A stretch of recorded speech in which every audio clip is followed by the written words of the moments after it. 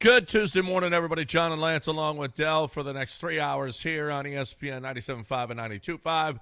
Glad you could join us to talk some Astros baseball. And man, oh man, was that exciting for about 2.5 innings. And then it was over. This team really, and they Lance, we got some great news. I don't know if you were listening last night, but Julia broke down all the injuries and what's going on. Jordan in Corpus Christi, like we talked about, he's headed to Corpus Christi, and he's going to do a rehab, and everything changes. Maybe the it's whole just like, world changes. Maybe it's just like when the great Spencer Arrighetti gets back, the missing piece falls into place. Well, you know, Spencer, he's not Jordan. Okay, Jordan changes everything. Okay. So instead of 5 hits, they might have had 6 last night. Okay? So, and that's huge to pick up maybe 6 hits. We live in a baseball game. We live in a world where Spencer Arrighetti is not as good as Chas McCormick as a pitcher. No, Chas McCormick has been their best pitcher. Chas McCormick has been better in his last 3 outings than Spencer Arrighetti has. Yeah. By a lot. Yeah, no, well, he's one of your best relievers now. You know how they put up that chart with how many innings everybody is, or, you know, they're going to have to start putting McCormick up there? They needed to put Chas up there. He's worked 3 innings the last 2 outings. That would have been funny because they did that last night, and if they'd have put Chas up there, that would have been fun. That would have been fun. It would have been. Yeah. Chas is actually throwing pretty well. Chas actually is a part of their bullpen now. He's a part, and actually he's bringing their numbers down. Chas is bringing the numbers down. He's now been in 3 times in the last, 6 games? The bullpen has sucked lately. Has really sucked lately. Well, when Chas McCormick is coming in, game has gotten totally out of control. Well, yeah. This is the 3rd time this has happened. When did it happen? It happened the last series. Is this wait. 3 out of the last 4 games. 3 of the last 4 games Chas McCormick has pitched. 3 of the last Good 4. Lord. Well, 3 of the last 4 games they have been shut out. Are you sure this is a playoff team? So, no, he hasn't pitched in 3 of the last 4. He didn't pitch in the 7-0 game. 3 of the last 5? 3 of the last. Okay, hold on. I don't know. I mean, I can't find it in Chas McCormick's game log. They don't have his pitching stats. Why don't they have McCormick? I'm going to look it. I'm going to look it up in Fangraphs because I'm sure he's in there. It's been 3 of the last 6. Oh, only half the time. Yeah. Yeah. So I mean, that's not. And I mean, to be fair, he is a little bit better than Spencer Arrighetti, who can't throw strikes. And you know, they only have Chaz's. They don't have his pitching stats. They only have his hitting stats. Oh no! Here they have it on ESPN. Yeah, he's been in 3 of the last 5, John. He was in a 14-1 loss against Boston, a 12-0 loss against Baltimore. That was 6 games ago. Oh yeah, it was the 12th. Well, 3 of the last 6. Yeah, because Baltimore, they played 3 games against Baltimore. Yeah, right. For some reason, they don't have one. I guess. Well, he didn't pitch in that one. Yeah, he didn't pitch. Well, he didn't pitch in these other 2, and he's listed. Maybe he must have. Oh, he must have hit. Yeah, that's okay. That's what it is. It's 3 of the last 6. That is a terrible sign. So he's thrown. Well, wait a minute. 3 innings pitched, 3 hits, 2 runs, 2 walks, and a strikeout. Now do Arrighetti. Well, it's not. I don't do Spencer Arrighetti's numbers. Well, I don't want to do Spencer. Why? Because you know what? I blame this on you. You were all excited about bringing the Italian back, and this guy needs to go. So in Spencer's last 13 2/3, he's given up 12 runs. Actually, it's a little bit better. 13 2/3. No, it's not. Jake, 12 runs. Yeah, because Chas is 3 runs in 3 innings. No, so that's a 9 2 runs. He's given up 2 runs in 2 innings, in 3 innings. Oh, he's way better. He hasn't. Yeah, he's actually way better. Way better. He's got a 6 ERA, and he hasn't. You know what else he hasn't done? He hasn't given up a run in his last 2 outings. Oh my God. Well, Spencer can't say that per se. No, he's got 9 walks in his last 2 outings. Wow. Spencer's 4 outings. Oh no, yeah. Listen, Spencer Arrighetti.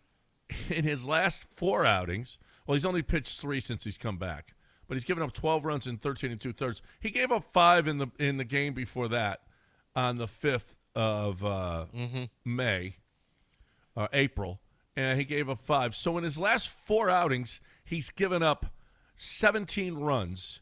All right, in, it's time in to 17 revisit in a third innings. It's time to revisit this. Dell tried to warn us last week. He tried to warn us. I think it was last week. Dell, what did you say that you brought to the show? I was very confused about all this hope that people felt because Spencer Arrighetti, the guy who was 6 games under 500 on his return, was supposed to be a savior. It's like, what are we talking about? He's been bad 2 out of 3 times he ever goes out there. What are we so excited about? He did have a good month though. And you laid out that month for us. Month was actually pretty good. Yeah. Well, why was there so much joy? But the more the sample size widens, the less that month seems to mean. Apparently, what was the excitement about? A flash here or there? His nickname had been the answer. No, his nickname was Spaghetti, which is a terrible nickname. Yeah, that's. In fact, it may be a slur. Oh my God! Wow. It may be a slur. Well, John, let me ask you something. What if his last name was both something?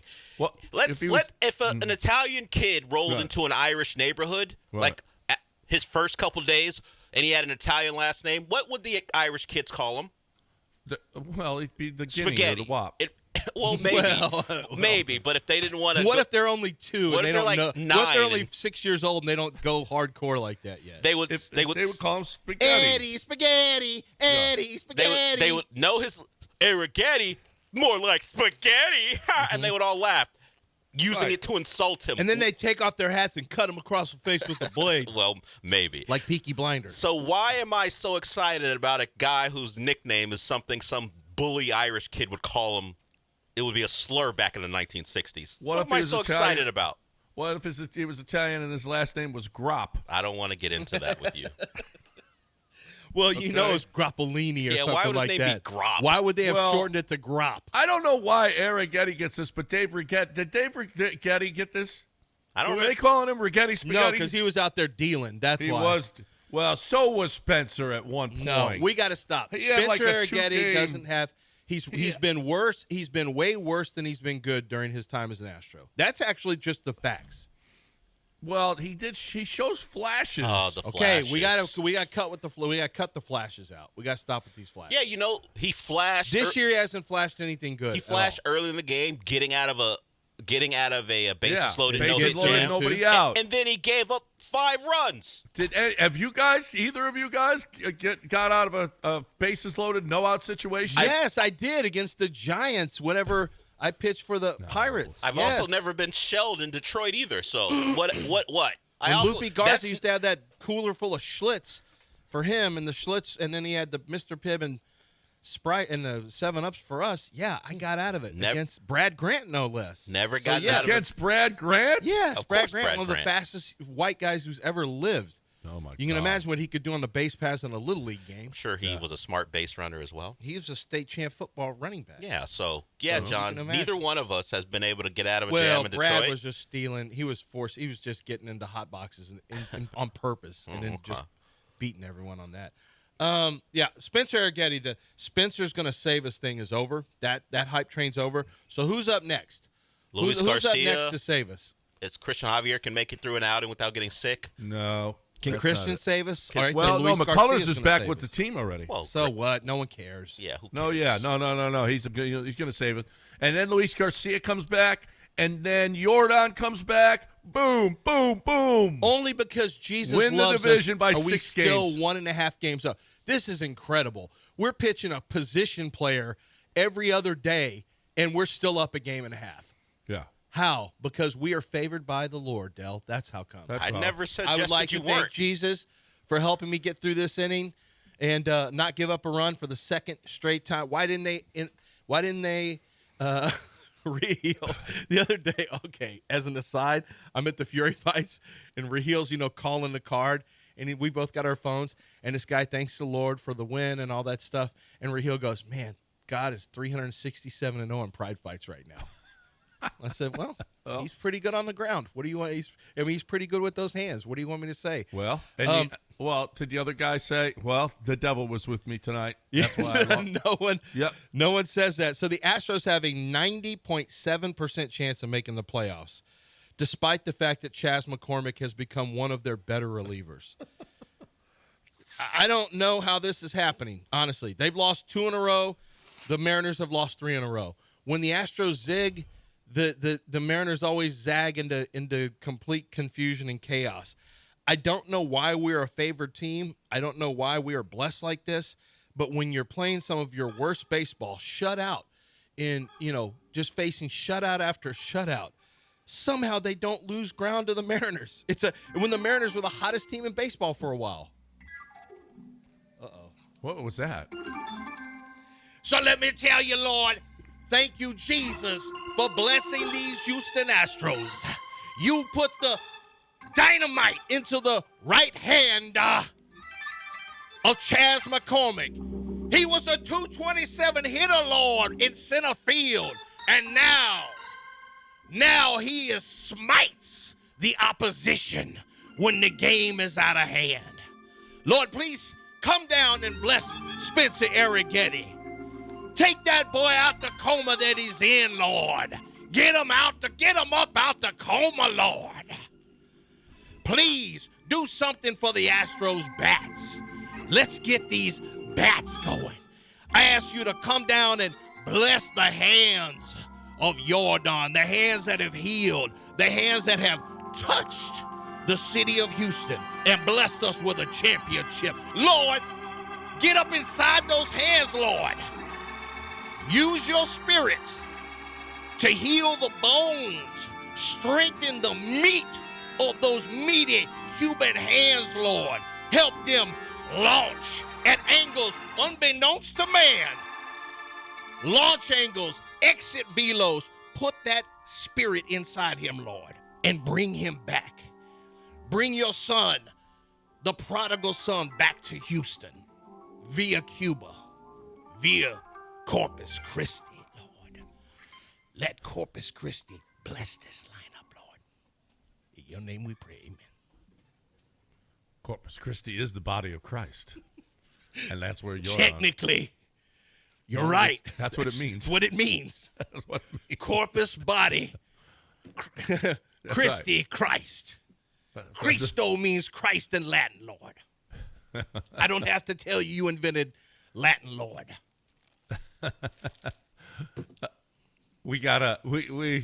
This is so here are a couple of questions. But they're still a game and a half up, so here were a couple of questions. Now that the Astros are unwatchable, what the hell are you going to talk about every day? Tony wants us to play a Helen Reddy rejoins until the Astros score again. Until they score again. Okay, not win again, score again. That was tough. They've got 2 straight games without a run. I mean, that was tough action there. Honestly, I don't know how they're going to score a run. I really don't.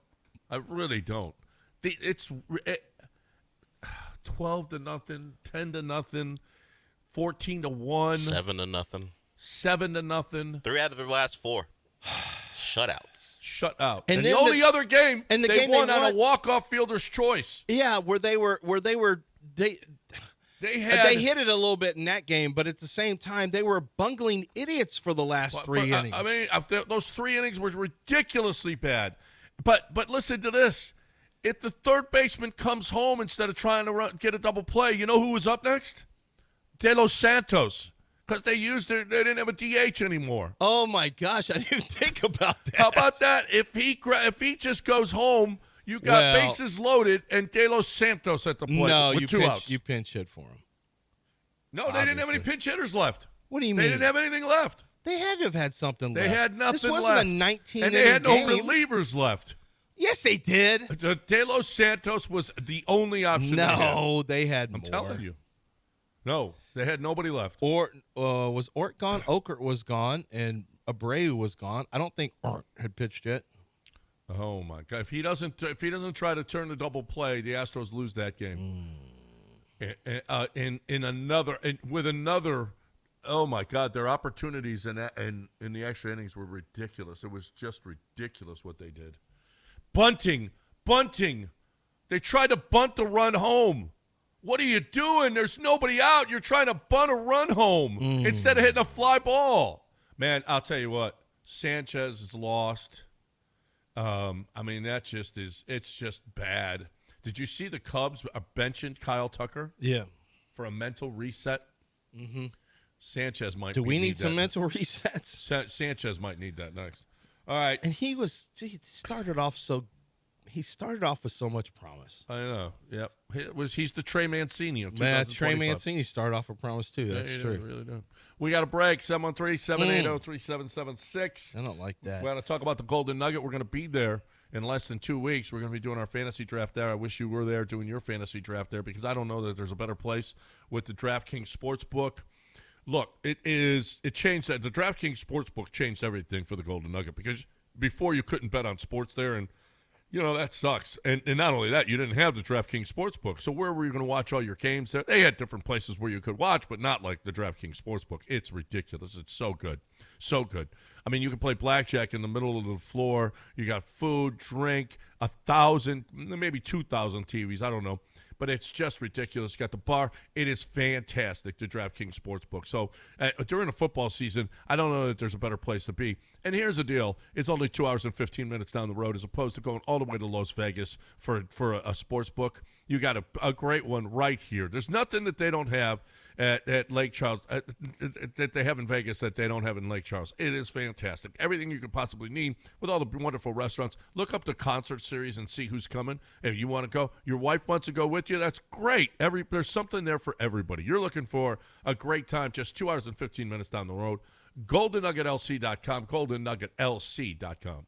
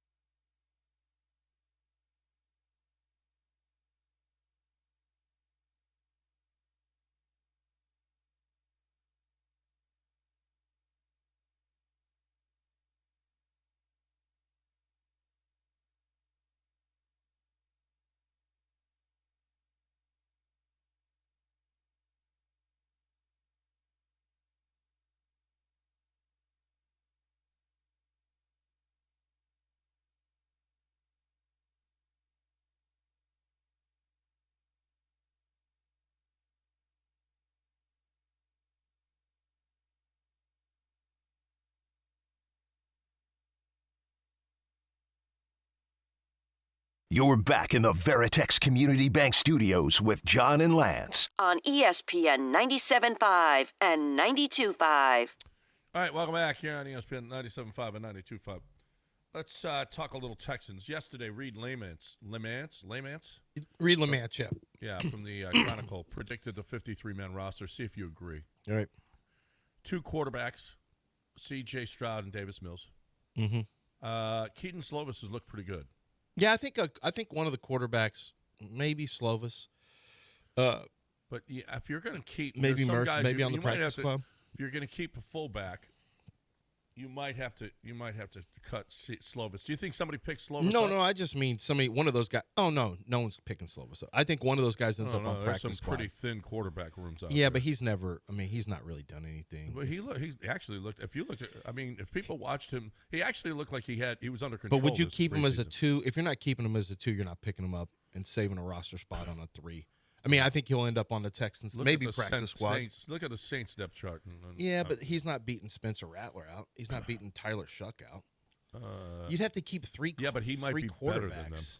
He might be better than them. Well, I doubt the Saints believe that. So 2 quarterbacks, 4 running backs. Chubb is the starter. He's going to bust one of these days. Goodman Wally, Damian Pierce, and Woody Marks. I guess Joe Mixon is done. I don't know. No, just Just kill what? him.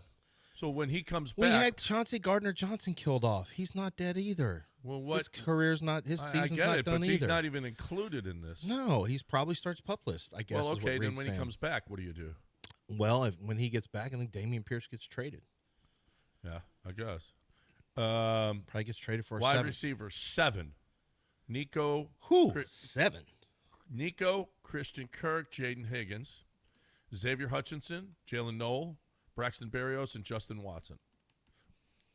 It just feels like he's being lazy there. He doesn't want to make any hard decisions. Well, I'm going to see what they had last year. Actually. Okay. Berrios and Watson So I'm just going to go playing to teams. 9-2 last year, September 2nd.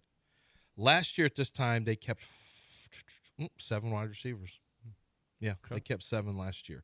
One of them was Steven Sims, who was a returner. That's Braxton Berrios. So that would make some sense there. Wow, Mechie would have been 8. Holy crap. Last year, they kept 2 quarterbacks. Last year, they kept 4 running backs. Plus 1, British Brooks, the fullback. So that would be 5. Does he have a fullback in there? Yeah. Well, he put him with the tight ends. Okay. Dalton Schultz, Kate Stover, Harrison Bryant, and Jacob Johnson. Okay, so that's the only difference is there was 3 tight ends last year to start the year. So this time it's 3 tight ends. Last year's 3 tight ends and a fullback. This year it's 4. It's 4 tight ends. Okay. So he's got Ariante Ursary and Titus Howard as the starters at tackle. Okay. Cam Robinson and Blake Fisher are backups. They're going to cut Deculus. Yep. Zach Thomas and Connor McDermott. Yep. Okay. Guards, Laken Tomlinson and Ed Ingram are starters. Apparently, Ed Ingram is really he is grading out right now. Ed Ingram is really having himself a good camp and grading pretty well. Let's see how we'll see how it plays out. Hopefully he plays well. Juice Scruggs is depth. Yep. And then Jake Andrews and Jarrett Patterson are your centers with Okay, Andrews that as looks starter. like almost exactly the roster count last year. So nothing unusual there. So he's probably using last year's. And then the defense is going to be pretty clean as Will my Anderson, guess. Daniel Hunter, Daryl Taylor, Derek Barnett, and Dylan Horton. So we're keeping 5 DNs. 5 DNs. Okay. 4 D tackles. 4 tackles. Rankins and Settle are the starters. Edwards and Foley Fatukasi. Yeah. Togiai has had himself a really, really nice camp. And actually, D'Amico said he is the most consistent player that they've had. He's actually played really well. He's got him in there, right? Surprised if he doesn't make it. Yeah. No, he has been pretty good. Do they have see, it's listed last year as 3 linebackers, and they had 6 total on the depth chart. How many do they? So 3. So Will, a Mike, and a strong side. They have 6. So they got Aziz, Christian Harris, Toto, AJ Speed, and Jamal Hill. So that's 5. That's 5. Okay, so that's 2 where nickels, Jalen Petrie and Miles Bryant. Mm-hmm. Four Same as last corners, year. Stingley, Lassiter, Jalen Smith, and D'Angelo Ross. Same as last year. Four safeties, Yep. Bullock, MJ Stewart, Jalen Mills, and Russ Yeast, who will go once C.J. Gardner-Johnson gets back. Mm-hmm. And Jimmy Ward? No Jimmy Ward on there. Wonder what See, there's happens if another Jimmy one. gets back. He's kind of We need more Joe intel, Mixon but- right now. Yeah, Jimmy Ward may not make it back this year. Yeah, maybe not. He's got all the problems. He's got Yes, may not be a Jimmy Ward year. So it's pretty clean. It's very similar. So he used last year's and that sounds pretty accurate. That's not instead of 6 linebackers, you went 5 linebackers and an extra DN, which makes sense because frankly, rush is going to be more important than having linebacker depth when so few teams play, 3 linebackers on the field at the same time very often. And Jamal Hill is a big special teams player, so yeah, that makes some sense. Comparing the rosters last year to this year, so wait, he doesn't have MJ Stewart making the team, or he does? did. He did. Okay. Right. Comparing no. Yeah, he had MJ Stewart as a starter. okay.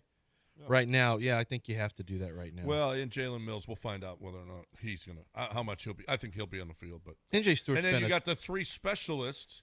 sure. How many bad snaps will we have this year?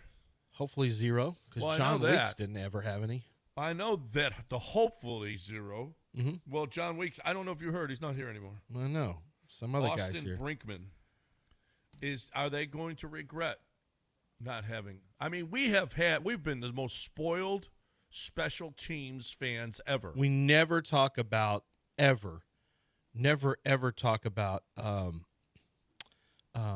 John Weeks. Maybe we should. Being a factor. Maybe we well, should. I'm talking about during the season. Maybe we should point out how often Kaimi Fairbairn misses extra points and look to John Weeks and go, what was with that snap? It does make you wonder why they got away from Weeks. Well, he was making $1 million plus a year. Yeah. I mean, you save a little money, but is it going to cost you? I mean, Probably not. I don't see very many bad snaps in the NFL. Those guys are pretty money. John Weeks is he's 39. He turned 39 in February. That's all right. Yeah, when's the last time we seen a snap cost a team a game? It's so rare in the NFL. The snappers are so good. I mean, there's so few positions open every year. I write up deep snappers, long snappers, and mostly you just look for accuracy and speed of snap, and that's it. And there's so few positions available. You might have 2 maybe open, and there's usually 1 to 2 players in college that are any good, that are at NFL level, what you look for. And I think it's like one of those things where once you get really good, it just doesn't just lost my snap. My snap's just off. I just don't have the same elevation on my snap. No, this stays the same forever, I guess. I guess you can play forever because John Weeks was money. He's 5'10", 242. His parents, Donald Weeks and Colleen Weeks, are very, very proud of him. Oh and my God. is he getting the ring? What a living he's made, What dude. a living. Is he getting in the Ring of Honor? Yes or no? And No. Answer the tough question, Well, he Del. was the only perfect Texan ever. Del? No. He's the perfect. only perfect Texan ever. He was perfect. How do we rate perfect for long snappers? Never bad Never snap. never complain about them on a sports talk Although show. he did have one. That's I think you'll perfection. remember there was a little bit of a high snap that the ball got down. And I don't know, missed it. man. Kaimi Fairbairn in 2019 missed 5 field goals and 5 extra points. Now, you don't think some of that there's had some- to do with John Weeks? So No. special teams coaches will tell you where were the laces delivered, where they are a little bit more specific. You're Well, right. that's the holder. No, but actually no, how the laces were no, delivered. they actually look how the laces are spun when the holder gets it. I'm like, how can they control that? Apparently, they can control the revolutions. I mean, apparently this is a bit of an art, Stop. and there's actual long snapping Yes, camps in high there school. are, Oh yeah, yes. there's long snapping camps in high They're school. long where they, snapping families like the Fergusons. oh yeah, the fighting Fergusons as they call them. The LSU. They both went to LSU, I think. Maybe one went someplace else. They both wound up as long snappers in the NFL. Oh no, I see rankings all the time. This guy went to the Brinkman Snap Camp or whatever it's called, and he's the #1 snapper in the nation. 5-star snapper. They never say 5-star snapper. They always say he was like He was the number one snapper. They'll have snap rankings and like, golly, nerds. I mean, hey, is there a better living? No. Listen, that's better than backup quarterback. 100%. You get on the field and nobody can hit you. Now, there's fewer jobs. You can't be hit. There's fewer jobs. There's not many snapping jobs. If you get a kid that can really snap, you might be able to pay for – first of all, you might be able to pay for college. College is super expensive. It's going to cost you in six figures. Do they give those kids scholarships? Absolutely. Yeah. To begin with? Or do they have to work their way into that? They might. Well, if they're one of these snap really camp good. kids, if they're one of these kids that are they're coveted snap camp kids, they're getting scholarships. And you know who's going to draft them? Bill Belichick teams or Nick Caserio type teams. Snap camp kids. Camp kids. So the Fighting Fergusons, Reed Ferguson is still a long snapper for the Buffalo Bills. His brother Blake was released after 5 seasons with the Dolphins on May 2025. In May 2025. So the Fergusons had a long run of having 2 brothers in the league snapping in the same division, but Blake was recently released. John Weeks. I'm just trying to look at his. Why his would you contract release a notes. Ferguson? I think It's he was ill last season, so he was actually not active on the roster for a number of games, so they decided to release him, and they got Joe Cardona, to be the snapper. Cardona. Who's a long time. No, Cardona came from Army. He once thanked me for writing Madone. I think it was Army. He once thanked me for writing a scouting report on him, and when he was the top Navy. Oh, Navy. see, Okay, long snappers are the only ones that ever thank you for anything. pretty much. Everyone else. We got a thank you letter today. We did. Don't even tell John during the break. All right, we got a break. Jason Zuniga, we got One of our listeners, yeah. We got your package. John. And John, don't tell John. Why not? Because I don't want him What talking about about the it on the air. listeners? We can't tell the listeners. Oh yeah, no. It was written in crayon. It was written in crayon, to mimic a certain someone. I'll tell you during the break. it immediately scared me. He thought it was something. I thought it was somebody. I had to read the letter, and at the very end, it's signed with the name, and then it all makes sense why it's written in crayon. Okay, Yeah. we'll break it on the other side. I thought we might wanna have hear somebody it. that we Oh, shouldn't- I'll absolutely talk about. John Weeks made $14,000,000 Yeah. and $5,412 over 15 seasons. How about If that? your child is a bit of an F up, teach them how to spin it. Lance, get Mason in Mason? camp. Seems rather personal what you're doing right now. Yeah. Mason. Well, I'm just saying, if you can spin it, you can make $14 million. You can win it. All right, we got a break. We got to talk about HRP. We got to talk about how good HRP is for your business. I know it's great for our business, and everybody that talks about it on our air. You've heard all kinds of testimonials from people that just love them some HRP. You know why they love HRP? Because HRP makes their business so much better, so much easier. They're able to do their business as opposed to, worrying about HR and payroll and taxes and 401ks and all the garbage that you can't worry about. Not if you're going to be successful in whatever your business is. I don't know what your business is, but your business is better when you're not worrying about stuff that you don't do well, okay? Why would you do something that you don't do well? You don't know how to do. You're not a proficient in. You're not an expert in. HRP is an expert in all of those things. The technology is second to none. It's proprietary technology that Mike Holly has developed, and people are clamoring. They want it bad. He gets calls all the time about buying his company. He just says, no, I'm going to continue to do what I do for my people. And you know what? Why don't you take advantage of it? And then the benefits packages, they don't sell them. So what they do is they suggest the best ones that you can possibly get for your business. And when you do that, it's a win-win for you. Look, admin companies are out there, but we feel like HRP is just better because of that. HRP.net. Make your business better. 281-880-6525 or HRP.net.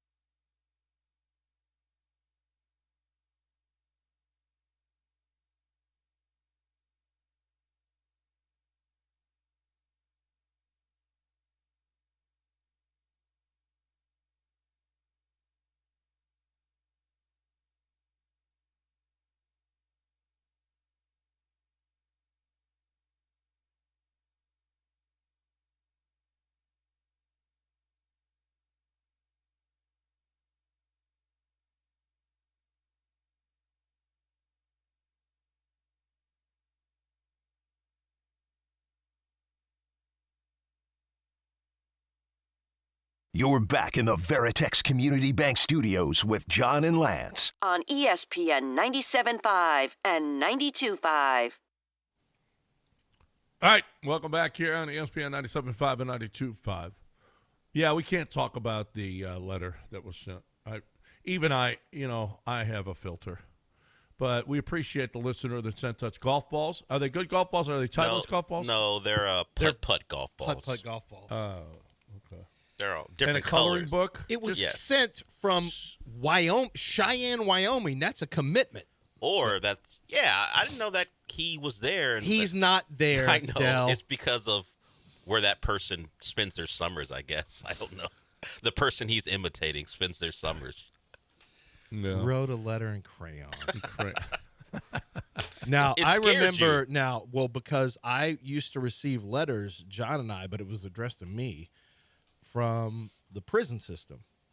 Yeah. And there was a prisoner who had listened to us like, hey, I'm getting ready to get out, and I want to come by the station sometime. I'm like, don't.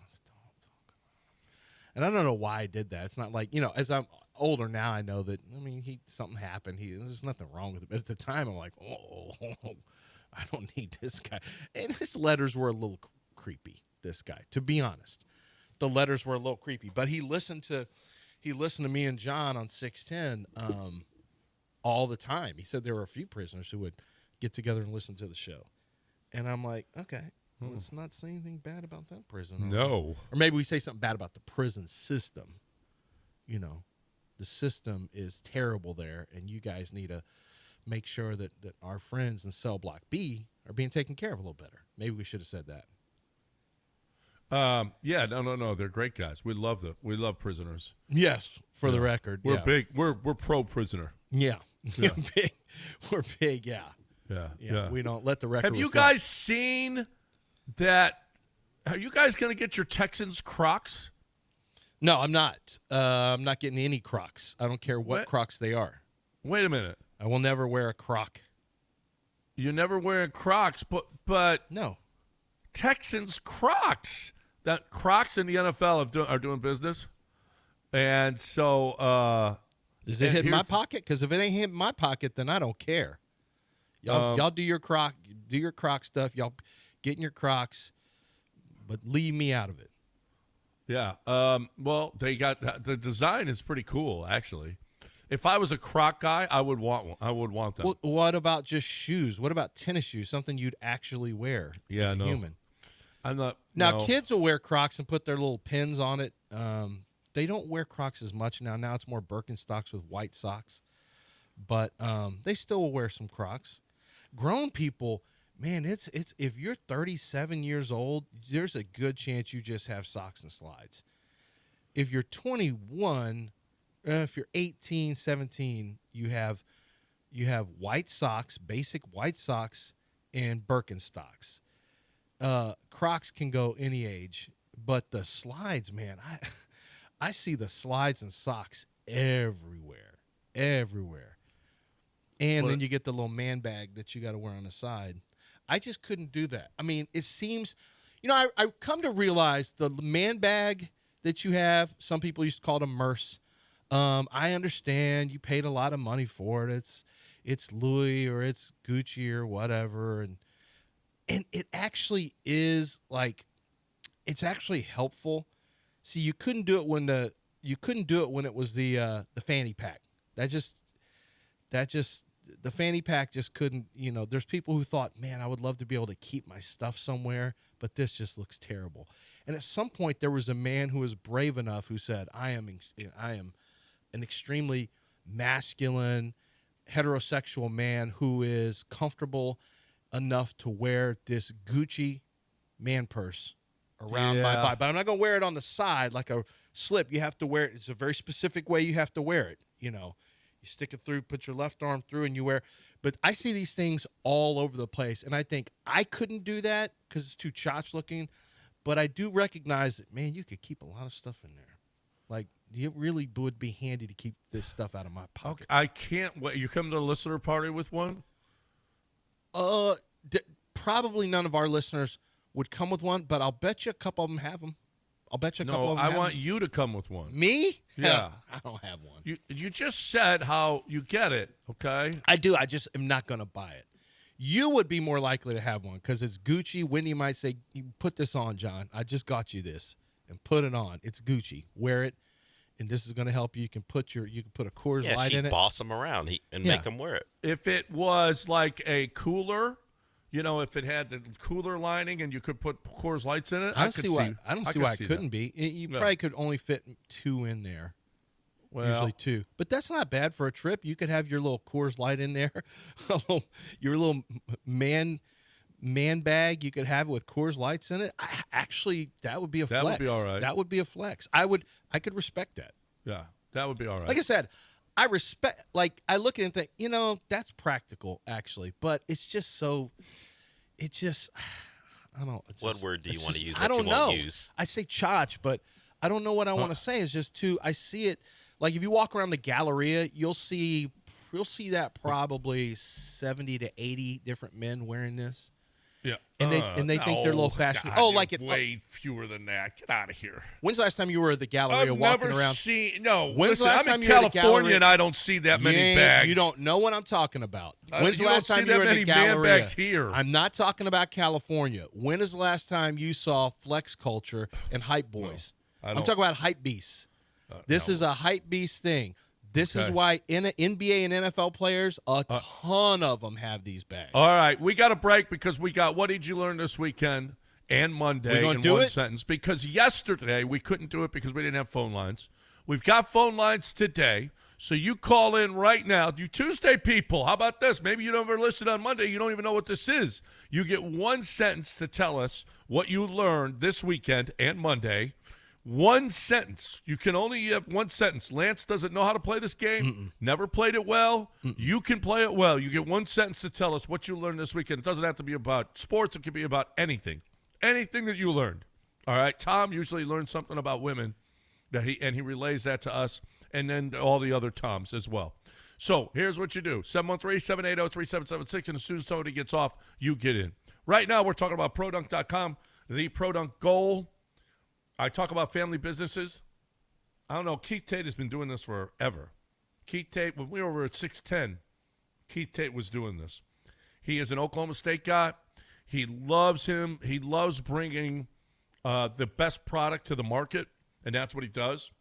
He's been doing that. I don't know how you stay in business as long as he has, doing this over and over. Oh, just goals, just the best goal. Raise and lower the goal. He was the first one that I remember, actually, where you're like, wow. And that was with a crank. Now it's just push of a button, and the goal raises and lowers, and it's fantastic. There is not a better goal, and the kids love the goal for a couple of reasons. First of all, it's like a real goal, like a real pro basketball goal. That's one. 2, you can stencil your driveway and have all that done. 3, you can raise and lower the goal, and the kids love that. You can hang on the rim all day long. You can't break it. The installation, the goal doesn't shake, okay, when you hit a basket or when it's windy, okay? So it's the best goal, period. So if you're looking for something for the kids because they want to enjoy the game, Dad, they're too little to reach a 10-foot goal, boom. All you need is ProDunk.com, ProDunk.com. Tell Keith Tate you heard it right here.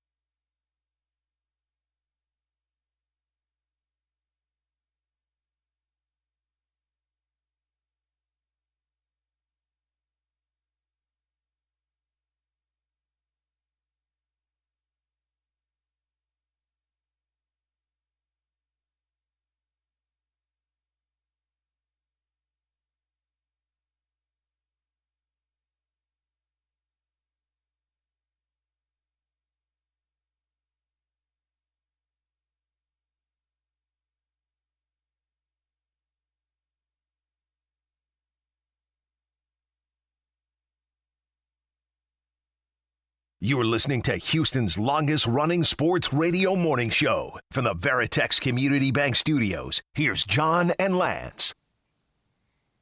All right, welcome back here on ESPN 97.5, 92.5, 713-780-3776 is the number to get in here with us on ESPN 97.5 and 92.5. So, Del, we got calls. This is Tuesday. I'm not sure how this is going to work on Tuesday. How's it working out so far? Probably the same way it always works because people called in. They're ready to go. We got a full board. Okay. Do either one of you want to tell? No, let's Anything? start with, let's get the listeners in here, and I might remember something. All Okay. right, let's begin with Keith. Keith, what did you learn? I learned this weekend that IG model or musician Madison Beer is dating Justin Herbert. Could that lead to a playoff win? Yeah, I saw that. Why would the Instagram model help Justin Herbert win? She's an actress too, right? I believe so. Yeah. Well, good on. I mean, that Justin Herbert can pull, really handsome guy, plays quarterback in the NFL, multimillionaire. I mean, honestly, this is surprising to someone. Not that to he's me. got a hot girlfriend. No, not really. I mean, he still can't top Josh Allen. He got a pop star and an actress, and he married her. Well, who wins, him, Travis Kelce, or Justin Herbert? Depends on how you feel about the women in question. They're all successful, talented women, Yeah. beautiful. Just depends. By the way, I learned this weekend that Taylor Swift is going to be the halftime at the Super Bowl. Shocker. That's it's a possibility anyway. That's what I learned this weekend. Who's It's next, not Del? possible that the Chiefs are getting in there. That's not possible. We're That's not done with the possible. Chiefs. They're We're not done getting with in. the Chiefs. Yeah, we're done. Oh, okay, sure. You and your Chargers bet, the team who just lost their starting left tackle. Yeah, well, I need it back. No, you're going to take that back now, huh? Yeah. All right, let's move on to Ellie. No, let's go Pena. Pena, what have you learned? Hey, good morning, guys. I learned this week that Victor Robles might have had the most legitimate crash out ever. Thank you. Have a great day. Victor Robles, crash out. What happened to Victor Robles? I didn't see him. Oh, yeah. He went bananas. Threw his bat at the pitcher. Oh, that one. Oh, I saw that. Yeah. Yeah. He threw his bat after he was After being hit by 5 pitches. Yeah, he threw his bat at the pitcher. Fine, that's great. No, that's... Why can they throw a ball 100 miles an hour at you, but you can't throw your bat at them? Yeah, you should be able to. If they're doing it on purpose, absolutely. I think they should institute that rule. You can throw your bat at the pitcher. But you can't go run. Like, you have to throw it from the box. From the box. Yeah. And they can't throw back. No, I always thought to myself, you're throwing a projectile like 95 to 100 miles an hour. Yeah. And I'm supposed to take it and be like, you know what? Hey, man, part of the game. Yeah. Particularly if you did it on purpose. Especially when he's doing it on purpose. Well, yeah, it was a AAA rehab game, too. He was recovering from a shoulder injury. They came up and in on him, so they said, here you go. Yeah, I always thought you should bat. be able to do that. Now, Juan Marichal took it. Or Juan Marichal, no. Who was it? Johnny Padres. Somebody just went and hit the catcher with the bat in the head. I think it was Marichal. Hit the catcher in the head with the bat. That was that. Yeah, maybe, that changed maybe everything. That was too much. Yeah, maybe it's ill-directed, your anger. Who's next, Del? We move to Elliot. Elliot, what did you learn? Morning, guys. I learned that after a weekend, it's easy to stop drinking, but also very difficult to pick up chicks at the bar when sober. Oh, wow. You're not best.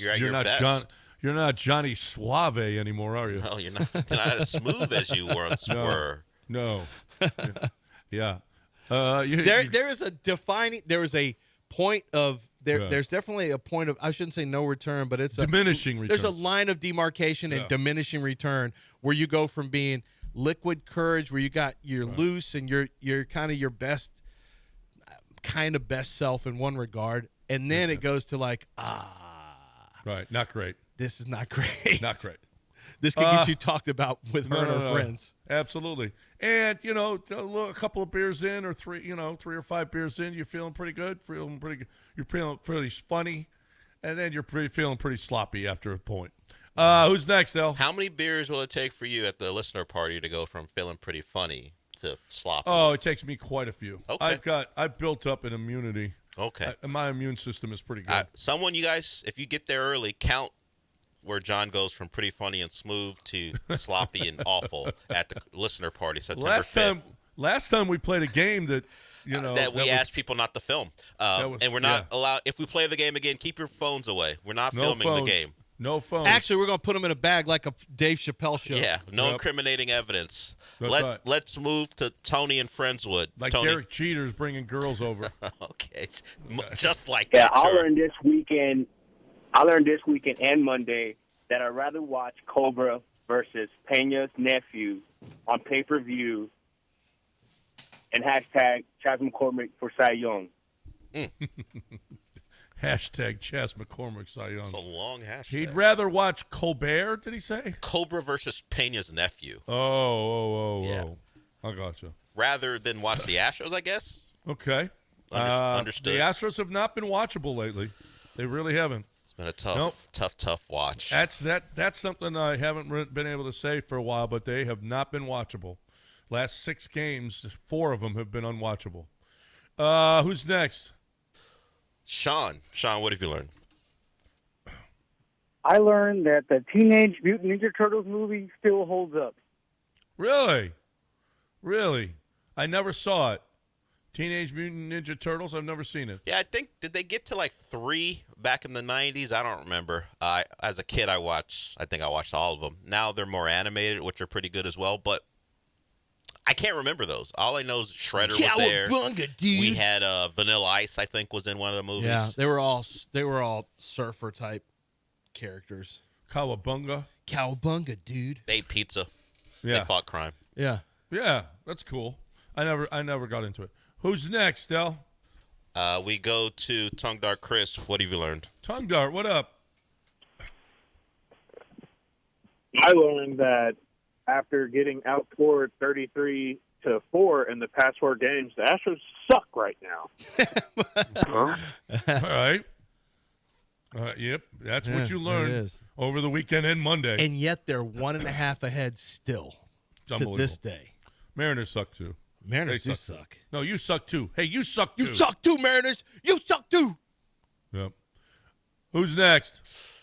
Tom in a school zone. I don't like this at all. Morning, guys. I learned that posing as a crossing guard is a good way to pick up women. No. Well, No. moms. Yeah, that's not that. I'll allow it. I'll allow it, counselor.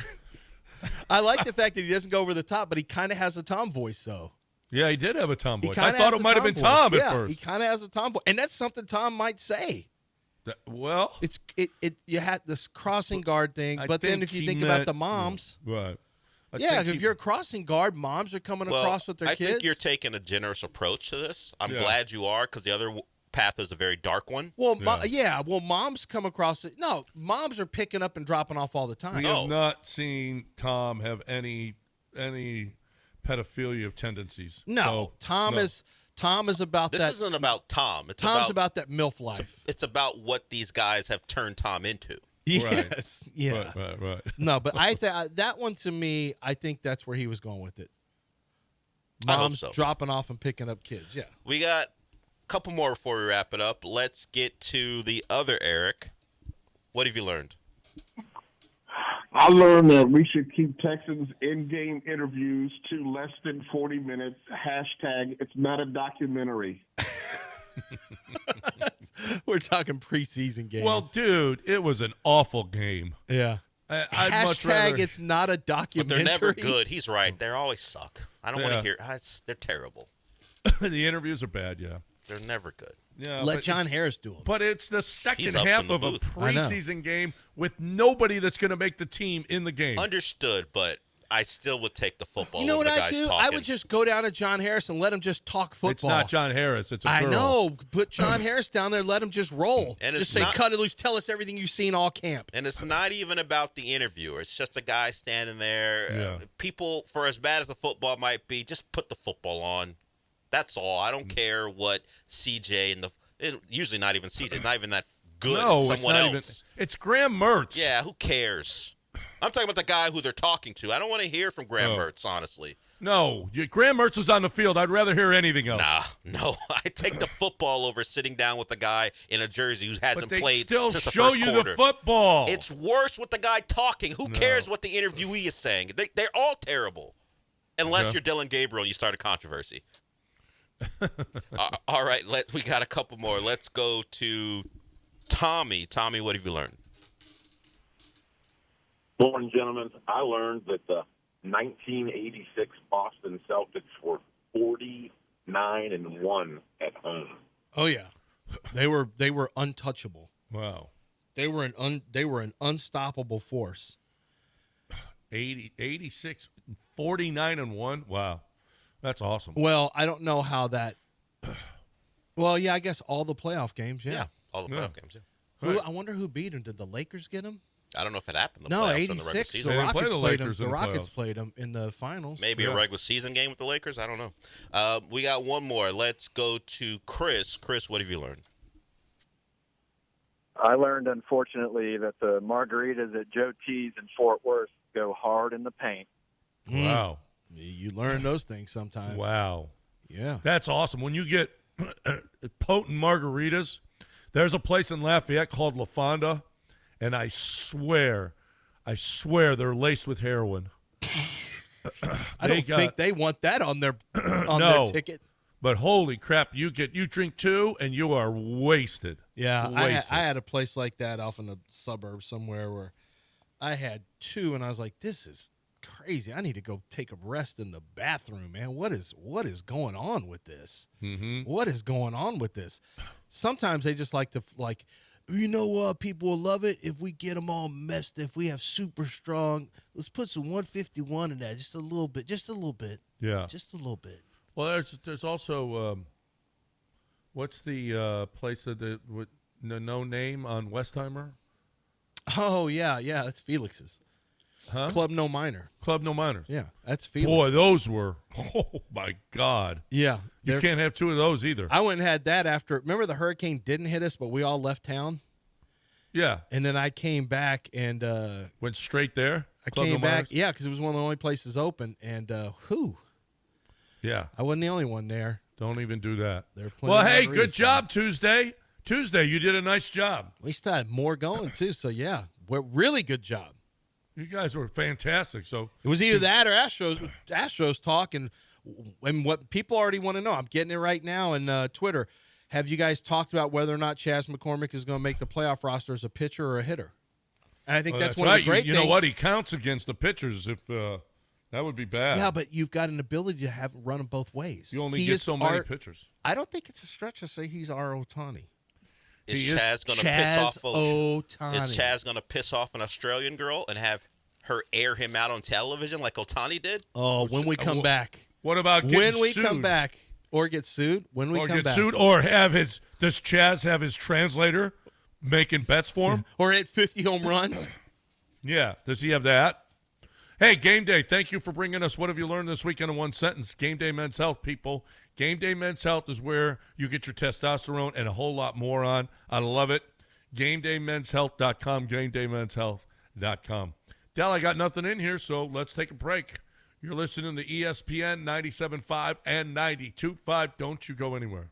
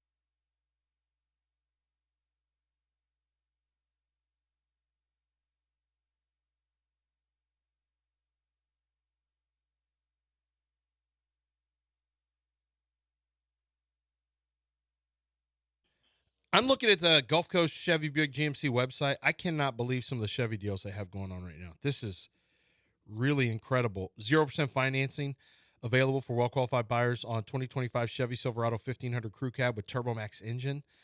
Plus, you get Texas residents can get an additional $1,000 bonus cash and $5,300 in total incentives on top of that finance rate. Holy crud. That's a great truck, and that's a great price. They've got offers right now on the Chevy Blade, the EVs, $7,500 federal EV tax credit, and it ends September 30th. This is coming to an end. So if you want an electric vehicle, you can get that through Gulf Coast Chevy Buick GMC with big discounts, including 0% on finance rate at 60 months. They've got in the Chevy Drives America event, they got 2025 Chevy Equinox EV and Blazer EVs going on with, deep discounts. Don't miss out on this. Chevy's a great vehicle. The wife is driving an Equinox right now. She went from the Traverse to an Equinox. Our family is, with more kids leaving the house, we're just getting a little smaller with the vehicle. So we went from the Traverse down to the Equinox, and she loves it. And she loved driving the Traverse. I love driving the Traverse. It's a fantastic vehicle. More important, it's fantastic people in Angleton who make it all work. They treat you like family. They give you the most dollars for your trade-in value, and you never feel hassled or hustled. It's always a safe and pleasant car buying experience. Head out to Angleton in person or do your shopping online if you'd like to with the chat feature at GulfCoastChevyBuickGMC.com.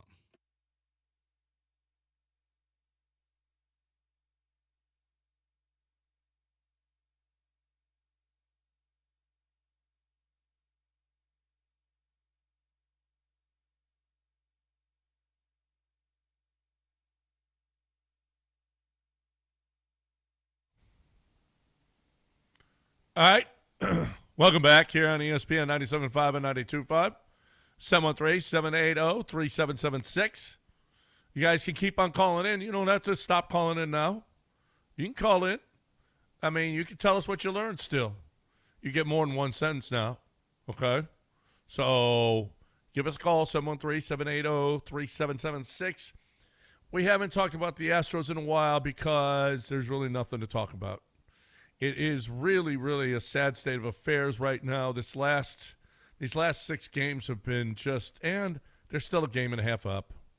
It was funny. I was listening to Todd and Blummer last night, and they were like, so it's funny when you're doing these games, when they were at L.A.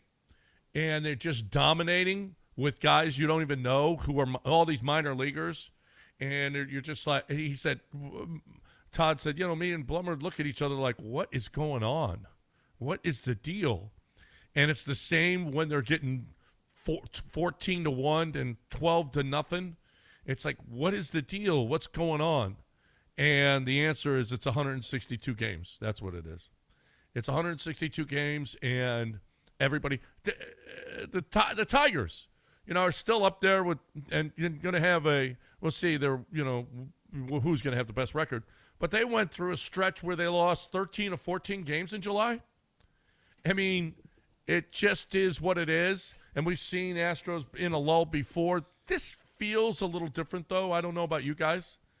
It feels a little different. I mean, earlier in the year, we were like, this isn't a playoff team. Let's not, get crazy. Don't make big trades at the trade deadline. Don't give up your minor league system.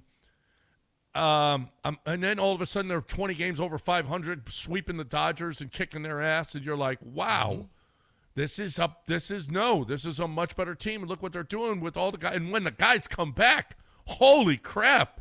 Wait till the guys come back, and the guys are back. A lot of them are back, and a lot of them are back, and they're not as good. They're just not as good. The Spencer Arrighetti thing's been really disappointing because he finished the season strong last year for the most part. I mean, actually, the month before the end of the season was a better month for him. But he had those flashes that we talked about, and he's just been brutal this year. Just even when he gave up 1 hit in 5 innings, he had 5 walks that game and had to really work himself out of jams. He did give up 2 runs, but other than that, every start has been just a very problematic start for him. And it's kind of there was maybe on this show, maybe I feel like within the Astros organization, certainly the fan base, there's just an assumption that he's the next, Lance McCullers type, who'd be a third, except hopefully a healthier version, who'd be maybe the third pitcher, and you're a third pitcher on a good team. That's a pretty big deal. He hasn't pitched like it, and the reality is, in his entire sample size, there's been more bad than good, and that's really unfortunate because you feel like when he's on, he has the stuff to be a major leaguer, a quality major league starter. So, I mean, his cutter is just getting destroyed. Mm-hmm. I mean, just getting destroyed. Who was it, Hunter, who got rid of it? Remember, he was throwing a bunch of cutters, and then he changed to sinkers? Went to more sinkers and a change, right? Did he go to a change? He changed. Yeah, I think he went to the change. He definitely went to a sinker, but he Sinker basically and eliminated change. that pitch because it was no good for him. What do you say we eliminate that cutter from Spencer's? It's a big part of. I mean, the sweeper's a big part. I just think they got to get it right. It's not even a sweeper. It doesn't even move that much, and it seems like it grooves right into the guy's bat, and he just crushes it. I mean, it's not. It's bad. I mean, it's not. It's bad. The cutter and the sweeper are different. So I don't know. No, if it was just, but he's got. Let me see. I'm going to see what his. I'm going to see what it's looked like so far for him last year versus this year. I'll pull up on Fangraphs trying to find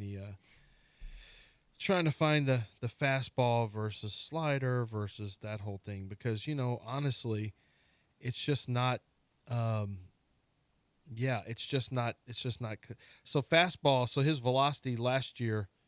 It's funny, John. His velocity this year is better than last year's velocity last year. No. These are all 25. No, wait, I'm way off. Last year in the major leagues, his velocity was 94.1. This year, so far, it's 93.1. He's down 1 mile per hour.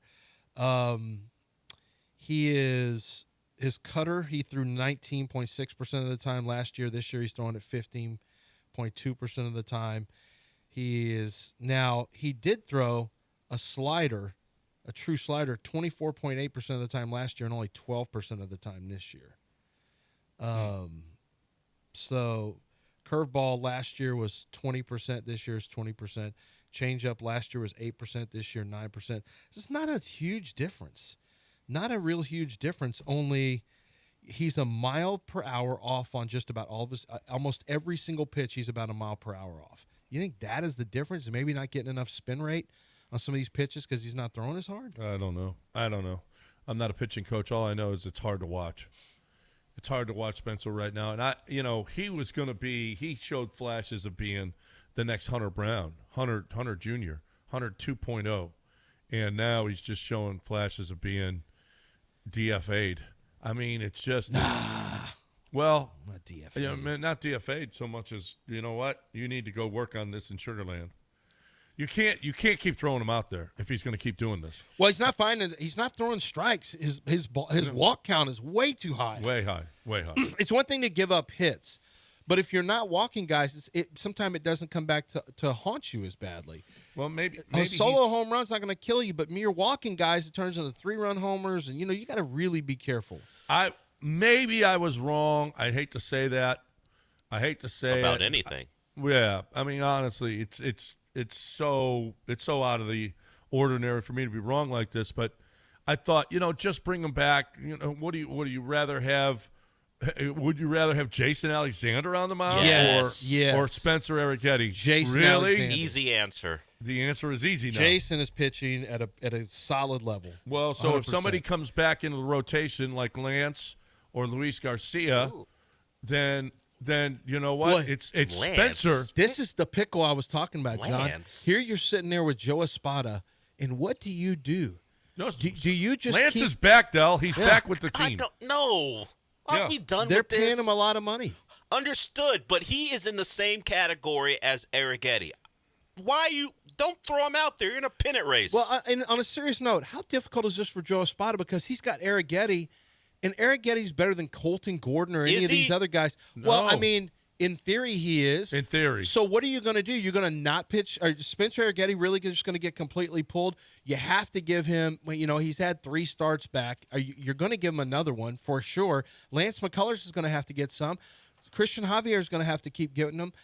Luis Garcia is going to get him. You're pitching guys who are this is their spring. And by the way, And you're gonna have to hope that you hang on to your division lead with guys who are not where they need to be yet, and you already know that. And by the way, pack up Brandon Walter. He had another instance of elbow inflammation. So let's say he's done for the year. He's so done. he's not coming. And he had moments. Once you say elbow, you're done. Yeah, you're done. And Brandon Walter, I would rather have him than Lance or Spencer or Jason or Colton or any of the tons. I would rather have Brandon Walter. He was really, really good, by the way. Yeah, his last start, 7 innings, 4 hits, 1 earned run. And the inflammation popped back up, so we can pack him away. I know they're in desperate straits, so these guys are going to continue to get starts. And just as Lance put it early, just think that they're blessed by the man above, that the Mariners are the Mariners, because rolling out non-competitive pitchers over and over again because you have to, because there's no other option, it's tough, particularly in a pennant chase. And, John, you mentioned how you thought, hey, this team may be different. Yeah, they're going through some stuff, but it's 162, but this team might be a little different. I don't know, man. I watched this team play, and I feel like they got a 2-game sweep in them in the divisional, in the wild card round in them. Like what happened last year, where the bats just go quiet, the pitching stinks, and the season's over before we know it. Oh, no, you can definitely see that for right now, for sure. Yeah, the way it feels right now. Of course, it can all flip, but right now it feels like if they don't win a division, they could be done in 2. So, John, the spin rate on... Oh, absolutely. They could go – I mean, look at these bats. They could shut down for 2 games in a row. Yeah. Easily, especially against good pitching.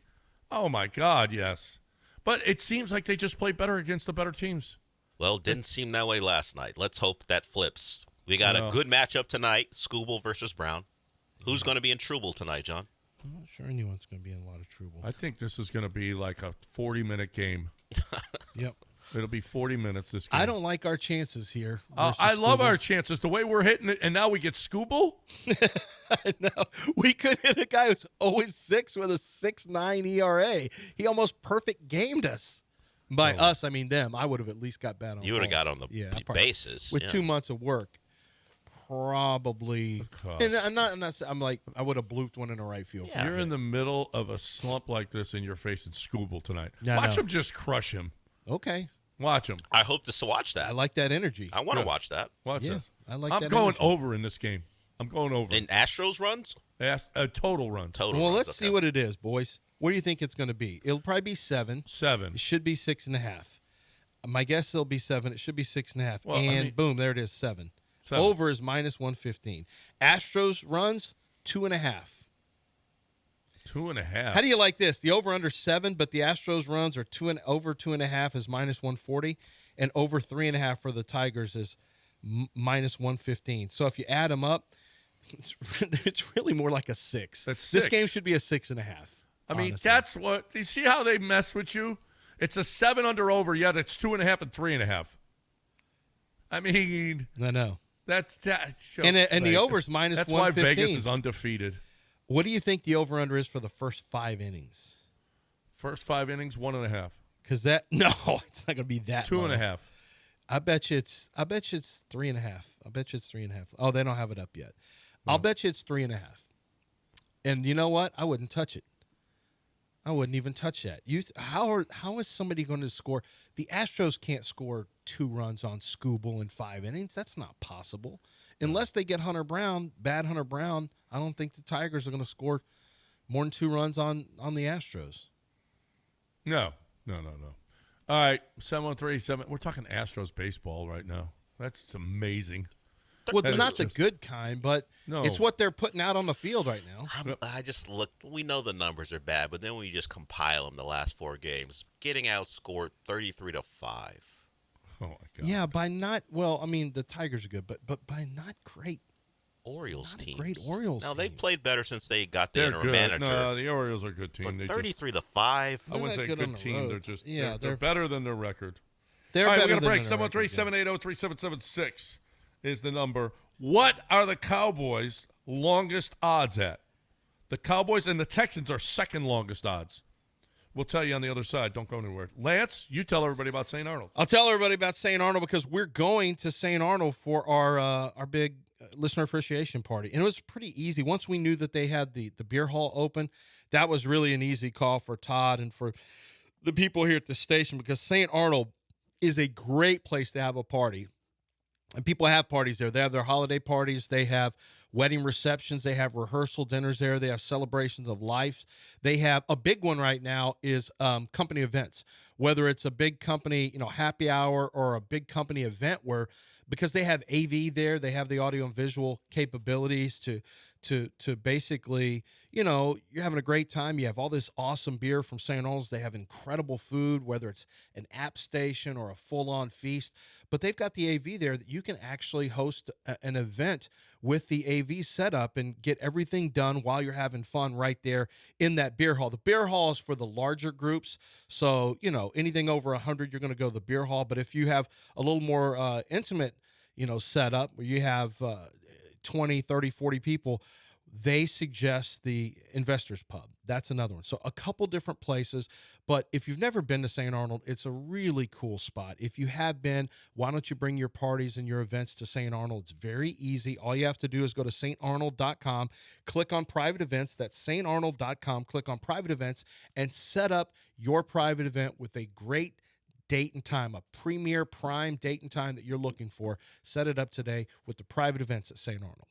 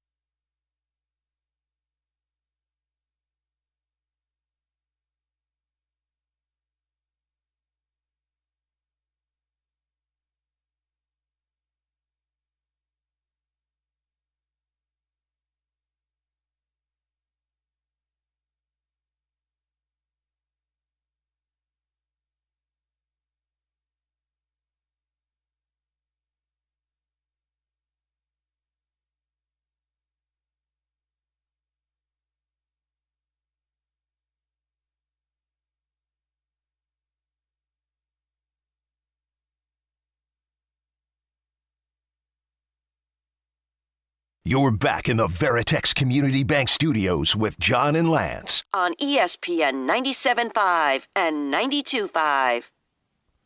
All right. So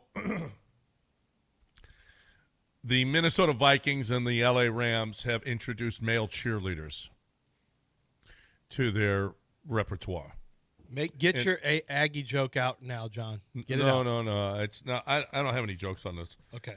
There are odds out the next team that will have a male cheerleader. It ain't gonna be New Orleans.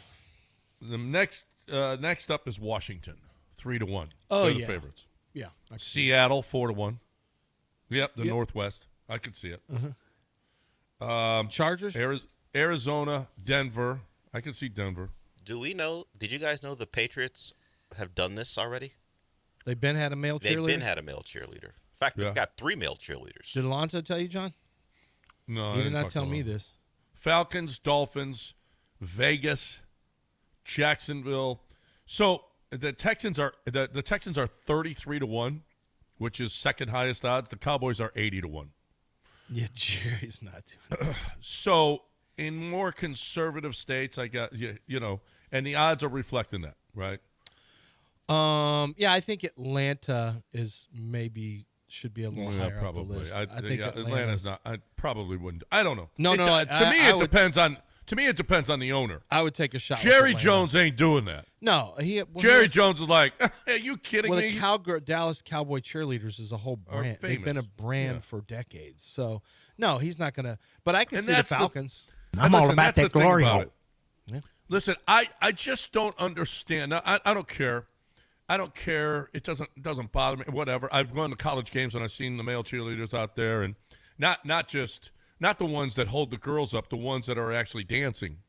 So it's like, okay, I mean, that's fine. I don't care. It be what it be. It is what it is. But here's the thing about it is that you are branding and you are providing entertainment to your clientele. Mm-hmm. To me, it's like I drink Coke Zero.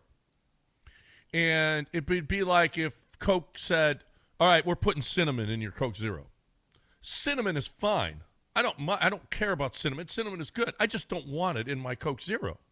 I don't want that. That's not something that I want. And for the most part, NFL fans, I would say, are heterosexual. Well, you don't have to be gay to be a male cheerleader. But it is. Go look at college football. Wait a minute. Who's being hold on entertained a by the second. cheerleaders? Listen. Those male cheerleaders are not there. Like the female cheerleaders are there to entertain the guys. Those male NFL cheerleaders are not there to entertain the girls. They're for Wendy and the women. So why can't the women have somebody? No, they're not. Why can't the women have somebody? They're absolutely not. Why can't who's there for Wendy? Well, Wendy doesn't want anybody there. She doesn't care about that. Well, some of the women do. They say, those why can't guys we get something? that they are bringing in have those to be cheerleaders. Banana hammocks.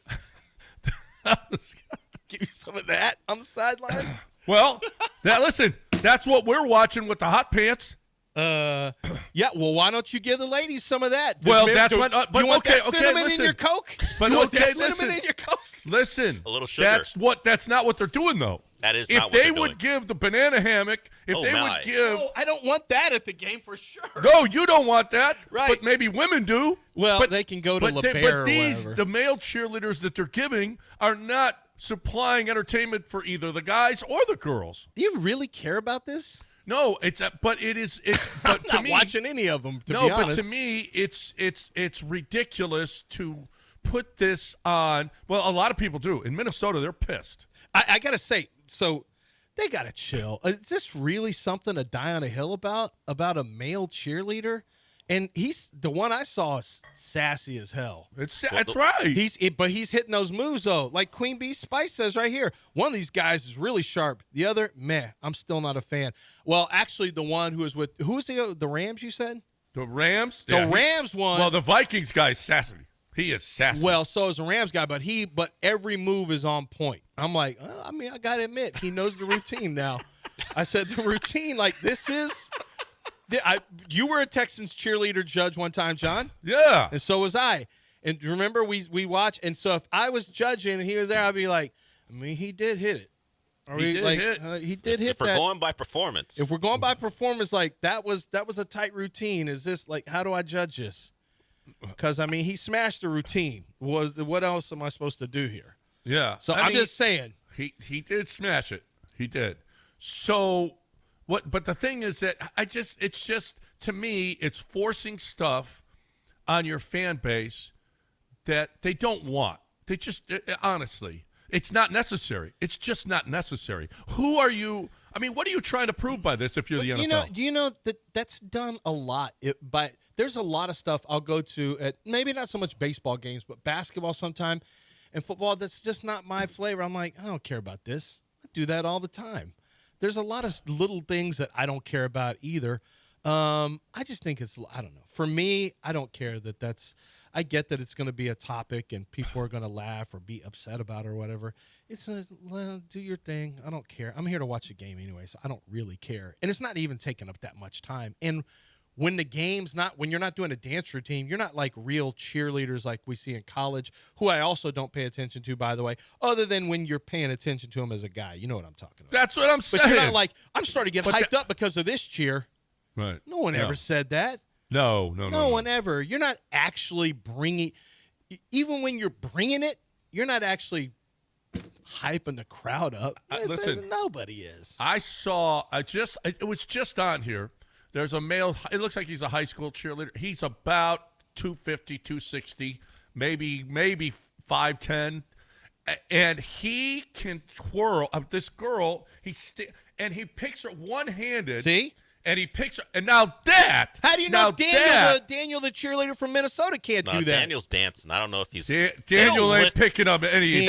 He's main character. Pro He's not NPC. Don't get lifted up. No. Yeah, he's not NPC. He's main character. Yeah, when he's dancing. No, this male cheerleader is main character as well. Okay, he's just a lifter. He's a lifter. Oh my God, the dude, it's fantastic. Now I'm here for. Okay. I'm here for. You can add some function. Red-blooded American holding girls up by the butt, like one-handed, giving the old look up, make sure no one falls down. No. In high school, I went to high school with a couple of twins, the Hovell brothers. Yeah, they were twins. They ended up cheerleaders at Illinois. I bet you I didn't say anything about them. Oh, dude, they said we pulled more. Oh my God! Hold on. Okay. Hold on. Because they were, they held the girls up, and man, you want to talk about. We're trying to do cheers. We're not trying to pull more. Oh, if you were a male cheerleader, then you would have. Well, who's to say that you might not like what they're pulling, but who's to say the Minnesota, it may not be your flavor necessarily. How do you know Minnesota and the Rams, they're not pulling also? You don't know. And the Patriots. Don't leave out the Patriots. Have you seen sassy Minnesota Vikings cheerleader? Yes. And who's to say he can't pull? I mean, like I said. Oh, I think he's pulling, but he ain't. See, well, why'd you set him up for that? I think he's pulling. No, I didn't mean to set him up like that, but I didn't even think of it that way. I'm just saying. You gotta think of it. Think of it the way he thinks of it. Think of Jetters on our chat. Maybe. You got to think of other people, not just you, John. The NFL's not just for you. We're an inclusive league. We tell you that a lot. We are very inclusive, and there are lots of viewers, and maybe some of them like that too. Listen. What is your problem? Listen, know your audience. And it's NFL. It's NFL, one know your audience. cheerleader. Well, more. Stop. It's two for the Vikings. Well, per team. 2 for the Vikings, 3 for the Patriots. Yeah. How many? I don't know how many male cheerleaders there are. Probably not 32 overall. But, okay, so you don't want to see a male cheerleader at all. What if they're the lift people up cheerleader? You're good with that? Well, if you got this cheerleader you don't want. This kid's talent with one hand, he was spinning her around and holding her up by her foot and then spinning her around and put her on the ground. One-handed. That's masculine. That's what he's looking for. He wants a masculine hopefully your son is a masculine cheerleader. What is that from The Godfather that says? Hopefully your firstborn son is a masculine cheerleader and not a dancer. So, anyway, I'm just saying, know your audience. They don't want cinnamon. Okay? They don't want cinnamon. They don't want cinnamon at their football games? In their Coke Zeros. No. All right. We got a break. 713-780 3776, the number. How about a little John Daspit? I talked to John for a while yesterday. We were talking about, we talked about NIL stuff. We were talking about a case that he had for one of the listeners. We talked about a lot of different things yesterday, and Astros, just a lot. But John I haven't heard from him for a while because he's been busy. But he listens every day. He listens through the podcast feature and listens into the sports stuff, and he's got strong opinions on that. But he stays very busy with what he's doing from a legal standpoint. He has cases to take care of. He'll have his own caseload of certain things he's working on, but he actually helps out with a lot of different cases.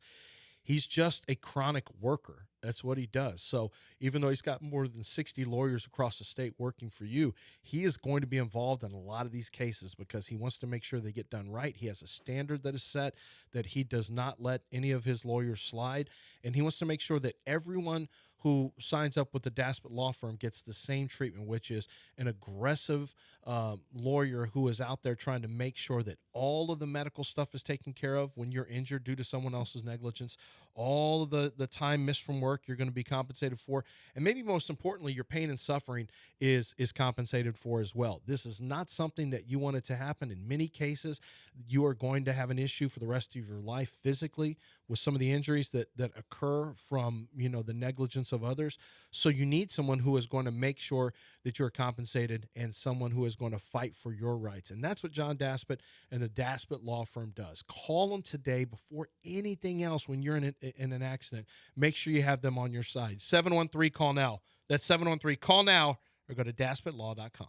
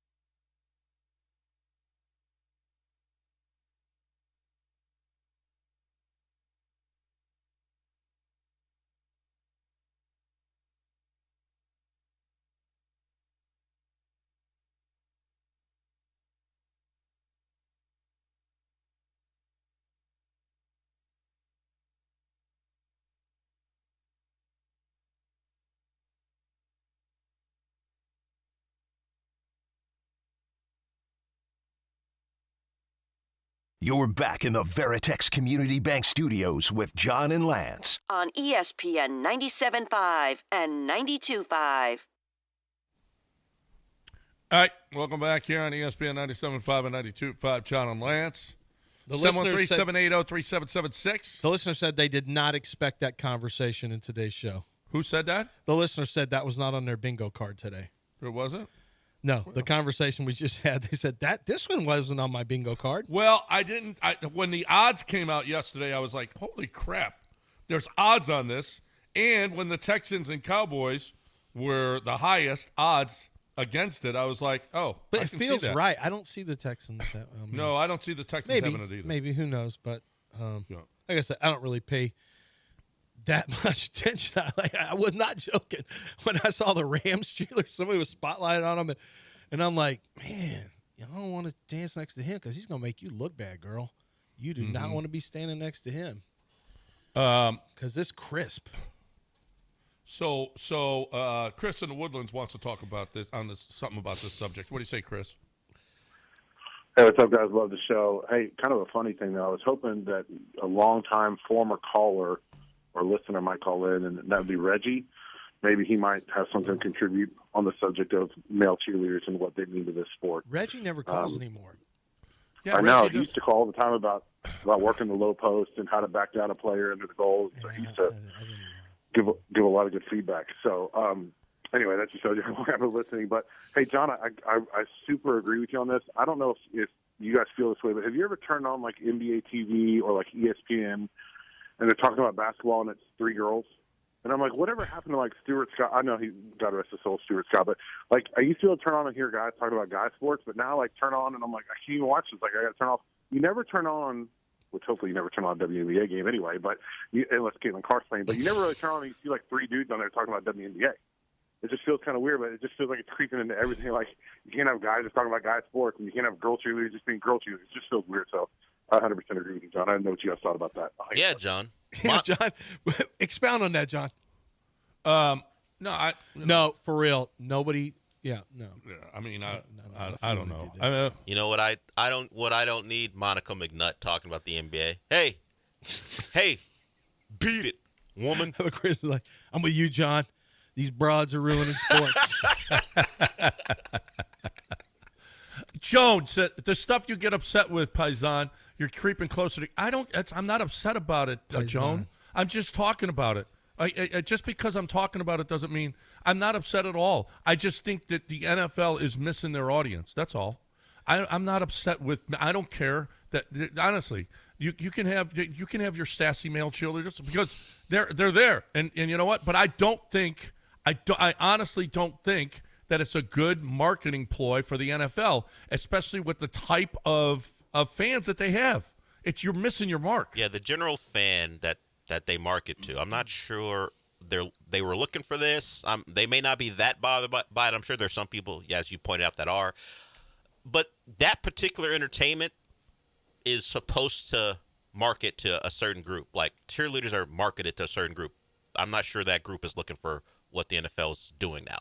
Well, that's fair. I mean, that's a logical. Yeah. I think that for a game, though, I think ultimately it's not going to keep anybody from going to a game or paying attention to a game. I will say, however, that if you don't, and this is not necessarily to Chris's point about he doesn't want women talking about sports, so there's too many women talking about sports.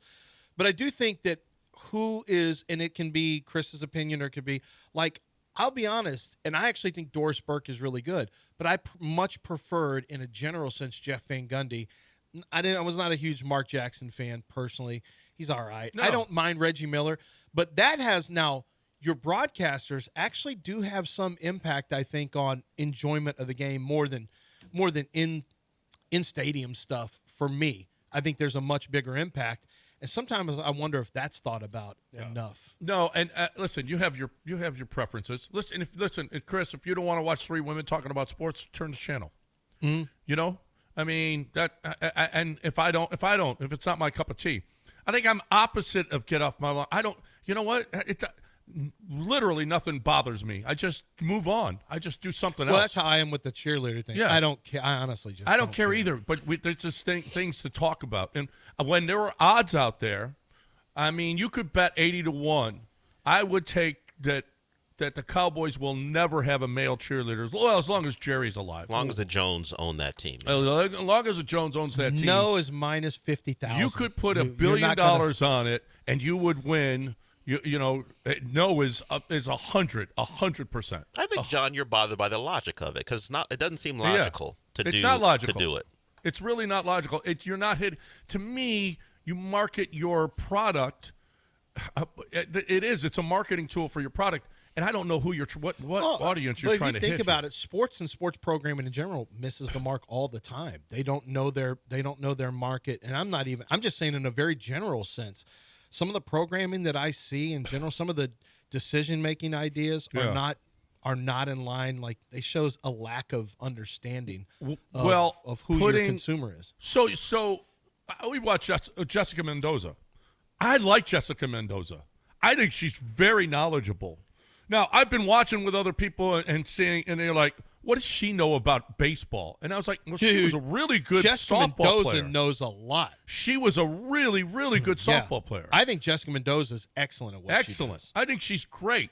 Now, there are other people that are doing it that I'm like, you shouldn't have this person in this position. Do you know Doris Burke's background, basketball-wise? I went and looked it up. Do you know it? No.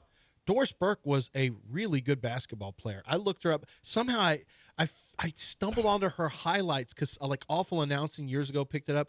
Her highlights from high school, she was a baller. And then she went to college, I don't know, maybe Old Dominion, somewhere in college, and she played college ball.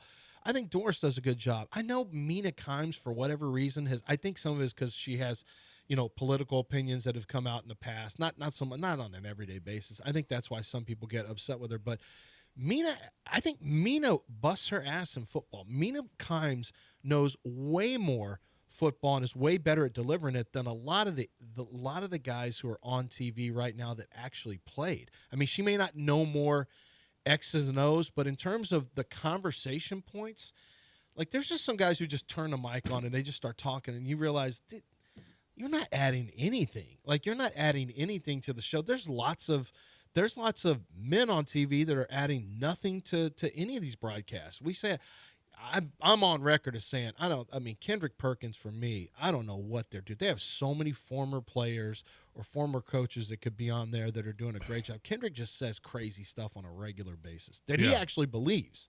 Yeah, it's not a matter of what sex you are. Yeah. It's a matter of what do you bring to the table. Yeah. There are different conversations regarding this. Who's knowledgeable and who's delivering it in a way that you find palatable. Right. Like Doris Burke's information and what she knows, I think it's unimpeachable. She knows the game. She's been part of the game. Now, you may not like her delivery, but that can go for anyone. But I didn't like Kirk Gowdy. Yeah, I didn't like his voice. As far as what they know, and Doris Burke, there's no question there. But, like you say, you like Jeff Van Gundy more. That's fine. That's not an issue. If you simply are, and this is obviously your preference as well, not you, Lance, but in general, you don't like a woman talking to you about sports, I mean, I can't fight you on it. It's what you believe in. But I think there are different conversations about, she knows nothing, or she's not delivering it in a way that I like. I don't want to hear it because she's a woman. Yeah, there are different parts of this whole thing for different people. Absolutely. I mean, I absolutely. It's what you bring to the table, and I don't know what the male cheerleaders are bringing to the table that I just don't get it. I just don't get it. It's not something that their audience wants. It just the majority of the audience doesn't want it. So why are you forcing it on them? They've never thought about it. They've never asked you for it. Yeah, it's more of a political statement right now for teams. We're inclusive. We're inclusive.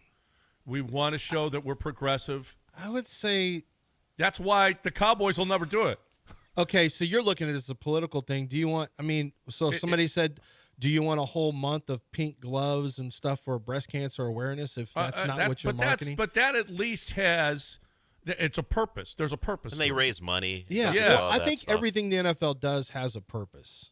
Everything they do there's a purpose. But half the teams aren't doing it. I mean, the pink gloves thing, everybody's doing it. Well, that's because this is not, that's why I don't get all work. This isn't an edict from the NFL. You got to do this. Right. By the end of, LA, I would say LA is a pretty diverse community. It makes sense in LA, honestly, in my opinion. whatever. I don't know. I don't know what your NFL. This is just so off my radar in terms of a topic. I get it. We're just talking about, a consumer based. I've always thought that cheerleaders don't really add anything to a game. In high school, it's a social thing. In college, now you want to get those cheer competitions. And now we're in a different neighborhood. Cheerleading, yeah. Competitive cheerleading is a little different. Now, They're I'm like, athletes. especially if you had, who were those girls? Remember who that ended up the Clovers? Whenever they got their stuff stolen. That is a movie. Oh, Bring It On wasn't a doc? No, it was not a documentary. Oh, okay. You know how I know that? Because the star Bring It On. Eliza Dushku couldn't do backflips like that? A couple reasons why I know that's not a documentary. The blonde star of that movie wound up being a redhead in a Spider-Man movie. She went from a star cheerleader to Mary Jane Watson. That's how I know it wasn't real. Well, she could have. Why? You could have been in one of them's married to Dwayne Wade, gone to the movie, and then hang up with Spider-Man, and changed her name and all that. No, what's her name? Married to the Gabrielle Union's married to Dwayne. Yes, Dwayne Wade. Yes. Yeah, she's married to Dwayne Wade now. She went from being a cheerleader in an inner city school, and this is how you know you can make it. She was a cheerleader in an inner city school. That's making it marrying an NBA star. For some people, I guess it would be. I would like to be married to an NBA star as long as we got a divorce. Eventually, I got half the money. Do you want to consummate the marriage? How about a WNBA star, Del? Lance? Yeah. Sophie Cunningham. Yeah? I want to make my own picks. Not Brianna Stewart. What's the noise for? Not Brittany Griner? What's the noise? Well, she wouldn't marry you. Already married, so off the market, John. I'm not breaking up homes, John. Too bad, John. You might be able to break that home up. Brittany's off the market. You know who's on the market? So am I. Aqueduct Plumbing is in the market, baby. Hey, no, John, they came to our house yesterday. I swear to God. Again, remember I told Billy's you we had boy, do I regret meeting these two? I had a $480 water bill. I'm like, what the hell? Billy said, we'll get out there and figure it out. While I was on the show, I got a call. I had to get off the show for a second because they were already there, ready to roll. And they found a small leak at the main line. They said, we found a small leak. They fixed it, and they said, listen, this isn't going to be it. This is not enough of a leak to be a problem that should cause this. So now you're going to have to go to the city. But we got an answer, though. That's my whole point. They found a very small leak. They got it fixed. But they said, this is not the problem. You're going to have to go to the city and make sure that they're reading the meters right and you're not getting screwed over. So I got that peace of mind of knowing they came out there, they hydrostatic tested everything. They said, you're good to go. We tightened this one little thing up. But your issue is now with the city. So I know for a fact, okay, I don't have something underneath the slab as a major issue. So you know that, though. I know that for a fact. And you know that for a fact, and they can do that for you, too. If you have extremely high water bills like I did, they came to my house as well and checked it out. You know what I found out, though? That meter readers, they drive by your house, and they do it from the street. And it's like, what do you mean? Come and read my meter. No, they just asked, it's okay. And so you really, really need to fight these people because they're bad people. If you're looking for the best way to fight the water system here, Aqueduct Plumbing Company, they'll come and help you out. They'll give you the numbers of exactly what's going on at your house. AqueductPlumbingCompany.com, AqueductPlumbingCompany.com. Tell Billy you heard it here.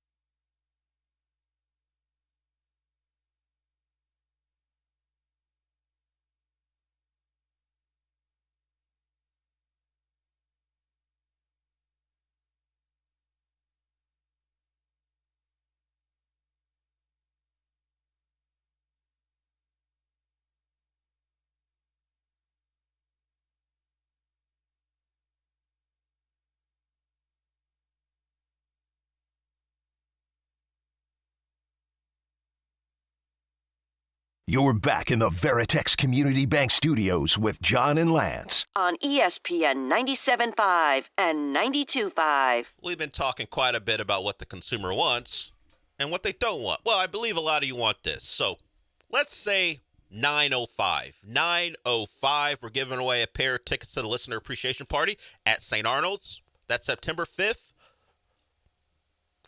That's a Friday from 6:30 to 9:30. 9:05, caller 5 wins a spot, and it's a +1. You can bring someone with you to the Listener Appreciation Party September 5th at St. Arnold.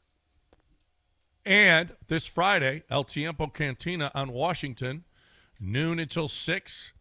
You got a chance to win two brand new e-bikes from Power On Electric Bicycle Company. Us eating food, so $4,000 value. All you have to do is sign up at the promo table. Get on over to El Tiempo Cantina in Washington from noon. How about they get on over here? Until 6. And then, of course, Houston Restaurant Weeks. Yep. Meal prices and donations. Here's what. Okay, if you buy a $55 dinner, they'll get 15 meals will be provided to the Houston Food Bank. That's crazy. $39 dinner, 9 meals will be provided. $25 lunch or brunch, 3 meals provided. The list is incredible of the restaurants you can go to, and these prices you will not see at these restaurants. So this is your chance to eat at the best places for the best prices. This is the funniest thing I've seen all morning. It's a chat comment that just says, "Leave John's Coke Zero alone." # no cinnamon. You can't hear Dell's want cinnamon in cackling with the it's mic not like off. I don't hate cinnamon. # no cinnamon. I don't kid, cinnamon is fine. I just don't want it in my Coke Zero. I actually bet it's actually not that terrible. Would cinnamon and Coke Zero be bad? No, I actually don't think it'd be different. It would You be may different. not want it. Yeah. But I don't think it's just terrible. different. I just don't want It's it. not like having, shredded cheese in there or queso. That's probably not great. All right, let me ask you a question. I'm looking, no cinnamon. no cinnamon. All right, the best wide receiver duo in the NFL, it's pretty easy. Chase and Higgins? No, Chase- it's Higgins Chase and and Chase. Higgins. Yeah, Chase it's and Higgins Higgins. and Chase, Dell. All right, Oh, I have to say them in the right order? Okay. Yeah. Chase and Higgins. What'll be the second Last best? for last. Not Addison and Jefferson. I'm trying to go to the Why? best wide Okay, receivers. only because Addison might. Okay, there's a chance he won't be there. Yeah, he's but I not still going to be don't- there for what? 3 games? I think it's 4. 4 games? 3 or 4 games. Yeah. Yeah. Let me see. Okay, what I about- Still don't know that it is. What about So not the Nakua? Chargers. What about Nakua and Devontae Adams? Maybe, but Devontae has to prove it this year. Well, not only that, but they got to have a quarterback. Matt Stafford's out there working out and practicing. We talked about that on Friday, John. He did. There's a. The But chances then he was are down again. The chances are. Yeah, I don't know what the current chances are. What about CD and Pickens? Yeah, that's probably it. I'm not a big Pickens fan, but I respect the fact that he's got some talent. How about? No, it's impossible to say. Mike Evans and Godwin is out. Egbuka is going to be a good rookie. Egbuka is good. You see that catch? Egbuka can ball and Mike Evans can ball, even though Mike is older. The Ravens have gone from having not weapons to having some weapons now for Lamar Jackson. Not the Bills, not the Jets, Hill and Waddle, when they're healthy, They have a is bounce pretty back, damn good. Yeah, it's pretty good. I mean, Hill and Waddle, we would have said them 2 years ago. What about Collins and Higgins? Yeah. You don't know yet. Don't know until Higgins plays. Higgins haven't played a pro game, so we don't know. They could be in the top 10 for sure. How is Who do you think has more catches, Higgins or Kirk? I predicted? Well, I don't know. See, I'm kind of thinking Kirk because Kirk has this good relationship with CJ, and I think when things get tough, I think CJ is going to look for guys he trusts. And I don't know if it's going to be a rookie. I think it may end up being. Tank was one thing because Tank was a rookie along with him, but he and Kirk seem to have a really good relationship. How often is Higgins going to be the first in a progression? Well, I don't. It depends on the play call, but how often is he going to be the first when the huddle breaks, or when CJ starts looking over the defense before he's going to either give a silent count or actually, say hut and it's snapped, how often is he thinking, I need to go to Higgins with this football? I really wonder about that.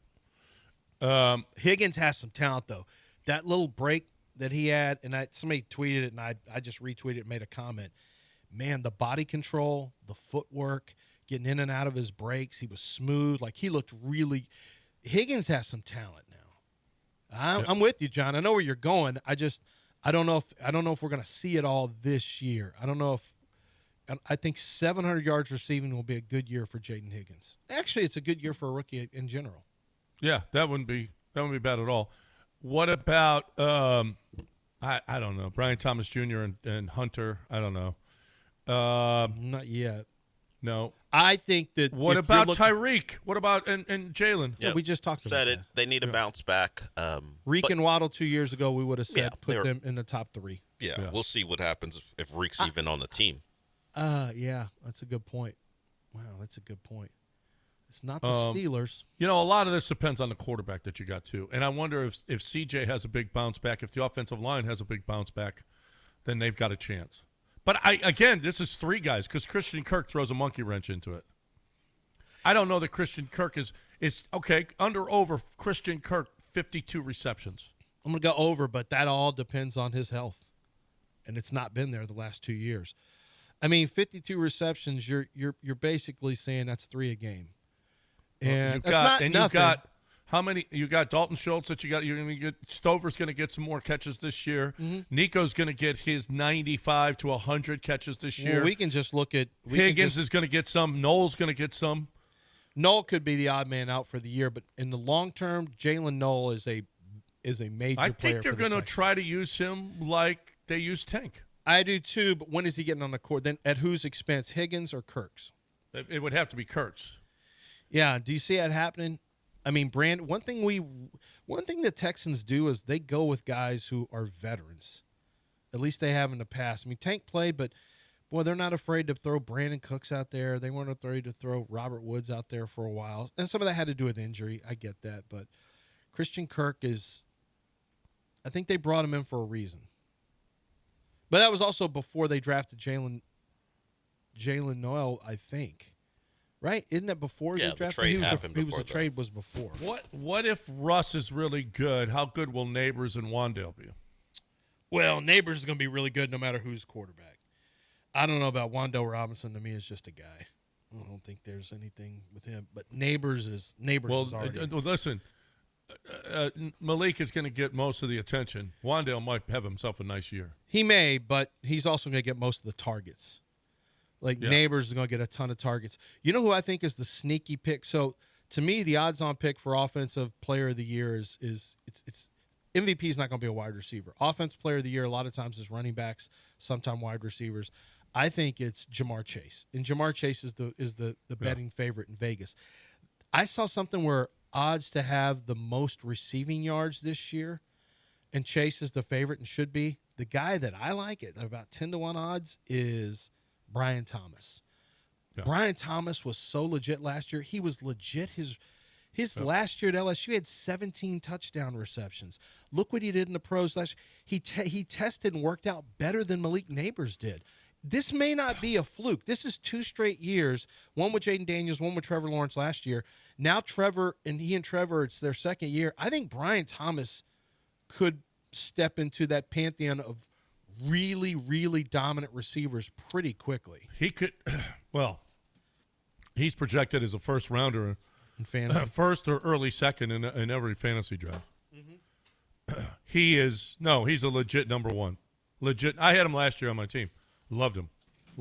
I bet you did, and I bet you got him late. I did. I think I got him 6th or 7th round. Oh, you drafted him, not auction. Well, not at the. I don't know. I don't think I had him on that team. I had him on my other team.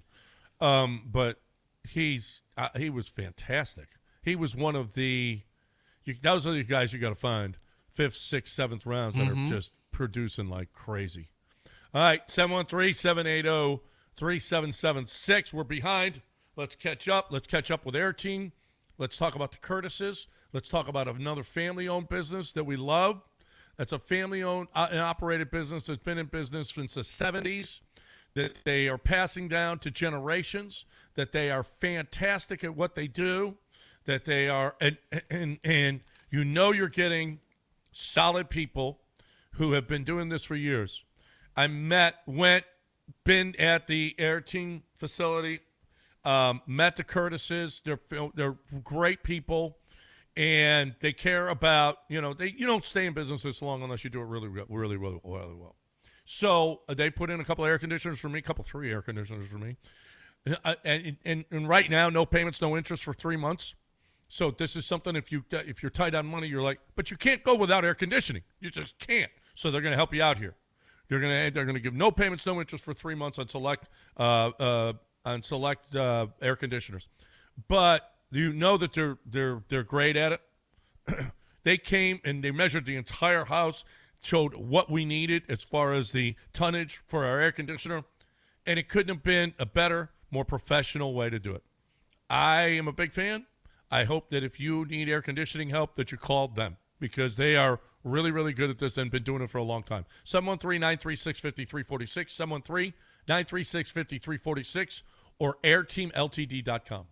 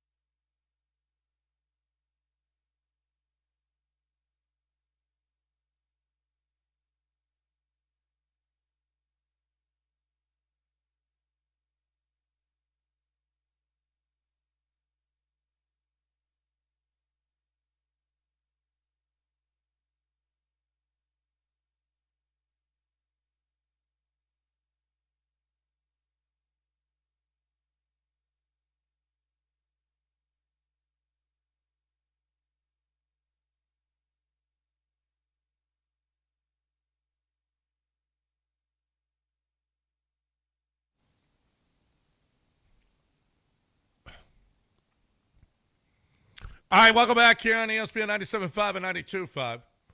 713-780-3776. This, there's a lot of hype around Arch. We're getting closer, guys, to week 0. We're closing in on week 0.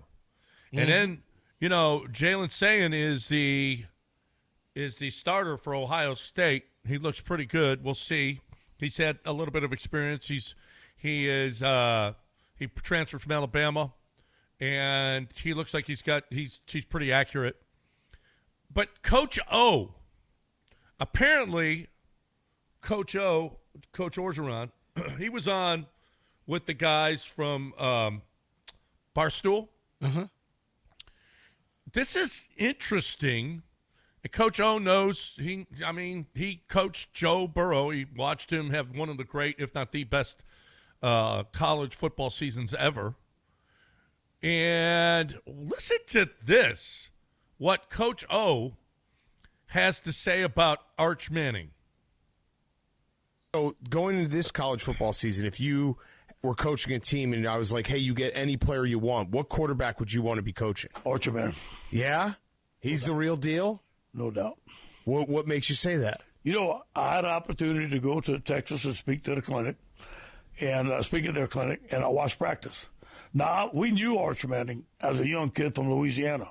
He liked Joe Brady. We watched him. But I watched this practice, and I'll say this conservatively, okay? And Garrett, we recruited Garrett. Garrett's a great player. It's not, they got some great quarterback here.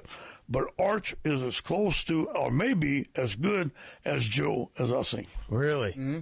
And I've never said that about anybody. Yeah. He's fast. He's athletic. Yep. He seems to be really smart. Tough. I guess we haven't seen him compete against the highest. I actually like what Sark did.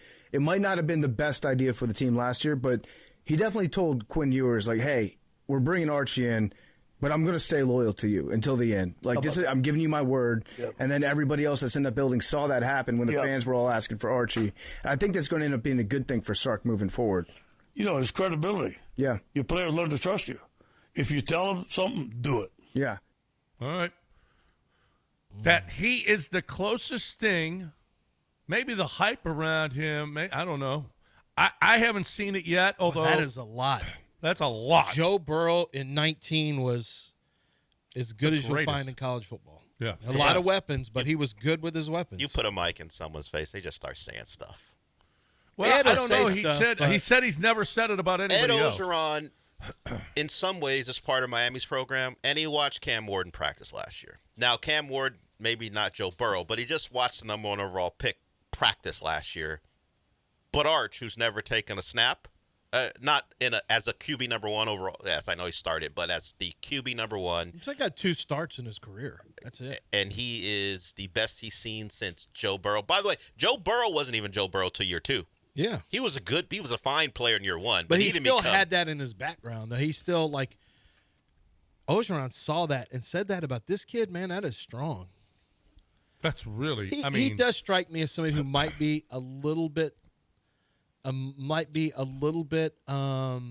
little too much hyperbole. The hyperbole might come a little easily for him. But now, if you told me I watched practice and there was something about the way he held practice and the leadership and all, I could say, oh, you know what? I can see that. Now, we've all watched him play, and some of the stats look good, but how he got there was like, that was an easy throw. There was no one even – that was a busted coverage. There were some touchdowns like that. It does bother me that he didn't bring him in. When Quinn Ewers was hurt or wasn't very good, Arch couldn't even get in the game then. Like, why would you not – if you think Arch has this ability, how is he not getting in the game late in the season last year when Quinn wasn't very good? What are you worried about, a quarterback controversy in the SEC championship game? Who cares? Just go win a game. What about in the playoff in the second half against Ohio State? Exactly. I don't understand how he didn't go to him. Right. I mean, what does that say about I do. It does bother me. Nick went to Tua with Jalen, who was just quarterback the whole time. Yeah, that's right.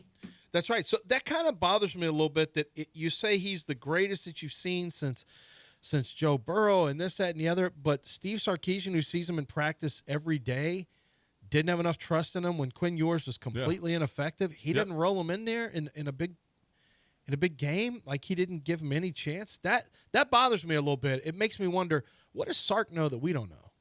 Right. I mean, he couldn't even start on his team for 2 years, and he's Joe Burrow? That's a lot. Of course, Joe had to leave Ohio State, too. I mean. Yeah. But Joe is established. We know what Joe looks like now. And he's saying he's as good as I've seen since Joe.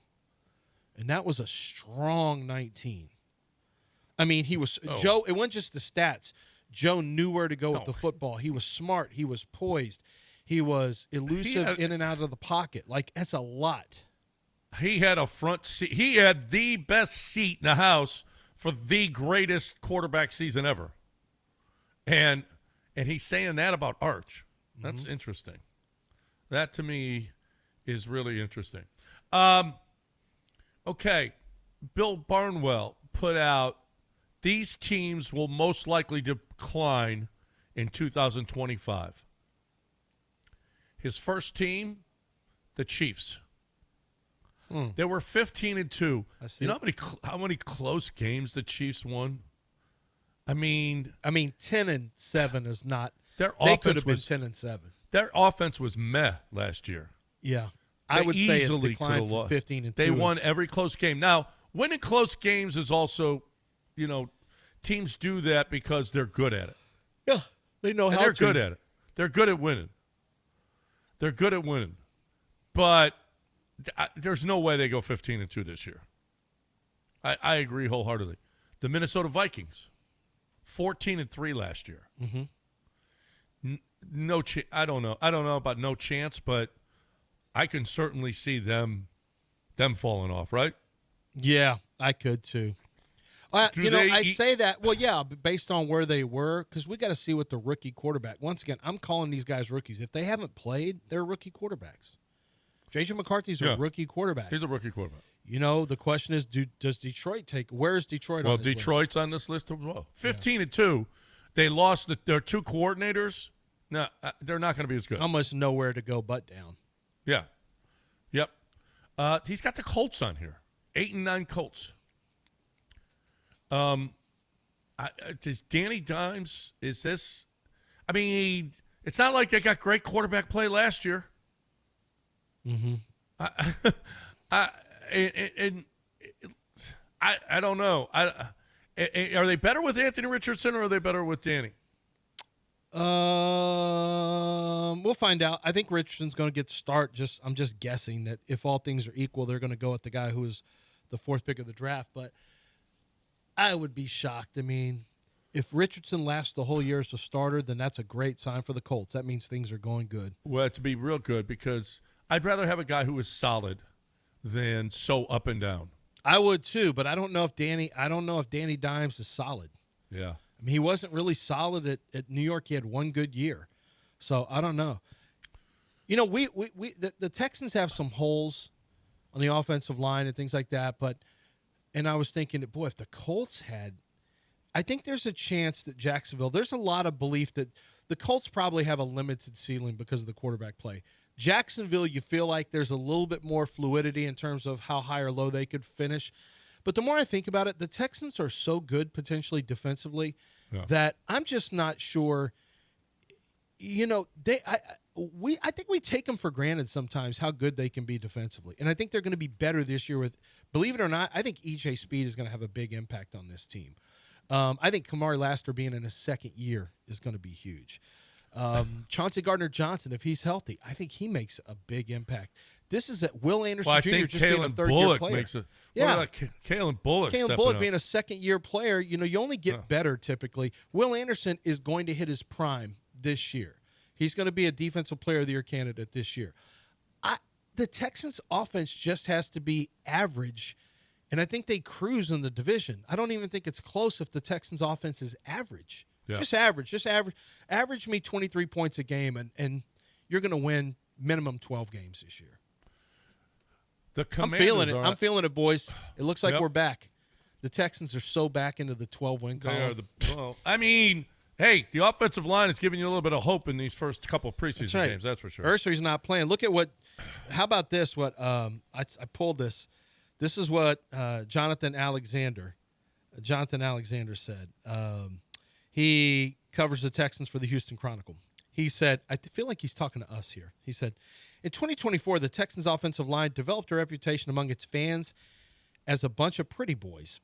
Rookie left tackle Tay Ursery's attitude on the field is the antithesis of a pretty boy. He wants to go through you. How he embodies the O-line's new style of play. Story in the next tweet. Quote, this is what Alexander said. There's no laugh or grin. He's straight-faced because he meant every word, even if it was only said in the figurative sense. Quote, I just wanted to let him know what type of player he was getting, how my mind works, how I went about my business, Ursery told the Chronicle. My playing style and why I play like that. I just wanted him to know that somebody has got his back out there. I guess he's talking about Stroud. Ursery describes his playing style as, quote, physical and aggressive. He's adamant he's not a lineman who plays with finesse. I want to run through you each and every play. This is all right. Hold it there. Okay. We got sound. CJ. Okay. Was asked about this. Okay. He was asked about Ursery's mindset. Okay. All right. Versus last year. Anyway, here's CJ talking about Tay Ursery's mindset.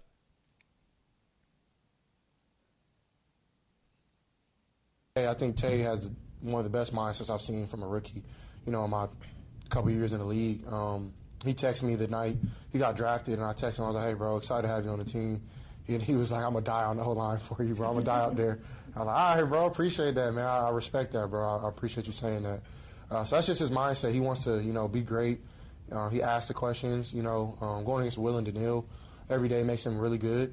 And I think, when he faces other guys, he's like, man, it's kind of easy, but he still keeps up that same tenacity and that same work ethic. So very mature guy, loves football, loves his teammates, and I think he's going to be great in this league. This is the example. This is what D'Amico was saying. And this is all we were talking about. Some people in the media got it twisted that we were like, these players they like Laramie Tunsil. That's great. I'm not saying they didn't like him. But your head coach and your people in the building, they didn't want the offensive line to be about Prada. They wanted them to be about, dirt and mud and grime and grit and coming from the gutter. They want gutter ball. They want it nasty and physical.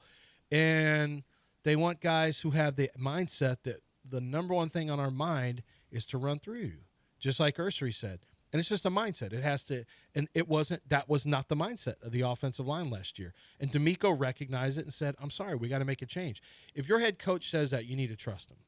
And you may not have found the next Tunsil and Ursery, but what they're doing is getting the right kind of guys in. Now, it's up to Nick to get the talented guys, but I know that they're getting the right mindset guys in place. That's what I'm wondering. So we got sound from Jake Andrews as well. So I'm wondering if, Tomlinson, Ed Ingram, Jake Andrews, we got Ursery. Mm-hmm. I wonder if all of these guys that they brought in, they went, okay, I don't care that, maybe they weren't the best, but this is the kind of guy we want, right? And let's face it, all of the guys they brought in have holes. They all do. I mean, none of them were like, if they were standing out, guess what they would have paid for them on the open market? They didn't. Mm-hmm. They didn't pay anything on the open market because these guys were washouts wherever they were. Mm-hmm. Yet, maybe they're getting the kind of guy that they want now, and together that will be better. Here's Jake Andrews on the state of the offensive line right now. I mean, obviously there's been time involved, so I think everything gets a little bit sweeter with time. I think the chemistry factor has obviously gone up a lot. Just the understanding of the scheme and what Pop wants it all to look like has obviously gone up. And I think we're having fun, too. So I've definitely been positive, and we got a long way to go still, but, we're inching towards that. With Pop, you obviously had experience with him before. Have you seen any changes in Pop now versus back then, maybe? Yeah, he sweetened up a little bit. He had a girl not too long ago, a couple of years ago, and he was mean to us in college. But, he's still the same old guy. Just wants to win, and I can respect that. I think all of us in the O-line room want to do the same thing, and so we all have the same common goal in mind. Yeah, he's been great. It's been refreshing. Do you feel kind of like, you're pretty young player, but it feels like you kind of have like a veteran presence on this offensive line. That was Landry Locker. Thanks, Landry, for that sound. We appreciate it. Yeah, I think they went. I think you're right, Lance. We were going away from Gucci, and we're going to a lunch pail type of. I listen, when they got Ursa. Why is Ursary? He's a second rounder. Why is he different than Blake Fisher? Why is he different than Juice Scruggs? Those are second rounders. Okay. Well, let's find out. Maybe I can tell you one of the reasons is that Blake is a little bit more finesse as a lineman coming out. Ursary is more physical and not as he doesn't play with the same level of athleticism. I know he tests athletically. He doesn't play with the same athleticism for Blake Fisher, but athleticism is often overblown for offensive line play. I know everyone loves the feet to look a certain way, and you want to see a bunch of pancakes and all that. The reality is, if you get strong guys who are tough with a mindset and they are pretty good technically, they can play a long, long time. It's hard to hit on offensive linemen sometimes because sometimes the guys that look average on tape, they're just strong and they're tough. And if you're tough and strong, you can play in the NFL. And that's one of the reasons why Juice Scruggs looks like he has no – I mean, I don't even mean to – this isn't even meant as a – he looks like he has no juice out there. Like he doesn't play – when I watch him play, I don't see him play with fire and determination and grit. And I know he's strong, and I know he can be physical, but I just don't see it enough out on the so I think maybe it's mindset and wiring for those two guys, John. I think that might be some of it. So Cam Robinson is going to practice here today, or is already practicing here today. It'll be interesting to see whether or not they're happy with Ursary at the left tackle and Titus at the right. But are they better with Ingram at guard and Titus at right tackle, or Titus at right guard, Ursary at right tackle, and Cam Robinson at left tackle? To me, it just gets down to who you want, Ed Ingram or Cam Robinson in the lineup. That's it. And it's Ed. And well, my but answer it's is Cam also, Robinson. is Ursary ready to protect his backside? Well, then he's not a starter if he's, the rushers at least CJ can see him coming Watt from comes the off right side. TJ comes off the right side. TJ Watt comes off the right side. You have Micah Parsons rushes from both. He goes after the weakest link. Like, you have to be – they've done studies on this. Right tackle, left tackle, there's not much of a difference anymore. And CJ's not doing – it's not the backside, the weak side, the backside, blind side stuff. That all came out, John. Remember back in the day when you take a snap, you turn sideways and you do that like karaoke shuffle. The shuffle sideways where you couldn't see anything because you were looking immediately to the right. Your body was turned to the right. Out of the gun, I was talking to a quarterback coach who said, out of the gun, it doesn't really matter that much. You can see, and your progressions don't automatically start on the right side anymore. How did Anthony Richardson dislocate his pinky from the front side? Yeah, he just wasn't aware. It's just he just wasn't looking that way. Lack of awareness. So to me, I would much rather have Cam Robinson in a lineup than Ed Ingram personally, but I might be wrong on that. I mean, a tackle also has a tougher job than a guard does as it pertains to pass protection. It can be a little bit tougher because you got two-way goes, you got more talented rushers at the edge, more dangerous rushers at the edge as opposed to inside. You can get some help from a center. So, I don't know. We'll see. I just Ursary, at least I like the fact that you at least have three tackles that can play. So, depending on what, Ursary can play both sides. That's a really big deal when one of your starters can be a swing tackle. And that's they're paying Cam the most out of all, So, that'll be interesting. Well, I guess Titus might be making more than Cam, but Titus Cam's getting some money. Cam's making some money. So, it'll be interesting to they see. Obviously think he has starter stuff. Yeah, right. All right, we got a break. 713-780-3776. You got one segment left to get in here, and then we'll do News of the Weird a little bit later after that. I'm talking about Game Day Men's Health. I've been talking about it. I'm going to do the pellets. I'm going to get them put in because it'll be best for me. And you've got options on your testosterone, whether you're not want shots, you can take pills, you can do pellets. I mean, there's different ways to do the testosterone now that will help you get to your goals. What are your goals? And that's something that Game Day Men's Health is going to look at. It's something Game Day Men's Health will help you with. We'll help you with your peptides to get not only testosterone, okay, there's other stuff that you can do as well. I don't know what your goals are. Do you want to lose a little bit of weight? Are you not getting the results at the gym anymore? Are you not bouncing back after your workouts at the gym? Because they can help you with all of that stuff, okay? If you're somebody that just wants to be better, you want to be more focused, you want to be whatever it is that you're looking for, sexually, whatever, they can help you. They're here for you. And you, my friends, benefit from the knowledge, a lab that's on site, as opposed to the other guys that don't have labs on site, and a free evaluation. So if you've never done it before and you need an evaluation, I mean, why would you go to a place that's going to charge you $150? Go to GameDayMen'sHealth.com. Find a location nearest you, 11 locations around the city, GameDayMen'sHealth.com.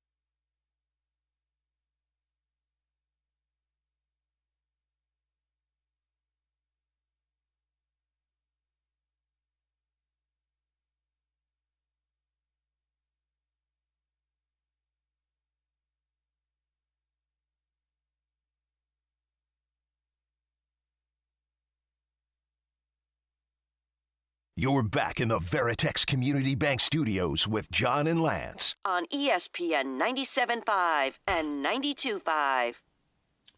I saw somebody today, Lance, say, all right, give up a 6th or 7th rounder. Apparently, Brian Robinson Jr. is on the market. Is in the market.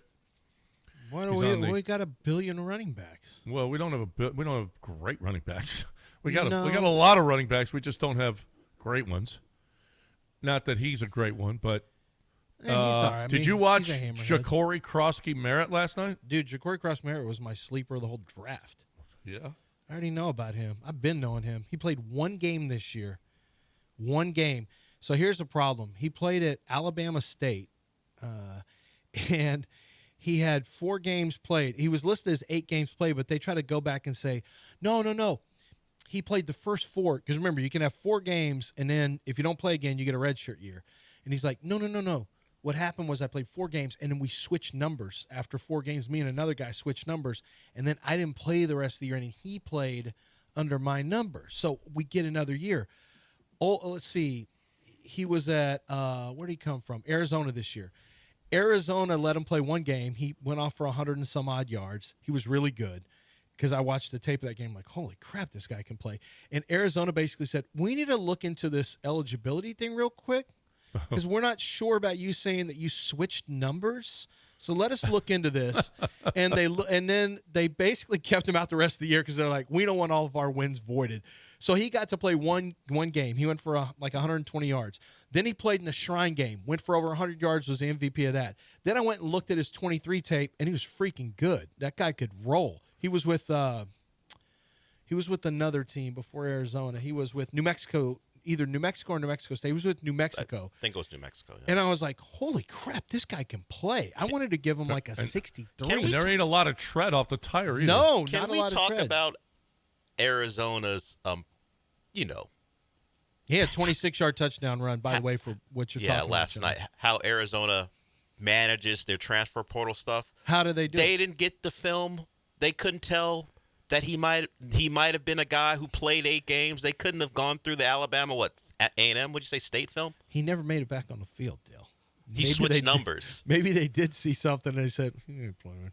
Well, it all looks so suspicious. Yeah, they didn't. He played 6 years. He was there for, I think, 6 years. They didn't look into it beforehand and see how. See the game tape. Well, no, and he was listed as. I can't remember if he was listed as having a redshirt year. He came from New Mexico. Everyone thought he had an extra year, and then it was brought to their attention by someone, I think at Alabama State, and then they went back to Alabama State. So what's the deal? They go, no. He actually only did play. We did switch numbers. Alabama. They were working off of Alabama State saying, no, we switched numbers, and Arizona said, nah, this feels too shaky. We're not playing him the rest of the year. And did the NCAA even look into it? No, because he only played He one only game. played the one game. Okay. Well, the NCAA was looking into it, and Arizona just basically said, let's just keep him off of here. Let's just not let him play. But he's talented. He's fast. He's explosive. He's a 7th-round running back who, frankly, had 3rd-round talent.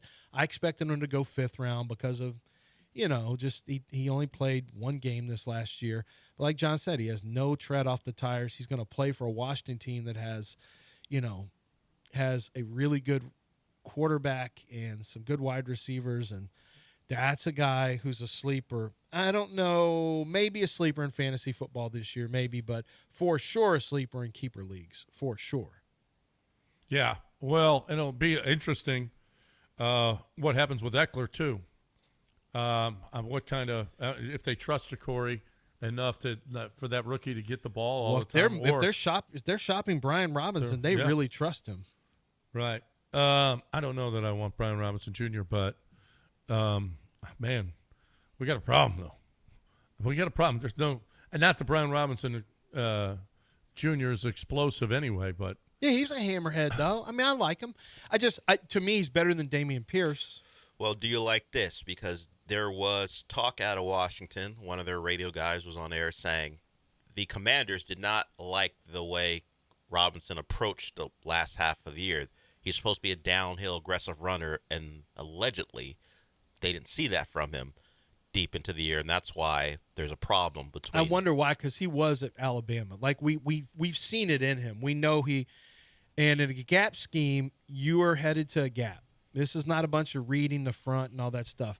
Okay, this is where it's blocked up. You're going to hit the B gap here. And so that allows for more downhill as opposed to zone scheme. You're reading the front. you're reading linebackers, you're reading blocks on tackles and ends, and then you're making a decision. Some guys are just not made to do all that process, and it takes their aggressiveness away. If I'm Brian Robinson, I want to just get downhill and smack people. He's a big running back, and that might actually fit what the Texans are doing a little bit more of now. I mean, I would love to have him on the Texans.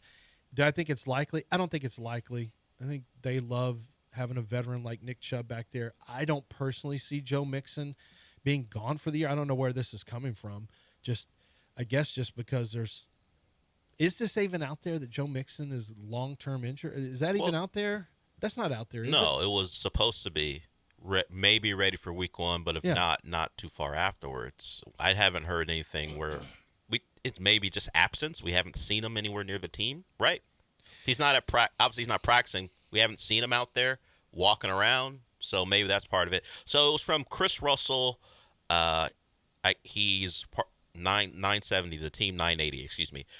They have been out on Brian Robinson since down the stretch, especially since before the Detroit playoff game. They were not happy with his aggression, his timid reading of keys getting uphill. Reading of keys is the key. That's a key. Just get downhill. Just let him be in a system where he's been a decent back, though. He is. So, yeah. He has been a decent back. Yeah. So I'm looking at a video. Guys are in the backyard. You know those draft boards, the old draft boards where you go and you take the name and you put it up there? This guy's got the number 1 overall pick, and he went and put Robinson up there. Only he put Brian Robinson Jr. instead of Bijan. Yeah. Oh, no. And they made him keep it. He had the number 1 overall pick. No. Let him. No, come on. You knew who he meant. Yeah. That's pitiful.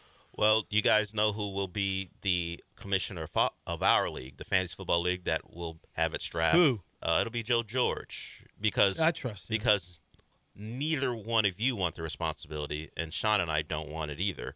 So Joe will be the commissioner, but when he cannot perform his duties, either Sean or I will be the co-commissioner because you guys can't be trusted. No, I don't want. Thank you. I don't want to do what I do. I don't care what you do. Just take. Yeah, you. I can don't want trade. to. I don't want to approve stuff. I don't want to be involved. But Joe can't always be the one locked in. So. What we're gonna have to do though is not allow trades between the people, the guy and whoever he brings. You think they're going to bring plants and they're not going to really want to compete? Well, no. I think they're in the middle of the season when one's out of it. They're gonna go. Oh. Yeah. Well, there's no prize. Well, wait, they don't get to. Yeah. Oh, yeah, there's prizes. There is? Prizes. What's the prizes we win? Well, I got a belt. Do I get a prize? No. Do you know I got a big wrestling they're putting belt? together. No, the sales team's putting together prizes for this. I got a $200 for us or for the listeners? For us. For whoever wins the league. All right, then. Okay. What type of prize? Money? We giving away working on money? it. All I got is we're working on it. Yeah, Okay. no, there's going to be, gift certificates. And, All right, now's a reason to try. Yeah. Yeah, no, what did you think we were playing for funsies? I thought we were just playing. I don't play for funsies. I thought we were just playing to give the listeners a chance to hang out at the Golden Nugget for 2 days. No, F them. That's a good. Well, that's a pretty good deal too. F them is what you said. F them listeners. That's what I said. Wow. Wait, whoa. That's not what we're saying. Sorry, guys. Guys, I'd like to. Oh, listen.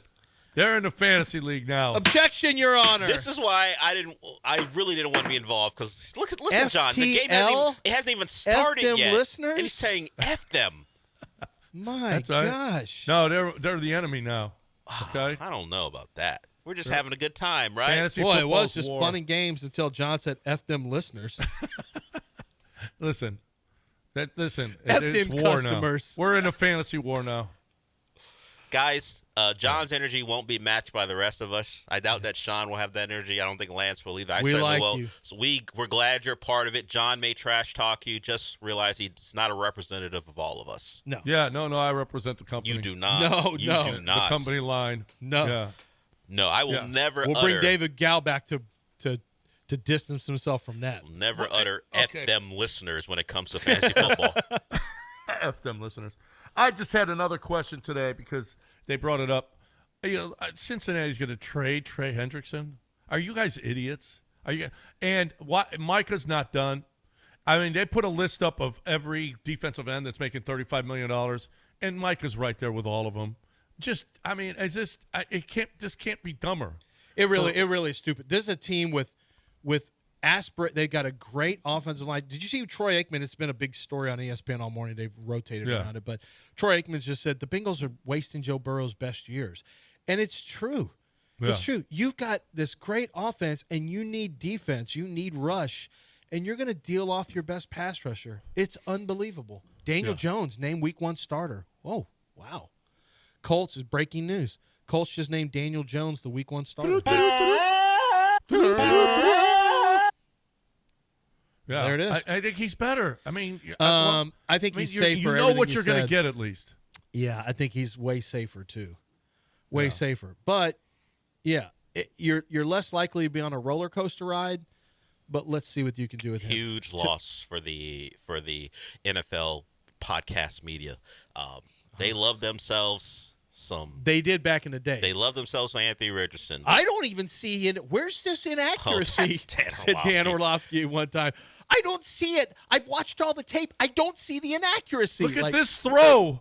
Look at this throw. Look at this throw. Like, Dan. He picked the You're being throw. performative. I watched that whole game. This is not. You're picking a throw. Bro, stop doing this.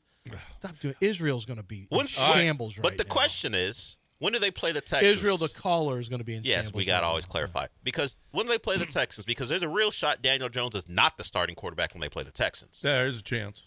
Well, because he's Daniel Jones. He's Daniel Jones. Eventually, at any point, he'll he could get replaced. Lose that job. Yeah, he could lose that job at any point. All right, we got a break. News of the Weird coming your way next. Brokers are just better. We have a group of ESPN listeners that have saved thousands and thousands and thousands of dollars. I'm telling you, that have saved thousands and thousands of dollars with Kent Jones at Dream Rate Mortgage.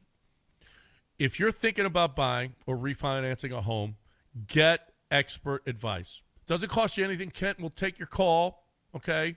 He's not like these big brokerage houses that put their name on golf tournaments and bowl games. He doesn't do that, all right?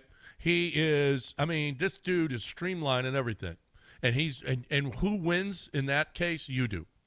He is going to make sure that you save as much as you possibly can. You don't know the mortgage game, even if you've bought multiple houses.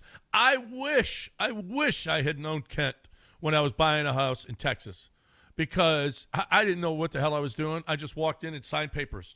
Okay, here's this survey. Here's the title company. Here's how much you're paying them. Here's your agent fee. Blah, blah. It's like, what the hell? And Kent Jones would have saved us thousands and thousands and thousands of dollars, and he'll do that for you too. If you just want to get a quote of how much you would pay, if you're looking at a house, how much you need down and how much you would pay, he'll do that for you as well. Dude is unbelievable. He's so good at this. You have a choice. Do it yourself and screw it up and spend more, or go with Kent Jones and Dream Rate Mortgage and pay less. 713-520-5626, 713-520-5626, or 975loans.com.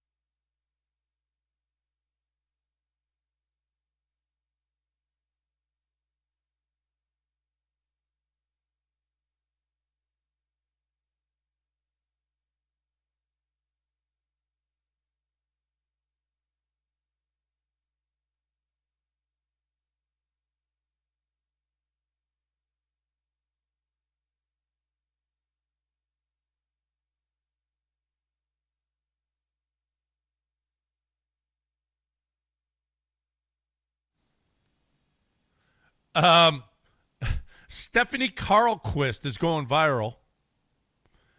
She is a pregnant 31-year-old in Kentucky, and her mugshot, she's going pretty good.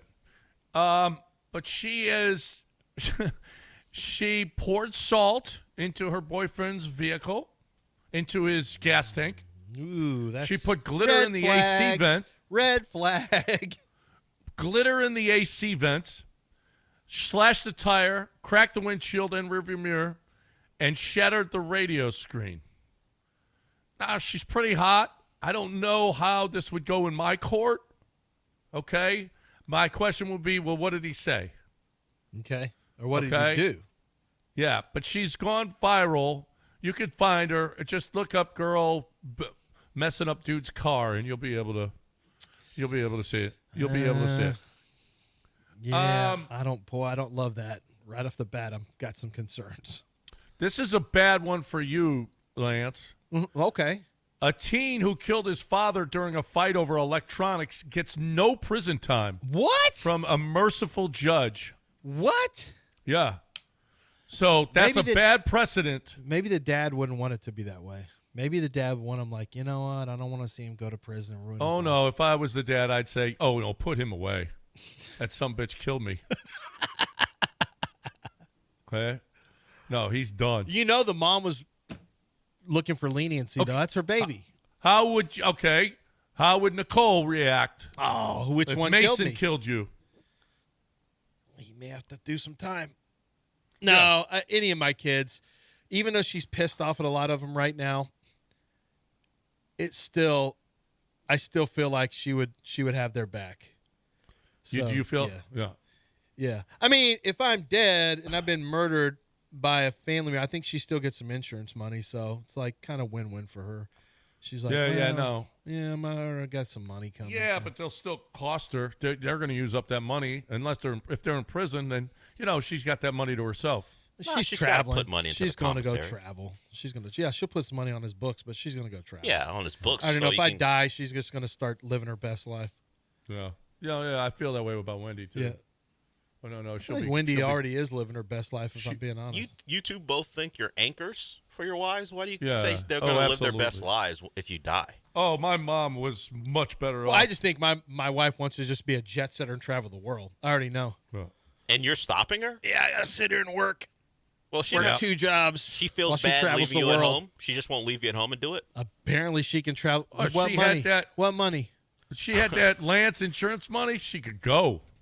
And she don't have that anchor No, holding like I them said, down. holding I her can't. down. My insurance. I keep my insurance, my life insurance, low because too high, and that's a death insurance. Yeah. I keep it low. Keep that.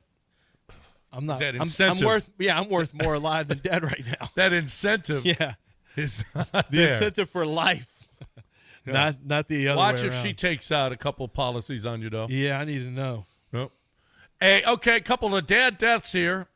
A dad dies suddenly after buying venomous Why are spiders. we doing dads dying today? This is a More lot. dads dying. This is the dad dying news of the weird. Dad dies suddenly after buying venomous spiders online. Well, no, duh. Yeah. A Texas trophy hunter killed by buffalo he was stalking in South Africa. Well, Africa? dumbass, you're stalking a Sorry. buffalo that I can kill you. I love those stories. I can't lie. Famed hunter, successful hunter, dies at the hands of an animal who he was hunting. That's one of my favorite stories. Animal wins. Sometimes. And look, you had a gun. You're out there with the and gun. he beat you. If the animal can take you out when you have a gun, you deserved it. Yeah. Oh no, that's an unfair fight. And animal wins? Oh, underdog. Boom. We love it. Vanderbilt beat Alabama. That animal's Diego Pavia. Diego Pavia beat Alabama. Don't Buffalo. Stop with Diego Pavia or Keith That will was for call Keith, in. yeah. Oh my God, he's gonna call in again. Oh my God, Keith, forget about it. Okay, I know they suck. They're gonna continue to suck. Every time Vanderbilt's talked about on Twitter, I know.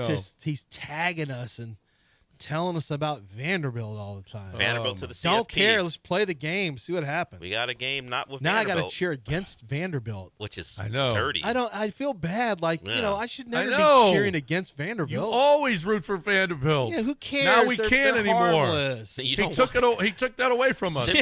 simply to keep him from being right. Simply keep a listener from being right. And as John already said earlier, F those listeners. F them listeners. You heard him.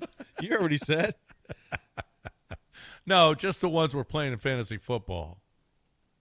That's it. That's all. I got love for all the other ones, but the ones we're playing in fantasy. If you football, were unfortunate enough to win the fantasy football places, F you, according to John. Yeah. Just know he's got something. He's got something for you. Oh yeah, we'll see. Biaz, bring it. You better bring it to the fantasy draft. All right, we're done. Mopey and Mapes next, right here on ESPN 97.5 and 92.5. Hope you enjoyed the show. We'll talk to you again tomorrow, everybody.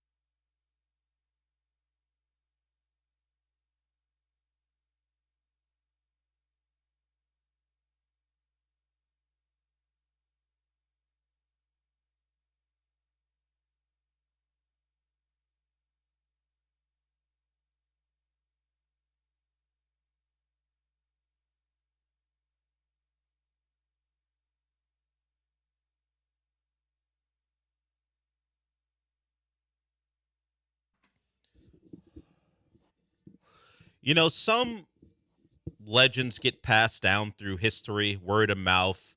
One generation feeds it to the other. You never know the origins of it. You just know it's accepted fact. I want to know the origins of Spencer Arrighetti is going to be our savior. Where did that come from? Because that person needs to be held to account. The thought that the inexperienced pitcher who, even before this year, was hit or miss, and you chalked it up to he's young, he's learning, but he's got potential, he's got the stuff. The assumption that he was just going to come in and be your number 3 and your rotation was going to be, as the kids say, tough, but you spell it with 2 F's, Tuff, and be like, you know what? We got our guy, and we're locked down now, set for the playoffs. It's something that needs to be investigated. I don't know where it came from. I'm just a person who remembers Spencer Arrighetti from last year, and he had a good month, but for the most part, you never kind of knew what you were going to get. And that was something we saw early in the season before he got hurt. He had a good start, and then he had a bad start. He comes back, and for the most part, he has not been good. He was bad really throughout. He got away with loading the bases with no outs. He found a way to get out of that because he induced a double play. Great. And then he blew up. Hard hit baseballs, extra base hits, and all of a sudden you look up and you're down 5-0. And it just got worse from there for him. Well, mostly the rest of the Astros, because he was pretty much done. They lose. They get shut out again. That's now, 3 shutouts in the last 4? They have the one weird win against the Orioles in the mix. But other than that, they've been playing bad baseball, really bad baseball, not competitive baseball. And, of course, the saving grace is the Mariners are going through a rough stretch after they had played really well. The Orioles and Mets have done the Astros some favors, and now the Phillies took it to the Mariners in the first game of that series. So the Mariners are certainly scuffling. But as far as the team in town, I was thinking about them. They have the look, and of course things can change. Well, tonight you got Hunter Brown on the mound. Of course, Tariq Skubal's on the other side, so that ain't great for a team who's having trouble scoring runs. But they flip the script and they win for five out of their next 6, and you're gonna feel better. But the point is still this. Over the stretch of let's say a short series, like they had to go through last year against the Tigers, this lineup, as different as it is, could disappear, and you could walk away. Your season's over in 2 games because you can't depend on them right now, despite all the acquisitions, Correa and Sanchez is struggling, and the expectation now that Jordan is going to be in Corpus trying to find his swing and hopefully can get through a rehab assignment without re-aggravating anything. This lineup feels like one that even if they went into the playoffs hot, they close out the season strong, they could go disappear for a couple games, let's say if they are playing in the wild card round, and the season's over. We saw it last year at the hands of this Tigers team that they're facing today. Look, it's not just reacting to the moment, these last 4 games or so. It's kind of what they've been all year. They have their issues, and then they'll go against the Dodgers and the Cubs and the Phillies and take those 3 National League contenders apart. And then you get the other side of it. The extremes are too extreme for me. Simply put, I can't trust the Astros. I can trust them to probably win this division because the Mariners are going to help in that cause, and I'm sure they'll have a good run here between now and the end of the year, and they'll win the division. I still have my belief in that, just like I have my belief in getting random calls from people I don't know, if you heard that. But as far as the team itself, they've stripped me of my belief of them winning anything this year of consequence. Mostly because I can't trust them. I believe they have enough on the roster to get it done, particularly when their top 2 pitchers are going good and the lineup is going good as well. But I can't even trust Fromber right now. Fromber, who seems to have one foot out the door if we just go by his comments. It may not be the case, but his comments suggest all the things you keep, as they say, under your hat while you're trying to be the good teammate. that's happening a little less frequently when it comes to Framber Valdez, and the pitching performances have fluctuated a little bit in the back half of the season as well. So you get beat down so much so that the only positive is we can joke about Chas McCormick going out there and throwing another scoreless inning. We are deep into August in a tight pennant chase. I don't want to talk about Chas McCormick pitching well. I'll say it again. I don't want to talk about Chas McCormick pitching well. It's ridiculous. But that's the one takeaway from the last week or so. Look, Chas is out there, and the jokes about him being the best reliever, I'll let them they can slide for another day. But the next time he pitches? I don't want to hear it. I don't want because it's comedy now. If Chas McCormick makes like 4 appearances over the course of 12 days, that's ridiculous. It should not be funny anymore. I get it. We laugh so we don't cry. I wouldn't cry about Astros baseball in the regular season anyway, but I don't want to see any more tweets about how good Chas is in comparison to everyone else. I don't need to see is Chas a guy we can go to in high leverage situations? None of it. The jokes are cool now because you still have the 1.5 lead. If it flips because the Mariners get going a little bit, I don't think we'll be laughing. Yeah. I still want an answer, though. 713-780-3776. What are the origins of the Spencer Arrighetti thing? We talked about it before. I don't understand it. There's nothing in his past that says we should have been counting on this guy. And I'm not even blaming him. I mean, it was tough watching him blow up yesterday. You can blame him. I'm not blaming him for the hype around him because he did nothing to deserve it. I'm not blaming him for the hype. That was created by whoever, which is it's likely Astros new media. It's the Astros hope machine. Yeah, that's all it is. It's all the hope trafficking that Spencer Arrighetti would come back from a long layoff and be nails. He's never been that. That's not part of his Astros short, albeit short legacy. He doesn't have that in his background, but we were just expecting him to be, Spencer Arrighetti comes in. He's just going to go 6 strong. Give up a couple runs, but we're going to love what we see. Have we loved what we've seen? Have we? No one's ever going to be able to answer because no one's going to take credit for it. Makes the games a lot shorter for me. Yeah, you can tune out pretty quickly. Listen, if you're going to have a bad week, Astros, make it this bad. Yeah, I don't need an hour every game. I don't need 5-4 losses. If you're going to lose 10-0. big. All right, cool. If I sense another shutout coming, fine. Yeah. That's easy for me. I can go 5-0. I was like, all right, later. I'm out. There's not a lot to watch, but I'll find something. Yeah, I'll watch a BritBox show. I wish I would have saved a couple episodes of the SEC show for that's tonight. You. I got Professor T off of BritBox. Wait, you still haven't started that? I'm never starting that show. You've already told me it doesn't even feature the glamour teams anyway. So why would I watch that? Just because it's the depth of the league is what makes it great. Yeah, I've heard that commentary before. I don't care about it. Didn't care about it then. Don't care about it now. How deep the SEC is. Jeff Levy, whatever his name is. It's Jeff. Jeff Levy. It's turned things around down in Starksville. Stark. Whatever. There's not an S there.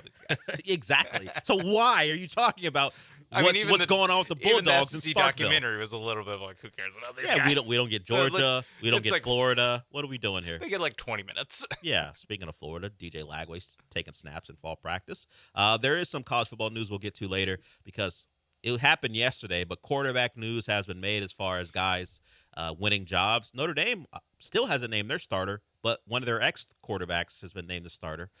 So we'll get into that a little bit later as we are approaching week 0. We actually have a ranked matchup coming up. It'll be in Ireland, so you can take it seriously or not. But, I mean, I'll take it somewhat. But it's in Ireland, so how seriously can you take it?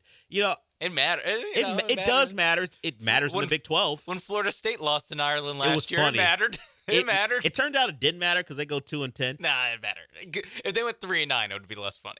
2-10 is hilarious. I don't know. I enjoyed a lot of what happened to them last year, but as far as consequential stuff across the actual college football landscape, it turned out it didn't matter that much. No. But it was funny for people who like that sort of thing, and I'm one of those people. Yeah, watching Georgia Tech, two Big 12 hopefuls. I thought it was funny until Georgia Tech did the same thing. You're like, it's not so funny. No, Didn't Miami apparently Turn- didn't learn the lesson. Turns out whether it's in Atlanta or in Dublin. It's actually worse because Miami is supposed to be a good team. It turns out Florida State stunk. So them losing to Georgia Tech, not a big deal. Miami doing it with all they had riding on it. Big deal. Big effing deal. It turned out. We'll see. We'll see how things play out this year as a quarterback who played Georgia Tech quite a bit is now the starter at Miami. And that's part of Notre Dame's problem. You talk about experience. Going down to a top 10 team on the road without having your starter named 2 weeks before the game, less than 2 weeks before the game now, that seems like not an ideal situation. Gamesmanship. Can't let Mario know it's coming. Yeah, because like Mario can't be deceived easily. We need to hold off on who the quarterback is. But going by what Notre Dame people are saying, it's not gamesmanship. Oh, it's not because both quarterbacks are so good. No, there are some real questions there. We'll see. They got Jeremiah Love and a good offensive line. They'll just run the ball and see if that can be stopped. We'll get more into that later. But as far as the Astros are concerned, Jordan and Corpus, hopefully that'll turn out to be good news. Nothing about the guys actually playing every day that we care about has been good over the last week or so. So they have their best pitcher going today. Unfortunately, so do the Tigers. It'll be one of those premier matchups. Brown versus Skubal. Skubal had his way with the Astros in the last consequential game, really, that the Astros were a part of. I mean, I'm sure there was a game two, but game one in that wild card round was not great. We'll see if they can kind of turn the tables because they need it. Unless the Phillies keep taking apart the Mariners, which would be nice too. So if you want to join the show, you can. 713-780-3776. We've got quarterback news in the NFL as well. We know who a division rival starting quarterback will be. You can think it's a positive or a negative. I don't really think it matters considering the quality of the two quarterbacks, but we'll get into that. The Colts have made their decision. Lot to get to as we're just getting started. Cam Whitmore spoke about his trade away from the Rockets, and he has some thoughts on Kevin Durant being a Rocket and what his future holds, and even the matchup with the Rockets that will have two chances to get some revenge. So we'll talk about that a little bit as well. Sean and I till noon. You should join us. We will be back.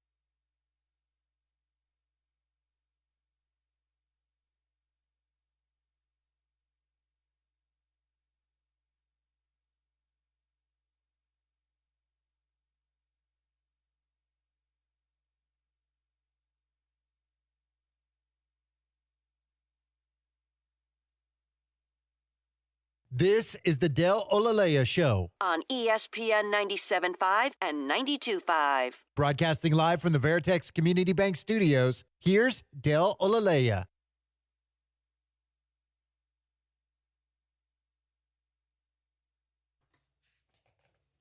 We'll talk about the division rival who named a starting quarterback. We'll get into the Texans because guys are returning to practice.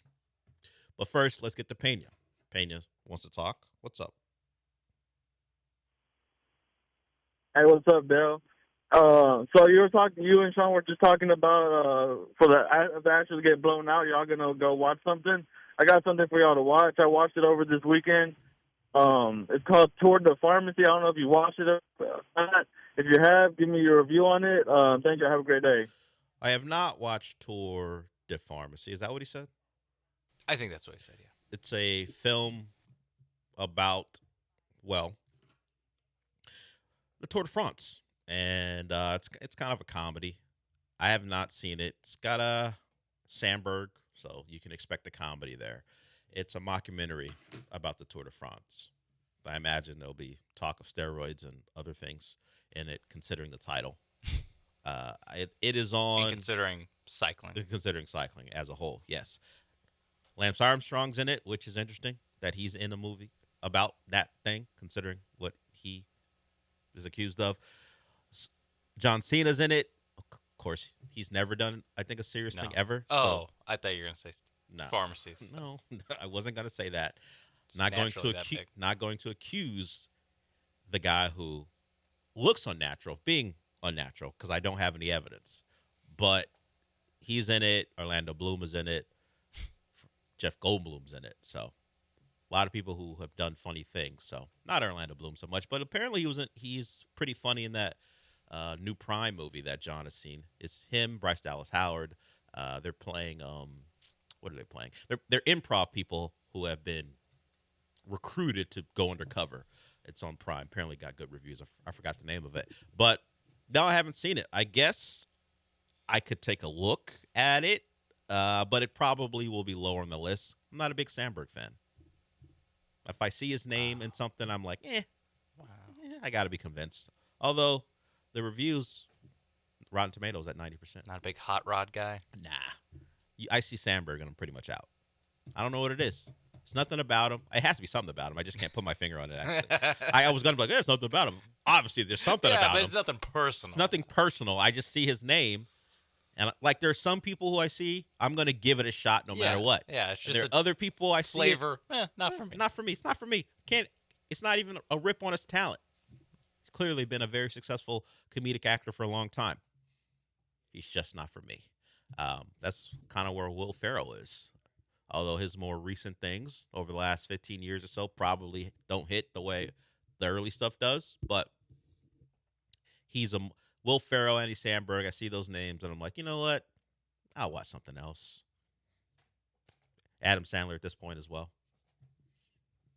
When's the last time Adam Sandler produced anything in far as his comedic stuff? I was going to say, it's funny because the comedic stuff I'm less likely to be interested in than... You tell me he's in a serious thing where it isn't just him and his buddies. Honestly, if you tell me he's in a sports thing, chances are I'll like it, given Hustle and Uncut Gems. Yeah, if he's in a serious sports movie, if you give me something where he's not producer, director, all those things, if he is just simply playing a role because it's someone else's idea and you can't identify all his buddies that were in all his other stuff from a trailer, then I'm probably more likely to watch it than anything that appears because of his Netflix deal.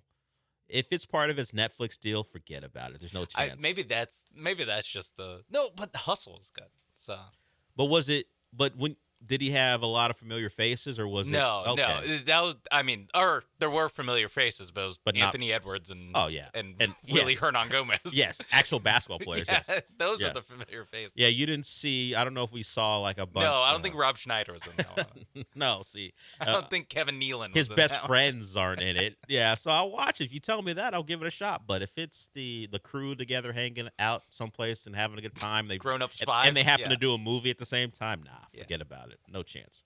All right, let's get to Eric. I don't know. Maybe the conversation got him to request or at least recommend something, or maybe it's about something completely different. What's up, Eric? Hey, dog, great show. Yeah, I went to Lance McCullers Jr. coming back. Maybe he could save the season. And what would you rather watch right now? Astros baseball or Ice Cube's War of the Worlds? I'll hang up the list. Well, first to the Lance McCullers things. He is back. Whether he's going to save the season, I'm leaning no. But you know why? Because one man just can't save the season. Has to be an entire team effort. Can he swing a bat? They haven't scored in 2 games. No. Well, I guess he can. Can he be productive doing it? That's the question. So he tossed 80 pitches in his last rehab start. Lance McCullers is on his way back. Whatever. As far as your other thing, would I rather watch an Astros baseball game or Ice Cube's War of the Worlds? Well, the Astros are part of my job, so I always lean that. But let's say, would I rather? The curiosity of how bad it is at this point probably rivals how bad the Astros are. Oh, you still haven't seen it? No, seen that thing. But as far as I was thinking about rewatch. Not rewatch. Rewatch. That's a question for you. Well, at least it's shorter. Well, the Astros when they get blown out. That is true. Yeah, it's like 45 So the question minutes. for me is, would I watch as opposed to the Astros game tonight? No, you got Brown and Skubal. I will give that a try. I expect that to be a close ball game. Hopefully the Astros come out on top. Also be fast. Yeah, but for you, would you watch, or excuse me, a rewatch of War of the Worlds over random Astros game next week? Right now, just think about it. Yeah, I think so. You'd rather watch War of the Worlds? Yeah. Okay, that's how far the Astros. Or I was thinking more like, would I rather watch the Orioles series or rewatch War of the Worlds? Would you rather rewatch the Orioles series, not the entire series, but the moments where the Orioles put the game away, the condensed game? Yeah. Would you rather? Oh, there it is. Would you rather watch the YouTube condensed game brought to you by MLB that combined is probably about 40 minutes or so? Yeah. Or would you rather watch the entirety of War of the Worlds? I think War of the Worlds. So, interesting.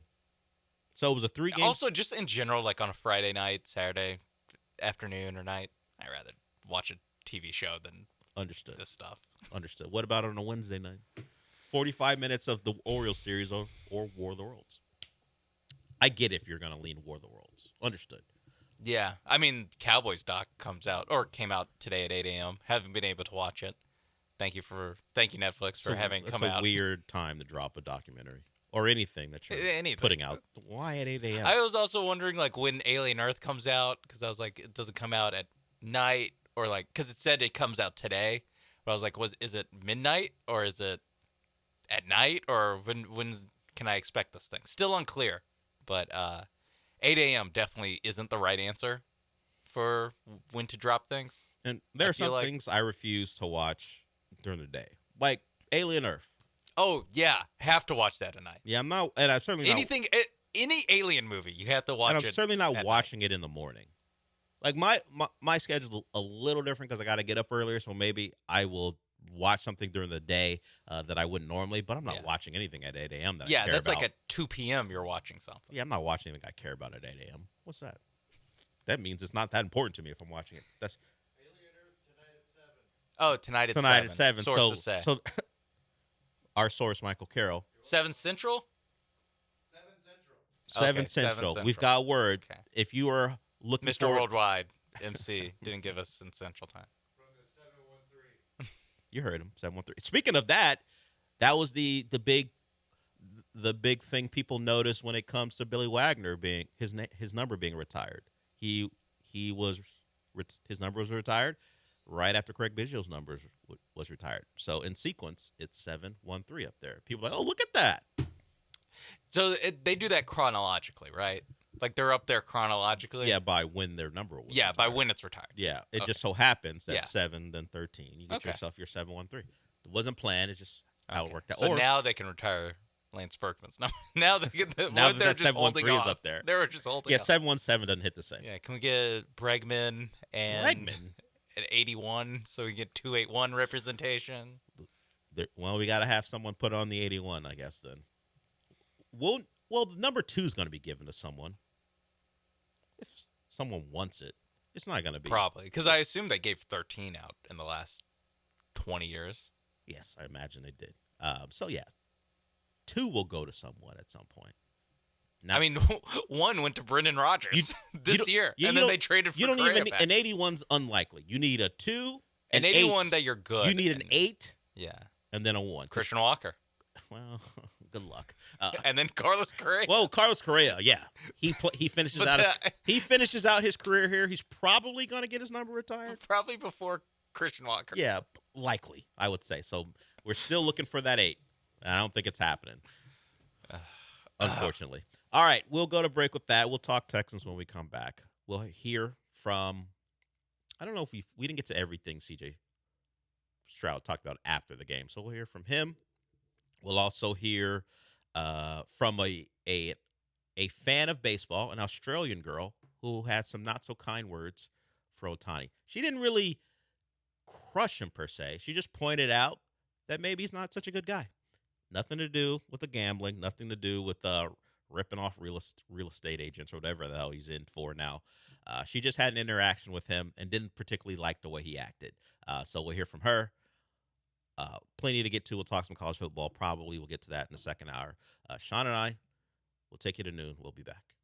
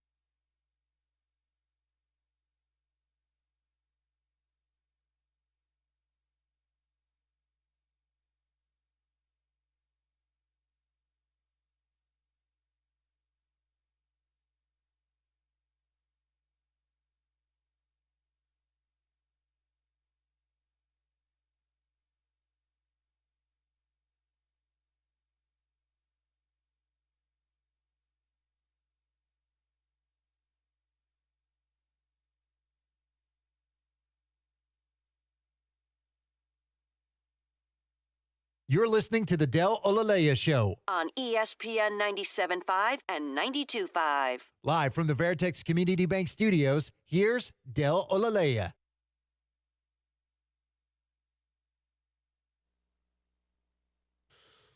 So Chauncey Gardner-Johnson's been spotted working on the side.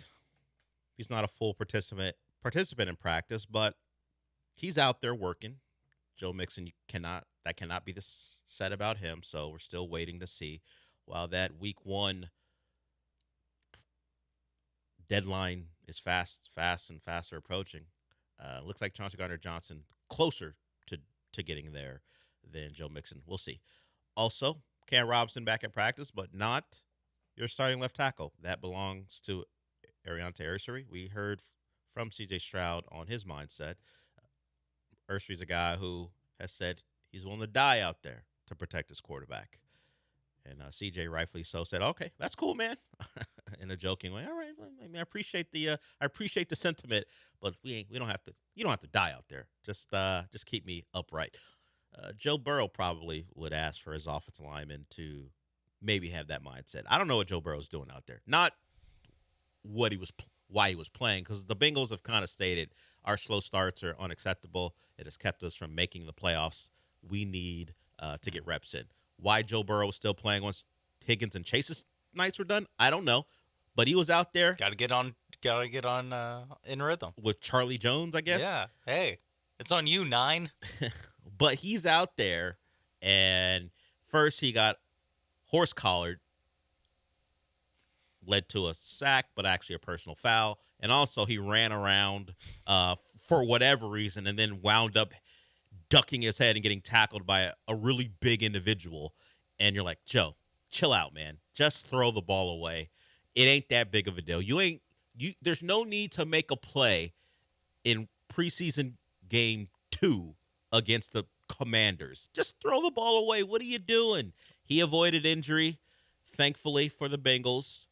It would have been a real tough, I don't know however long he would be out, but a real tough conversation that Zach Taylor was going to have with some people if Joe Burrow was out for any time. I would have just printed out the Michael Parsons tweet and showed it to him. Yeah, the quote tweet from Michael Parsons when people are soft these days. Yeah, there was a tweet from one of the aggregation accounts, had the video, and said, man, the Bengals would have been in real trouble if Joe Burrow got hurt. And Michael Parsons quote tweeted and said, "That's what's wrong with my generation. People are soft. You got to figure out the problems in preseason before you see them in the regular season," from a guy who's not practicing and not playing the preseason himself for different reasons. But you're not playing either. So yeah, even if you think, but I'm sure he played all 3 preseason games last year. I'm sure. I'm sure he did. Yeah, I'm sure he did. I mean, not even the right message, but definitely the wrong messenger. You're not practicing. You're not playing. Cut it out. But back to the Texans. They're practicing. Let's hear from C.J. Stroud. He didn't have to run around very much. He scrambled once and hit the deck before he got hit on that second drive of their outing against the Panthers. But here's Stroud on Kaylee and what he thinks of his OC. He's still learning, a lot, being a first-time play caller. I think he handled it great. He's very communicative. He loves to, he wild guys up and bring juice, and I think that's a great thing for offense. I'm excited to work with him. He's a great guy, loves football, knows why we're calling things, how to call him, when to call him. So, he's been great, and I'm very grateful to have him as an OC. There is some of that little bro stuff still in CJ. He's still learning. Gotta learn, but he's learning. We reference back to the Caleb Williams stuff. Did CJ Stroud just big bro Nick Caley? I'm not gonna make a thing out of it, but he's still got that in him. Like he acknowledging, he's not there yet, but he's getting there. You'll get there one day, pal. It's just not something you generally hear the quarterbacks say about their OC. Mostly that is not. Even if the quarterback believes it, it's not a public thing. Once again, I'm not attacking the Seattle Mariner wearing tough night quarterback. Tough night. Thought they were going to make up a game in the standings.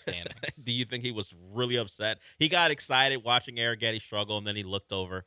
Damn it, the Phillies are taking care of the Mariners. No, he was watching the Mariners game. And then he's a fan of the Mariners. The out-of-town scoreboard, he took a look.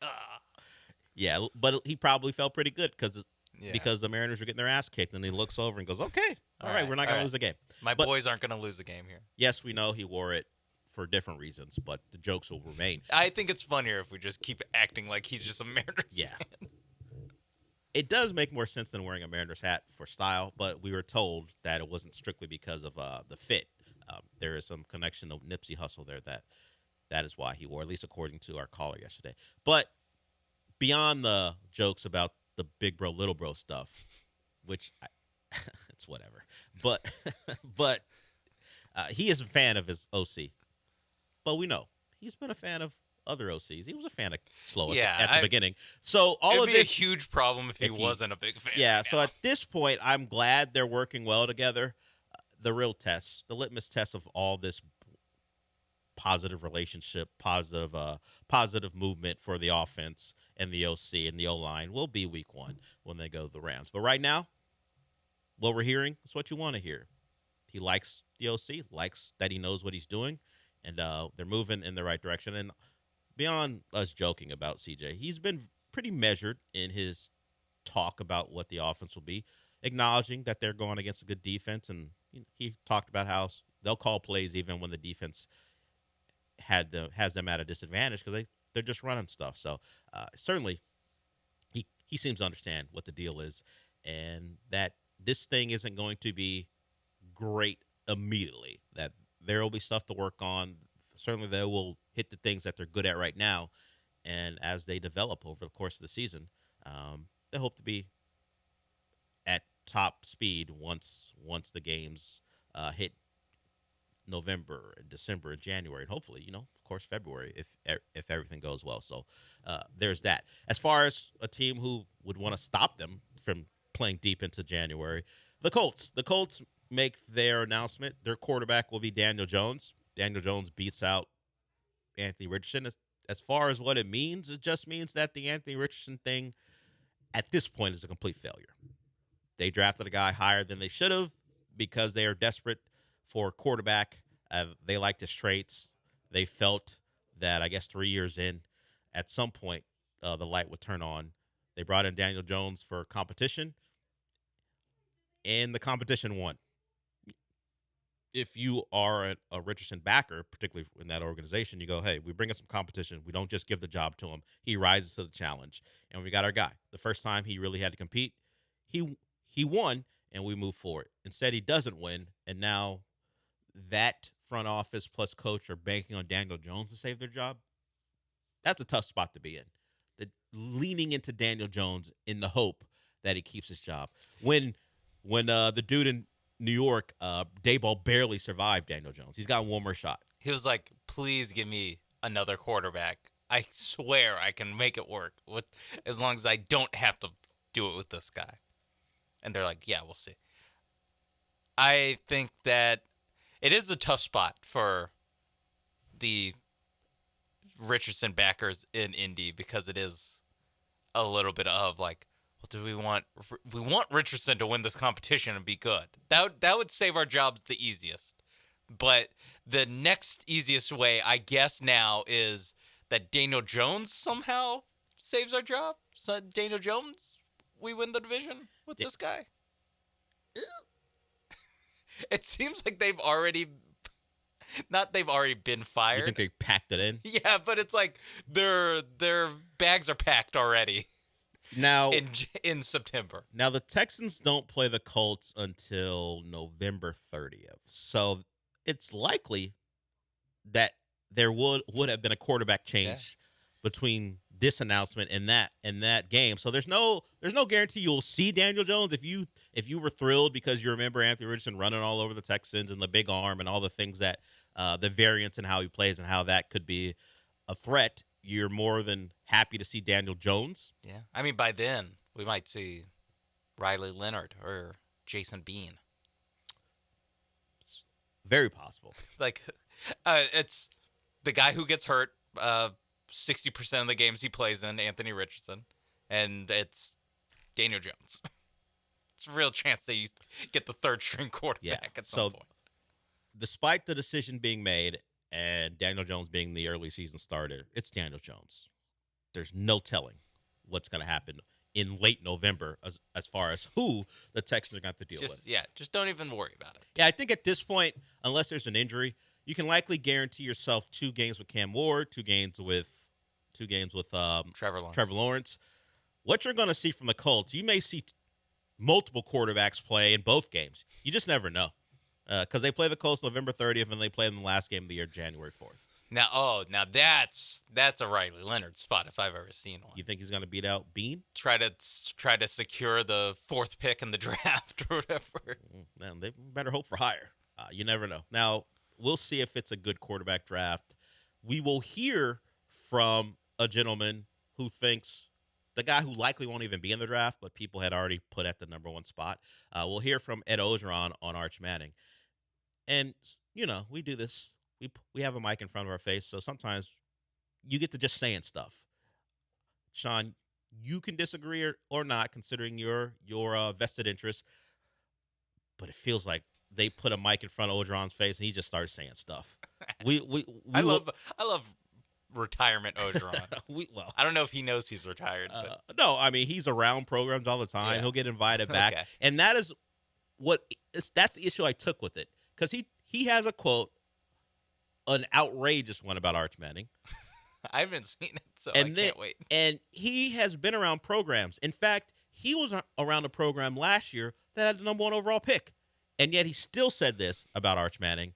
We will hear from Ed Ogeron at some point in hour 2. We got probably a very short segment. Or maybe we just combine, whatever.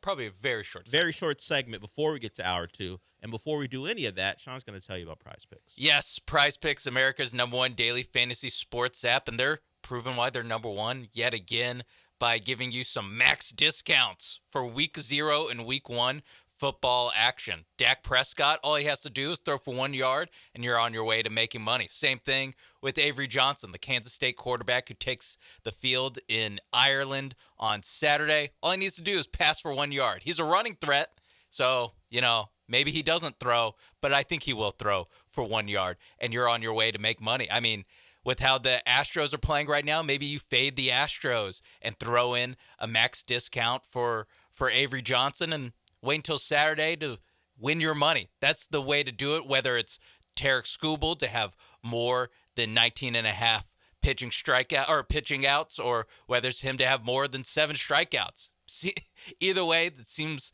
likely to happen given he's the best pitcher in baseball and the Astros are playing like the worst lineup in baseball the last 2 games. So there is an easy way to make money. You can fade people, you can ride people, whatever you want to do. It's on Prize Picks. Download the Prize Picks app today. Use promo code MAPES when you sign up to get $50 instantly when you play your first $5 lineup. That's promo code MAPES on Prize Picks to get $50 instantly when you play your first $5 lineup. You don't even have to win to get that money. It's guaranteed. Prize Picks, run your game.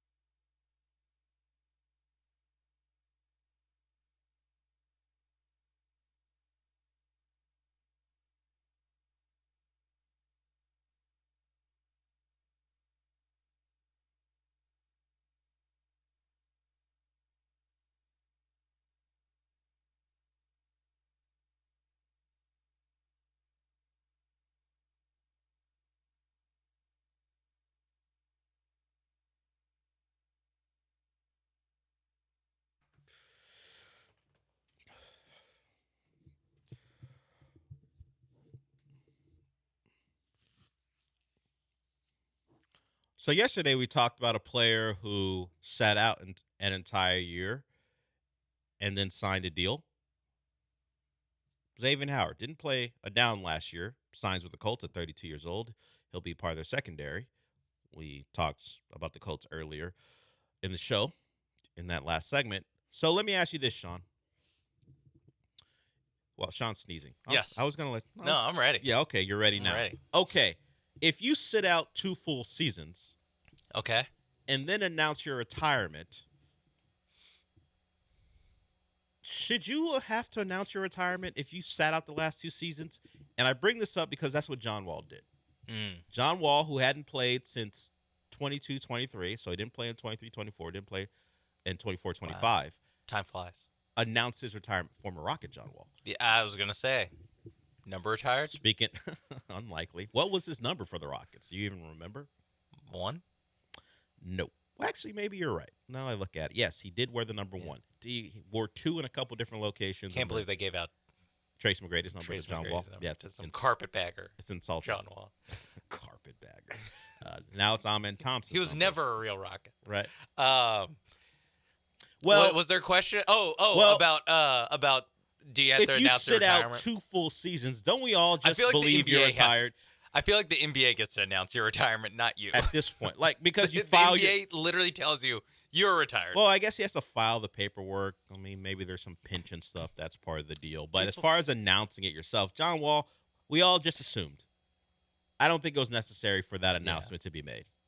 What for? Who was even looking for John Wall? I mean, no one. No one. I mean, the Clippers who had him last, right? Unless I'm forgetting someone. The Clippers. The Clippers who had him last, just stop playing him. They're just we can't do it with this guy. So he bring us Russell Westbrook, please. You get the Wizards acknowledging it because he had certainly his best years in acknowledging it.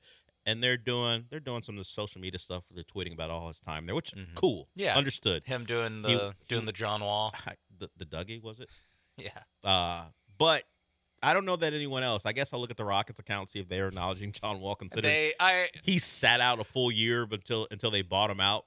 I don't think they should. John Wall, his socials have put out that he's out. Cool. John Wall was a really good player for 5-6 years until injuries took their toll. Yeah, probably the fastest with the ball you've ever seen before John Morant, maybe.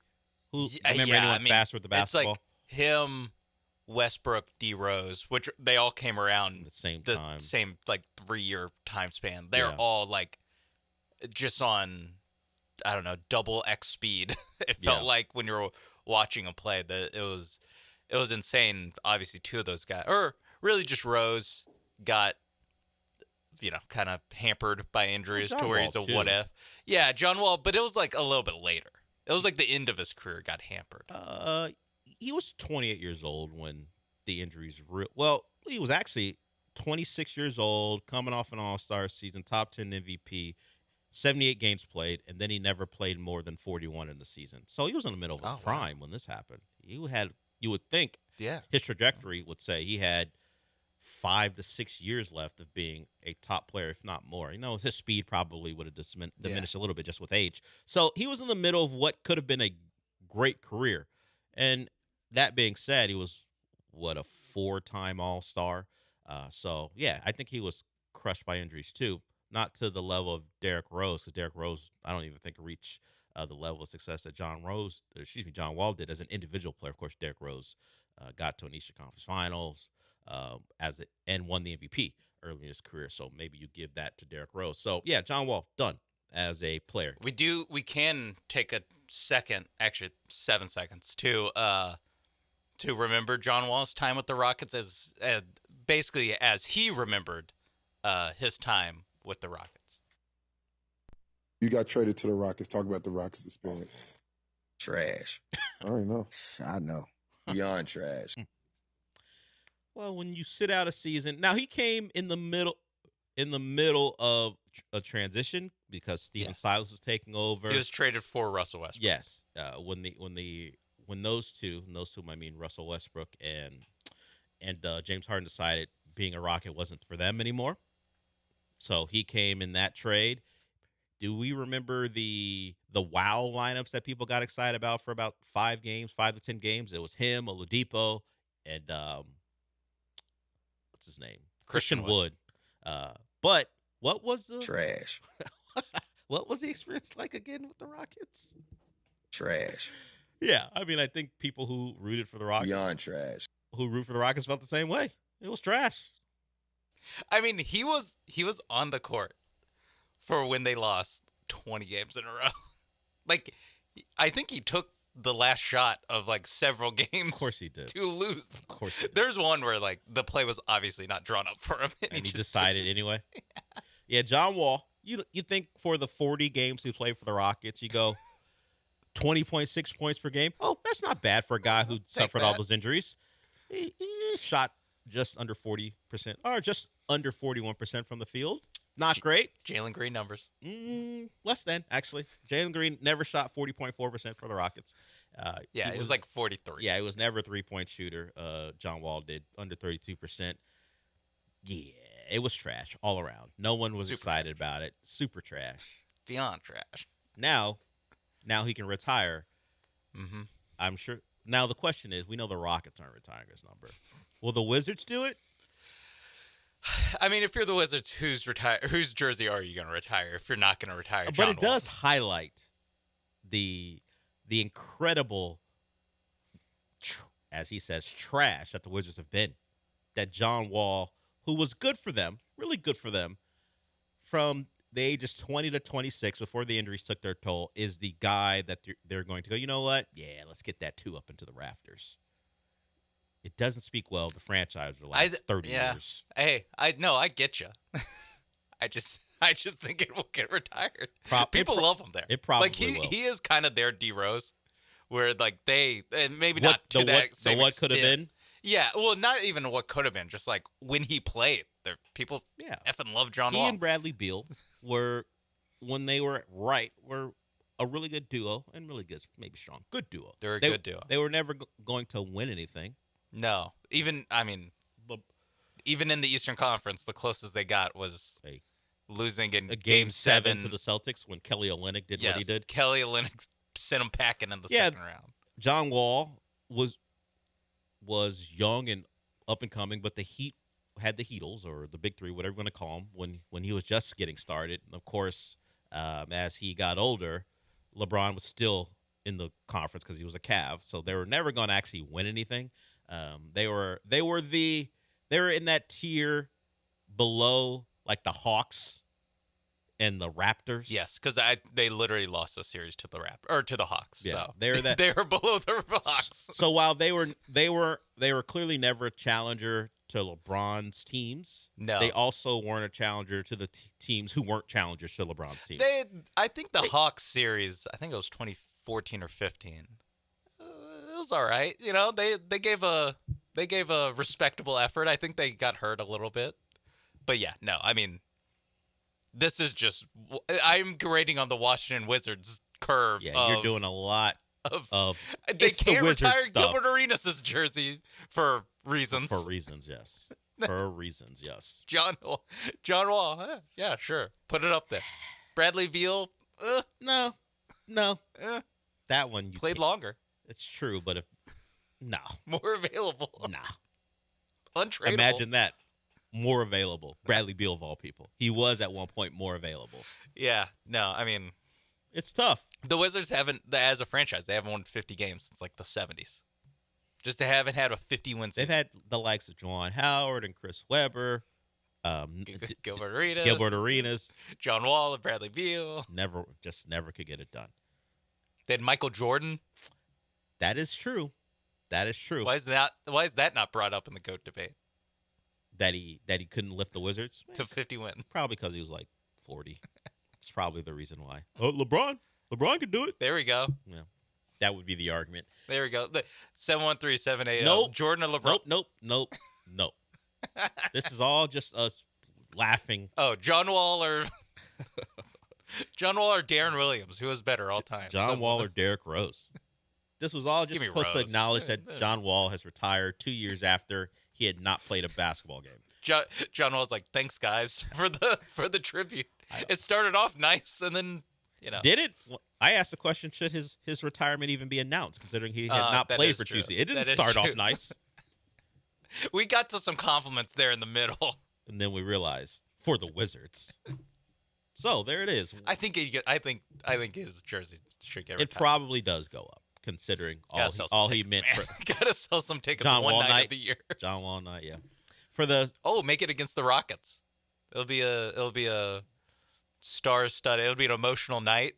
Cam Whitmore will be there. Cam Whitmore, Durant back into the hometown team that he's spurned every step of his You career. mean the place that had been speculated to get him every time he would have been available because he's from the area? Yeah, And Durant's like, what? LeBron ruined it for everyone. Yeah. Being like, I guess I have to at least think about going back At least home. pay lip service to the thought of actually playing for this disaster of a franchise. Didn't happen for the Wizards. No, but I mean, hey, the schedule's already out. Believe it or not, wasn't on any of the featured tweets about like the Rockets go to DC to face December off against 15th. Cam Whitmore. Yeah, Cam Whitmore, John Wall night. Let's make it happen. Well, he spoke. Well, we didn't know he was going to retire, so you couldn't have planned on John Wall night. Now you can. Yeah. Now it just means more. Well, Cam Whitmore was asked about the trade, and he sat down with. I'm missing the name. I'll find it. He sat down with Brandon Scoop B. Robinson, who is someone on Twitter that has a presence at Scoop B. So there's a full interview, and Cam Whitmore talked about his time with the Rockets, and he talked about defense is how you make it on the floor with the Rockets. And when he was asked about Kevin Durant being a Rocket, he says it'll fit because it's Kevin Durant. But then he immediately leaned into, well, I'm marking that day on the calendar when I get to go against my former team. There's no lock that Cam Whitmore plays heavy minutes in that game because he's Cam Whitmore. First off, don't touch the door. I see the gentleman in the fancy robe and the what looks like a cardinal hat. Now that he has it on, I didn't know what it was. We have a guy from St. Arno. He's going to film something with Lance. He was in a robe. I was trying to figure out what type of hat he was wearing. Turns out it's like a cardinal hat. So you guys will see that at some point, John and the cardinal from St. Arnold. Or maybe he's going to be called a bishop or a pope. I don't know. But it's going on out there. I think it's the saint. Yeah. But that hat says you are an official of the church. Yeah, you're a clergy member. Yeah. So maybe he's the Saint Arnold. Was St. Arnold a clergy? I don't know. Look that up. Or don't. It doesn't matter to me. St. Arnold, a real guy. That's always the Google. Everything that comes up is the about beer. The place. So you got to figure out the brewing company. So you got to figure out if he was a real person. He was a priest in a monastery. And he was a German-Dutch Catholic priest in a monastery. So did he rise to the level where he could wear that fancy hat? Because I look up St. Arnold, real person. No, his only picture, he kind of looks like Nosferatu. No disrespect. The only time I see a St. Arnold with the fancy décolletage is the St. Arnold representing the beer. The actual St. Arnold, I don't see with that stuff. Either way, we got St. Arnold in the building, and you'll see that video at some point. The listener party will be there from 6:30 to 9:30 on Friday, September 5th. We gave away a couple spots with the John and Lance show. We're going to do that throughout the rest of the week. Just listen to the shows throughout the week. You're going to have your chance to join us. Maybe you'll see the Saint himself. He was dressed up as St. Arnold himself. I asked him right here. Yeah, I figured because I started to look at their promo material, and it is a person dressed up like that. But the actual Saint himself never wore it. Either way, join us if you can and see the Saint in person. Seems like a cool guy. Does he take pictures in the stuff with people if they show up there? Do you take pictures with people dressed up? All the time. All right. He's a great guy. He's a saint. You can hear him in the background. He's here for the people. So September 5th, when we have the party, maybe you get your picture with the Saint. That'll be fun, right? When John is badgering you about things because he's drunk, maybe you can kind of wash away the John of it all. Yeah, you have John Granado on one shoulder. You have St. Arnold on the other. Both of them telling you to drink beer. Yeah. Yeah. John has his preferences, but that night it'll be about St. Arnold. So we'll have everyone there.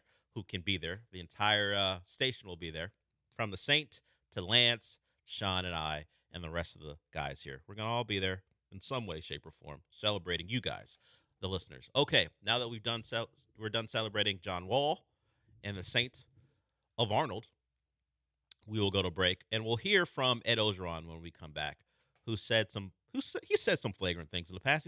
He's Ed Ogeron. We expect it. But this one is a man sitting down in front of a mic doing an interview, and sometimes you're just going to say stuff.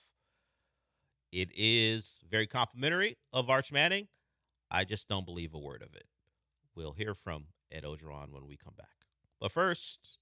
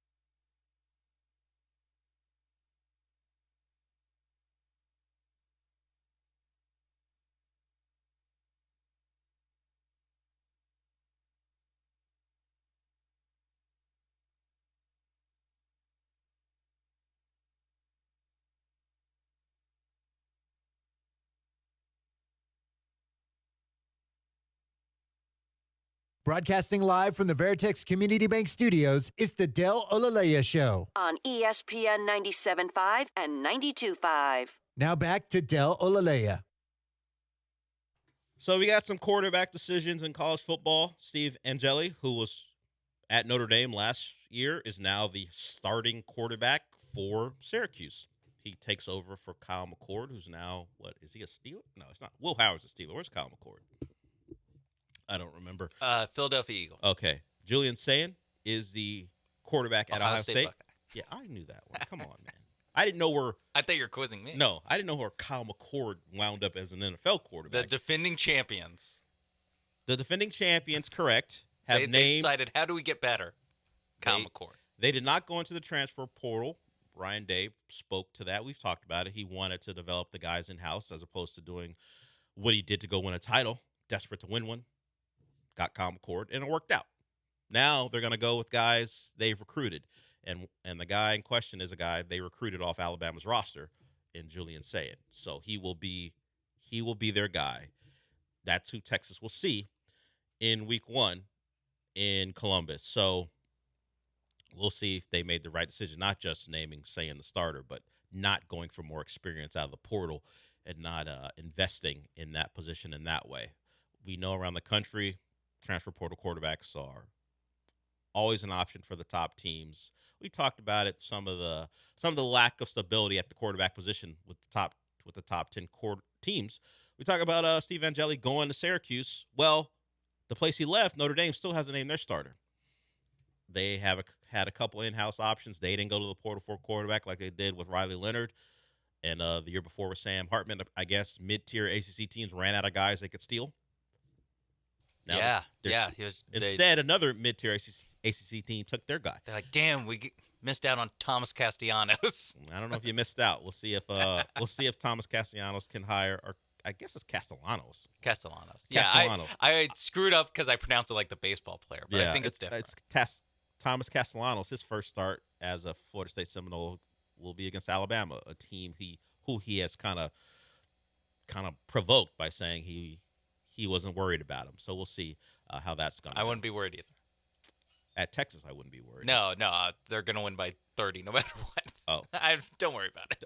Thomas, don't worry about it. No matter what happens, you're getting your ass kicked. Don't worry about it. I don't think that was his approach. I don't think UTEP is worrying about Texas when they play. We're not worried about that. Yeah, they're just worried about that check clearing when they're playing each other. Stay healthy out there. Yeah, don't get beat up. Go slow as possible. Throw 3-yard screens to keep the clock moving, and let's get out of here as healthy as we can be. But Castellanos and Florida State look for a bounce back. He left the Bill O'Brien, didn't fit in the system. Imagine that, a quarterback having an issue with Bill O'Brien.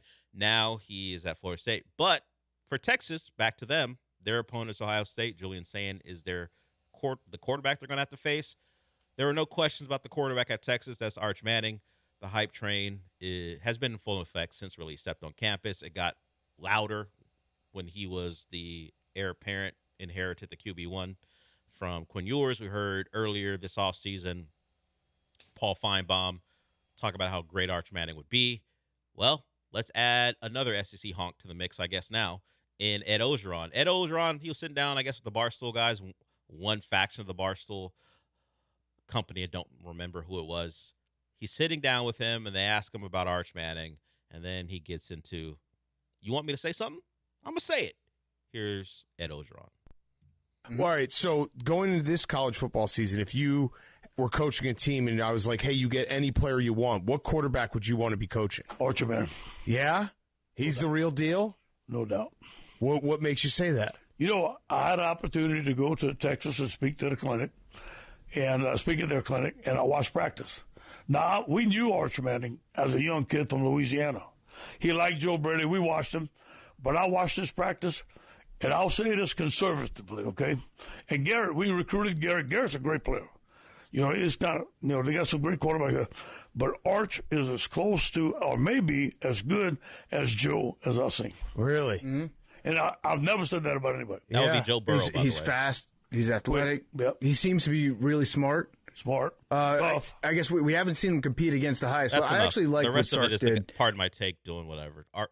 Ed Ogeron doesn't say much after that. As good as Joe Burrow. As close to Joe Burrow. And then he said, maybe as good as Joe Burrow. Maybe as good. Maybe. Now, Joe Burrow took 2 years. Yeah, What if he means year one Joe Burrow? He's, yeah.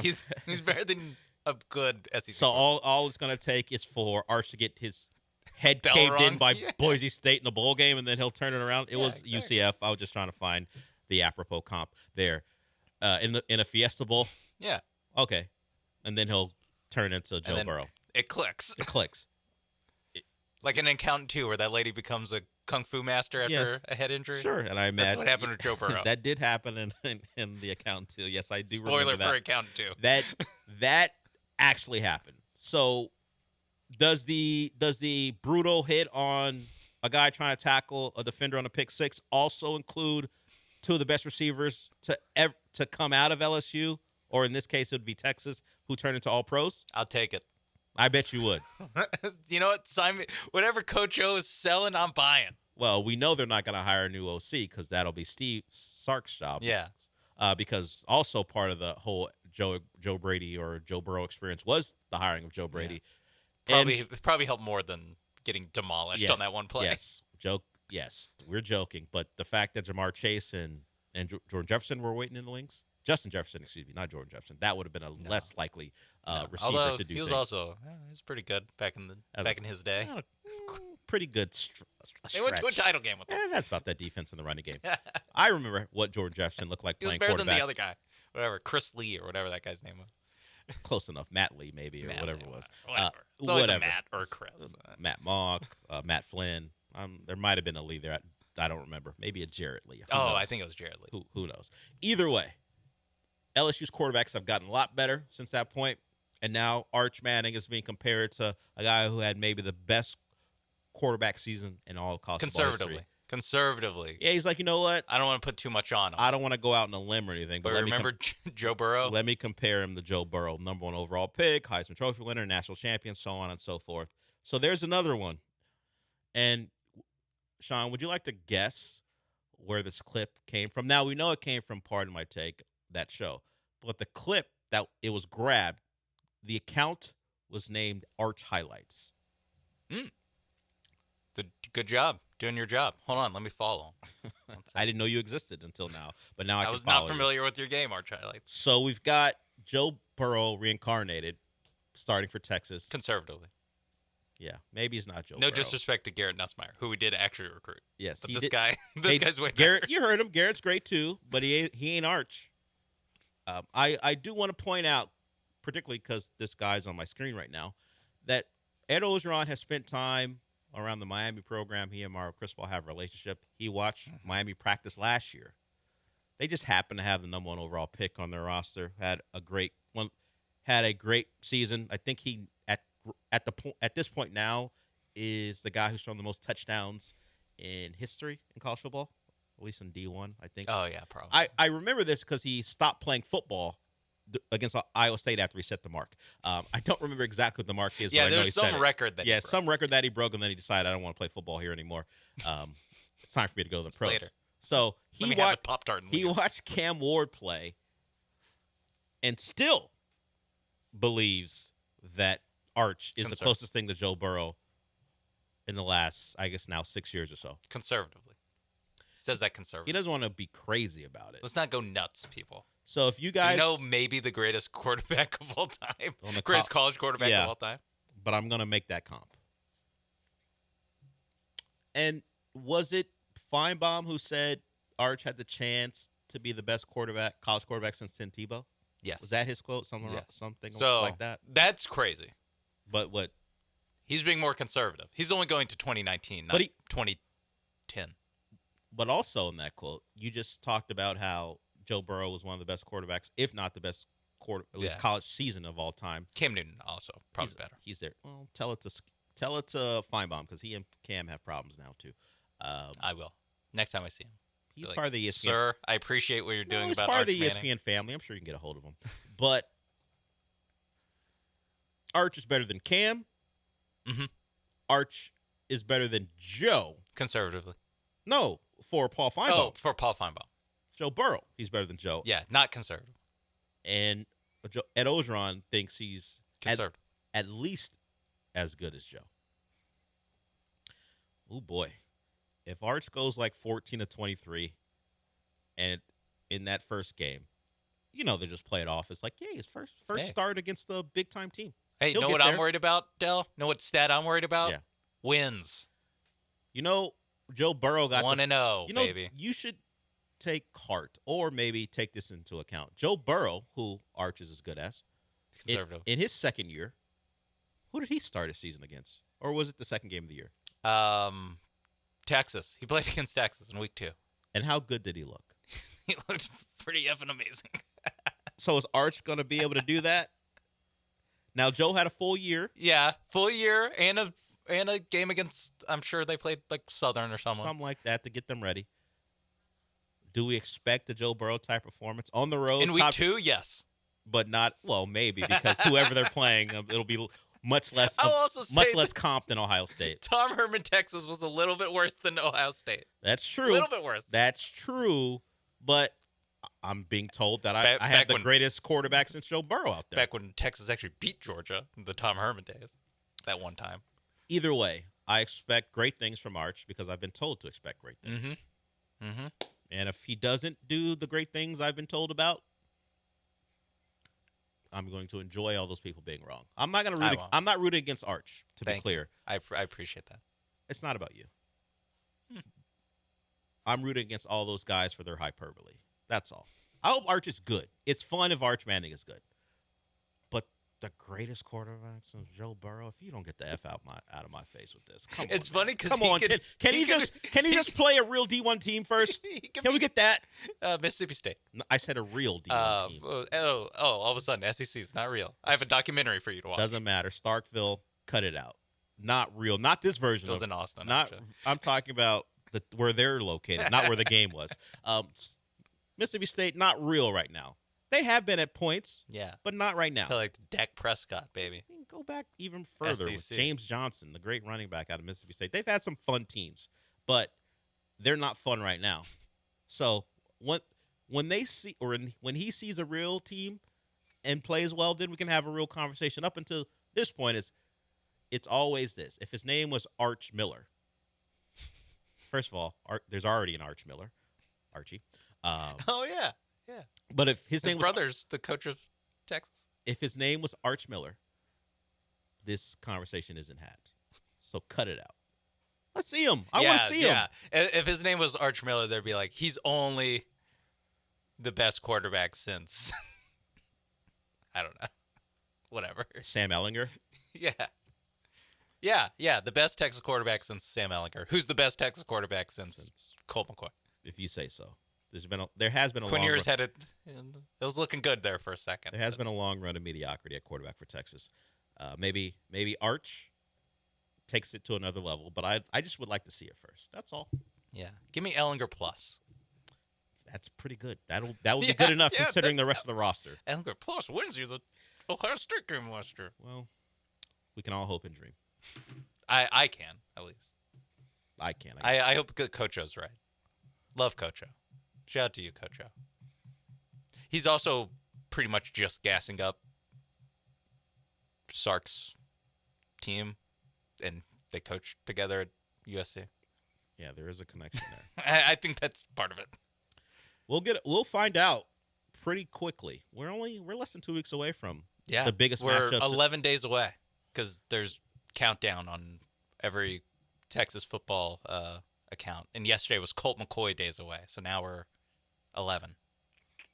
I would say you guys are better than that, but I know you're not. So no, absolutely not. We will Are we will go to break with that. Arch is expected to do great things. That's no shock. Yeah. But now the comps to the best players to ever do it are a little much. So he'll obviously be better than Cam Newton. That's what we should establish. If we go by the transitive property, yes. Like no one's saying that Cam Newton will be better than, or is better than Arch Manning. So we're all on the same page. I'm saying it right now. Cam Newton will on be an better. island out there. Once Arch Manning finishes his career, no one will be saying he's better than Cam Newton on the college level. No one. All right, we'll see. We'll see. You're saying a lot of crazy stuff. I'll say this right now. Arch Manning won't have a better career than Ken Dorsey did. Ken Dorsey went to 2-1-1, right? BCS title game? Correct. Yeah. That'd be tough. With the expanded playoff, you just have to win so many more games against. It would be tough because Arch. Put him in the Big East, see how he does it. I don't remember that Miami team running from anyone. They seemed to play a lot of big games back then and win them all for the most part, except for that one. We'll go to break with that. Yeah. Arch Manning, great. We'll find out how great he is in, as Sean told you, 11 days. Tell the DBs not to push off. Huh? Don't be grabbing guys. Okay. You're not going to trigger me. Great call. You're not going to trigger me. Take as much time as you need, ref. Great call. Look, it's been nearly a quarter of a century. You're not going to trigger me. I've already exercised those demons. I've dealt with Shannon, Diaz, Cristobal.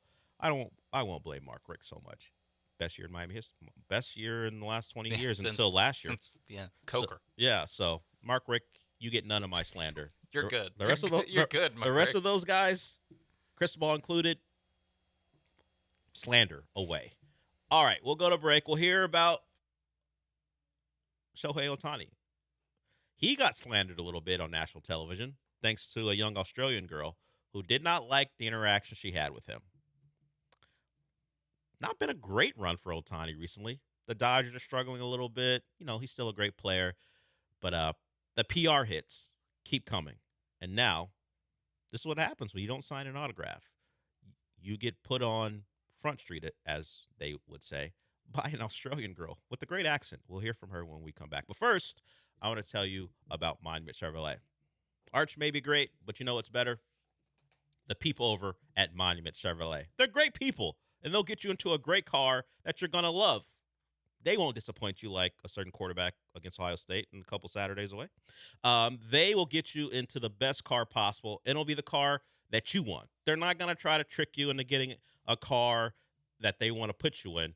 You check out the inventory at monumentchevrolet.com, and once you see that car that you love, point that car out on the lot, and a great salesperson will put you in it. Maybe you want the Chevy Silverado 1500. That's the car of the week. 0% financing for 36 months on the great Chevy Silverados. That's on top of their pre-Labor Day employee pricing. It's really your excuse to finally upgrade to the truck you deserve, if that's the car you want. So if the Silverado 1500 is the truck that you want, cool, that's there for you. But if you want like a Blazer or a Trax or one of their EV vehicles, those are there for you too. Check out that entire inventory at monumentchevrolet.com, and then head on out there. They're in Pasadena off of Beltway 8 and 225. Great cars, great people, been in business for over 50 years. That means they've been selling great cars to great people in the community for 5 decades plus. Take advantage of what they have to offer. Go to Monument Chevrolet. And as always, Chevrolet. Together, let's drive.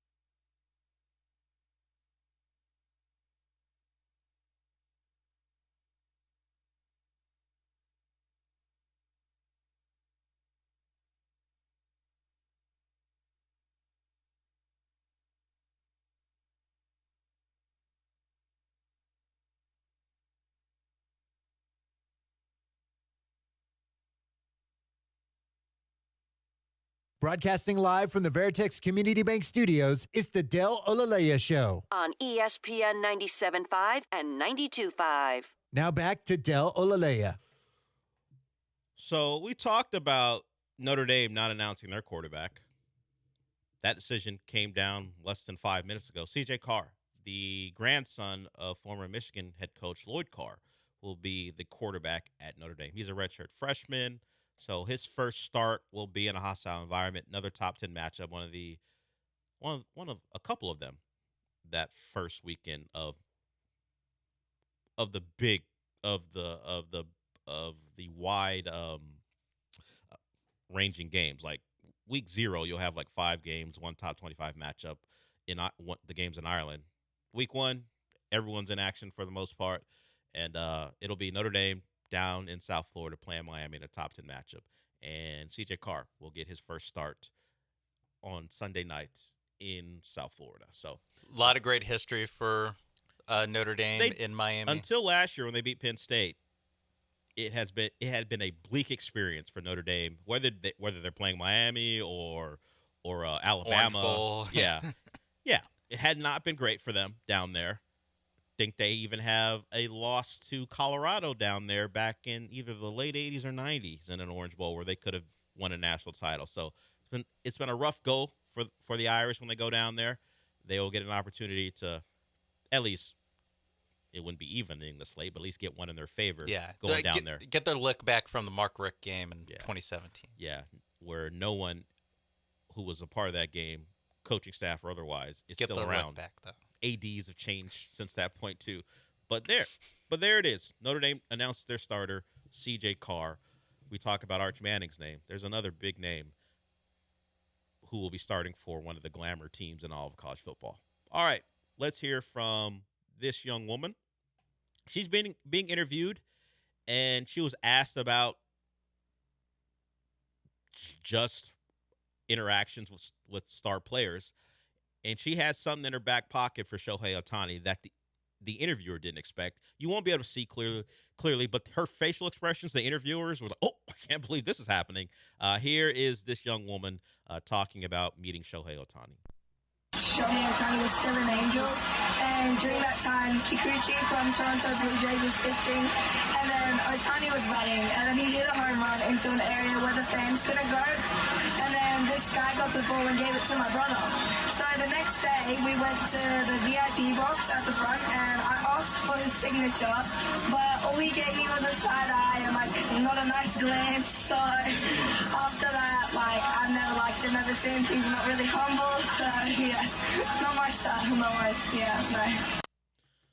That is young Monica Arcuri, Arcuri. She's from Brisbane in Australia. That's where the accent comes from. And, her brother wanted to sign baseball. Shohei was like, nah, I'm good. Even mentioned the side eye. I saw something where a young kid was asked about Juan Soto and whether he was his favorite player. And the kid was like, nah, he's overrated. On TV. These aren't even like Gen Zers, right? These are younger than Gen Zers. I don't know. They're like 11. If they're Little League Little League World Series age. Yeah. And like 6th graders.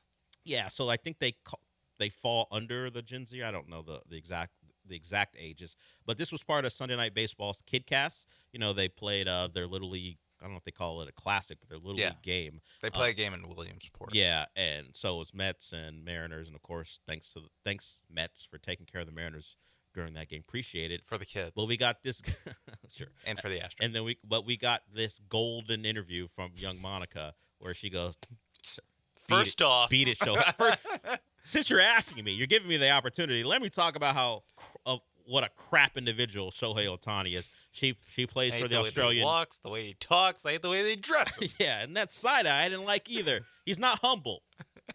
Speaking of Kendrick Lamar, she plays for the Little League team from Australia who was representing the continent in the World Series, or I guess maybe Oceania, maybe the region. But yeah, I appreciate it. I just don't think that would have happened 15 years ago. No. These kids, they're different. They're just like, who's trash? I mean, they're not just children of the internet. They're children of like the 2020s internet, where it's just like because normally you would think a kid of that age would be a little shy on television. Not her. She had thoughts. I've been on Instagram Live before. This is the same thing. They've grown up their entire lives when they could understand things with either a phone or watching people on video. They've become accustomed to being in front of a camera just because they're in front of a camera all the time with their own cameras, with their friends, whatever. And she was like, I got time today. All right. I'm going to air Shohei out. Yeah, I got an Ohtani story. You want to hear it? Want to hear it, kids? You want to hear me talk about one of the stars of Major League Baseball? And this whole thing, hit him up, starts playing. Yeah, this whole thing is supposed to be, hey, we want to bring more kids in. This is supposed to be us. Hey, look, kids, baseball's cool. It's always about like, hey, which MLB player do you love the most? Who's your favorite MLB player? Who do you like, watching? Who do you model your game after? This one, it's too open-ended. That's the thing. She was just like, so what's the deal with Ohtani? Oh, I got something for Ohtani. I like that. This is way better than just like, I really love Mr. Aaron Judge. I really love you, Mr. Juan Soto. I look up to you, sir. This is like, man, stop striking out, huh? How about that? So, you get paid a lot of money. I mentioned the kid who didn't care about Juan Soto. So part of the MLB Little League Classic, like that was, they were asking kids, and one of the kids for the Australian team, not Monica, a different kid was like, yeah, I like Juan Soto. I want to meet him. And the kid from Team Canada was like, he's overrated. He's all right. Yeah, Team Canada getting in the mix. So Australia and Canada have both members of the team who are willing. Trash. I mean, shout out to those kids. So I don't know if that young lady's now an Astros fan, but she'd be welcome here. Hey, what do you think of Juan Soto? Trash. How trash? How trash? Beyond trash. There it is. So that was young. I'm gonna go Misha Lee, who said that about Juan Soto. Overrated. He's kind of overrated. I think if you keep asking, like if you ask enough kids, you'll get them to call a player a bum, right? You'll get them to. If that's the word they use, whatever the equivalent it is, yeah, I think so. Washed. Oh yeah, that. Yeah. If they ask him about an older player, or maybe not. It could be one of the pitchers. You're like, hey, what do you think of Max Scherzer and Clayton Kershaw and Justin Verlander? Washed. Those guys suck. Yeah. What are you talking about? Give me Arrighetti. I didn't know I should have watched this because I wasn't going to watch it live. Mariners, Mets, nah, I don't care. But apparently I should have because this is what the kids were doing. The kids are all right, Sean. They would fit in on this show. Oh yeah. Get them to ask them about Drew Aller. Some kid from the Ohio team has thoughts. They had like 7 downs inside the 5-yard line. Couldn't score. Aller, trash. Didn't trust Aller to make a play. Trash. I saw that throw against Notre Dame. Bum. Welcome. Welcome, Monaco. Welcome, Misha. You belong on this show. I like that the 11-year-olds are the ones that are like, bums. And Coach O is like, Arch Manning is going to be better than Joe Burrow. We're talking about a guy who should at least have a little bit of decorum. Just relax a little bit. He has a personal relationship with Joe Burrow. He saw him change his life. Like he was on the verge of multi-millionaire now. Getting dumped by LSU. Joe Burrow turns him into a guy who, well, he probably didn't have to work again anyway, but yeah, generational wealth. They gave him a contract and everything. And he's willing to comp Joe Burrow to Arch Manning. Meanwhile, the kids, Juan Soto, all that, man, whatever. Oh, the Soto shuffle. F off. Get back in the box, dude. Exactly. What do we do? Dancing or playing baseball? All right, we got one more segment to go. Hopefully your kids are as entertaining as those kids are. Just put a camera on them. Probably don't. You know what? Some of these kids are good in front of the camera. Others have proven to be disasters. But there it is. That was our takeaway from the Little League Baseball Classic. The game, the kids, thumbs up. All right, one more segment to go here before we wrap it up. We take you to noon. We will be back.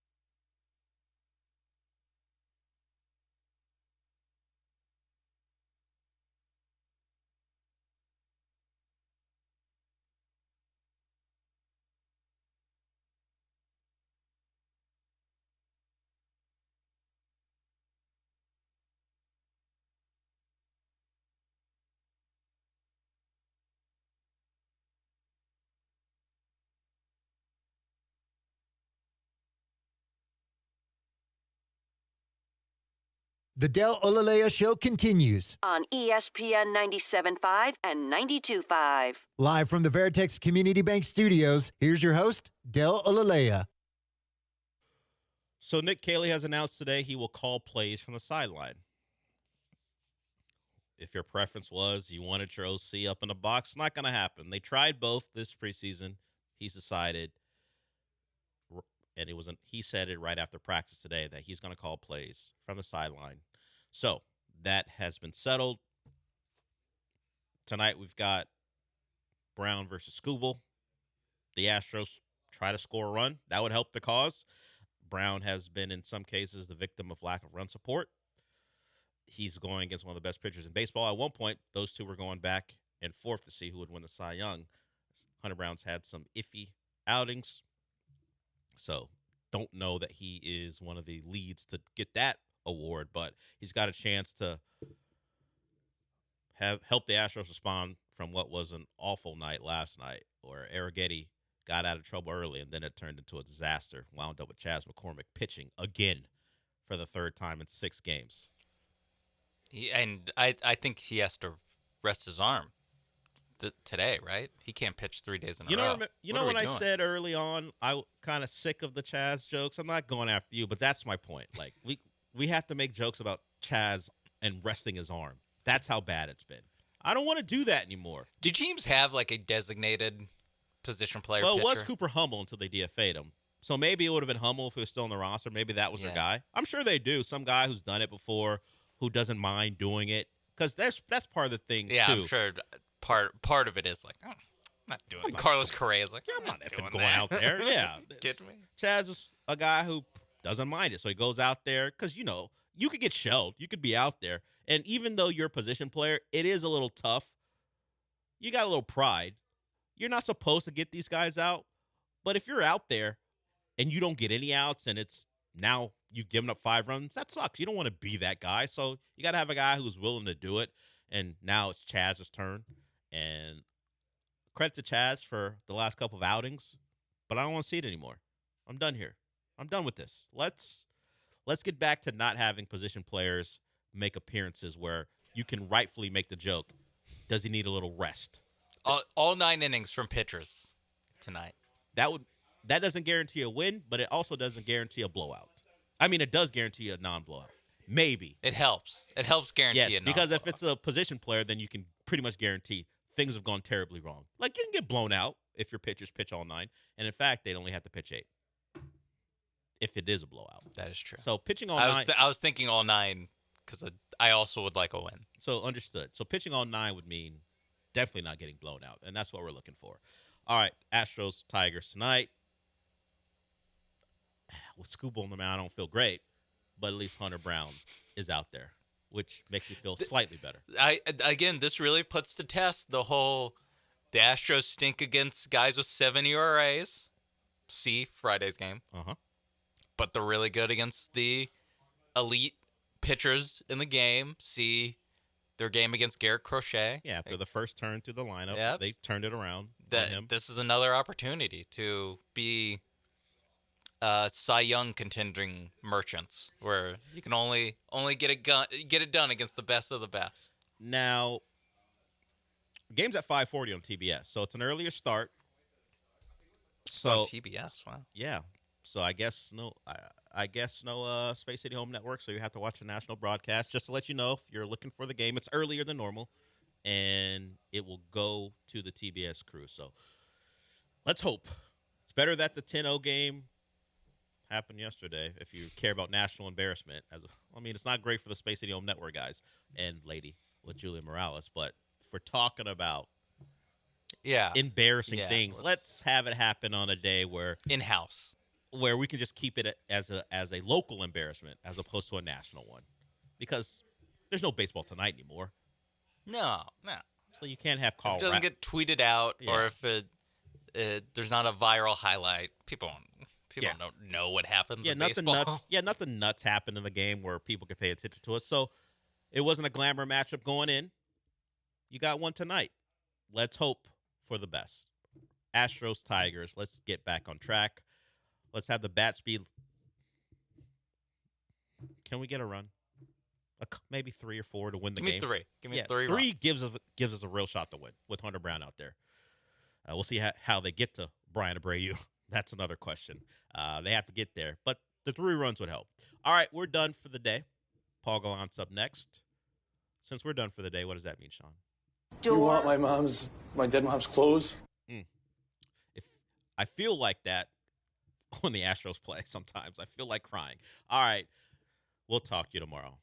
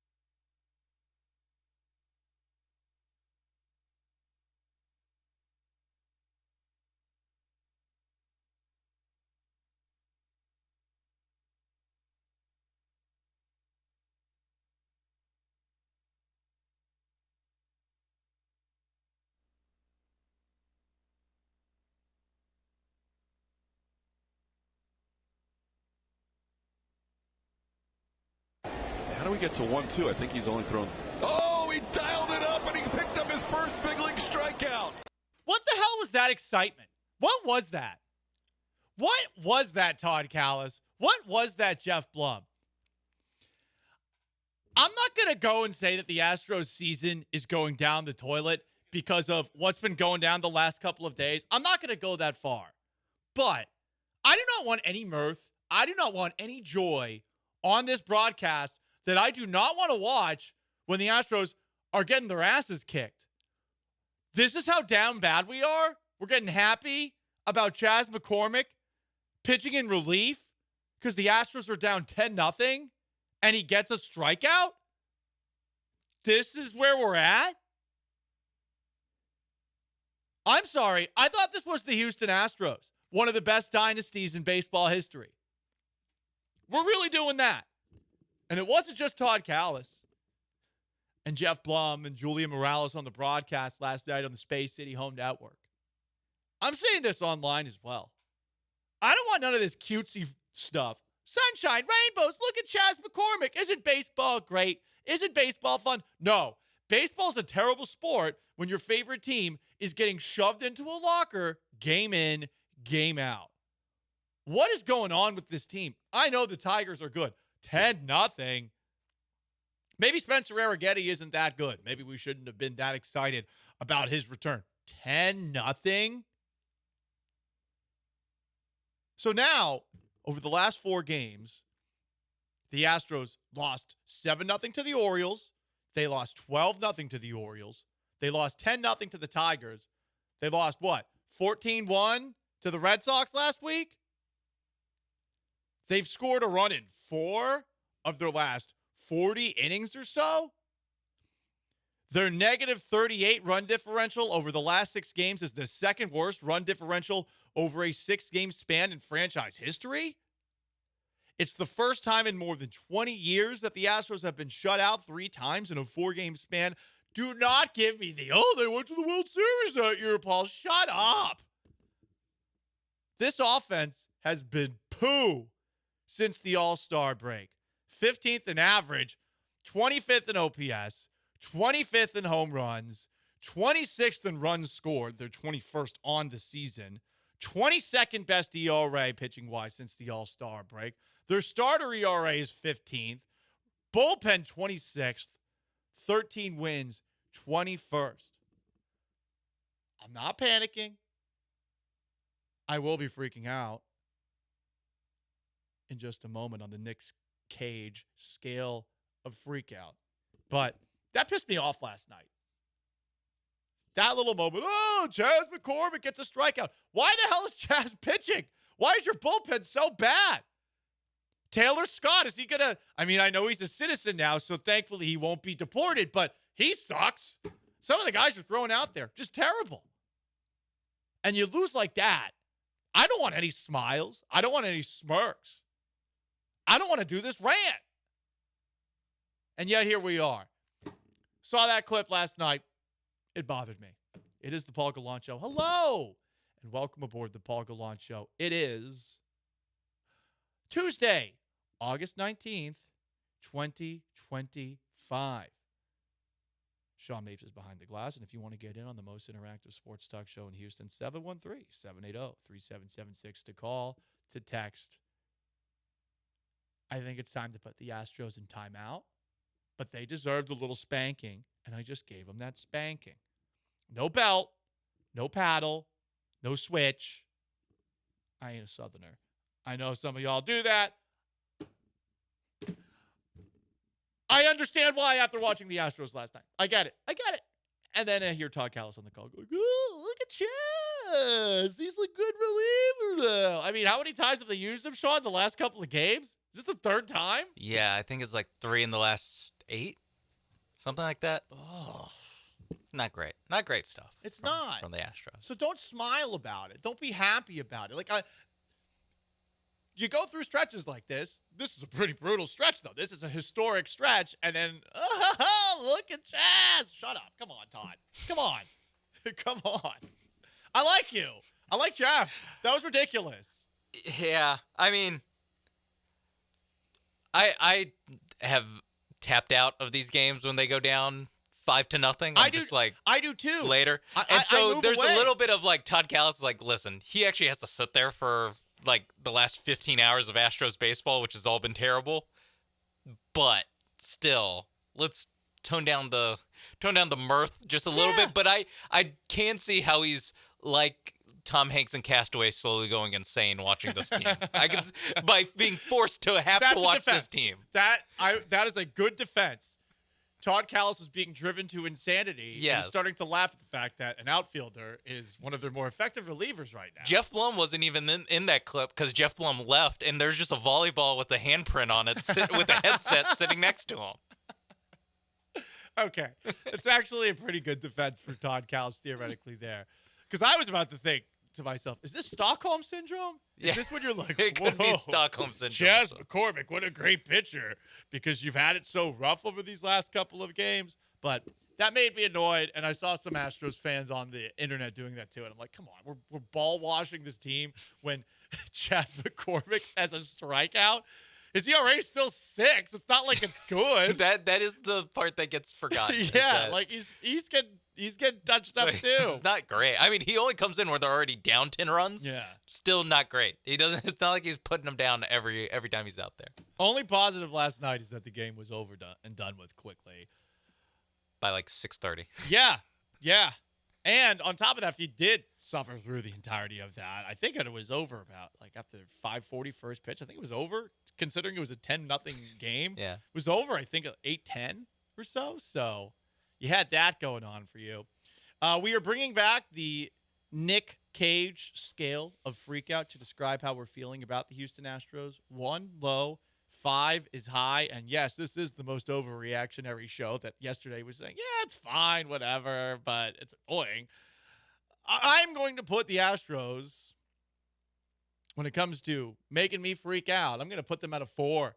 A 4 on the Nick Cage scale of freakout. 1 is low, 5 is high. That's what this sounds like.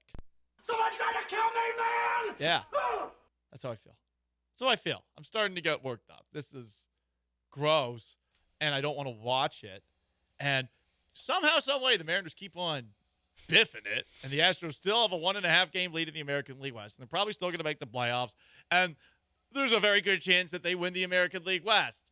But now I'm starting to wonder, okay, are the Astros about to get dust busted? And am I about to predict that the Astros get dust busted in the wild card round? Yeah, I mean, it's tough not to think about it considering how they're playing. And right now, last night and the next 2 nights, who they're playing against, it's those guys. It's the guys that dust busted you last year, especially tonight with Tarek Skubal pitching. So it's like really facing the ghost of Christmas past of really like, oh, God, this guy. The Astros haven't scored a run in 2 games, and now this guy's walking in. Great. Love that. Oof. Anyway, most interactive sports talk show in Houston. 713-780-3776 to call, to text. YouTube at ESPN Houston, Twitch at ESPN 975. Someone's asking a question about the show after us. I heard something went down. We might have to check that out and see if we can talk about it over the course of today's show. From the 832, Chaz is better than what we've had out there. This is a poor justification. It's a poor justification. He shouldn't be out there, period. And 1 strikeout does not make up for the fact that, I mean, he is throwing batting practice to these guys who are probably thinking to themselves as the game wears on, all right, it's 10-0. We don't need to do any more here. I would be like, time to get these numbers, dude. Well, they don't say who you got it against. That is a fair point. I mean, if I got a contract, I have a incentive in my contract. I'm trying to take this dude yard. There's a game in high school. I was mad because I got pulled in the third quarter because we were winning by so much, and I wanted to stay in because I had never scored a touchdown, and at that point in my career, and I wanted to score the touchdown, and I thought this was my chance. All these freshmen are playing in and continuing the ass kicking we were giving this team. Mount Dora Bible. They had their center play in the halftime band, and they played the theme song to Jurassic Park. So their center was playing the tuba in full uniform at halftime, and the entire second half, while we were in the game, and maybe this is why coaches pulled us, we were trolling him by making the same sounds that John Williams made. You know, the Jurassic Park theme song. Yeah, that. And making velociraptor noises. I feel bad for that kid in retrospect. But made him tougher. That's what the Astros are right now. They're Mount Dora Bible. From the 281, wait, aren't you the guy who tells all of us to calm down? Yes, but today I am mad that there was mirth over that specific moment. I wasn't even watching at the time. I just got back on the internet this morning, checked it out, and I was like, this has me mad. This has me angry. Suppose I should thank Todd and Jeff for giving me something to have energy for today. Either this or Texans training camp. Yeah, that's true. And I the mean, only thing keeping the Astros in the A block is Texans training There's camp. no games yet.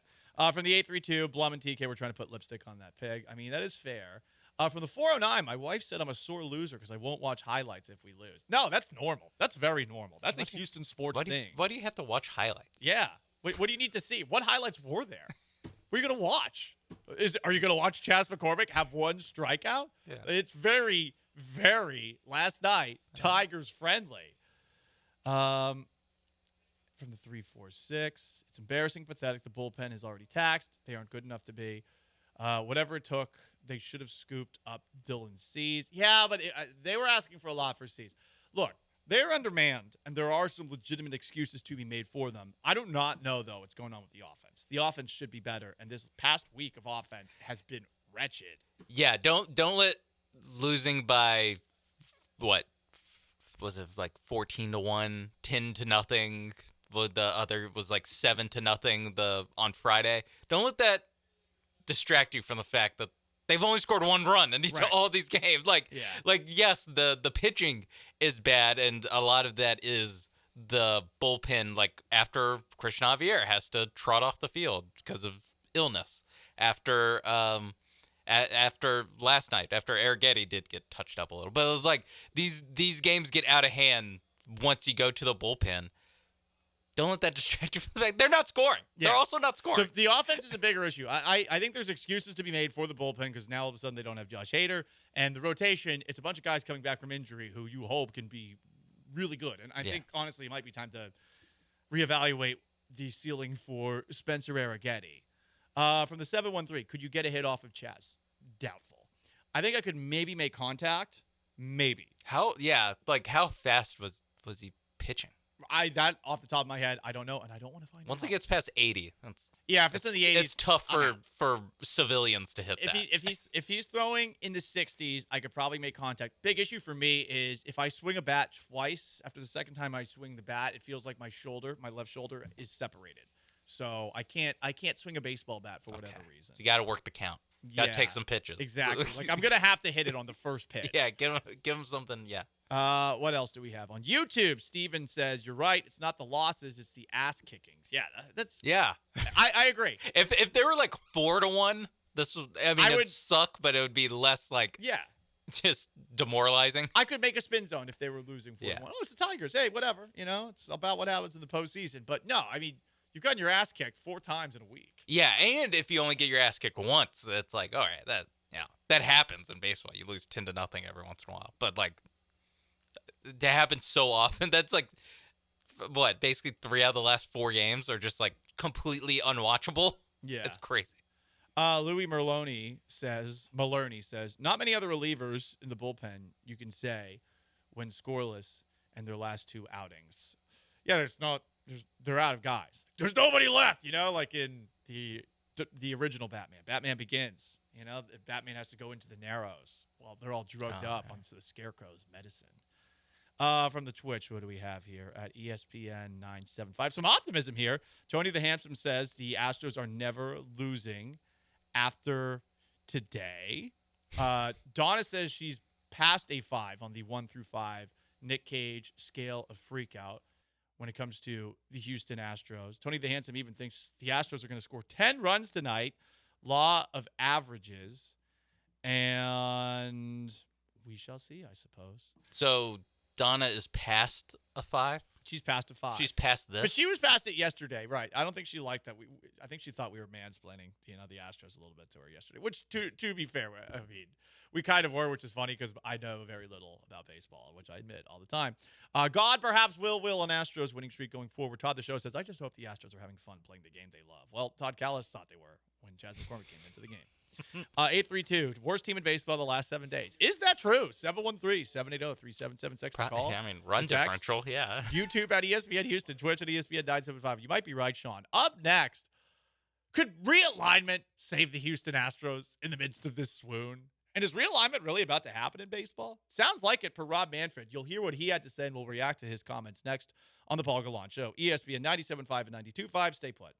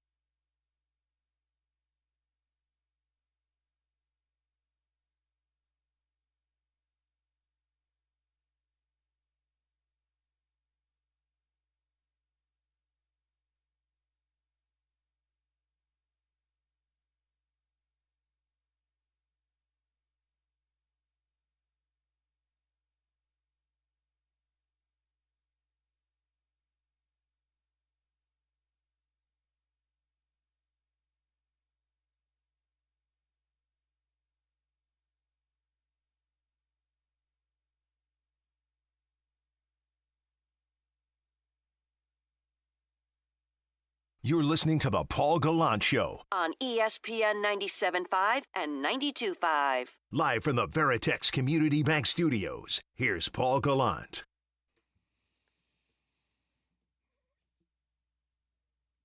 Paul Gallant Show, ESPN 97.5 and 92.5. With Sean Mapes behind the glass. You want to get in, you know how to do it. Rob Manfred is the commissioner of baseball. And over the weekend, we heard Manfred get asked a couple of questions about the future of the game. Some pretty interesting ones. Here they are. How about a window into the future? Expansion, realignment, expanded playoffs. I mean, can you see that down the road? I can. I think that first two topics are related in my mind. I think if we expand, it provides us with an opportunity to geographically realign. I think we could save a lot of wear and tear on our players in terms of travel. And I think our postseason format would be even more appealing for, entities like ESPN, because you'd be playing up out of the East, out of the West, and that 10 o'clock time slot where we, sometimes get Boston, Anaheim, would be two West Coast teams, and that 10 o'clock slot that's a problem for us sometimes becomes a real opportunity for our West Coast audience. So I think, I think the owners realize that there's demand for Major League Baseball in a lot of great cities, and that we have an opportunity to do something good around that expansion process. Let's focus on the Houston Astros when it comes to realignment. I think that our first gut reaction whenever you hear Rob Manfred is F you, right? Okay. 3, 2, 1. F you, Rob Manfred. But some decent points made. Number one, the idea of geographic realignment. Do any of us want to watch another Astros-A's game, Astros-Angels game that starts at 9 o'clock, especially given the lack of competitiveness from those two teams? I mean, they've been jokes for a while. That's about 13 games a year between those two teams that theoretically are going to start late. You're not going to watch them. A lot of people aren't going to watch them, at least the whole thing. Killing the local networks. You're having people just check out. Sometimes those games can be entertaining. So that's one part of this. Also, the idea that maybe a league with a little bit less travel reduces the wear and tear. I can buy into that. And with this Astros training and medical staff, I mean, they need all the help they can get with all these Dr. Frankensteins in the clubhouse. So that could help too. And I think most importantly, it would be nice if we could see the Houston Astros playing playoff games in a window that we don't have to leave work from. I mean, that's been really obnoxious. Over the entirety of this run, how many playoff games have you missed because you had to watch a game that started at 3 o'clock or something like that, 2 o'clock, noon? I'm not saying that having games that begin at 10 p.m. is going to necessarily allow you to watch those games or have them start a little bit later on, but there is a possibility, and that part has been, to me, pretty frustrating, especially now that I'm doing the noon to 3 window. I mean, both Astros-Tigers games that I went to, it's pretty tough to get there on time. And I cover sports for a living. I can't even imagine what it's like for you. It's in the kind of borderline rush hour window, too. It's already a bitch to get to Houston sporting events. We're always fashionably late. Sometimes it's because we're just slow. Other times there's legitimate excuses. Yada, yada, yada. You might hate Rob Manfred, but some of those ideas I think are appealing. Yeah, the reasoning for them that he gives there, aren't super compelling to me as a baseball fan, where he's like, yeah, it'd set up a more appealing postseason format for ESPN. I'm like, I don't care, dude. That's clearly you just being like, we could ask for more money from TV partners that our owners won't spend on the field. That's cool. Whatever. That's your job. I got it. But the thing with the Astros is that, with realignment, there's not the, easy answer of, there's the Rangers. Yes. Put them in a division with the Rangers. After that, it's very much kind of how old you are or what you value in this, or do you want to go pure geography, or do you want to have some tie to the NL Central? Do you want to be in the division with the Cardinals? Do you not care? And do you want to be with the Rockies and the D-backs? They're just in this weird no man's land when it comes to the geographic part of geographical realignment. Astros history has already been bastardized by the fact that in 2011, they left the National League for the American League. So all of those series that you might have grown up watching against the Braves, or if you want to go way back in time when the Astros were playing the Dodgers in the National League, obviously the Cardinals, Yeah. Cubs, all of that is already out the window. That was almost 15 years ago. Hasn't time flown by so quickly? So you have an entire generation of young baseball fans, the ones that do care about the sport, that have no context for a Cardinals-Astros game with all those playoff matchups that they had in the early 2000s, or Astros-Braves, late 90s, early 2000s. That's already gone. So it's a great question, Sean. I've seen a couple of ideas thrown out there, and I don't know what would work, because first off, you got to figure out where these expansion teams would come from that would lead to 32 teams and probably a NFL kind of model where there's 4-team divisions. How many games do you play against those teams in your division? Is it still 13? Are you playing every single team out there? And then who gets put in? Because, all right, you got the natural rival in state with the Texas Rangers. Astros and the Rangers are probably going to be joined at the hip. But after that, who? The Royals?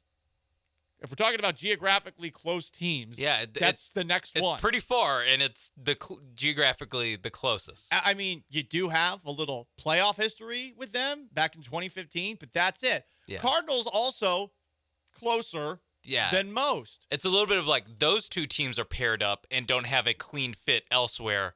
Texas and Houston are paired up and don't have a clean fit elsewhere. There you go. But it's still a little odd couple-y of like, it's not perfect. That's why like the Rockies, like it makes a little bit more sense. Just mentally, it seems that they're more closer together. Houston to Denver flights are about as cheap as it gets. And exactly. they are the already natural interleague rivals. That too. But this is a team with very little history that stinks. Would be nice to play against the Colorado Rockies on a regular basis. That's part of it. If you want to add a perk. Diamondbacks, I guess that makes a little bit of sense as well. But it does get tricky because, okay, is one of these expansion teams going to be in San Antonio or Austin? I doubt it. It sounds like it's going to be Nashville and maybe Portland or Salt Lake City. And again, I don't know. The fit's going to be weird.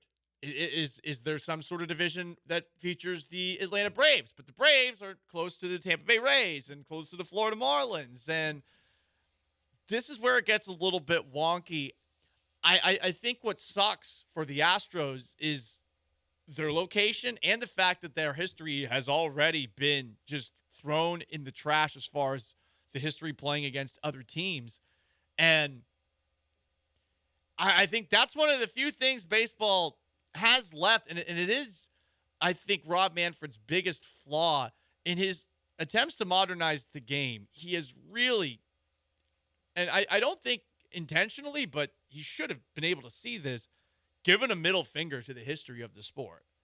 Yeah, and it's a tough line for baseball to walk because that is kind of like they're like the sport with the cleanest connection to their history, the easiest connection to their history, and it's the very, revered thing in baseball, more so like in other sports, where you have that part of the job, but then you also have the job of modernizing it, and like you're kind of getting pulled in two directions. I think the realignment thing is the clearest example of that, because we're talking about a team in the Astros that already has moved around divisions in the National League, and then B, I forgot too. NL West to the Central. B moved around from the National to the American League, and really since they've been in the American League, it's been the Rangers twice. 2 seasons that they've really been head to head, battling with them. But the geography there makes it more of a rivalry.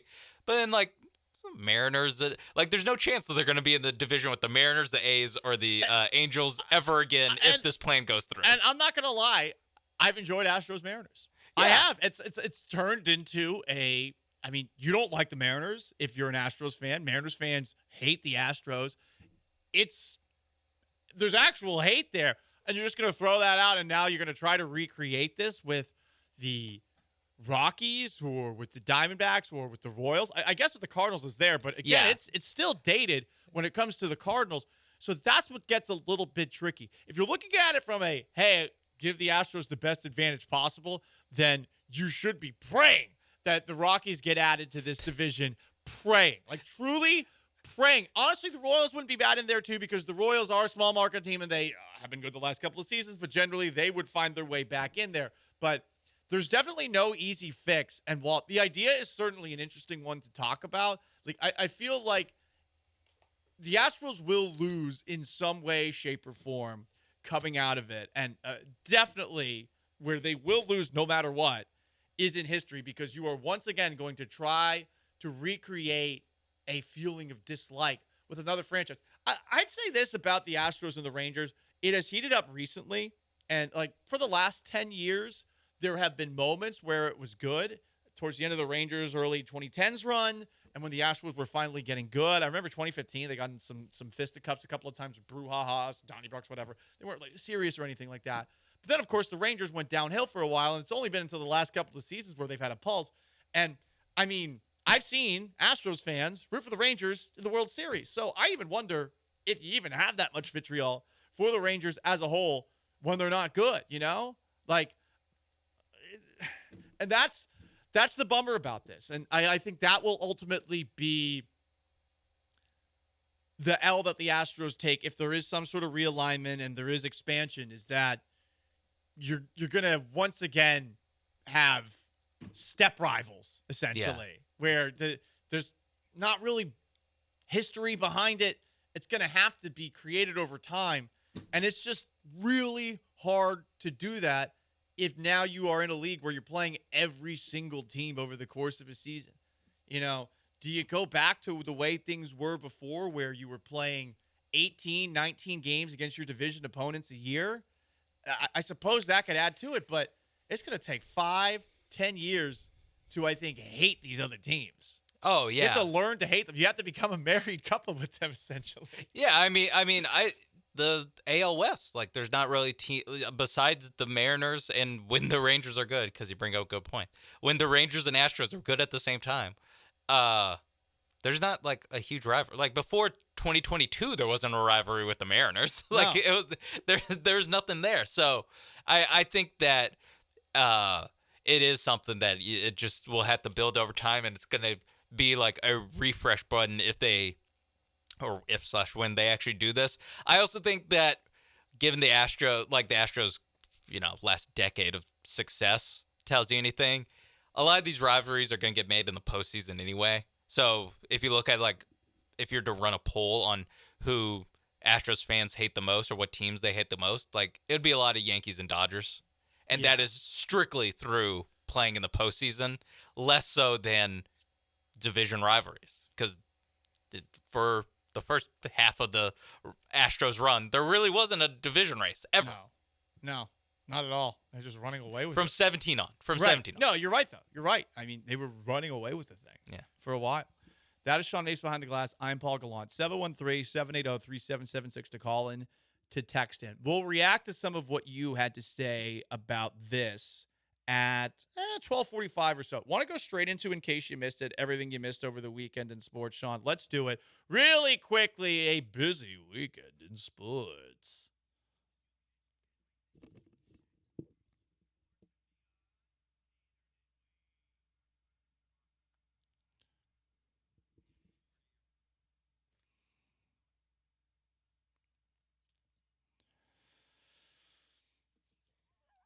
Speaking of realignment and pointing the middle finger directly at history, the United Kingdom is pushing hard to bring the Super Bowl to London. U.S. Ambassador to Britain, Peter Mandelson, said recently, "I've made a big pitch for the first Super Bowl outside the U.S. to take place in Britain. Can we put him in stocks? Can we put him in the Tower of London?" This is an act of terrorism. I'm not kidding on this front. The idea of putting the Super Bowl in another country is the most offensive thing that I've ever heard when it comes to my game, our game. Why do we care about the globalization? F these owners. I want to make more money. No one actually wants football outside this country. Americans who live in other countries want it. No one who lives outside the country wants American football. And I get it. You can make more money off of it, but What is the win for the fans who you are already royally destroying with $700 a year it costing to now watch football games, which used to be free back in the day? What are we doing here? If any NFL owner signs off on this, they should be immediately forced out of office. Someone needs to plant something on them. Yeah. I'm willing to go that far. I am willing to go that far. Someone's got to send an email out. Someone's got to leak an email. Yeah, Snyder, get back. Yeah. We need you one last time. We're lighting up the bat signal for Dan Snyder. Dan Snyder's become the dark owner. Unfortunately, the bat signal will probably be the old Washington logo for Dan Snyder up in the sky. Release some more emails. Do you have any more emails where you were both saying something sexually inappropriate or racist? Yes. Like with another owner. Any of the phobias, give it to me. If any owner who wants the Super Bowl to take place in London, I want them out immediately. As soon as they hear them, I will become Pablo Torre finds out. I will try to find a way to extort them out of their jobs. Like that, just you heard it here first. Victor Robles, Seattle Mariners player. Robles, my bad. A Seattle Mariners player is in the minor leagues on a rehab assignment. He dislocated his shoulder. He seemed to have lost his mind a little bit because in his rehab assignment, he has been hit 5 times in 15 at-bats. 3 times he was hit by this pitcher. So he threw his bat at the pitcher. And then after getting ejected immediately and being held back, threw sunflower seeds and a Gatorade cooler onto the field. He did a Instagram story in a cute, bubbly font apology saying, I want to take a moment to sincerely apologize for my recent reaction on the field. I let my frustration get the best of me, and I understand how that many may have affected not just the game, but the energy and respect we all work so hard to maintain. Coming off a long rehab and being away from the game for most of the season has been challenging. Adding to that, the recent passing of my mother. Oh, dude, you can't use your mom dying as an excuse for throwing a bat at somebody. And I've been doing my best to hold it together. That's not an excuse, but some context I feel you deserve to understand where I'm coming from. Getting hit 5 times in 15 at-bats added to that pressure, and I reacted in a way I'm not proud of. This game means the world to me, and so do the people who play it. I respect every one of you, my teammates, the opposing players, and everyone in this league. I'm committed to being a better player, not just as a teammate, but as a teammate and competitor. I appreciate your understanding, and I'm grateful to be back on the field doing what I love. Thank you. A couple of thoughts here. 1, you shouldn't have done that. 2, that said, there is a part of me that feels like if a pitcher hits you and it's intentional, you should be allowed to bring the bat out. You should be allowed to bring the bat out. Throwing the bat too. I mean, he didn't hit the pitcher. The pitcher would have been able to stop the bat. Probably he has a glove. The glove would have been able to deflect the bat away. There's no way that throwing a bat that far, it's going to hit very hard where it's actually going to hurt anybody in the same way that a baseball would. And yeah, making a little bit of a defense here for Victor Robles. And it might be because when I was in 8th grade, a pitcher threw at my head 2 times in an at-bat. And when he hit me the second time, I walked halfway out to the mound with my baseball bat. And then I walked to first base. Biggest regret of my life is I got caught in a rundown between third and home plate later on in that same inning, and the pitcher was between me and home plate. And instead of trying to truck his ass, I turned around to try to get back to third base. After which, a couple of my teammates who knew I was a psychopath told me, Paul, you could have run him over, and I then threw my bat. My mom yelled at me after the game. I'm surprised you didn't run him over. I think about this every day. Probably for the best. I probably would have gotten in trouble. I was getting in a lot of trouble at that school, so probably for the best. Anyway, Paul has temper issues, so I understand. I relate. We figured out what the hell. Sorry, I almost cussed. We figured out why the Rockets put out that schedule the way that they did. So apparently, Trenton Miller is that very strange Gen Zer who was part of the Rockets schedule release, which we aired on the show on Friday. And I guess he is a TikTok star for going through homes and doing super fast chores of them. So you go on the comment section for Instagram and TikTok, very different than the comment section that you would have expected. A lot of people loved it. This is the collab we need. And I hate it. I feel like And I hate him. I feel like the comments would be positive, like the replies would be positive, and all the quote tweets are just like, "What the hell is this?" Yes. Like people just being like, "What the is this?" Yeah. It was bad, guys. It was bad. Anyway, there you go. That's in case you missed it. Everything you missed over the weekend in sports. How do you feel about the idea of realignment for the Houston Astros? Would it help them out? Well, hear what you had to say on the text line, 713-780-3776. If you want to call in as well, YouTube at ESPN Houston and Twitch at ESPN 975. Stay there.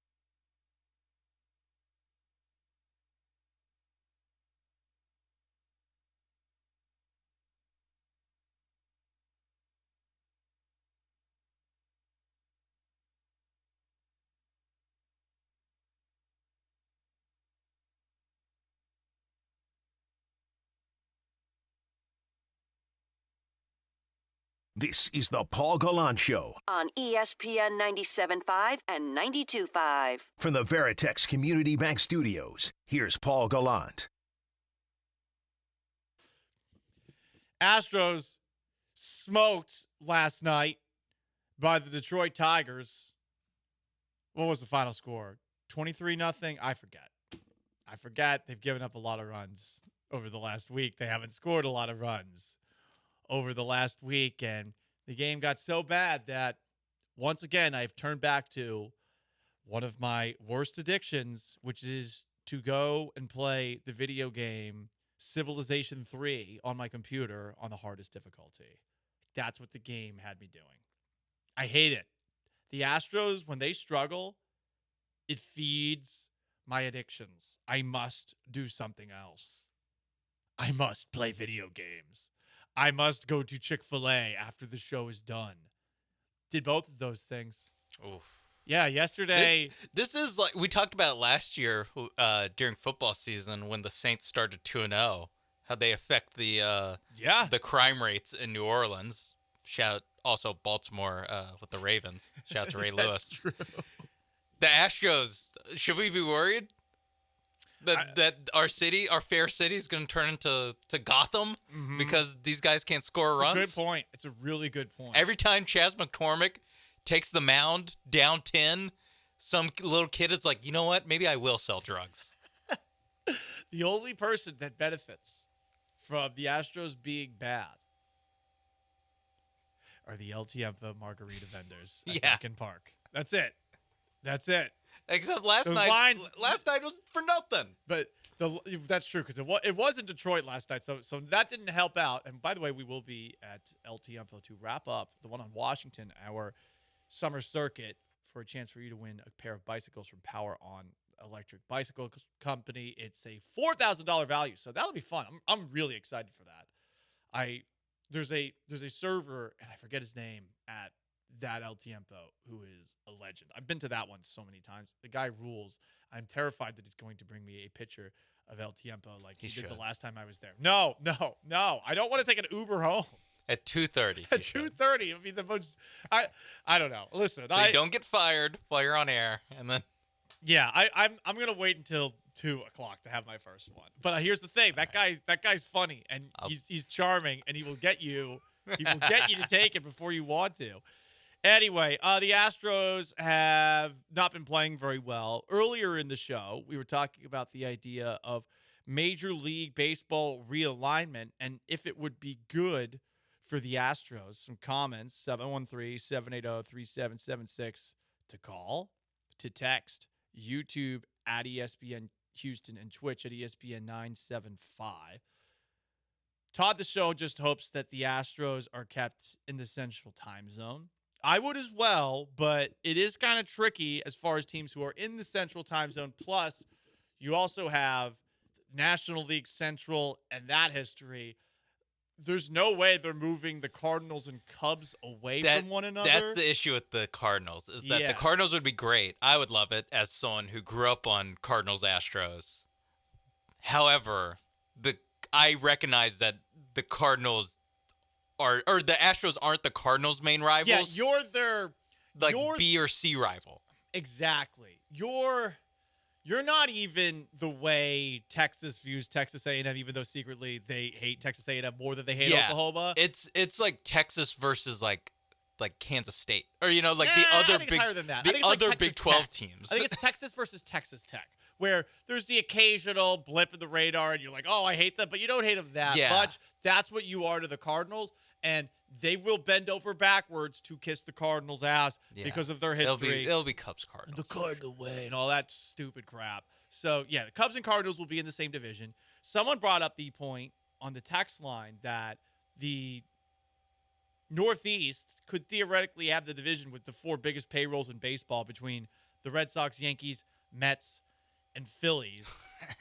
That'd be great. That would be an interesting one. It's also something that I think college football has to reckon with now with the mega conferences, is that someone's got to finish last every year in that one team, Yankees, Red Sox, Mets. I guess the Mets are more used to it, and Phillies. They're not used to like, man, we're the punching bag of this division. That is a way, though, to listen. If you're not going to get owners to spend, if you put all the teams that can spend in the same division, you were essentially putting them in the same kind of tax bracket, right? I mean, yeah, that means that. And the playoff team, that would be funny if they did it like income-based divisions. That would be really funny. So it would be like the Dodgers. Or revenue-based Dodgers, divisions, yeah. Yankees, Mets, and I guess Phillies, maybe Red Sox. I forget who's up there. Probably Red Sox. That as would far be. as cash flow, yeah. That, honestly. Did we just fix baseball? I think we did. I mean, the travel would be an issue. But and the bottom division would be such a bummer.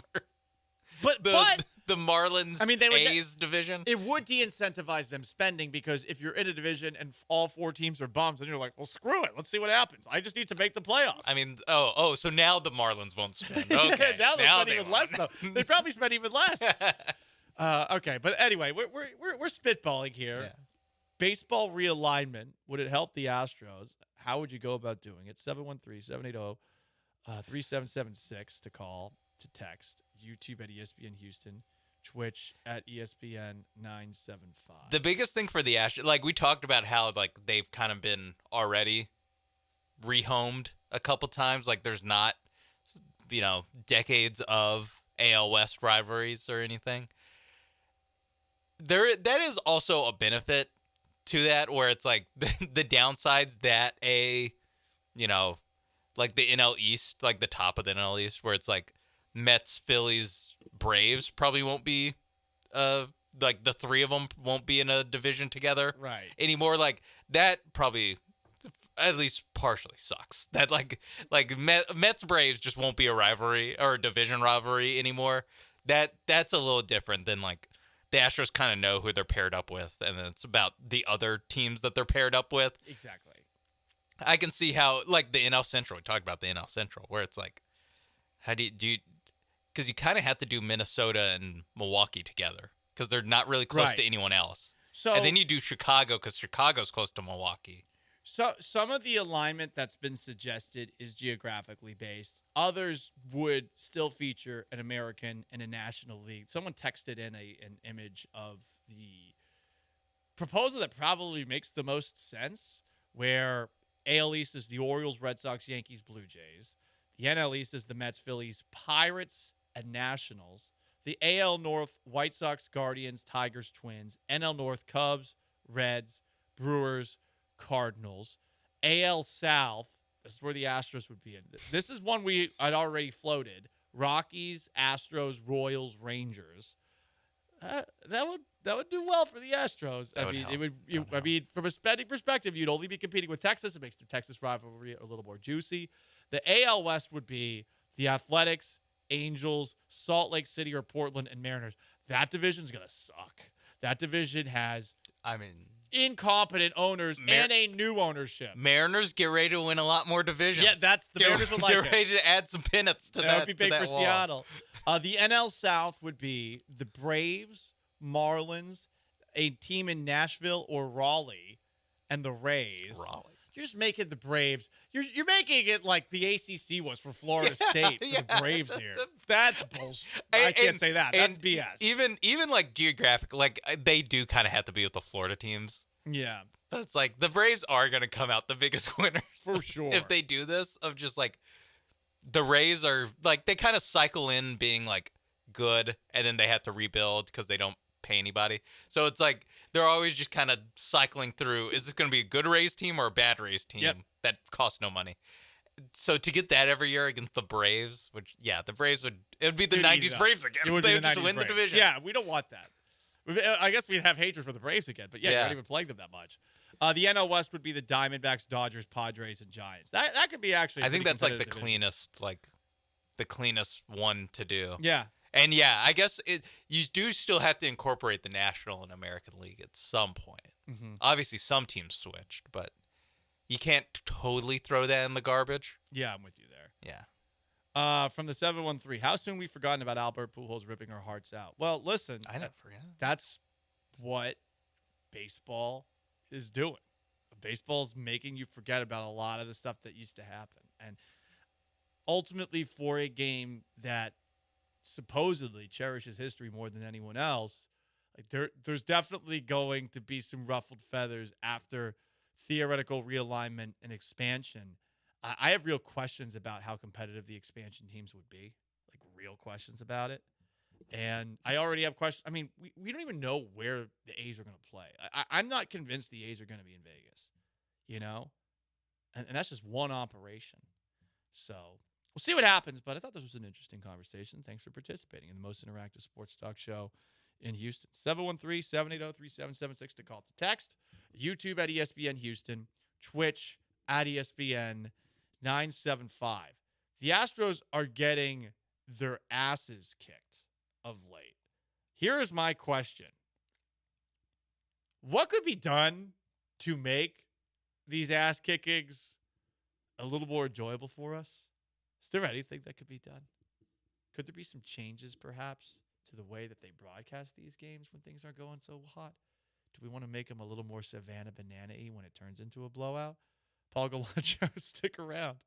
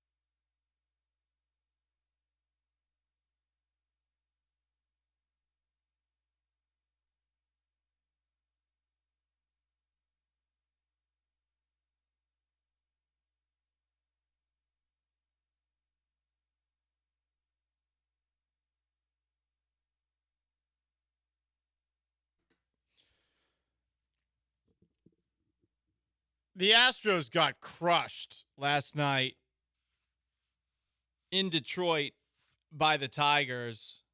It was brutal. They lost 62-0. Major league record for runs in a game by the Detroit Tigers. Major league record for biggest margin of victory. At least so I'm told. I might be looking at a bit of a different website when it comes to how I get my Astros information. I'll just have you know I did not finish that game. The Astros were playing so poorly that I started playing a video game from, I think, before 9/11. Civilization 3. You know, I'm trying to build up an empire and get to the part where you get into a nuclear war with everybody and just burn the whole place down. You know, it's fun. Very, very fun. How do we make the Astros games more fun when this stuff goes down, huh? Is there any way? Any way to make this a little bit more enjoyable? The girlfriend's been sending me videos of the Savannah Bananas, who she just discovered. She is fascinated by them. They are a fascinating dynamic. I do not know whether I hate them or like them, because I do appreciate anyone who's trying to make baseball a little bit more enjoyable. But as I heard someone once joke, it does seem like the Savannah Bananas are a way that you can bring the whole family to the ballpark, and after all that, with the wife, with the kids, wife's probably going to be turned on by the little strip teases that the players do, or how they sometimes will randomly just drift into reenacting a musical, like a clip I saw last night of them doing Alexander Hamilton. Could we have that happen? Like, if it's a 10-run game, instead of Chas McCormick coming into the game and having to pretend that it's cool that Chas McCormick is pitching when he gets a strikeout, could we maybe do something that makes it just a little bit more enjoyable when bleep hits the fan? Because it's been happening enough that the Astros probably need to have some sort of contingency plan here. 14-1 last week, they lost to the Red Sox. 7-0, they almost got perfect gamed on Friday by the Orioles. Was it 14-0 that they lost? 12-0 that they lost. My bad. 12-0 that they lost Sunday to the Orioles. And last night, the actual final score, 10-0. Do a little math off the top of your head really quickly. In those 4 games, they were outscored by a whopping 26 plus 7, that's 33, 43-1. Woo! That's not good. So how do we make this a little bit more enjoyable? Does someone need to take one for the team? Did you know, guys, it's the 5-year anniversary of when Tom Brenneman, former Reds broadcaster, who you will now randomly see calling, didn't he call like a football game last year? Yeah, I want to say CW. Yeah, I think it was Syracuse Boston College. Yeah, I think I specifically remembered it. Good for him. He made it through a game without any homophobic slurs. He said one in the midst of a Reds game, and 5 years ago, this is how he tried to apologize. Over on the mound, I made a comment earlier tonight that I guess went out over the air that I am deeply ashamed of. If I have hurt anyone out there, I can't tell you how much I say from the bottom of my heart. I'm so very, very sorry. I pride myself and think of myself as a man of faith. As there's a drive in a deep left field by Castellanos, it will be a home run. And so that'll make it a 4-0 ball game. I don't know if I'm going to be putting on this headset again. I don't know if it's going to be for the Reds. I don't know if it's going to be for my bosses at Fox. I want to apologize for the people who signed my paycheck, for the Reds, for Fox Sports Ohio. Wow. For the people I work with, for anybody that I've offended here tonight. I can't begin to tell you how deeply sorry I am.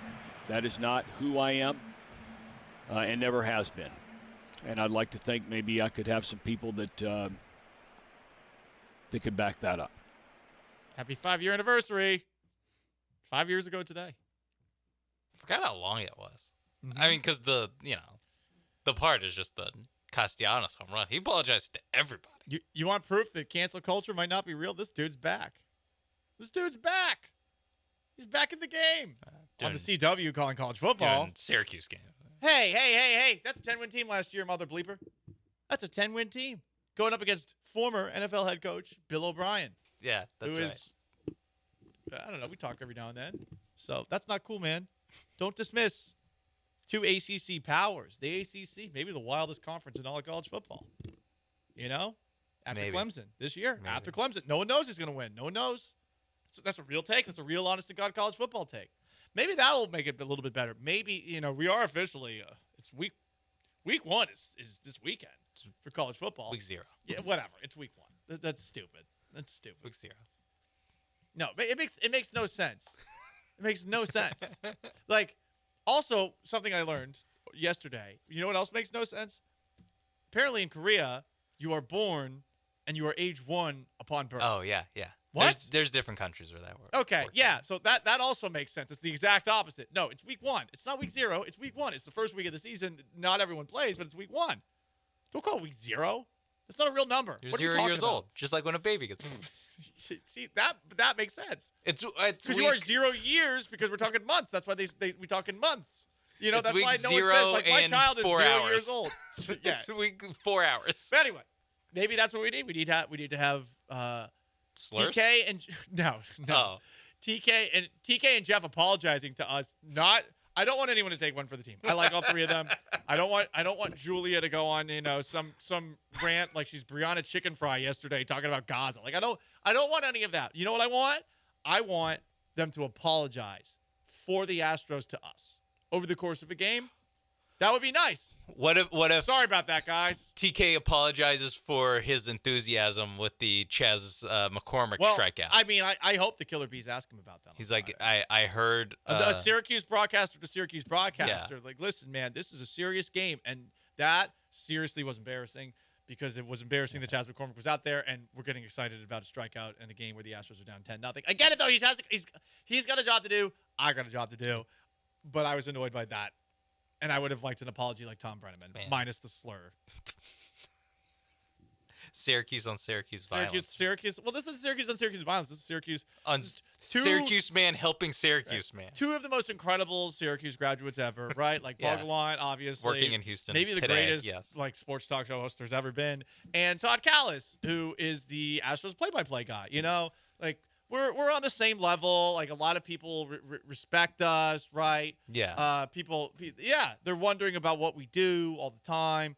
And, you know, I'm just talking to him. I know he doesn't know who I am, but I know who he is. And, you know, it's like that healthy Syracuse to Syracuse respect. Yeah.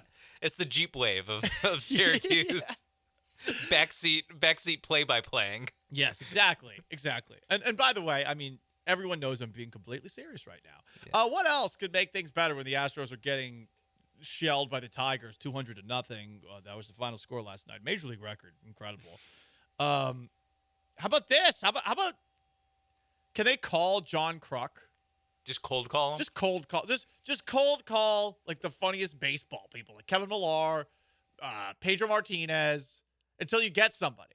Right? Like Jeff Plum played in the league. He's got to have some digits. I mean, just put it on speakerphone and be like, hey, man, this sucks, huh? I know one manager he had, Ozzie Guillen. Ooh, that would be great. Yeah. No offense to Jeff Bagwell. Jeff not bringing a lot of energy in these spots. And also, since he's, you know, part of the team, he's probably going to do a little spin zone. Oh, it was baseball. Like, no, well, losing 315-0 isn't baseball, in my opinion.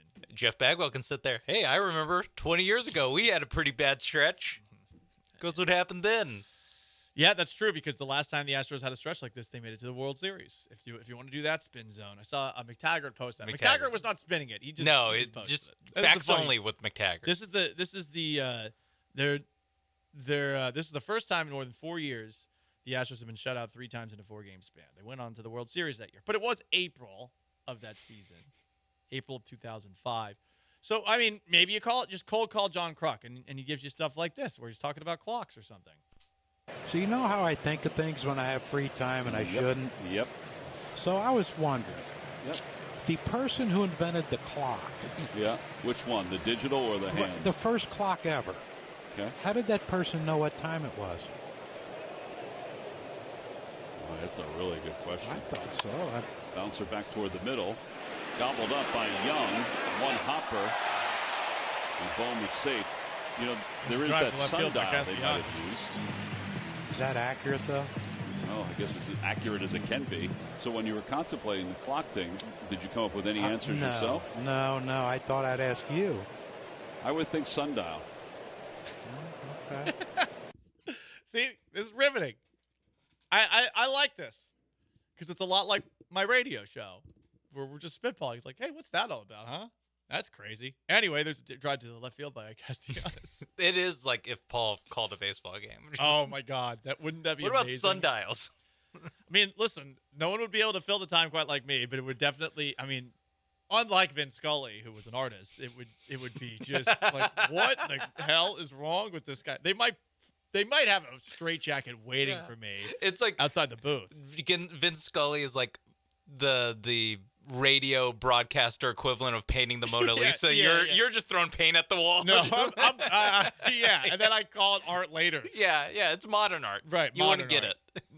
Exactly. That's the best thing. Well, what do you think it means? Yeah, exactly. Just ask that all the time. It's a cluttered mind. That's what it is. Here's more John Kruk, who also saw his play-by-play man. He's the Phillies color commentator. He used to play for them back in the day. I'm missing Kruk on ESPN, not going to lie. Here's Kruk just talking about this sandwich that it looked like a hoagie that the play-by-play guy was starting to chomp on. Wow. Well, I can't see it. You got the paper on. That's a lot of paper. That's a Lucio's roll. hearty sandwich. Seeded roll. The shallots. The kale. Jimmy John's. Outside corner. What are shallots? They're like onions, aren't they? I don't know. What are They're shallots? fancy onions. Fancy onions. Yeah, it looks good. I'm going to take mine home and have it for breakfast tomorrow. Good idea. A sandwich? And maybe lunch, too. You probably could have it for both. Taryn's eating it without the cutlet on it. God hates a quitter. I'm making a mess. I'm sorry, guys. God hates I got really excited. God hates a quitter. God hates a quitter. A salad on a sandwich is really up my alley. Salad on a sandwich. Just like croutons. The bread's the croutons. 0-2 to Suarez. Croutons on a sandwich sounds good. If I ever become a vegan, would you just punch me in the face as hard as you can? You know, Sarge had us asked us to do something to him if something happened, but we didn't do it. So yeah, we would do it to you. Please do. Just take turns. You go first. I would never do that. Then Ben and Ruben, Larry, Scott. Larry might do it. I would never do it though. Stock might do it. Yeah. Yeah, this is great. Can we start riffing? Because listen, didn't expect to see a lot of this the rest of the year, but now TK and Jeff have seen a good amount of it in the last week. Just four massacres. And sorry, Chas McCormick strikeouts, that's not getting me through it. It's good for the social clip, you know? It's good for the social clip to promote the Space City Home Network. It's not good to make me feel better about the fact that the Astros lost last night's game 347-0, okay? Like, that's just not going to make me feel better. So start cold calling dudes that played baseball and just shoot the breeze and ask, like, what is Tarragon? Or whatever John Kruk was asking there. Yeah. It's time to have backup plans, and it's something better than getting excited about Chas McCormick throwing a strikeout, okay? Yeah, I'm taking inspiration from the sandwiches that the Phillies broadcast got. What kind were they? Do you know? I have no idea, but I imagine it's some sort of hoagie Philly delicacy. I just looked up what food is Detroit known for, because tonight with Detroit style pizza. Tarek Scooble on the Hill. There's a chance it could get out of hand. God, you ain't kidding. But there is Hunter Brown, but unfortunately he will have to give the ball to the bullpen at some point. It's his return to Detroit. That's right. It's going to be 0-0 going into the 8th. And then Sean Dubin comes in and gives up 17 runs. No. So Detroit style pizza looks like that's the cuisine, the headline cuisine for Detroit. And what is Detroit style pizza? It's exactly tavern. I think the crust is smaller. It looks smaller on this. Oh man, it's making me hungry. I am very hungry. So, it's like a square or a rectangle cut into squares. Interesting. Ooh, square pizza. Yeah. Why squares? Do they not have? Huh? Are they? I don't know. Are they Canadians? I just have It sounds like South Park Canadians. They don't have this everything's a block. The wheels are blocks up there. I just have Google Images Detroit style pizza. I'm looking at a bunch of square pizza. A rectangle pizza cut into squares.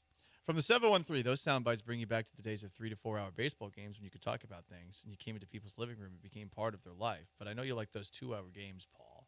Yeah. Well, makes it way better when they're this is losing the problem. by 75. Listen, when you lose 492 to nothing, like the Astros did last night, it was a major league record. You have to have somebody who is capable of drifting off. Okay. Like, maybe they need to, if Chas McCormick is in the bullpen, should I be in the bullpen for the Space City Home Network? For a nominal fee, I'll do it. Just have me do it from my home, watching it on a delay. I feel like you would certainly think the thoughts might be bad. You might be like, this person needs to be euthanized. He needs to be put down. He needs to be killed. This is a sick individual. He's a sick individual. We cannot let him get near our children. But I think this is what the Astros need right now because that's what's happening. 4 on the freakout scale out of 5 because they just keep getting stuffed into a locker. And last night's 792 to nothing loss was, to me, like a sign that they need to start thinking about some other stuff. From the 512, Detroit pizza's thicker crust, but cooked in an oil pan. Very blue collar. It's trash. Oh! Yeah, Wikipedia describes it as rectangular pan pizza with a thick, crispy, chewy crust. That seems like it's hard to do, to be crispy and chewy. It's traditionally topped on the edges with mozzarella or Wisconsin brick cheese. What? Caramelizes the blah, blah, blah. That sounds good. See? Yeah, so how about right. PK and when the Astros... Not when. It's designed to use as automotive brick pans? That makes sense. That, Huh. Interesting. It's the Motor City. It is the Motor City. And even their pizza has motor oil on it. Virginia Buttonweed suggesting stand-up comedy in the middle of it. That would be fun. Little open mic. Jason Alexander. They have Jason Alexander. They do have Jason Alexander. That's true. What's the deal with airline food?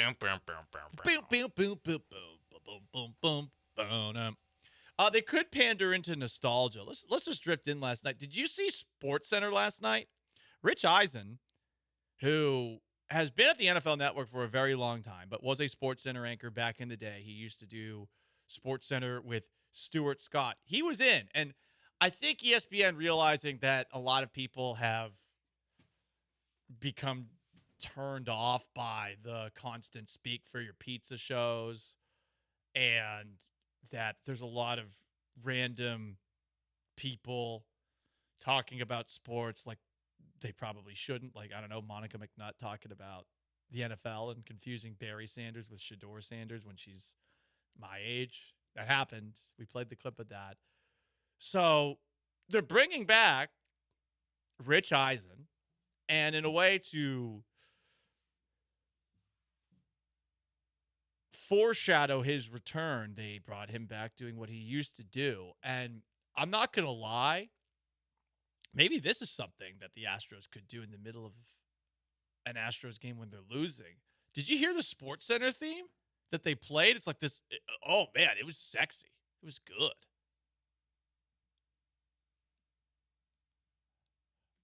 The sax.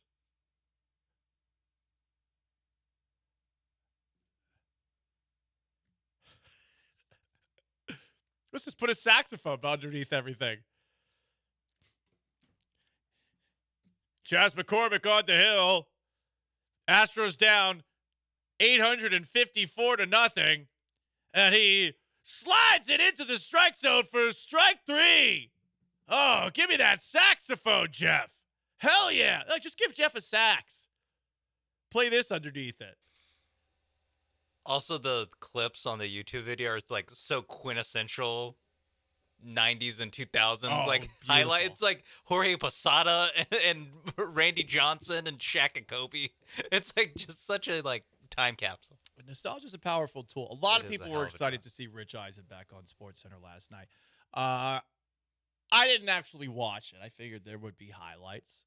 I do have a great deal of respect for Rich Eisen as a broadcaster because he has pulled off the remaining likable while moving into the sports take sphere. I don't think that's easy to do. I would say that maybe Rich Eisen isn't the most entertaining, but Rich Eisen has maintained pretty much universal approval over at the NFL Network and then doing the Rich Eisen show for years and years. He's a Jets fan, but he's not annoying about it like Mike Greenberg, who is constantly thrown in our face all the time. I think he's pretty reasonable. I think he does a pretty good job with interviews. I wouldn't say he's on Dan Patrick's level, but it is cool to see Rich Eisen back in there. And it was cool for at least one night to see what SportsCenter used to be like. But we're never going back to that. It's just never coming back. Yeah, it's something where like we all like, yearn for those days. But it is, it's just something where you just technology kind of moved past the need for a sports show at the end of the night to tell you everything that happened in sports. It's like, well, we got it right here. It kind of makes it not obsolete, but it makes it less essential to watch. Like it was, like even Rich Eisen wasn't on ESPN when I grew up, but when I grew up, if you wanted to know what happened in sports, you had to watch SportsCenter either in the morning getting ready for school or before you go to bed. One or the other. I liked SportsCenter at night, and I think that's when Eisen and Stuart Scott would generally be on. We'll get to Scott in just a moment because Eisen had a very cool tribute to him. Yeah, we are at a point in time where the highlights are readily available to you. I actually like having some random guy talk about the highlights in the background, but there was an art to that. And the SportsCenter guys were really good at it, and they always had this great chemistry, which sort of added to it. And it's hard to do that, especially when you put guys on a level where they actually become stars, which ESPN used to have this mentality that, hey, if we lose talent, like they will be nothing without us. But it is different where you can leave and you can do your own thing. And I think the big issue now is like, how do you get super talented people in those sports anchor roles to have that kind of charisma and ability on the air when you're not willing to pay them? Not to say that a sports broadcaster needs to be paid a lot of money. This is a lot of people could do this job. I'm very thankful that I have it. But I realize there's so many people who want it. You can always find somebody who's got talent. But to keep people doing that same job over and over for years and years and years, you're going to need to pay them. Yeah, and they wanted money, and I think that's why it led to a lot of these guys that ended up leaving the ESPN and moving on to other things. Yeah, because they became stars. They became television stars essentially, and I think especially now it gets even harder because you're spending the money on the broadcasting rights for these games, which is that's fine. That's what you kind of should be doing at ESPN is making sure you have games to broadcast, and beyond that, you're spending the most money on Stephen A. Smith, on Pat McAfee, on like your lead opinion havers, which is like the pivot away from the SportsCenter anchor. So if you are a broadcaster coming up, it's like, well, would I rather be the random no-name guy on SportsCenter reading highlights or the hot take guy? Yeah, for 3 years, or should I try to be the hot take guy where maybe I make millions upon millions of dollars? The career trajectory for the hot take guy is big, and I mean, I've certainly drifted in that direction. I'll admit it. I like to think that my show is funny and entertaining, but like, could I do what these guys did back in the day? I suppose I could. I don't know though that I would stand out in any way, shape, or form. That's what was great about these SportsCenter guys. They actually really were able to do it. I'm not trying to put them on a pedestal too much. I think nostalgia has certainly made us all look back in time and think, oh, yeah, these guys were fantastic. But they were. And to wrap up this little nostalgia segment, I did think that this moment was very cool at the very end where Rich Eisen paid tribute to Stuart Scott, who passed away a while ago. There should be someone else right here in this chair next to me. Right there. As he was for my 7 years in the role he referred to as my TV wife.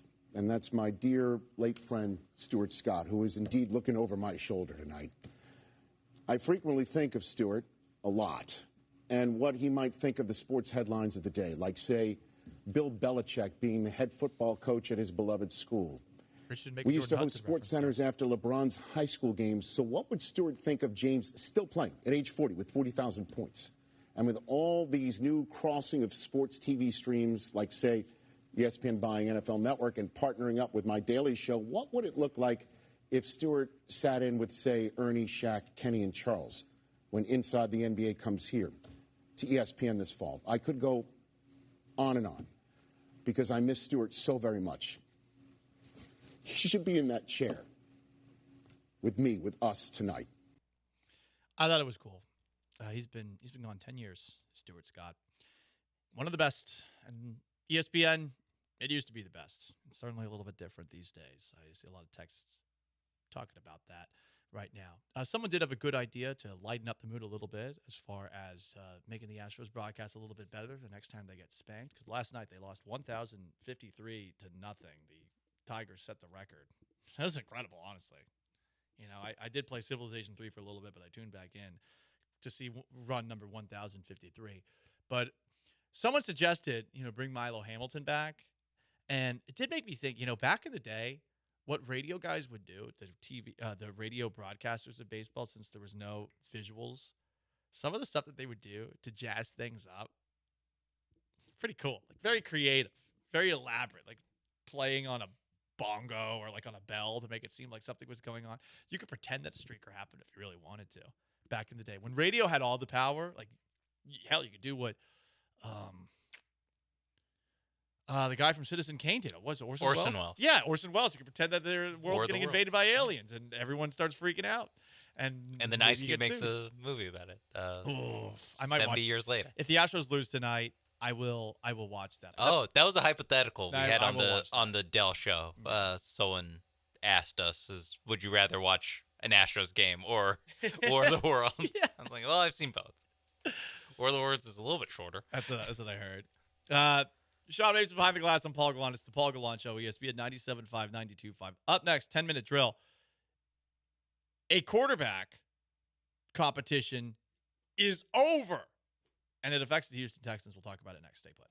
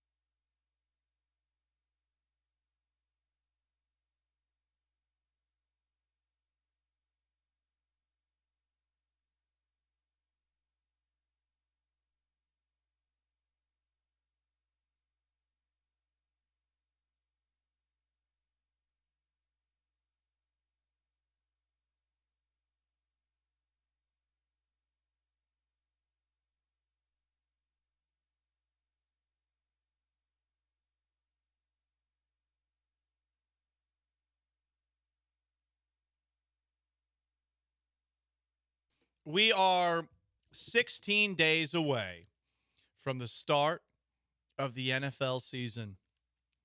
Who's the greatest 16 ever?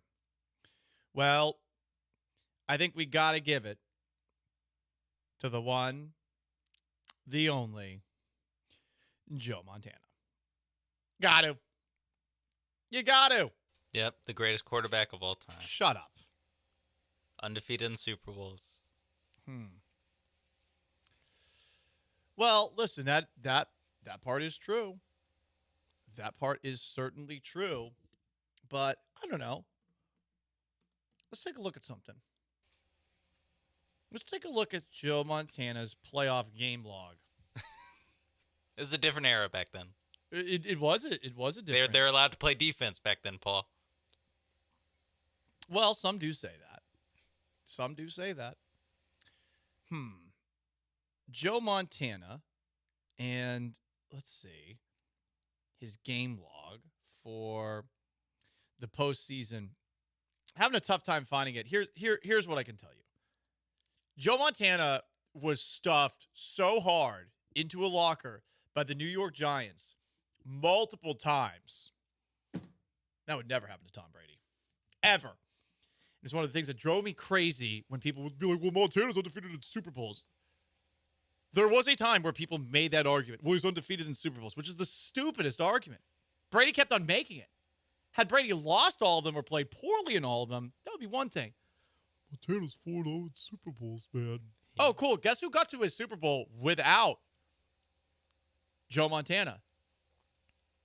The 49ers with Steve Young, because they traded him to the Chiefs, where he wore number 19.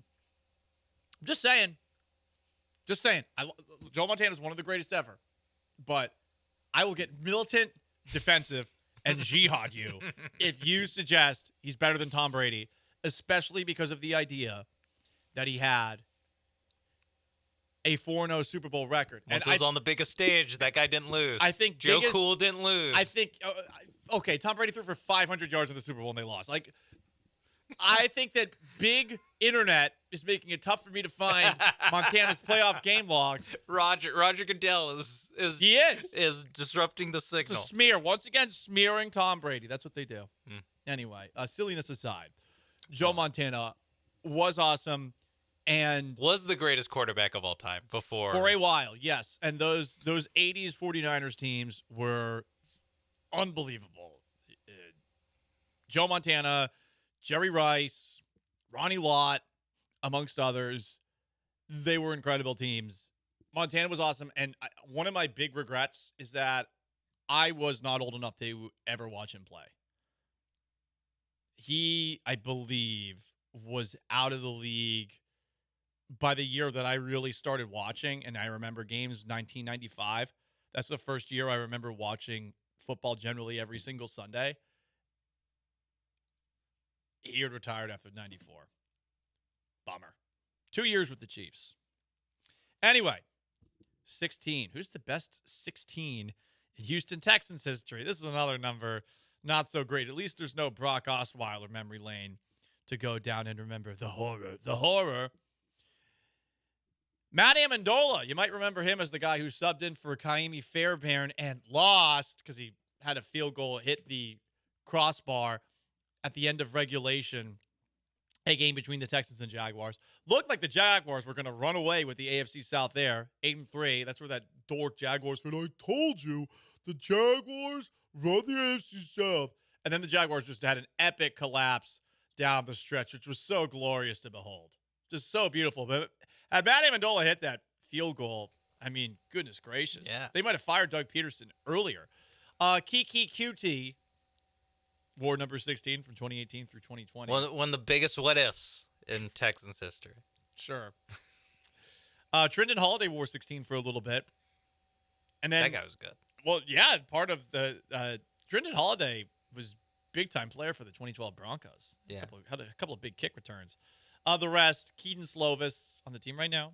Took a very big hit on Saturday against the Panthers. Still made a nice throw. Joey Sly, another kicker. And Ty Zentner. I don't know who that is. But He was a punter. Okay, so it's just kickers and punters for the most part. That makes sense. 16 is not what I'd say a glamorous number. It is kind of surprising, though. Like Joe Montana. Wouldn't somebody try to be Joe Montana? There's so many 12s. There's a lot of quarterbacks who have been 12. Namath, Brady, Rodgers, just off the top of my head. Bradshaw. Yeah.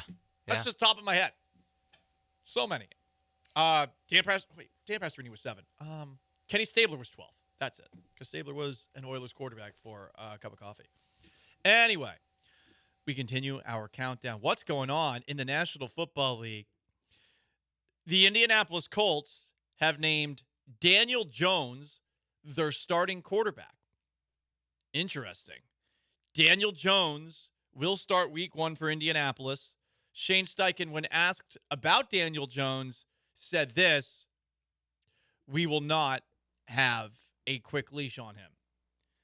Sounds like Anthony Richardson's time in Indianapolis is all but over, as some people say.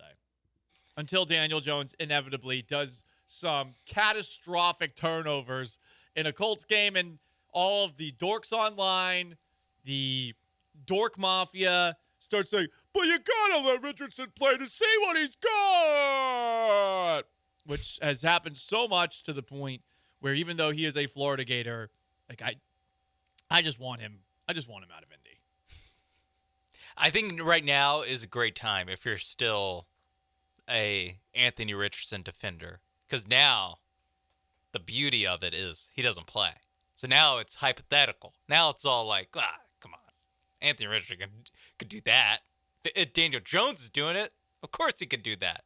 But you don't have that pesky thing of him actually playing and proving you wrong. So it's not over. It's not over. Because Daniel Jones, like you said, could always have some mind-numbingly stupid throws. Yeah. I mean, he can get hurt. He gets hurt a little bit. I think that there's a good chance when the Colts play the Texans, which I think is late in the season. I think the first matchup is in November. It's like it might by that point circled all the way back to Anthony Richardson by that point in the season, given how we think that the Colts season's gonna go. That's a good point. Yeah, this is a team that just a couple of years ago was a drop pass away from beating the Texans for the AFC South after that Jaguars collapse with Gardner Minshew under center. And while Minshew played poorly in that game, it was not his fault on that play. No. They have fallen quite a way since then, despite actually getting Anthony Richardson as their quarterback going into that year. So much hope. He had that game against the Texans where he scores touchdowns the first 2 drives.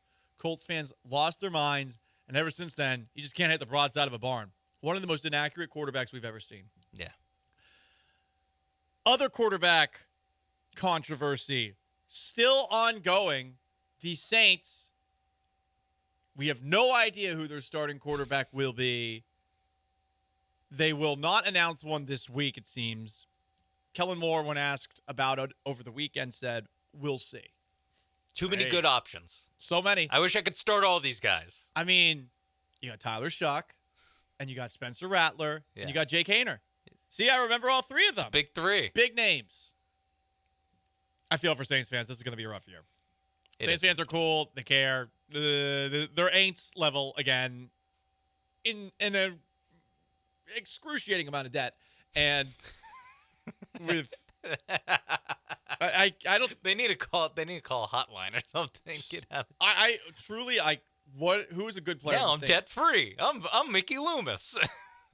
I used to owe millions upon millions to Roger Goodell. Now I'm debt free. Alvin Kamara's still on the Saints. That's fair. Is he still Alvin Kamara? Alvin Kamara is arguably their best player. Unclear. Chris Olave, Demario Davis. This is the artificial intelligence. Demario Davis still on the team. Cam Jordan. Is Cam Jordan still there? Yeah. Tyrann Mathieu retired. Yeah. So they got. I'm comfortable saying they have 4 good players. They have 4 good. Names good I recognize. Football players. I wonder about most of those guys. Anyway, we'll see if Jordan still has something left in the tank. Probably does. There was a preseason game last night. It was Bengals Commanders, Monday Night Football. Joe Burrow played for a couple of drives. Got wrecked. Got walloped on a play. And it led to some embrace debate on like, why are they putting our starters in the preseason game? naturally, Micah Parsons weighed in on this. Micah Parsons, who is not playing. He's got free time. For the Dallas Cowboys with no appreciation for irony or hypocrisy. Player franchise quarterback in the preseason, they said, wrote Clarence Hill, a Cowboys beat writer. Micah Parsons reposted this on X saying, "This is what we needed. We've just become soft in my generation. You got to figure out what's wrong in the preseason. They will be better from it." Micah has not played. And by the way, the latest on Micah Parsons per Adam Schefter, who I think was on 105. Wait, hang on. No, he was on Unsports ESPN, which is the morning show, I guess, on ESPN radio. And he said that it sounds like at some point in time between the Cowboys and Micah, whether that's now after the season, after 2 seasons, it sounds like the two sides are headed to a divorce at some time. Classic the Cowboys. But bringing it back to last night's game, Deebo Samuel, Jaden Daniels played. Jaden Daniels had a rushing touchdown. Dan Quinn wasn't thrilled about that. And the Commanders are trying to trade running back Brian Robinson. I don't know what's going on there. Brian Robinson is the running back who got shot that one time, right? Yeah. He did get shot that one time. I think there's a backup who's... Right, I think that's it. They had like 100 yards and a quarter rushing yards. There's a backup with the hyphenated name. Yes, hey, I agree. Week 1, I'll learn your name, buddy. That guy. Maybe he's the new Terrell Davis. Yeah, we'll see. Someone will draft him in fantasy. That's how I'll learn his name. But yeah, I think that's what's going on there. Brian Robinson, Texans. Yeah. Joe Mixon, we don't know if he'll be ready. And speaking of Joe Mixon, up next, the latest on Joe Mixon, what we're hearing from reporters and what we're hearing from Nick Caserio. It is the Paul Gallant Show, most interactive sports talk show in town. Stay put.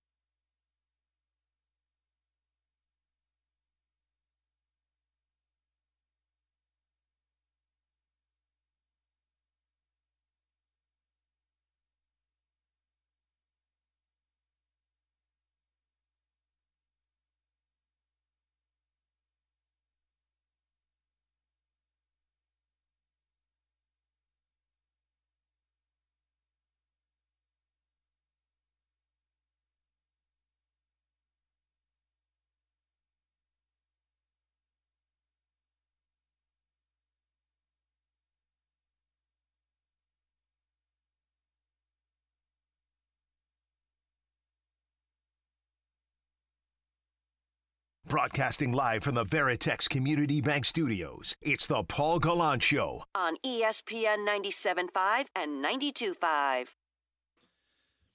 Most interactive sports talk show in town.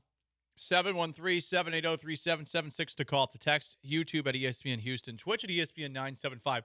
Today has been a fun show because even though the Astros lost last night 2,598.111 to nothing last night, we've been just drifting off and having ourselves a good old time. Hopefully the Astros get back in the win column against the Tigers tonight with Hunter Brown on the hill, going back home against Tarek Skubal, who's also, I'm told, a very good pitcher. He won the Cy Young Award last year. Anyway, the Astros need to score runs. Hot take. They've been shut out 3 of their last 4 games, and they scored 1 run against the Red Sox last week. And if you combine those 4 games, I think it's 43-1 that they've lost 4 games over the course of the last week, including a game where they almost got perfect game by somebody who has an ERA that's almost 7. Yes, all of that. But hey. It's almost Houston Texans football season, guys. So let's talk about what matters. The Houston Texans. That's right. AFC South champions again. Joe Mixon, though, Texans running back that did pretty damn good last year considering the offensive line in front of him didn't know how to run block. His health is up in the air. Here is what Aaron Wilson is reporting when it comes to Joe Mixon. Aaron Wilson of Channel 2. Quote, I believe he starts the season on the non-football injury list, which would sideline him for week 1 against the Rams in L.A., continuing by saying it's been tough and complicated rehabbing for Joe Mixon.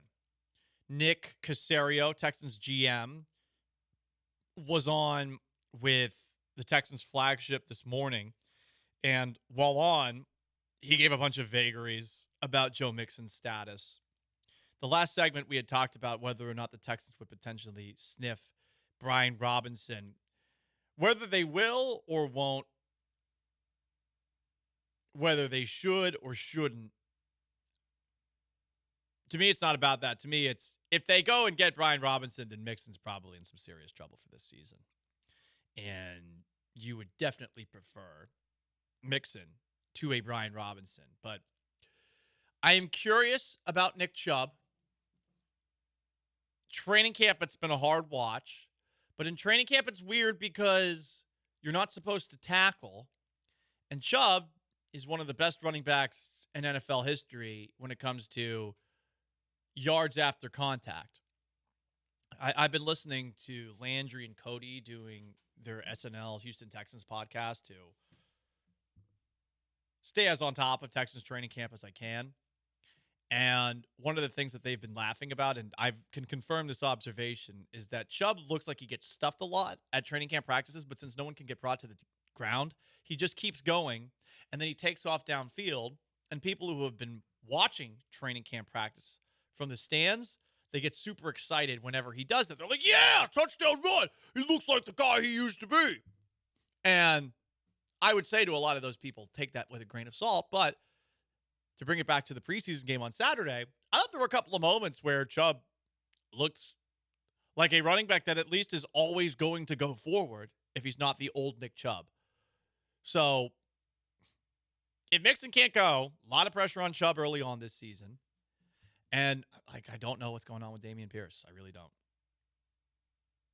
It would be nice to see Pierce back out there, but, you're in a new offense and he's not out on the practice field. It does make me wonder how much they're going to trust him going into the season. And it does feel like he's going to be second on the depth chart, best case scenario, behind Nick Chubb, if he's not third on the depth chart without Joe Mixon, behind Dare Ogunbowale, who the Texans love. Yeah. Jack of all trades player. And plus, you got Woody Marks, who's having a good camp. So, and played pretty well on Saturday. So the running back situation is an interesting one, and I think you're going to be seeing a lot of names playing this position this season because I don't know what's going on with Mixon, but none of this sounds great if he's having rehab issues and hasn't even been seen, if I'm not mistaken, at training camp. Yeah, I haven't seen any reports that he's been even out there. Like today, I forgot if it was today or yesterday, but C.J. Gardner-Johnson was out there. Actually, it was last week. You were there too. C.J. Gardner-Johnson was back out there. So that to me raises a lot of red flags with this Joe Mixon thing. And it's funny because it started kind of as a red flag, and then we got additional reporting that's like, week one's not off the table.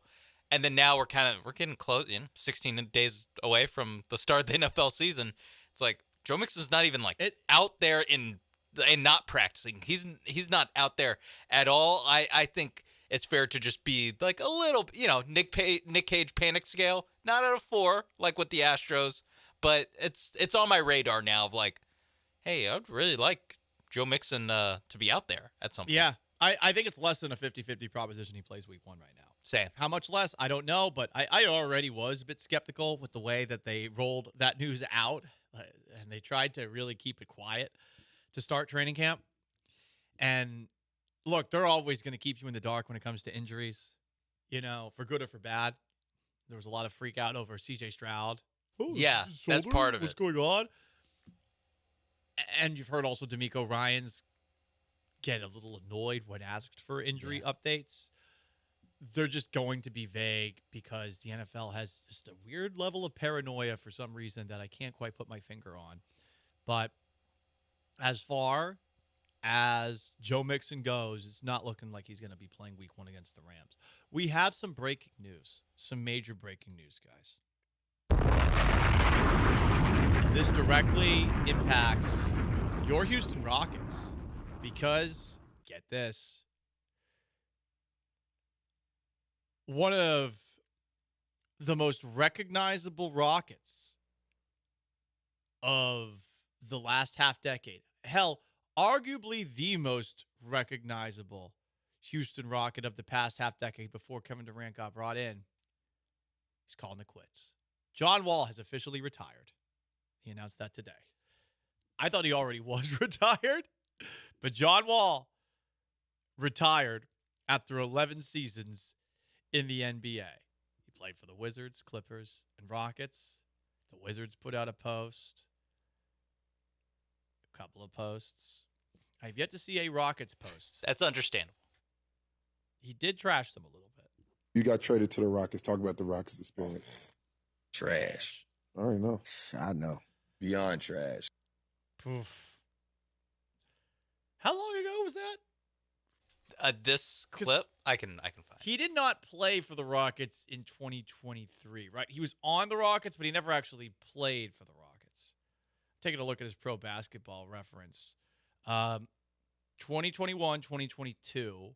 February 23, that's where this clip okay, because that was when he was with the Clippers. Yeah. So he technically was a Rocket 2020 to 2021. Then in 2021 to 2022, did not play, sat out. And then he played for the Clippers. Yeah, they bought him out, and then because I think he had 3 years left when he got traded. So he played for one of them, sat out for one, got cut. Played 34 games his last season with the Clippers and just started just 3 starts. John Wall, he's not old. John Wall is, I believe, 33. So 33, 34 years old. Wow. Yeah. And he has been out of the league for about 2 seasons. So, pour one out for, as many call him, Optimus Dime. That's what Pro Basketball Reference says his nickname is. And as others say, Tupac. What? That's what it says. Jonathan Hildred Wall Jr., a.k.a. Optimus Dime and Tupac. He gave himself that one. I think people just called him John Wall. Like he was a 2-name guy, where it's always first and last name. But yeah, good player. Not for the Rockets, but good player. In his time. From the 346, I hate you. That was not breaking news worthy. Well, listen, it was announced as if it was by Shams Charania. He posted that. Yeah. I assumed he had already retired. He does fall into that category. He does fall into that category. Yeah. After 2 Rockets years. Legend. All right. He was a. You phrased it correctly. He was the most recognizable Rocket for a time. Yeah, for the last half decade. It was John Wall. Who else? Post James Harden. No one. Yeah. Then I mean, that is Victor true. Oladipo. All 2/3 of the wow factor. All facts. All facts that I said right there. Honestly, Steven Adams might be like 5th on that list of recognizable guys before Durant. Yeah. Well, listen, trending upwards. Amin Thompson, Alperen Sengun, 87 and 88 respectively in NBA 2K. That's there we go. The Rockets have arrived, folks. Yep, they've arrived. Also, do you see? I only saw a caption. I didn't because this interview was in Turkish. But Alperen Sengun, when asked what he needs to work on this season, he said touch around the basket. That's true, he does. And then I think he also said his body. Ooh, it's like he listens to the Paul I was gonna Gallant say show. he like nailed it. Good And job. all you Turkish listeners who think Paul Gallant hates Alperen Sengun. No, He likes Sengun. He hates you. Right. I just hate you, Turkish Rockets fans who are weirdly obsessed with Alperen Sengun at the expense of the rest of the roster. You. I hate you. 713-780-3776 to call to text. YouTube at ESPN Houston. Twitch at ESPN 975. The Astros. What's realistic to expect out of Hunter Brown in a big game like tonight, given the way he's been pitching of late? I leave that up to you. It is the Paul Gallant Show. Stay put.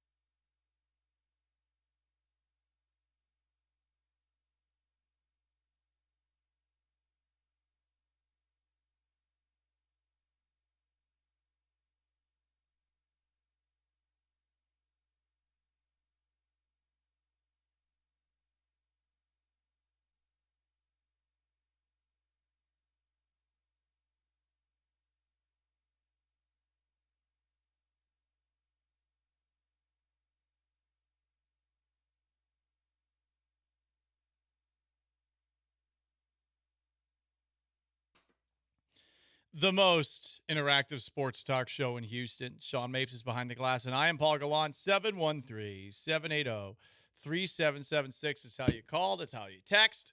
YouTube at ESPN Houston, Twitch at ESPN 975. Paying some bills real quick. We are going to be at El Tiempo on Washington on Friday to wrap up our summer circuit. Your last chance to register for a chance to win a pair of brand new e-bikes from Power on Electric Bicycle Company. I think we're going to make the announcement as far as who wins next Monday on the Killer Bees. These next two games for the Houston Astros are big. Hunter Brown's on the hill for the Astros tonight against Tarek Skubal. And then tomorrow, it's Framber Valdez getting the nod. Do you know who he's getting the nod against? The man, the myth, the legend, Charlie Effin Morton, who is 8-10 with a 5.2 ERA this season. So not the same Charlie Morton we remember. He is 41 years old right now. Shout out to him, still pitching in his 40s.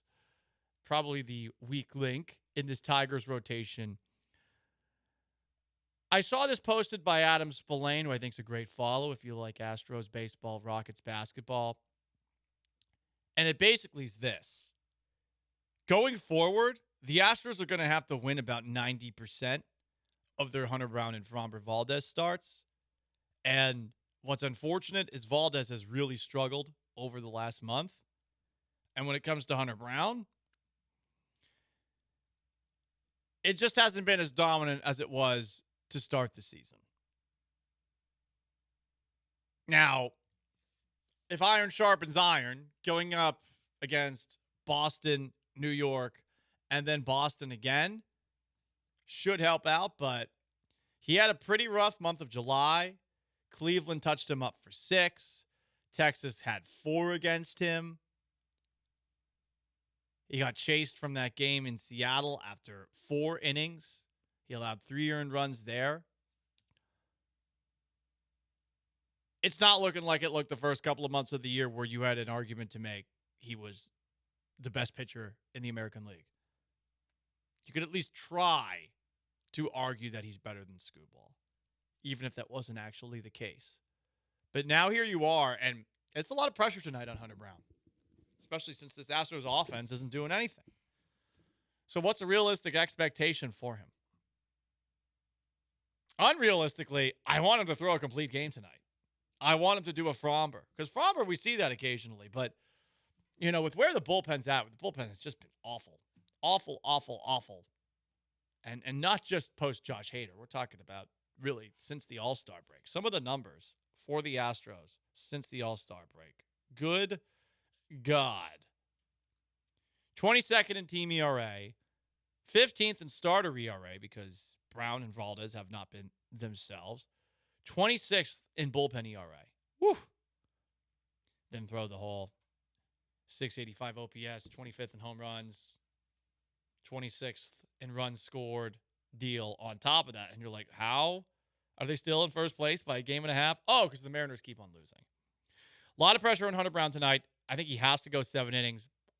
But being on the road, back in Detroit, pitching against a Cy Young winner that earlier in the year you were in the same conversation as, there's certainly going to be a little extra pressure tonight. So hopefully Hunter Brown will be able to handle it. This is a very cool, calm, and collected guy for the most part. I remember some people were mad about that in Hunter Brown's last start because he wasn't getting mad about some sus calls and about Alex Cora being an obnoxious little troll. Hey, he balked!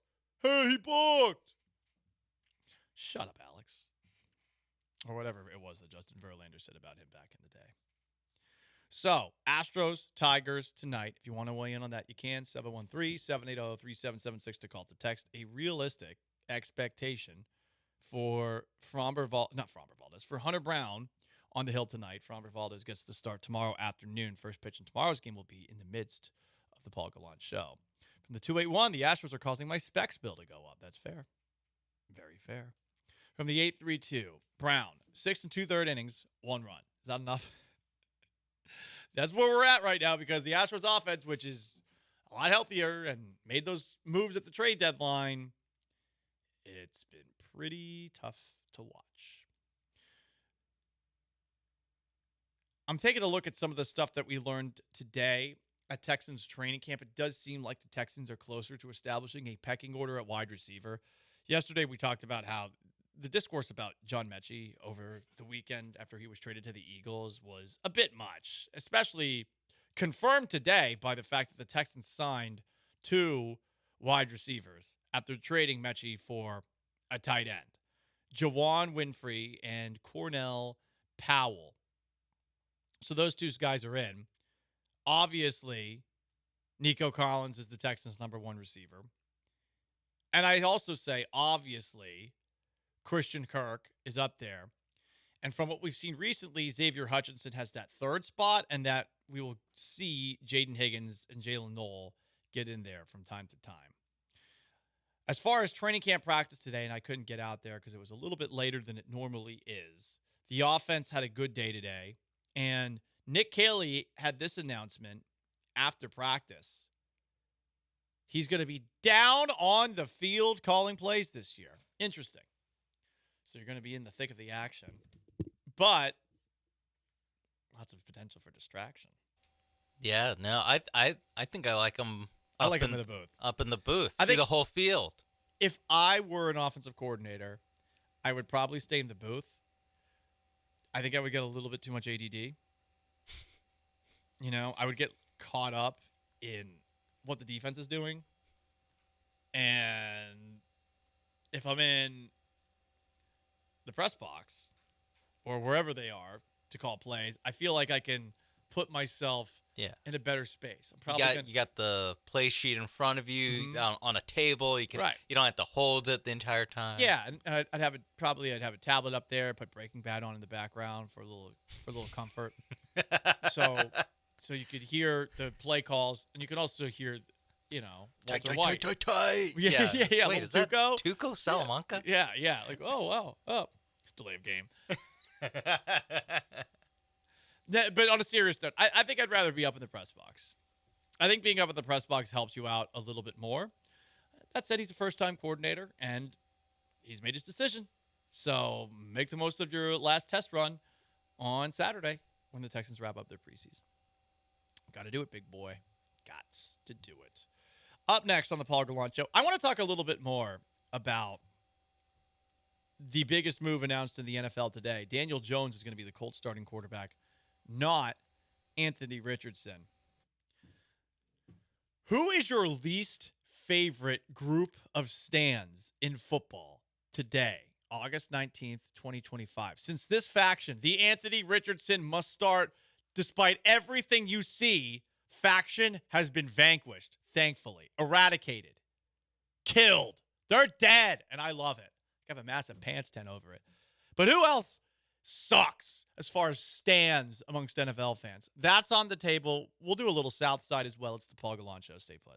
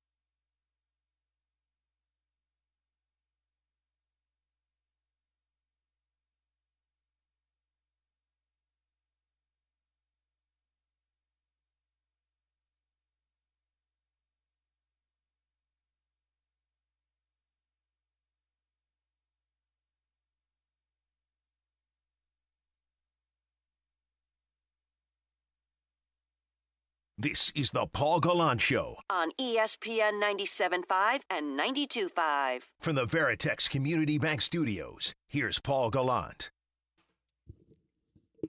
Astros Tigers tonight at 5:40 in Detroit with Hunter Brown on the hill for the Astros, Tark Skubal for the Tigers. Houston looking to get back in the win column after an ugly shutout loss last night. They lost 6,421 and 2/3 to nothing. Major league record. We're not talking about it today as far as where I'm at with the Astros and their inability to score runs of late. I'm at a 4 out of 5 on the Nick Cage scale of freakout. 4 out of 5. 4 out of 5. That's close to the top. It's close to the top. I'm sorry to throw Sean on the spot like this, but we do like it when we get to play Nick Cage quotes on this show. Someone's gonna kill me, man! I believe that move is from, what's that movie again off the top of my head? It is from the movie, because there's so many movies with Nick Cage. I believe that is Vampire's Kiss. Could be wrong on that. Anyway, as far as the NFL today, Anthony Richardson is not going to be the Colts starting quarterback for week 1 at the very least. It's going to be Daniel Jones, who the Colts signed this offseason. For his part, Jones has handled the demotion pretty well. We will see how long Daniel Jones holds on to that job. I have hated a certain section of dorks online who have been fanatics for Richardson, who we've watched. If you followed the Texans, you saw Richardson in his first action against the Texans week 1 or week 2 of the 2023 season. He scored touchdowns on his first 2 drives. He gets hurt. You don't see him the rest of the year. End of the season, you see Gardner Minshew. Colts almost win that game. Texans win it. They win the AFC South. They beat the Browns. They go to Baltimore. The season ends. But we've seen Richardson since then, and Richardson has been remarkably inaccurate, and also once on a 3rd down subbed himself out of a game against these very Texans. But for some reason, there's a lot of people online who are over the top fanatics in defense of this guy. And these people have to eat it today. And I love that. Like this clown, Sam Block from ESPN. Richardson is younger than Shador. Richardson is younger than Will Howard. Richardson is younger than Dylan Gabriel. Richardson is younger than Tyler Shuck. Richardson is younger than Caleb Williams. Richardson is younger than Bo Nix. Richardson is younger than Michael Penix. And the Colts gave up. This is why the next generation sucks. These are the people that are a part of it. There is this idea that because you are young, you get to learn on the job for an indefinite amount of time. It's wild. It honestly goes against the idea of sports as a whole. If someone struggles and is young, you definitely give them some grace. But after a while, you know what a player is, or at the very least know what a player is in your situation. And sure, sometimes that situation can cause a player to fail, and it takes them a while to get that opportunity to succeed elsewhere. Some examples in my lifetime: Rich Gannon, when he finally got a crack with the Raiders, he won an MVP. Geno Smith with the Seahawks. Everyone thought that guy stunk. All of a sudden, he looks good. Sam Darnold last year. There's other examples. It happens for sure.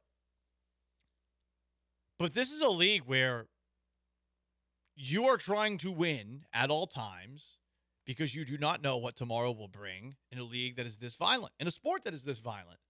And there's this mindset that constantly I see from generally dorky people who just appear to me as if they've never played sports, that somebody who is young is entitled to more chances than they are due. And in a team sport, it blows my mind. Well, you got to see what this guy is. You know, it's not about the other 52 players on the roster. It's about making your situation the best possible for a quarterback that probably is not going to be the guy. And you do it based off of where these players are drafted. And it would be one thing if it were just a few people that had this mindset, but it's a lot of people who have opinions that matter more than mine when it comes to talking about football.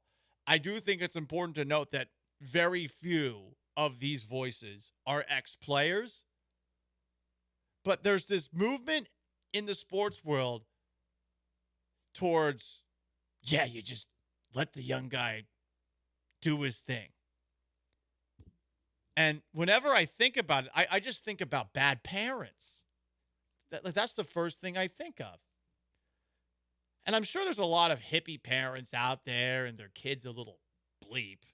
And you're not supposed to say that, but come on. We all know at least one kid who sucks. A kid who is currently a child who sucks. And in the eyes of these very same people who were like, give Anthony Richardson a shot. He's young. You can't give up on him. These people would probably look at a young kid who sucks and say, well, he's just got to grow out of it. He might not. He might not. Actions are supposed to have consequences. Actions don't have consequences when you're a certain age. And I mean, I suppose you could point to our legal system and how we treat people who are 18 and how we treat somebody who is maybe 17 or 16 when they're not legally an adult. But this ain't that. This is talking about a profession where you're supposed to put the people who give you the best chance to win on a given Sunday on the field every week. It's always about that. So I'm glad that this faction is dead, that these people have to give up on Anthony Richardson. And now I have to turn my attention to another faction. And I'm wondering who it's going to be. Who is the most insufferable faction in NFL circles these days? Key from LA texted in, Tom Brady stands are the worst. Interesting. Kind of topical. I would agree. I mean, I do get pretty annoying from time to time. I hope you all know that for the most part, it's tongue-in-cheek and a bit. Every now and then I can be honest about Tom Brady. Yeah, defending him, the broadcasters, that's where it's like, all right, guys. Yeah. We get it. Yeah. And notice whenever I defend him as a broadcaster, the explanations are awful. Just remember that going forward. Because, yeah, there's a lot of stuff that he's got to work on as a broadcaster. Yeah. I'm scrolling Benjamin Solak's Twitter feed for any good ideas. All right, if you find one, any good ideas that you would hate, let me know. 281 Justin Herbert stands. Yeah, that's a good one. Because I like Herbert, but I don't like him as much as I am told I'm supposed to like him, and it makes me kind of dislike him. You know. Quincy Avery's texting in. This is a sarcastic text from the 832. I don't care if black players make up 90% of the league. It's racist that Daniel Jones is starting over Anthony Richardson. That's what he believes Quincy Avery would say. Honestly, I don't think Quincy Avery would do that. No, Quincy Avery had a tweet about it where it was like, everyone's defending Anthony Richardson with tape. I guarantee you this decision was not about tape. Basically saying Anthony Richardson isn't mature enough to be a starting quarterback. That's the big problem for him. But he's young. He's young. That's what's so funny, though. It's like, oh, he's going to figure it out eventually. No, he's not going to figure it out here. He probably has just figured it out. But now, what are the actions that you take to understand, oh, I took this for granted? Because that's the impression I get from Richardson, who does have a lot of talent. You know, in the case of Jamarcus Russell just didn't give a crap and let his body get completely out of shape. Richardson still looks like he's in shape at the very least. but he's very inaccurate and he's very inconsistent. And on top of that, it seems like there's an extra element there. From the 281, is this the extra element? Race. It's all about race. Always. Same with Shador. Well, Richardson never had Shador's cockiness. I think Richardson has a level of indifference that turns a lot of people that are close to him off. And the only people that really see it until he had that moment where he subbed himself out of a game are his teammates and his coach. And vicariously, Pat McAfee, who's connected with the Colts, who was constantly dumping on him last season. From the 832, the Shador Sanders stand camp is unbearable. But they are justified because he was drafted in the 5th round. I think that they are justified. Richardson, meanwhile, was a top 5 pick. And a lot of people thought it was a bit of a reach. From the 832, Trevor Lawrence. Oh, well, the funny thing with Trevor Lawrence is I think that Houston as a city, when it comes to stands of Trevor Lawrence, we've been out for a while, partially due to bias, but let it be known, I was one of the first people that didn't really get it when I saw him at the college level, because I knew he had all the traits that you're looking for, but I thought he was not the most accurate. And I don't know. I never saw Trevor Lawrence on a football field and felt scared of him. I also will say I thought that Josh Allen was one of the worst quarterback prospects that I've ever seen because he had this awful game while playing with Wyoming against Oregon. That one game, I was like, this is the worst game I've ever seen a quarterback play. He was awful for 2 years in the NFL. Mm-hmm. and then all of a sudden it flipped. Yeah, Josh Allen's like it's like the 1% outcome of when you draft Anthony Richardson or Anthony Richardson types or Trey Lance types of like, hey, listen, he's big, he's athletic. Let's see if we can teach him how to play quarterback. It's like Josh Allen's the one that it worked on. Yeah, right. Everyone else, it really kind of hasn't worked out yet. Even Tim Tebow, if you want to go all the way back, where it's like, hey, listen. You won that playoff game. Honestly, Tim Tebow, no one. And I'm again being just, no, I'm joking. Oh, I'm a Tim Gator Tebow fan. stands, by the way. That's Tim also Tebow stands were awful. They were awful. I like the Gators in college. That's why I like Tim Tebow. That year was fun. None of it made any sense. I had him on my fantasy team in a 2-quarterback league, and I won a bunch of games in a row because of Tebow, so it made it even that much more enjoyable. Tebow's stands do have a legit case to say, like, hey, like, it was BS that they replaced him after they did win one playoff game, but they also replaced him with Peyton Manning. So with the hurt neck, though. Nearly headless Peyton. But 2 years later, he set the NFL record for passing. Yeah, you know? Tebow was younger, though. That's fair. Tebow was younger. He could have developed into that. We don't know. This is on the table. Factions of NFL fans that you cannot stand now that Anthony Richardson's benching is probably the end of his time in Indianapolis as starting quarterback. Until Daniel Jones does something to screw that up. Sean Mapes is behind the glass on Paul Gallant. Who's had the worst take in sports over the last week? You can nominate what you think has been the absolute worst. I've got some good ones. Ryan Clark's going to make an appearance. You've got some really bad ladies talking about sports takes. Oh, boy. These two in particular are very rough. We'll run through it. Worst Take Tuesdays next. Stay put.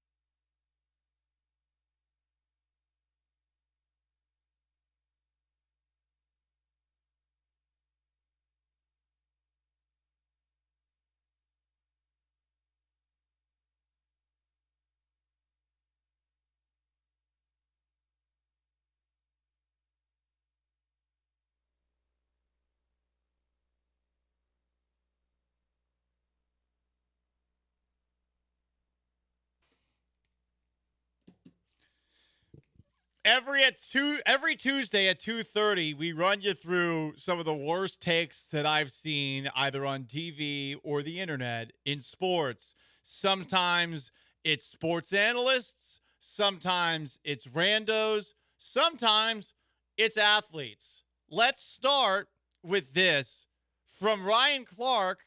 After yesterday, it was announced that the Browns will start Joe Flacco Week 1. Adam Schefter is going to make this sound like there's no way a bad take's coming. Just wait for Ryan Clark to step in. Goodness gracious. To go with Joe Flacco. And the question isn't and wasn't going to be who's the starter in Cleveland. The question is who's going to be the backup in Cleveland. Who's going to be the number 2 quarterback when they open the season against these Bengals. I'm going to tell you what, man. Joe Flacco must have the faith of a mustard seed. Right, because this is the greatest resurrection since Jesus the Christ. Right, Ryan. And Ryan is someone that I've had interactions with online because sometimes Ryan is goofing around, but other times Ryan is being so serious in a way where it actually makes him more comical than when he's goofing around. You got to pick a lane, man. The pivot. We have these tough conversations about what it's like to be an athlete, blah, blah, blah. And then you're comparing Joe Flacco being Brown's starting quarterback again to Jesus the Christ. Okay. By the way, we're talking about the best resurrections since, all Zeus, Jesus. Very unfortunate for Damar Hamlin to get snubbed once again. Snubbed for comeback player of the year. By Joe Flacco. Although maybe the voters agree that there's no voter fatigue for Joe Flacco over Damar Hamlin. 1, Jesus the Christ. 2, Joe Flacco. 3, Damar Hamlin. Damar Hamlin? And sorry, Damar, you came in the wrong era. Any other year, you would have won. Joe Flacco sucked so bad at the end of his career that him being merely just bad, by the way, he wasn't that good when he was with Cleveland the first time. Sorry, Damar. Tough. Hey, you know what? To make you feel better, you'll get half an episode of Hard Knocks. There you go. Anyway, Ryan Clark, worst take Tuesday. Ryan Clark, staple of this. Especially in a world without Emmanuel Acho, someone has to fill the void, and it's going to largely be Ryan Clark. Yeah, and he has like several hours of podcasting and NFL live appearances. I think he's very happy that it's NFL season so that people will remember him for his takes on football, which are not bad, but it's when he starts talking. I mean, that one was very it feels like it is one of these rounds because you heard Marcus Spears in there too. It's like one of these studio shows and he's waiting his turn and he's like, I have a line that will go viral. Like, I have a line that someone will clip and make it a thing. No one should have laughed at that, though. That was sacrilegious. Just no sell it? That was sacrilegious of everybody to laugh there. I don't think Dan Orlovsky laughed. No, I don't either. I don't think Orlovsky was there, but I don't think he laughed. The mustard seed line, too. That's what makes it feel so like, it's like he was setting up himself. But I don't think he was trying to be funny there.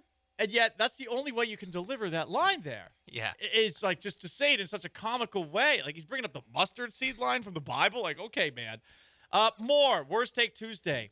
Brandon Tierney, who is a radio host in New York City at WFAN, and seemingly is annoyed with Juan Soto, as are all Mets fans, because all Mets fans are annoyed all the time, and the Mets are not playing particularly well, randomly decided to ask this question about Soto. Now, most of you will not believe me. If you gave me a chance to put him on the Yankees right now for the contract he signed with the Mets or the contract that the Yankees offered, my answer would be now and will be forever, I'm good. Pass. I think he's great for the Mets. I think you got him at the right time. I think you needed that for all the things Sal and I talked about, perception, blah, blah, blah. I'm good. Now, I'm not good to the point where I'm feeling good about the Yankees team, and that's a Cashman thing. But 15 years of this, honestly, I don't. Does he look 26? Does he? No, I'm being honest. Like, Are you doing the old Albert Pujols? I shouldn't even start this. He's going to get me in trouble. You already did. But does he look 20? When you're 26, you still have a youthful glow. Does he look 26? Yeah, but he's been in baseball for like 7+ years. So I got to give him a little bit more of a. Well, so remember when he came in, he looked a little bit more of a baby face. Now he's grown into his own. Okay. I got it, and I can't prove it. But listen, in my own mind, while I don't know for sure, I think that there's a good chance. I'm thinking this whole deeper. I think that there's a good chance he's not 26. I'll say it. Whatever. I won't lie. I'm sure that there's plenty of baseball players that their ages are different. Agreed. But we're talking about this one. And height and weight as well. Oh, WTF, bro. This is one of those funny things where you can talk about it from time to time, but you gotta have a pretty good reason to throw it out there like that. And Tierney wasn't joking around about it. I think he's just, I don't know how old he is. And I think he actually believes it, as opposed to just saying, like, oh, he's a Latin American player. He's probably 5 years older than he actually is, which a lot of people do that with. Yeah, especially when you're Danny Almonte. Especially when you're good early. Yeah. When you're good young and then fall off fast, there's a little bit of like, if you shift the years around a little bit, it'll make a lot more sense. His career makes a lot more sense of like, instead he was 19 in that World Series, like, oh, he was 22. All right. Well, still young, not crazy though. But yeah, I like the co-host there being like, yeah, like taking away from directly accusing a Soto. Like, there's a lot of guys, I'm sure, that are lying about their age. Height and weight, too. By the way, Danny Almonte, 38 years old now. Do we know that's how old he is? Yeah, wow. So he would have been playing against you. Yeah, I guess so. He should have been. But he played against players that were younger than him, I guess. The WNBA, Worst Take Tuesday, had this to say when asked about a proposal that would quadruple their salaries. Here is just a random player whose name eludes me. I think we can focus on our players in the union. We got a proposal from the league, which was honestly a slap in the face. Oh, and, that's done. That's it. That's it. Really we don't need to hear anymore. Slap in the face is quadruple. Come on. I want them to be likable. They are just doing such a bad job with it. There's just an entitlement that comes with them. And it's like, hey, listen, this isn't fair wage. This isn't, hey, I'm doing the same job as men. You are playing in a league that is significantly less popular than the men. And you got to stop coming off so damn entitled every time a microphone's put in your face. You have to. I don't know who is handling the WNBA's PR, but it just feels like every single time. Well, it's like every player in the league. Yeah. like they can't have a symposium where it's like, hey, everyone, shut up. You know who does a great job of that, by the way? Caitlin Clark. Well, because she doesn't say anything. She doesn't say anything, but guess what? There's value in that. Angel Reese, Kelsey Plum. I think that, yeah. Anyway, quadruple. It's a quadruple offer. It's not a slap to the face. It's not what you want. You can say that. Yeah, it's just like slap to the face. Come on. Yeah, we weren't satisfied with the offer. Yeah, economy's not great. Like, what do you think? How do you think this? Well, their economy's awesome right now. Yeah, their economy's never been better. The biggest GDP increase in history. Worst Take Tuesday continues. A man posted this on X, and it had to do with fall weddings. How do we feel about this one? The post, hot take, dudes that get upset about fall weddings because loser. Like, on one side, grow up and watch the game on your phone. Yeah. Because, like, realistically, that is true. Realistically, there's only one game that you're, like, actually pissed off you can't watch. That's also like, true. Like, very rarely is there more than one that happened during a wedding where you're like, damn, I wish I could watch my 3 favorite teams all play at once. And you got to be really in a remote location to not be able to get it on your phone. Yeah. And generally, all these places, it's 2025, are going to have Wi-Fi. So theoretically, if you need to watch the game, you could probably figure out a way talking to somebody who runs who works at the venue to get there. And it could be a good, hey, find a little crew if we're all at one table watching the game. Like, chances are you're not the only person. But also the other side of it is like, it does suck. Like, you're allowed to complain about it. Yeah. It's just like, we don't have to. It's the classic internet thing where it's like one observation where it's like, man, it kind of sucks when you have to watch. And actually, when this conversation started, you couldn't watch games on your phone. That's true. And it's like, it started, and then it snowballed to where like every year people have to like go extra hard on the hyperbole of like, it's impossible. Oh my, I'm not even showing up. My daughter be getting married in October, and I'm not going. It's like, guys, shut up. Yeah, no one actually believes you. Yeah. And if we were to believe you, you would suck. So actually, that take might not be a bad one. Yeah, it's like, it's fine. Worst Take Tuesday continues. Astros Josh posted on X. The Astros now have 10 retired numbers. Likely too many. Oh, not enough. Retire all of them. I mean, they're going to have way more once all the 2017 and 2022 guys start retiring. Altuve will. Verlander should. Bregman might. Correa might. Especially now that he's back. I'm definitely trending towards it's likely. After that, I don't know. Yeah, but Jordan. That's 4. Like that, it's been 10 in what, like 60 years. Mm-hmm. It's gonna be 4 more in a decade. Right. Let's see. Do we have any news on Jordan Alvarez? Nothing yet. Dang. Oh, okay. If he comes back, retire his jersey immediately. Yeah. First time he hits a home run, retire his jersey. What if he retires before they can retire his jersey? Damn. Worst Take Tuesday continues. Anyone see that clip of rookie pass rusher Abdul Carter getting put on his ass twice on the same play against the Jets? He's had a pretty good training camp. So is this a reflection of who he'll be in the NFL? I don't know. But the video is pretty funny. You should watch it. He gets ragdolled a couple of times. Carter saw the highlight, wrote in a response, the 2 blocks might be the only highlight of the Jets all season. I mean, yeah, and it was making you look like a bitch, man. Like, come on. Yeah. You gotta handle an L with grace. You just gotta be, hey, it happens. It does. Hey, it happens sometimes. It happens to every player on the field, specifically pass like people were pulling, because obviously like Cowboys fans were getting in on this, and like people were pulling up times where Michael Parsons gets put on his ass. It's like, this just happens, dude. Yeah. Like, you Streisand affecting yourself too by saying like, oh, it's gonna be terrible for the Jets. Now you're gonna have all these loser Jets fans in your mention. And part of it is like, so many people watch football just not understanding football. Of just like, sometimes great players get put on their ass, put on their ass. Like, that just happens.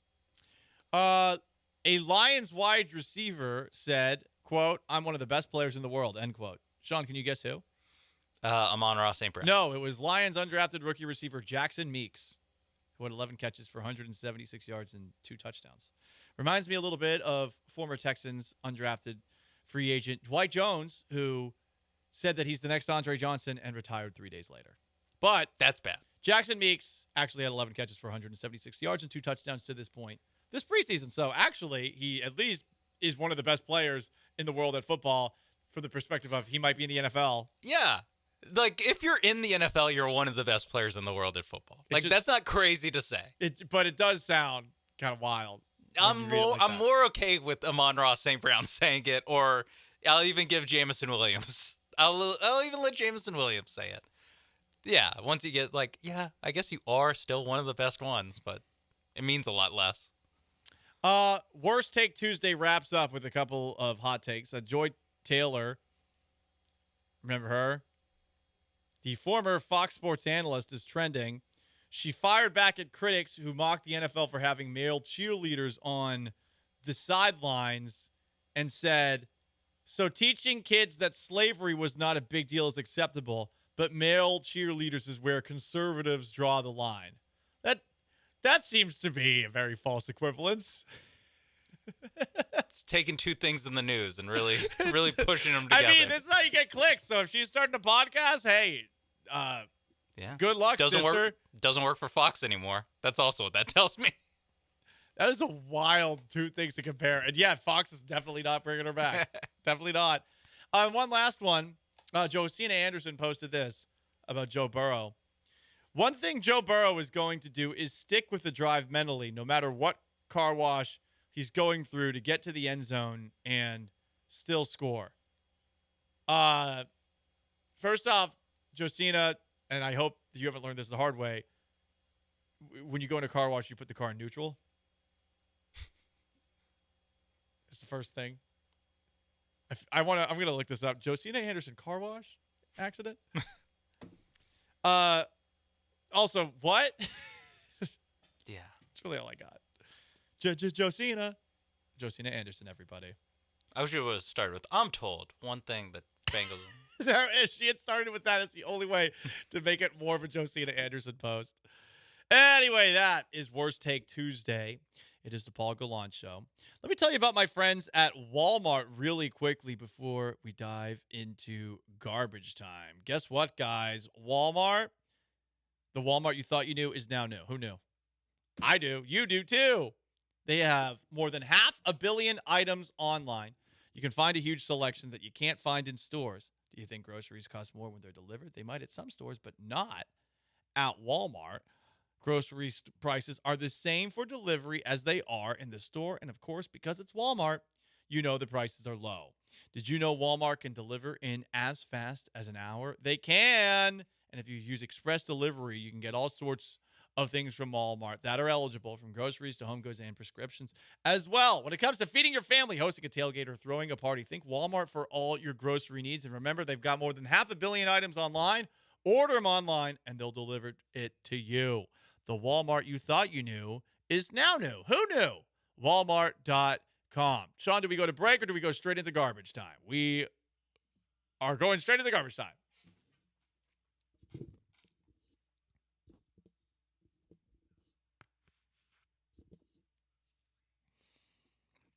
A little Vulcan mind melt. We knew exactly what we wanted to do right there. So, guess what?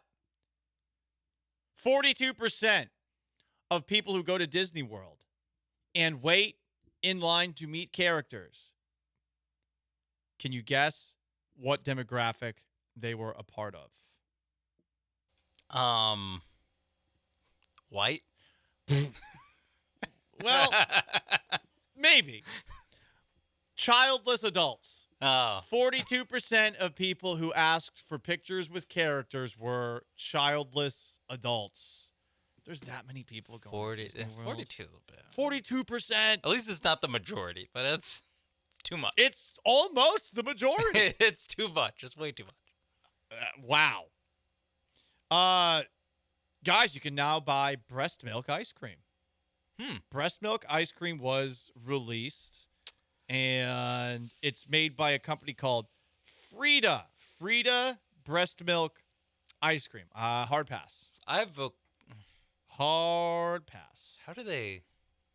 Like, I know how. I've seen Meet the Parents, but, like, how do you get enough to, like, sell this? It's a lot of pumping. A lot of pumping. Yes, they're probably, like, mixing a lot of different peoples. Yeah. So that also seems like that would be pretty disgusting. It's funny when it's cows. It seems like, yeah, whatever. Who cares? When you make it people, it all of a sudden... Speaking of breasts, a woman went viral after getting arrested for destroying her ex car by putting glitter in his air conditioning and salt in his engine. And the mugshot went viral because she might be moonlighting as somebody who helps out at Frida Breast Milk Ice Cream on the family farm, the friendly family farm. She's got a lot. That's why she's going viral. I got to say, I wonder what the guy did. Probably nothing. Nothing. No, I think... Do you think maybe he made a comment saying like, hey, babe, you want to make some breast milk ice cream for me? It's side gig? I found a how-to on Pinterest that you Is there a recipe? There's a recipe online, babe. Want to make me Take this pump. 1 second. Take the pump. Yesterday I learned this because Vladimir Putin was in Alaska meeting with President Trump. Did you know that Vladimir Putin's bodyguards collect his number 2 and bring it back to Russia whenever he travels abroad? Yeah, seriously. Why? Great question. Apparently, he's that secretive and he doesn't want anyone finding out what he eats. how he eats. So does he? What's in his system? If he maybe is dealing with some sort of disease, I suppose you can figure that out from A, from that. who cares enough? B, if you flush it, problem solved. That's Yeah, C, who's gonna collect that? Like, see, how do you collect it? Yeah, you just He has to do it on the ground, basically. there's a covert operation, like an Ocean's 12 kind of like setup where they have a toilet, and the toilet actually goes into a box, and then they get it's very very paranoid. You think football coaches are paranoid? My goodness, yeah. I forgot. World leaders more paranoid. Now I think he has something to hide. By the way, now I'm like, what's wrong with this guy's poop? And on Vladimir that note, and on that note, it's been a lot of fun today. Hopefully the Astros don't lose like they did last night. 12,000, 2,500, 600 minutes to 0. Yeah, they lost to a team that scored in minutes. Anyway, subscribe to the Paul Gallant Show podcast, Apple Podcast, Spotify. Big thanks to Sean Mapes behind the glass. Big thanks to you, the listener, whether you are a caller or a texter or a YouTuber or a Twitcher or listened on the app or just listened. I am merely Paul Gallant. So long, farewell. Have yourselves a wonderful Tuesday. The Killer Bees are next. Peace.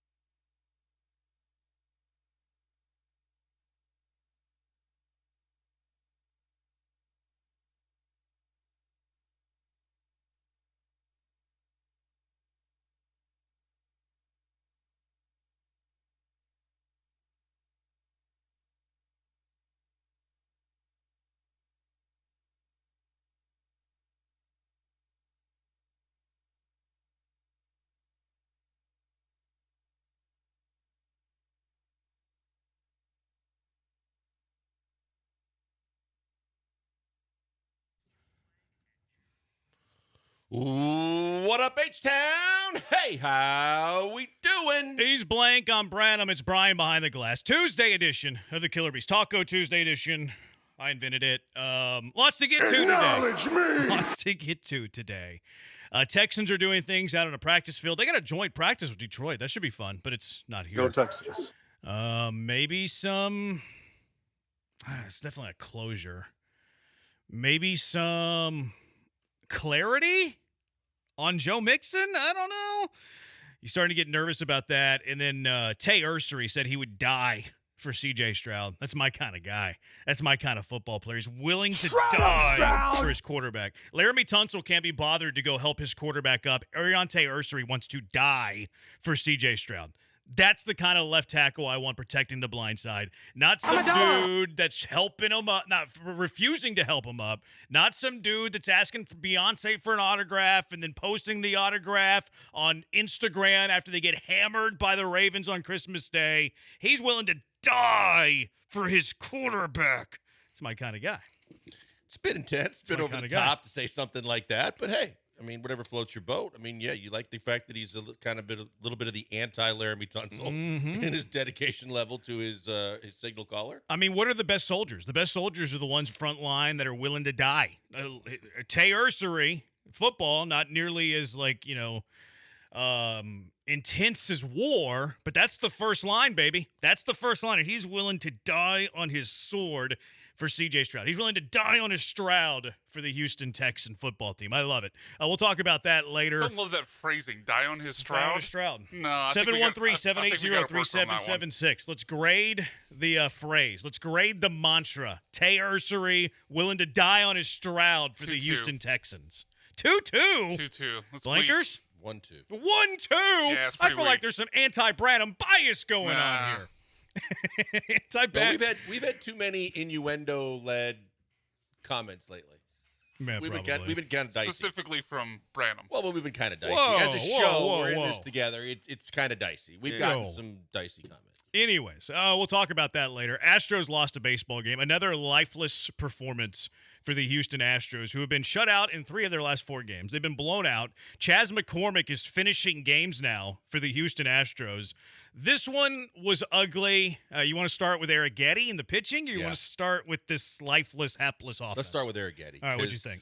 Because to me, it was tough to watch, and I think the Wenceel Perez at bat was the one that really got me because he just couldn't put anything past him, no matter what he was throwing. I mean, look at how many balls he hammered home run distance that were foul. And then all of a sudden, when he does connect with one, he hits it out. And the biggest issue that I've had with all the hope that's been placed with all these pitchers coming back as each guy kind of progresses to come back to the big league level is how much patience can you have with these guys? Because you know that you are in the middle of a race for the division and for the playoffs, and every game matters. And you see Arrighetti throwing up all over himself, and you're like, okay, this is now 3 starts. We're like, it's not even close to the Spencer Arrighetti we saw previously, but I think you tweeted about it. But the fact is when he loads the bases and there's a lot of self-infliction in there, and then you talk about that, like that at bat that I was talking about, you're like, maybe he just isn't ready for this kind of intensity right now. Not that I disagree, but what choice do you have? Right, that's true. Like, you have to throw him into the wolves. And he's flashed. Like, that's what's frustrating is, like, yeah, he hasn't had good performances, but he's flashed. Like, the strikeouts are there. Got out of that inning. Bases loaded, nobody out, was able to get out of the inning, strike out, a double play. Altuve got absolutely wiped out on that play, by the way. But no, this would be the criticism of Dana Brown at the deadline, was that he was counting too much on returning from injury pitchers to have critical roles for this team going forward. And it's showing. Like, you mentioned the Morton thing at the deadline. Like, that would have he'd be your third best starter right now. So it's ugly. It is their lot in life currently. I agree with you that Arrighetti, like right now, like, does he look like a middle of the rotation starter? Absolutely not. The hope is that he can kind of see his way through it and get there before the end of the year. Get there before maybe it's too late. But no, not a good outing. He gives up a lot of hard contact. Spaghetti and meatballs. Arrighetti and meatballs. It's true. Well, yeah, and the other thing is you were saying that, and I'm thinking about this going, well, the other replacements that you might have are at least, but it might not be very much better, is the fact that you have McCullers, Garcia, and I shouldn't have even said that led with McCullers. Garcia, McCullers, and others that you just don't know from the standpoint of Garcia anything at all. McCullers, we saw enough to believe that regardless of what he was doing while he was healing his blister, that he's not going to be much better for sure. But you also have to be, with Dana and Joe and whoever's involved in the mix with the pitching coaches, realistic in the fact that your third best pitcher right now to date with where you sit currently with the roster that you have is Jason Alexander. And so Jason Alexander, as you kind of set up everything, is your third best pitcher. And then you go from there and say, okay, well, who falls next in line? Because right now, you got a lot of crap on this roster that doesn't look like they can get guys out. No, it's a dire state right now for the Astros. Maybe McCullers could surprise, and he's had some good starts. Like he's had better starts if you just take his best starts. Like take Lance McCullers' best starts. Take Arrighetti's best starts. Lance McCullers has had a higher peak in 2025 than Arrighetti has. Lance McCullers had a 12 strikeout performance. Lance McCullers went 6 shutout innings against a bad team in Pittsburgh. He went 6 innings, gave up 1 run against the Dodgers. And it's like, I don't want to be the, Lance McCullers is going to save the Astros bullpen, because none of us actually believe that. But if you were just to go Arrighetti top 2 or 3 starts in 2025, Lance McCullers top 2 or 3 starts in 2025, McCullers has had a higher of heights. Now maybe that shows you the terrible spot that the Astros starting rotation's in, but it's sad that I'm actually looking at McCullers as a guy who could potentially help you. Yeah, hopefully the blister thing was legit. Yeah, and also then you heard when he went down to Sugar Land that he was mixing up his pitches and his sequencing so that he could throw more off speed. That's great, right? And whatever he thinks might be able to be effective for him, or whatever they saw that they think might be a better mix for him, fantastic. But here's the caveat. You got to be able to throw these things for strikes. Otherwise, you're going to have to throw your fastball at some point, and that's where you're going to get your head ripped off, and the barrel's just going to make outstanding contact with the baseball. Yeah, he can get by without, primarily throwing his fastball sinker a lot, but you're right. He's got to control his breaking stuff. If he can't control his breaking stuff, all of a sudden he's in a 2-1, 3-1 count. You got to rely on a 91-mile-per-hour sinker. You're in a little bit of trouble. You're in a little bit of trouble. Taylor Scott tried to wear it yesterday, couldn't wear it yesterday, didn't do the job. Like, you turn to Taylor Scott there, hey, get us to Chas McCormick. Get us to the back of the bullpen with Chas McCormick. He couldn't do it. They had to bring in Brian King. Taylor Scott has been DFA'd today. Taylor with an E. Second time he's been DFA'd this year. Poor guy got his citizenship and forgot how to pitch. Will there be a third? Because no, I don't think that. I think of all the reunion tours and Correa being the latest one and Neris before that, I don't think we see Taylor Scott again in an Astros uniform, and I don't need to. Whatever that summer was, that magic summer that he had, at least half the summer a year or so ago, I don't need to see them try this thing one more time. That was absolutely ugly. The pitches that he was missing with were sitting, screaming, "Hit me" on the middle of the plate, and that was just. Yeah, good riddance, goodbye. Yeah, probably the last time we see Taylor Scott. I have a high degree of confidence that it's the last time we see Taylor Scott. Real quick about Chas, because, he's been great. Did you notice him working out of the stretch with a runner at first base yesterday? I wasn't paying that close of attention. Blowout game in the 9th inning. Chas McCormick into the game. There's a runner at first base. I think he hit the guy. Runner at first base. And we had that clown text in the other day. Like, Branham, you don't know ball. Chas McCormick's working out of the windup. Not because he forgot about going out of the stretch, but because it's a blowout and it's a cardinal rule in baseball not to run with a big lead, which it is. But that's not why Chas McCormick was working from the wind. It's because he forgot. He didn't know. He hadn't pitched in a while. Yesterday, 10-run lead for the Detroit Tigers, runner at first base.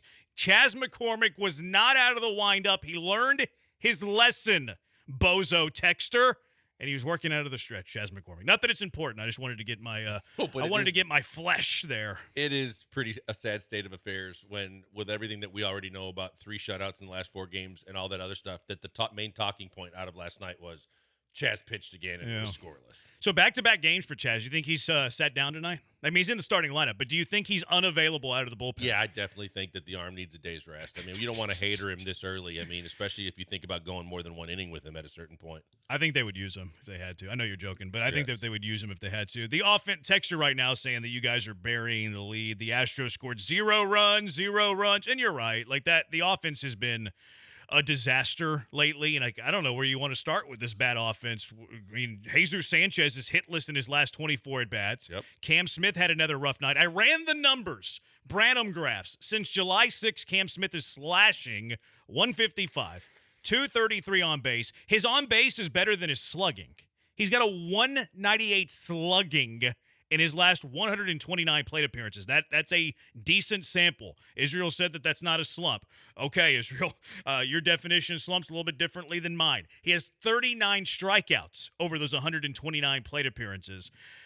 Cam Smith looks like he is overmatched at the moment. He really does. And, Israel's rebuttal is going to be, but he's hitting 250. He's hitting 250, which is better than any of the other outfielders he's competing with. Okay, Israel, he is really struggling right now. And, again, to be clear, no one is killing Cam and your killer Cam and saying that he's not going to be a long-term big piece of this puzzle and going to be a really good player. Right now, he has hit the wall. The wall is on the borderline, has him on the ropes, ready to knock his ass out, and he's really struggling. So the answers that you normally would think with the trades Dana was able to make and the guys that he has to choose from, as you mentioned, Sanchez, 0 for his last, it doesn't matter what he does defensively. Offensively, again, the first thing I look at when the lineup comes out is who's at the bottom of the lineup, because the last 3 or 4 slots are still a problem. Caratini, because he hasn't getting regular at-bats, he's struggling mightily now too, where he was hot when they sat him down because they were giving these guys the opportunity after making the move for him, and they thought it was really going to strengthen the lineup.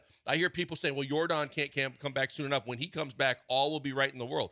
I don't think so. There's too many guys that have to get it figured out and fixed. So it's a problem from top to bottom. Yeah, you saw some hits from some of the guys that you get used to seeing and you want to see, like Correa, like Altuve, even Urias. But overall, it's been a disappointing lineup. Yeah, it's encouraging Walker had 2 hits, but in a meaningless game because you're getting your doors blown off. Yeah, one was an infield single, too. Like, all hits tell a different story.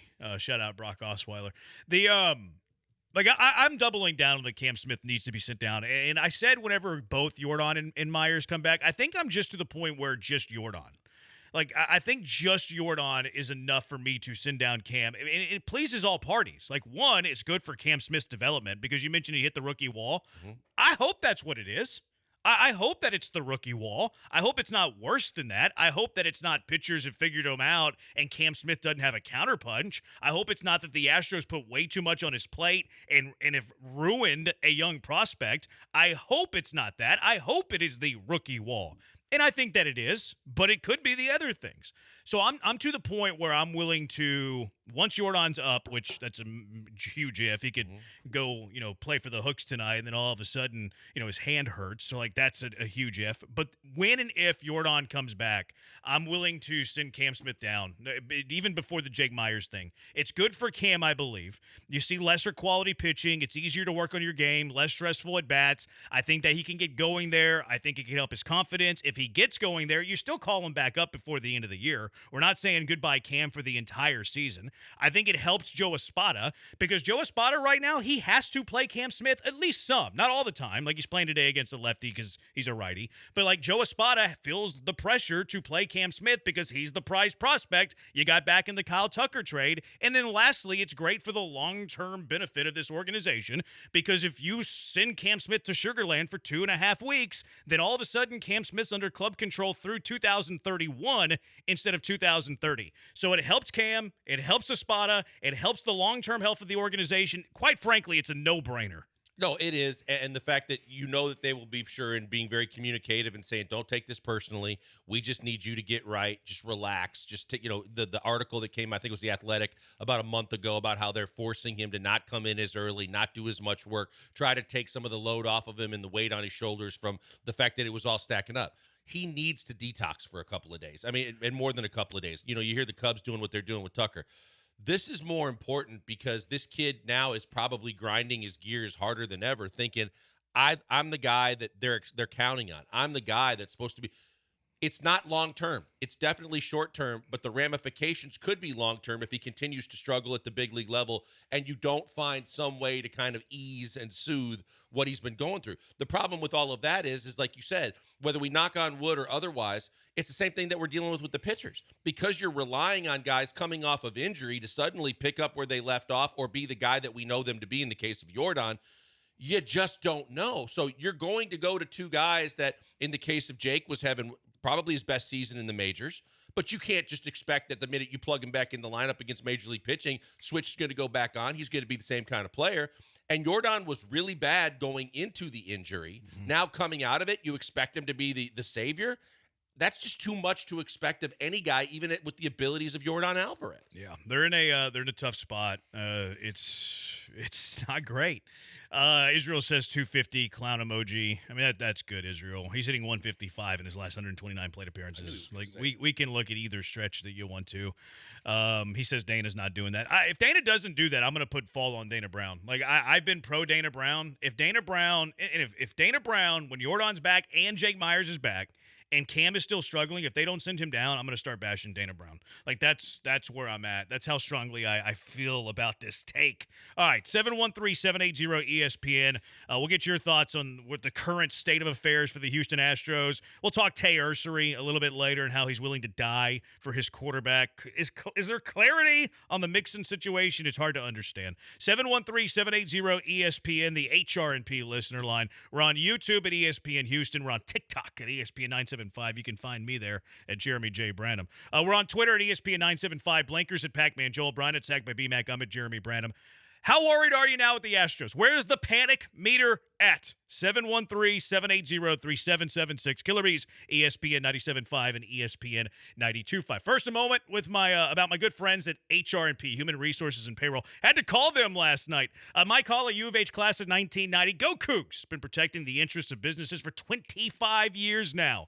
Used to protect a Heisman Trophy winner. Now he's protecting businesses. HR&P provides comprehensive human capital management services like HR compliance, benefits administration, payroll. HR&P is going to work with you to customize a plan for whatever you need. Nothing cookie cutter about HR&P. You need a little help, a lot of help, anything in between. HR&P is going to create a plan for what you and your business needs. Customer service second to none. You'll never talk to a stranger on the other side of the line. You'll be calling someone familiar with you, familiar with your company. I can speak to that customer service anytime I have a question. Always a quick response, very easy to understand. And when they reprimand me, it's usually very kindly. Chris Fisher was up here yesterday. Chris Fisher, or 2 days ago. Actually, it was last week. I can't keep time. But Chris Fisher over there at HR&P, he's an Aggie. They balance it out. Great people.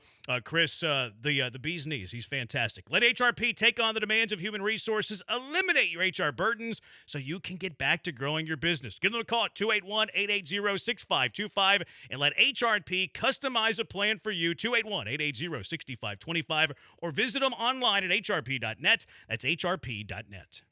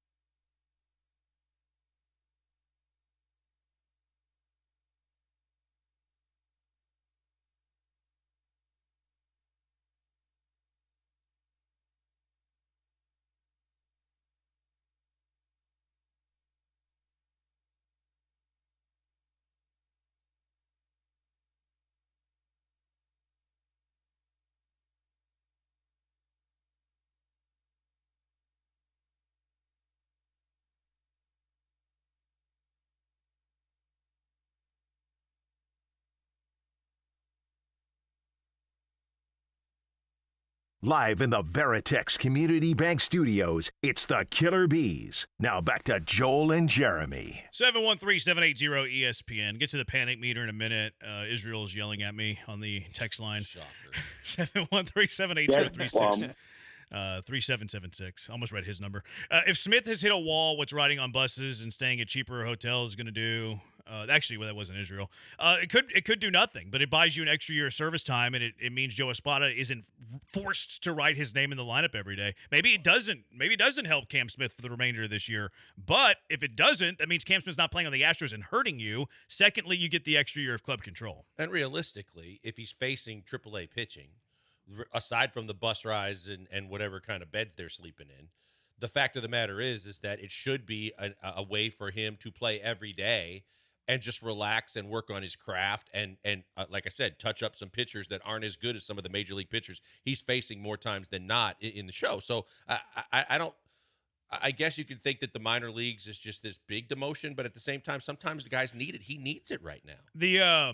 I mean, you can work on your swing with less pressure. Like right now, he's an 0-2 count in a pennant race, and he is feeling it, and he's in the ringer. I mean, you go to Sugarland, and though you don't have pressure, you're seeing a little bit less quality. It's easier to work on the game. It's harder. Like, I mean, think about it. Is it easier to stripe a drive on the practice range or to stripe a drive leading the Masters on the 72nd hole by one shot?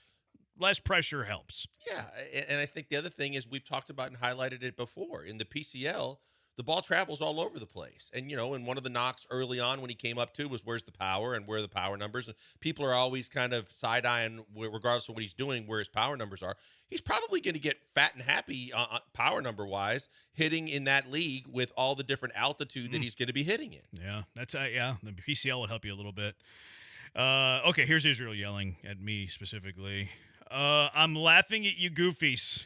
Laughing face emoji, laughing face emoji, laughing face emoji. Who cares? You're not important. That's the best take you ever had. I agree with that one. You're just mad because you're wrong. I don't know what I'm wrong about here. Well, if Jeremy Branham says so, I guess Cam Smith is ass. So, Is Cam Smith what Lance said? 713-780-3. I don't mean that. I don't mean that. Detect a little snark here. I don't mean that. He's in the ringer right now. He is struggling. Can I just say that I just flipped over to the text line and Israel's last text just sums it all up for me because it just says mad at what y'all making any sense. So a text that makes no sense is what he's mad about for us not making sense. It is pretty symbolic. Okie dokie. Why is Sanchez batting fourth when he hasn't done anything? If Caratini would have got that deep fly out, he would have scored.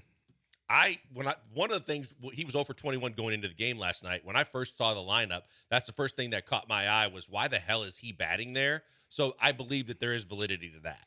See, I liked him better in the 2-hole. I like Correa in the 4 spot, and they flip-flopped him. Why did they flip-flop him? Because Espada believes that his best hitters should bat second as opposed to fourth. It's a little bit of a disagreement that I have with really not just Espada, but like modern-day analytics and managers.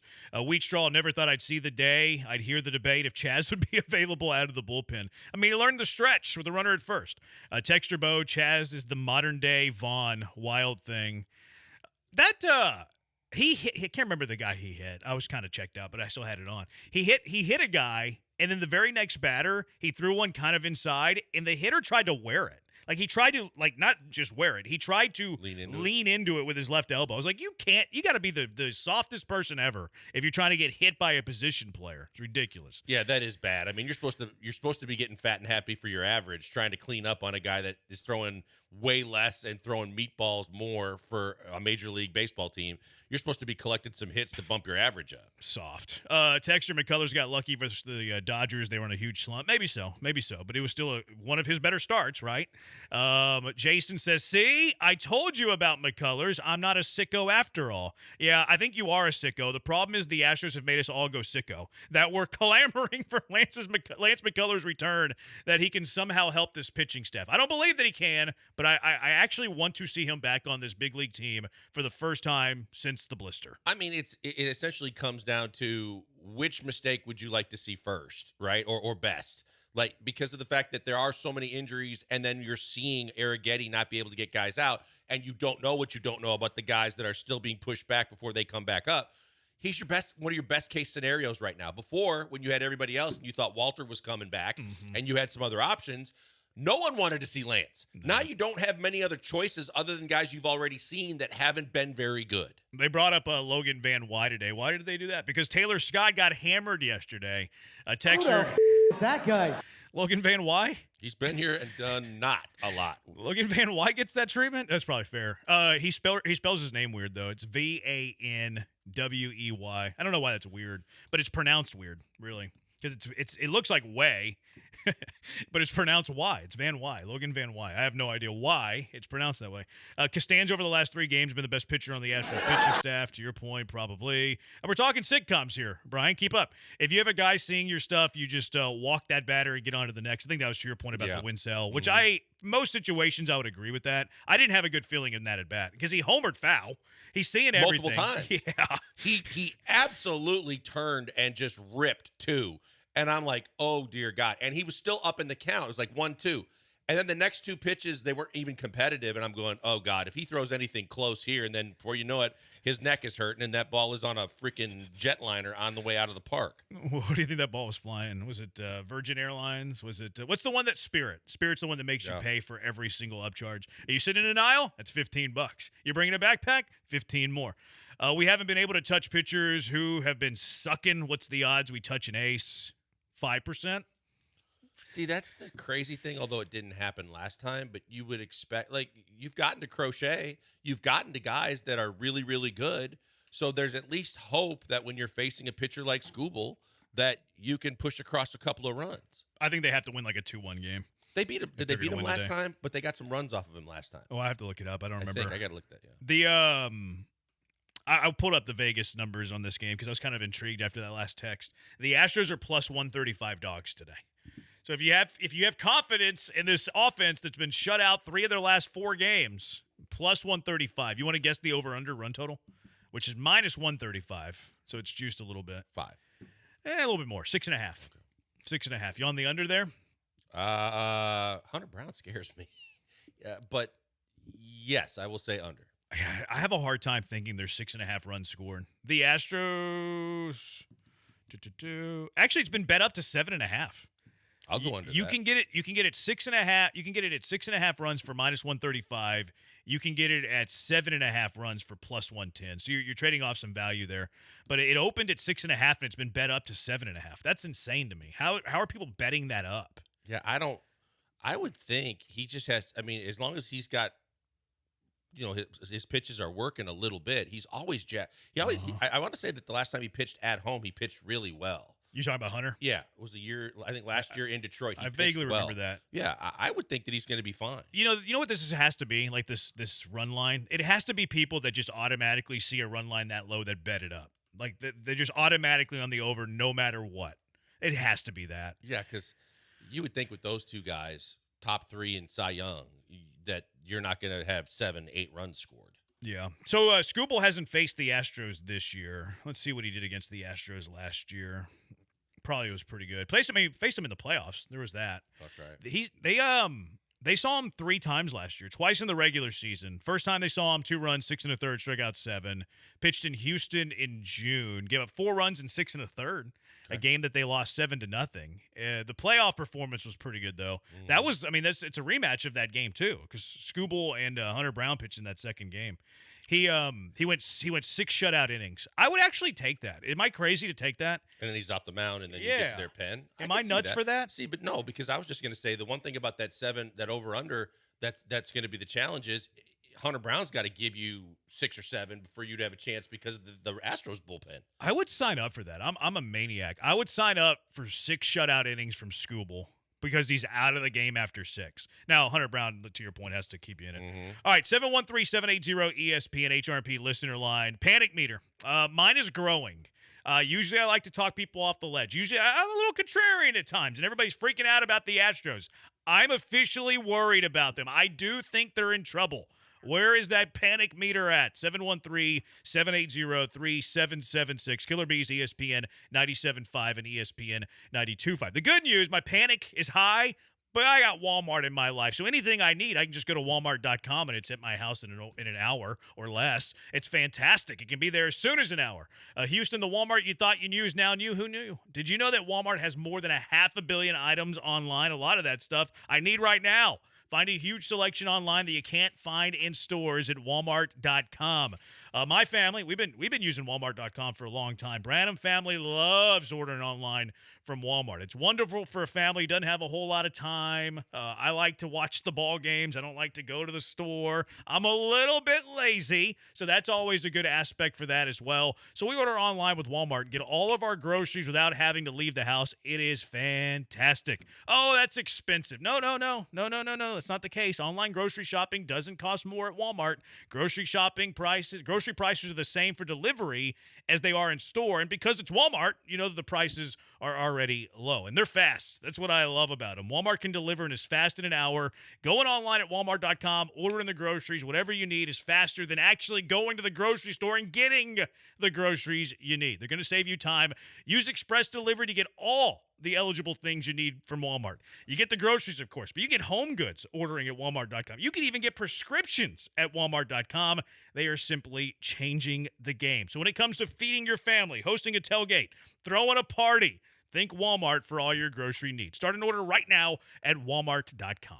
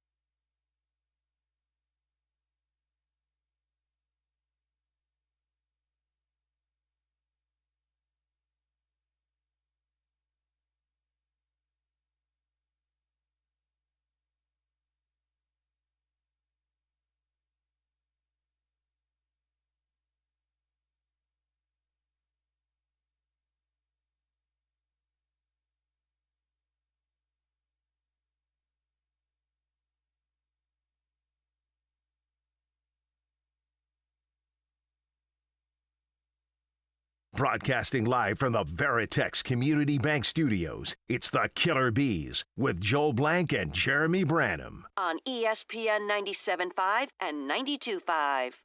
Axe on YouTube says he should have traded for Dylan Cease. Do you feel differently about that today? Ooh. Arrighetti, Yannick, Yeah, the Arrighetti two part of prospects for Cease.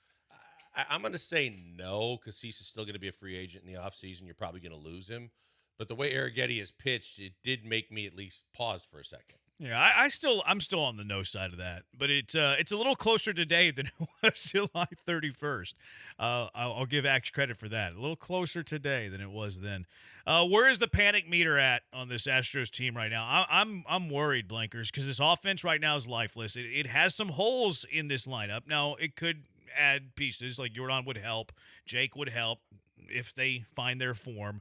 The starting rotation is really after Hunter Brown and Framber Valdez, and even those guys have been a little shakier lately. It's in shambles. Costanza's been very good, but you wonder when he's going to wake up and realize it's Costanza. The summer of George! Like maybe it becomes fall with Costanza, and the summer of George is over. Like Arrigetti's been bad. Javier has the runs. The bullpen right now with no Josh Hader is frightening. It is terrible. So this doesn't look like the team that was really, really hot in June with the reinforcements on the way. I think my panic meter is like I'm going to go 7-3. Yeah, as much as I was the guy that, is holding strong all season long on the fact that they're going to win the division by 5 games, I still feel confident they're going to win the division. The 5 games, it's definitely in jeopardy. And I think what you mentioned is with every passing injury, I kept saying, when is the one that they can't overcome going to happen? And every time they found a guy to step up or 2 guys to step up or, another guy to fill in. But now, because of the Hader injury and because of how stable and important those last 2 innings in the back end of that bullpen was, and now what it looks like, as you mentioned, since then, I've got real panic because the musical chairs and Chas McCormick is not my answer to filling innings up and picking up the load from what you lose with Hader. I don't worry about Abreu. For the most part, I'm not going to worry that much about King and Souza, although they haven't been good. I think they're still fully capable, and even Okert. But after that, man, I guess, Ort can be somewhere there. But it's not just because now we're talking about starting pitchers and who can actually be the next in line to maybe step up. But now you're talking about 3 or 4 different spots in the bullpen where you're like, cross your fingers and Hail Mary and let's hope that they get some outs. You can't do that for a team that's loaded. 2 things with the Mariners. One, they loaded up before the deadline. And then secondly, they also were dealing with a lot of injuries to their starting pitching. And their starting pitchers all were really, really good and better than the Astros in some cases. They're getting them all back on top of the fact that they made all the moves and still had the top of their rotation. So it is concerning. Yeah, on one hand, it's they're leading the division by 1.5 games because Seattle's losing a lot on their roadie. The one side of my my front lobe is telling me the Astros prior to this stretch where they've been shut out 3 or 4 games, they did win 3 series in a row against good teams, the Marlins, the Red Sox, the Yankees. So on one hand, it's still that. On the other hand, I'm watching this team and I struggle wrapping my mind around how they're gonna win the game. Like Framber doesn't feel like a guaranteed victory like it did early in the year. Hunter Brown doesn't feel like a guaranteed victory early in the year. If they do leave the game with the lead, I'm not super confident about the bullpen. I'm confident with Abreu, but I'm not confident with any of the other guys. I'm not confident that the Astros offense could just win a game on their own right now. So I struggle to find the ways that this team can win a lot of ball games. That's why my panic meter is as high as it's been all season long. I'm at a 7-2 simply because of the fact that even during this stage where they were playing more Space Cowboys in their lineup than they were Astros, they'd get down a couple of runs, and that's normally, as I said early in the season, where I felt like it was out of reach and already over, fold up your tents and go home. And they kept scratching and clawing and finding ways to get back into ball games, tie it up whether they wanted or not, and really make it a ball game late. When you're getting your doors blown off by double digits and getting shut out, it's hard to believe that they can scrap together 1 run, let alone stay competitive in a game if they go down by multiple runs, no matter how early it is. And as you mentioned, Brown to some degree, and Framber also in that mix, haven't been as stable. Normally when we were talking about this and saying, hey, what are you expecting tonight? Well, with one of those guys on the mound, I'm expecting they're going to win the baseball game. And then they're going up against less thans, and May comes in from the Red Sox, and all of a sudden he's dealing, you're not. You're down big runs again, and now you're going, now where are we going to get the next good pitching performance? It just feels like it's really hard for the Astros to win right now. Junior Bronco says they're getting all the bad play out of their system. They're going to be primed for A-plus baseball by the playoffs. The pendulum will swing. I hope you're right. I hope you're right, Junior Broncos. This just isn't a team that I love. They still have a shot, obviously, and you're still fighting for it. I had somebody on the Twitter like, oh, they should just mail it in. They shouldn't even bring Jordan back. They should just rest him up for 2026. You can't. You got a 1.5-game lead. You hope that you can figure it out. You hope the offense can click on all cylinders because they still have a shot. They still have a shot to have a deep lineup if they get right.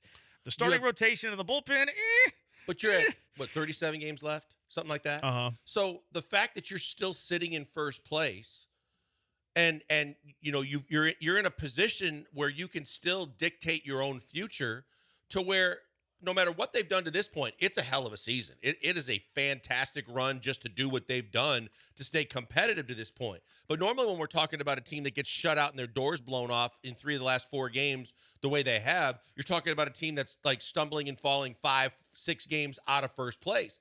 The fact that you're still sitting in first place with all this being said, it's absolutely possible that they can still put it back together. It's just that when you see the moving pieces that we're watching right now, it's hard to believe that the puzzle comes back, everything fits, and you ride it off into the sunset with another division crown. Yeah. I mean, I think it's also possible that they could miss the playoffs entirely. Now, you're sitting at 69 and 56 right now. The wild card teams are all tied, which is kind of weird. They all have a 540 winning percentage. So your lead on Seattle is your lead on the final wild card. Now, the Guards are 3 games out of the wild card, so that would be your lead, and you lead that by 4.5 games. So, like, your lead of the playoffs right now is 4.5, which is still solid. Mm-hmm. It's solid. You really wish they could take advantage of Seattle losing. Ocho, I've heard some people say that the Astros typically struggle like this, even during their championship years. To me, this is different because those were good teams underperforming, while this is a depleted team overachieving. I think the water has reached its level, and the war of attrition is kicking their butts. I think it's a totally fair take. It is, but I think that the key is it's not that it's a really bad team. It's the fact that you put it the way you did, Ocho, and the fact that it is a depleted roster full of injuries. Like, this is a really good team if healthy. It's one thing to say every team's going to endure some injuries during the course of the season. The level of injuries that they have sustained all season long and the ability to bridge the gap to still be competitive and be in first place, remarkable. But at a certain point, like you said, it's going to level off. Hader might be the one that pushes you down underwater a little bit, but yet you still have a fighting chance. That means that, and you still have help on the way, whether that help is successful or not, but it's not like other teams. While we missed the deadline's passed, we don't have anybody else in our system. We just got to roll with what we got. You still have some help coming. You just don't know at what level they're going to help. Yeah, like the arms that could help you. I mean, we know the bats. Jordan Myers, maybe Isak. That feels like a long shot, but maybe Isak. I'm not counting on them. The pitchers you have coming back, I just don't know how tremendous a help they are. Like, what is Luis Garcia going to do? What is JP France going to do? The big one to me is Hader, and it feels like that's only going to be a playoff thing. So we'll see. I mean, look, if you get there and you get healthy, even if it's a 2-game series and you don't have home field advantage, you definitely have a shot if healthy because of the fact that you have so much help coming back. It's just the fact that trying to get there is going to take an army, and you're running low on soldiers. 713-780-ESPN. Let's go out to the HRMP listener line. Israel, you're in the hive with the bees. What's going on, Israel? What's up? Hey, it's the 1 through 6 hitters. You mentioned the Cam. The 1 through 6 hitters got to step up and score some runs. One of them games, Cam is the 9th hitter, bro. Either 7th through 9th. The 1 through 6 hitters need to step up and produce some runs. It can't be – they're not sending them down at no 250. That 250 batting average is better than all the outfielders. The 1 through 6 hitters got to step up. The first baseman, he just batted 238. They got to step up. That's the problem. When do you own any blame for Cam, Israel? When do you own any blame for Cam? No. All right, y'all. No, not all right, y'all. Oh, he's gone. That's brutal. Yeah. That is soft. Windy City blowhard. Yeah, a little soft. I mean, he's not wrong that the 1 through 6 has more importance than Cam. Like, I don't disagree there. I agree with that stance from Israel. There's plenty of blame to go around. No doubt. And that's like, it is more important for this Astro team to be good that 1 through 6 produces versus Cam Smith producing. The Cam Smith send down thing is like, to me, a separate entity. One, it's good for Cam in my opinion. Secondly, you're not Joe Espada isn't forced to play him. And then lastly, you can keep him under club control for an extra year. I think they're 2 separate conversations. But you can also be realistic in the fact that to fight his point and counter his point, he hasn't batted 9th the entire time he's been slumping either. Because a good portion of the time that he was slumping, from the time that you looked it up, he was batting 4. He was batting 5. He was needed to bat in the top 6 because of the fact that the 7, 8, 9 was so bad and they were all Space Cowboys. So let's not just fluff it and say, oh, guess what? Cam's been batting 9th the whole time, so not as much blame goes to him. he's been in that top 6 quite a bit during that time, Israel. Yeah, also batting average is a terrible way to look at an offensive prowess of a player in 2025. It matters. I think we've probably devalued batting average a little bit too much, but batting average does not carry the weight of some other offensive metrics. And I'm certainly not defending and excusing Christian Walker, but would you rather have a guy that's hitting 237 with a 700 OPS on the year or a 250 guy with a 687 OPS on the year? It's kind of close. Yeah. I'd rather have the OPS. Yeah, the 700. And that's totally ignoring recent numbers. Totally ignoring recent numbers, where Walker's been pretty good up until recently, and then Cam Smith has been abysmal since July 6th. So, like, you can kind of skew things the way you want to skew things. All right, 713-780-ESPN. Where's your panic meter with this team? 713-780-3776. Killer Bees, ESPN 97.5 and ESPN 92.5. Some people's panic meter when they're buying vehicles is very, very high. It's extreme. It's past 10. You see the little needle that gets to 10, and it's past it. It's wavering past it. That's what it's like whenever you're buying a car. But not at Monument Chevrolet. They put your mind at ease. That panic meter goes the other way. It's down to a 1 if you're buying your vehicle from Monument Chevrolet, because they're the dealer that you can trust. They're transparent. They're not going to hassle you and haggle you with pricing. That's not Monument Chevrolet's way. And they have a tried and true way, too, because they've been serving the Houston area for 50 years. They've helped generations of families get into vehicles, and these families keep coming back because they trust the people at Monument Chevrolet. Monument Chevrolet is a pillar of the community. They're a pillar of the city of Houston. Family feel there, friendly atmosphere. They hire great people, which means the culture is great. Labor Day, by the way, just around the corner. I love Labor Day because it's kind of symbolic with football season, but it's also symbolic with car savings, and that's the case at Monument Chevrolet. To get Labor Day savings at Monument Chevrolet, go there now. Monumental savings, employee pricing, plus deep discounts on popular models like the EV Blazer, like the Chevy Silverado 1500, and much, much more. More about that EV Blazer. 0% financing for 36 months going on right now. Add in pre-Labor Day employee pricing, and you have a monumental deal. There's no better time to join the 21st century and buy a sleek, modern, comfortable electric SUV than now. So get a fair deal, a fast deal, an easy deal at Monument Chevrolet without wasting your time in aggravating, stressful negotiations. You can check out their full inventory at monumentchevrolet.com or go visit them in person, 225 and Beltway 8 at Monument Chevrolet. No tricks, no time wasting, no hidden charges. Chevrolet, together, let's drive.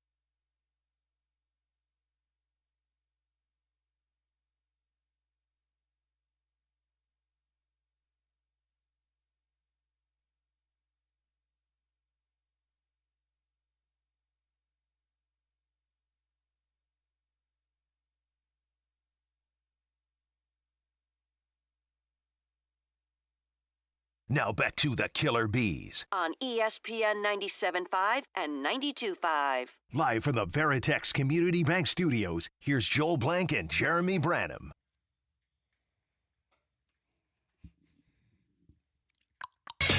There it is. The Astros have made, well, they've told the reporters, and the reporters tweeted it out. Lance McCullers' return. If you're playing a guess the date on Lance McCullers' return, Friday night in Baltimore. Quote the Maven, nevermore. The blister resistor. It's gone. He's ready. So will Lance McCullers give the Orioles Edgar Allan woes? Is that what we're hoping for? Let's do it. I feel like Quote the Maven, nevermore wasn't bad. It's not bad. It's not bad. It was better than your opening joke. I don't remember what that trash was. It was very forgettable. very Actually, forgettable. I don't remember it either. I forgot it too. I forget everything though. I have the worst short-term memory. I am so with that.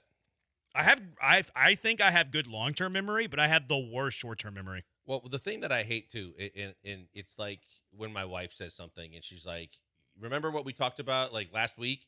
Never. Nope. Sure don't. Never. And even when she starts giving me hints, I'm like, gonna have to give me more than that. Do not. And then other things, I'm like, oh yeah, right away, got that. Do this, do that. It drives me nuts that, and she said the same thing. Like there are times that my memory just goes completely AWOL. Yeah, I'm not. My short-term memory is the worst. It's weird. Maybe it's the sign of getting older. I don't know. Maybe you have CTE. I could. I haven't been hitting the head a whole lot though.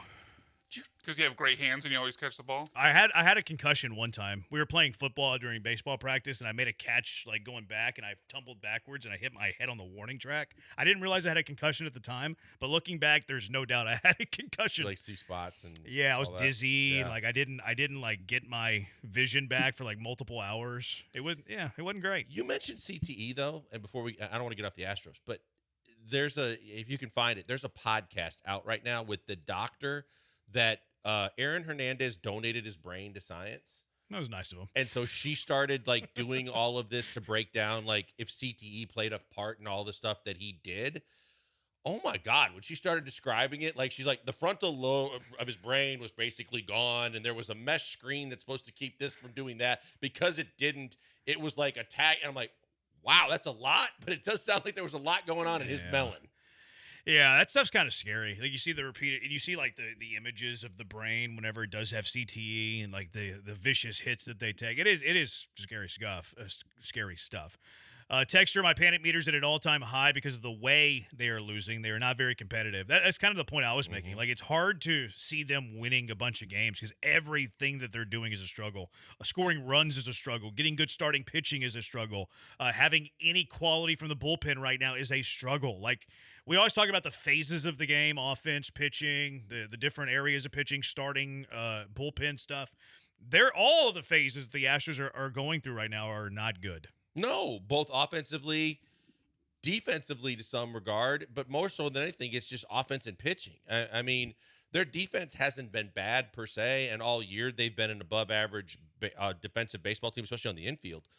But overall, we know that the pitching from start to finish, other than Brian Abreu, you can pick holes in. And even with Fromber and with Hunter, they haven't been what we just got done talking about, the fact that they haven't been what we were used to seeing and accustomed to seeing from them. And the lineup's just been awful. Yeah. A lot of the text line wants to fire Snitker and Cintron. We always do that when the offense struggles.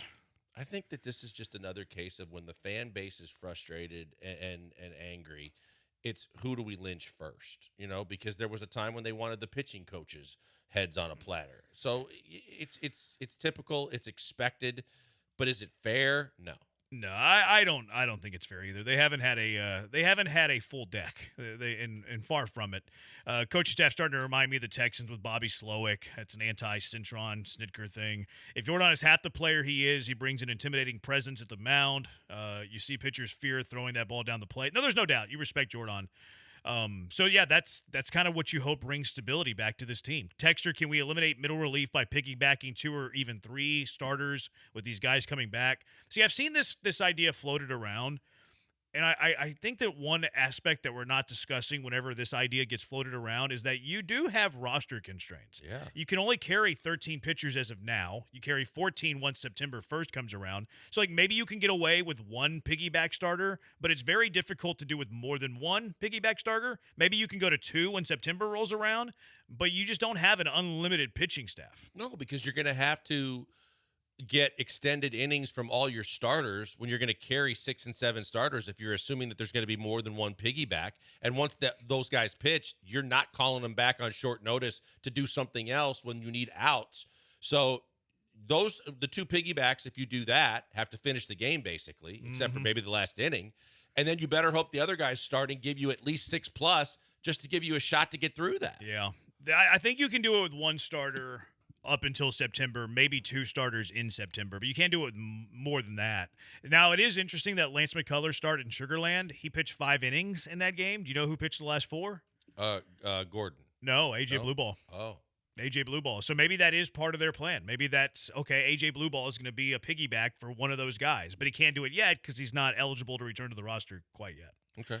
Only silver lining I see is that Abreu's getting plenty of rest after being used a ton during the first half. I guess maybe the pessimistic way to look at that is that he's getting out of form, that he's getting rusty because pitchers like their routine. Why panic now when we said we were worried before? We were laughed at. Keep the same energy. Well, we call it like it is. How about trying Lance as a relief pitcher? Ha ha ha. That's a good one. Now that's a good point. Well, not really this text. It's a good point by me based on reading this text. Is this 6-man? There we go. Is Jeremy this Branham's 6-man? right. Is he taking somebody's spot? Or is this just because they're playing so many days in a row that they're adding an additional starter? I think it's the latter. Yeah, I think you're right. But I think that overall, we just got done talking about it. You'd like, ideally, how many starters you have that you feel confident in are going to go out and get outs and be effective for you. And so, you look at it, you're running out of warm bodies. And so that's the biggest concern. And you have to be judicial with the pitchers that you have on the roster because regardless of whether Lance wants to go to the pen or what you want to do otherwise, even during the start of the year when you still had Ryan Gusto, you had guys that had bigger arms that were coming in to at least soak up some innings for you. Texture says let's move Lance to the bullpen. Well, not Friday. He's starting on Friday. It's going to be very interesting what they do after that, though, because they do have an off day Monday. Then they play 6 in a row. Do you stay with the 6-man? Can you afford it? It's going to be interesting. It's going to be interesting if they go with 6-man or if they tell one of the 5 starters, hey, Lance is taking your spot. We'll see. We'll hurry up and wait on that. Pete, so McBlisters is pitching Friday. My panic meter just went spinal tap. He's in an 11 now. Josh from Seabrook. Lance McCullers will have a telltale start. Okay. I looked it up. Telltale Heart is an Edgar Allan Poe novel, I guess. Okay. I Googled it. I didn't know. Literature's not my strong Are they suit. also known for crabs? They are. In the harbor? Yeah. I've had the best crab cakes I've ever had were in Baltimore. They have fantastic crab cakes in Baltimore. My favorite 2 things to come out of Baltimore, crab cakes and The Wire, for sure. Easily. There's not even a close third. Okay. Anything else good come from Do you Baltimore? like Joe Flacco?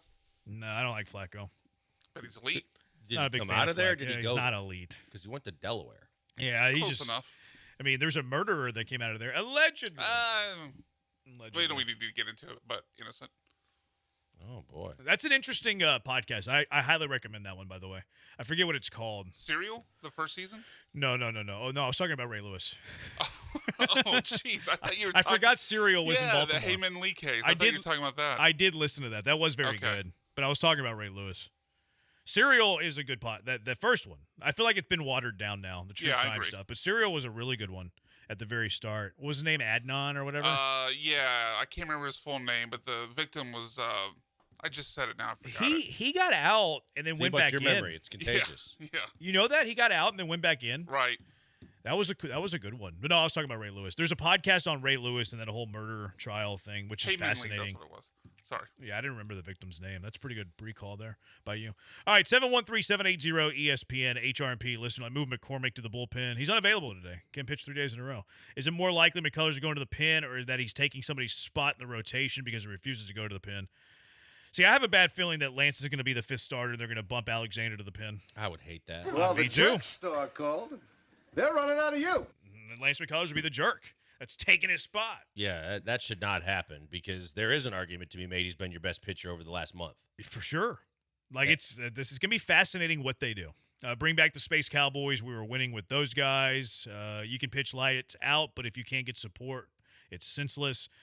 I think Baltimore's number 1 in murder rate. That doesn't surprise me. Ooh, yeah. I've heard that as well. That doesn't surprise me. Some of the wrong turn at the wrong time could be deadly. Texture says the Wire is the best thing to come out of Maryland in general. It's pretty good. Maryland's state flag is awful, by the way. Yes, it is. And that's more when we were talking about college helmets and uniforms and stuff. They've got 8, it's their flag too, the state flag. Everything, the flag, the helmets, the Maryland thing, they got a whole lot going on there. All right, they do. 713-780-ESPN, HR&P listener line, 713-780-3776. An update on Joe Mixon. Is there clarity here with Joe Mixon and his status for week 1? 713-780-3776. Killer Bees, ESPN 97.5, ESPN 92.5.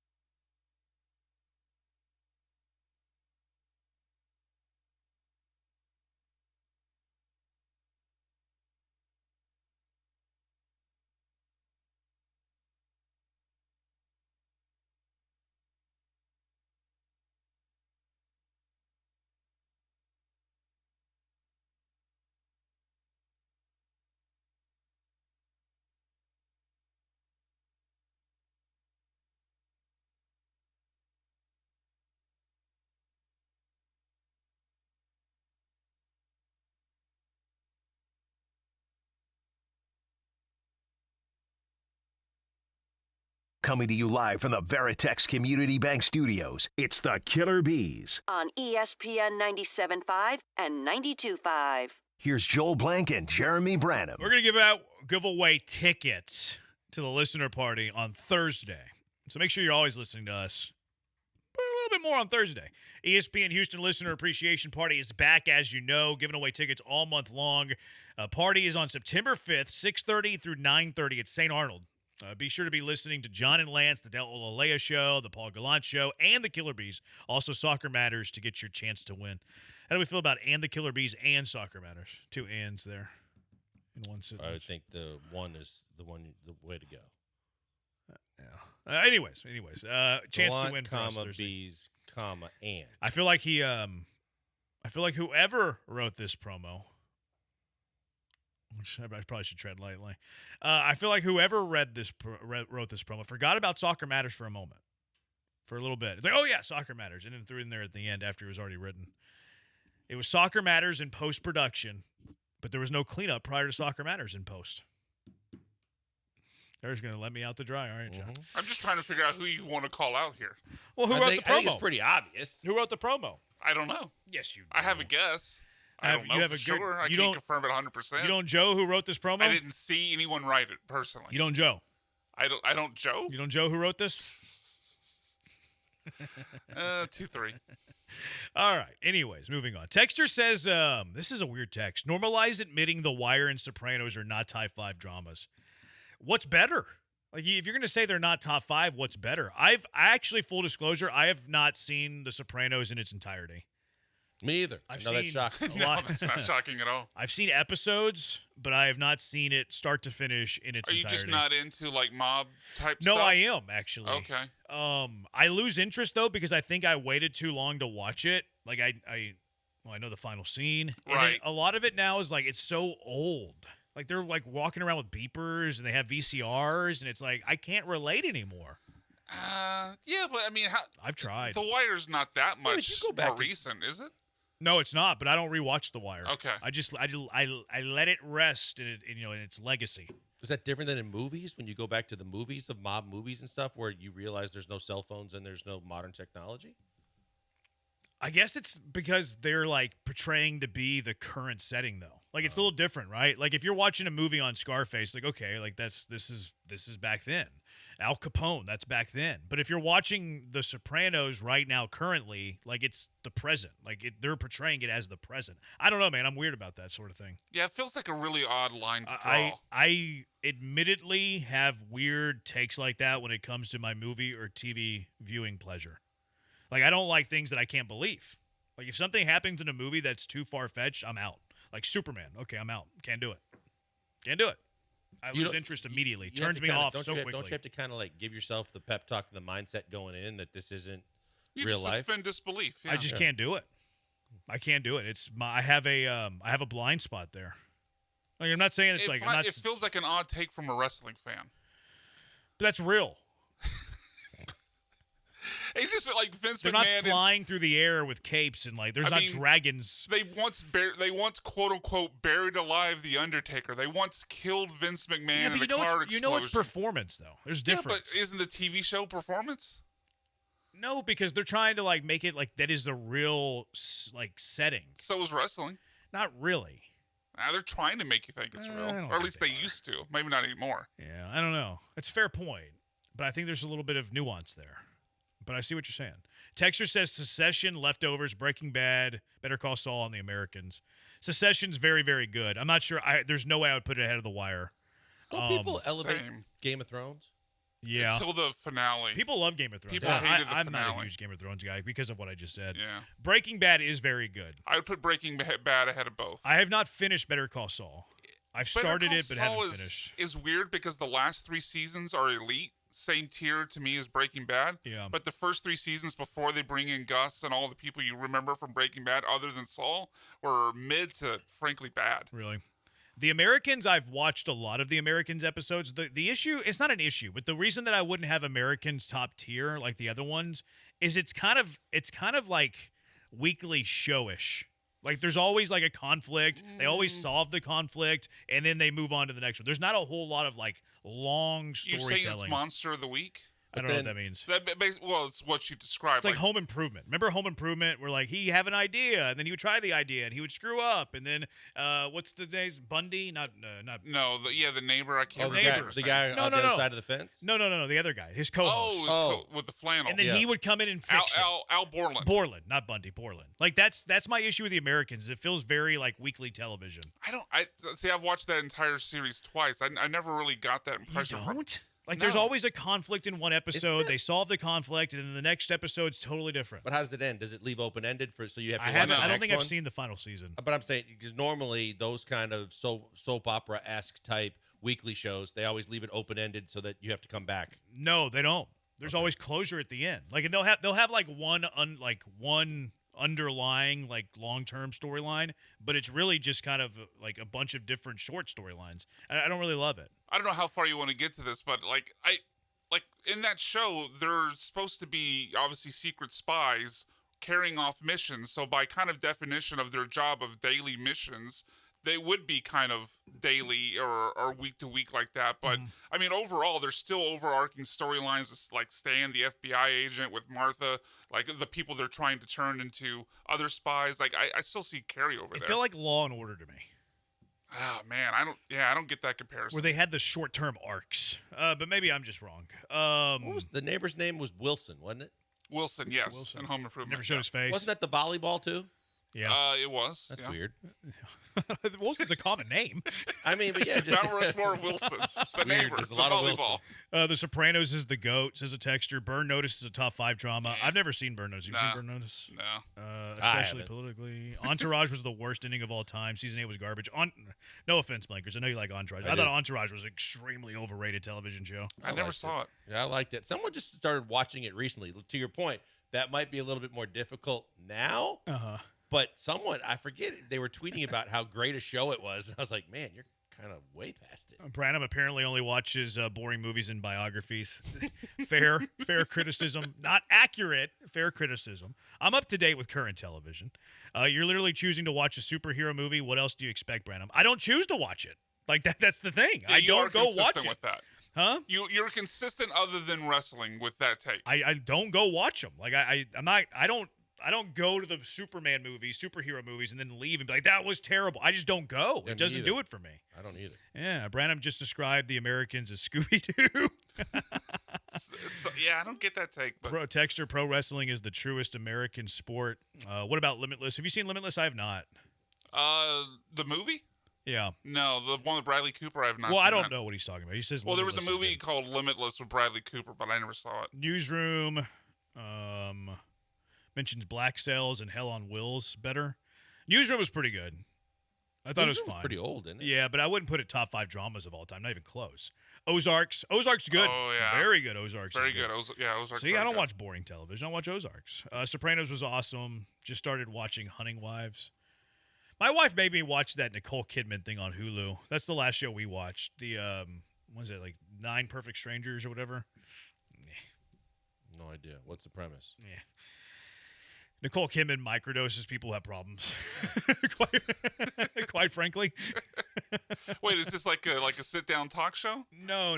It's not. It's like a television show. Yeah, it's a series. Okay. Like she's like this psychiatrist that does microdosing, and you can go see like your past things that haunt you in life, and it's not bad. It's not bad, but it's not wonderful. It didn't sound like you liked it. It was okay. I'm trying to think what our next show is going to be, though. We have to decide on our next show.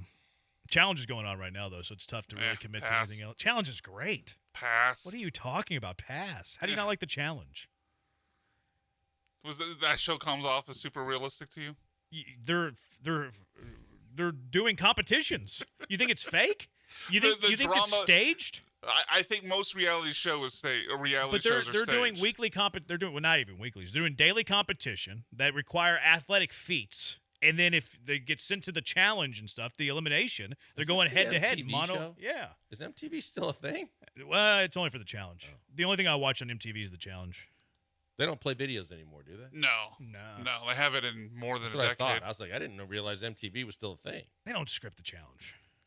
They might script some of like the stuff in the house, and there's certainly editing. That's what I'm talking about. Like there's unbelievable editing. Like they're gonna make one thing look like the biggest thing in the world. But you don't mind suspending your But disbelief for that? It's totally different. It did happen. They might edit it into post-production magic, but it did happen. I think they sometimes tell them what to say or Maybe where they so. want the story to go. Maybe so in some reality. But in the challenge, I don't think the challenge is scripted. Like the actual athletic event, I don't think it's scripted. You do? You don't think they could wrestle it up? I do not. WWE it up? I do not. I think at the end of the day, it's still a competition, a legit competition. Exactly. To where it's like if it's Real Housewives or stuff, do I think a lot of that is scripted? Absolutely. But when you're doing a competition with a prize at the end, I assume there's still a prize at the end of some sort that they win if they're the best. Is that right? Yeah, and then there's money on the line. Yeah, well, that's what I mean. So then therefore, I don't think that it can be scripted. To that No level. way, Brian. You're still real to me, darn it. Game of Thrones is the greatest. Jefferson, Dexter. You ever watch Dexter? I've seen some episodes of Dexter.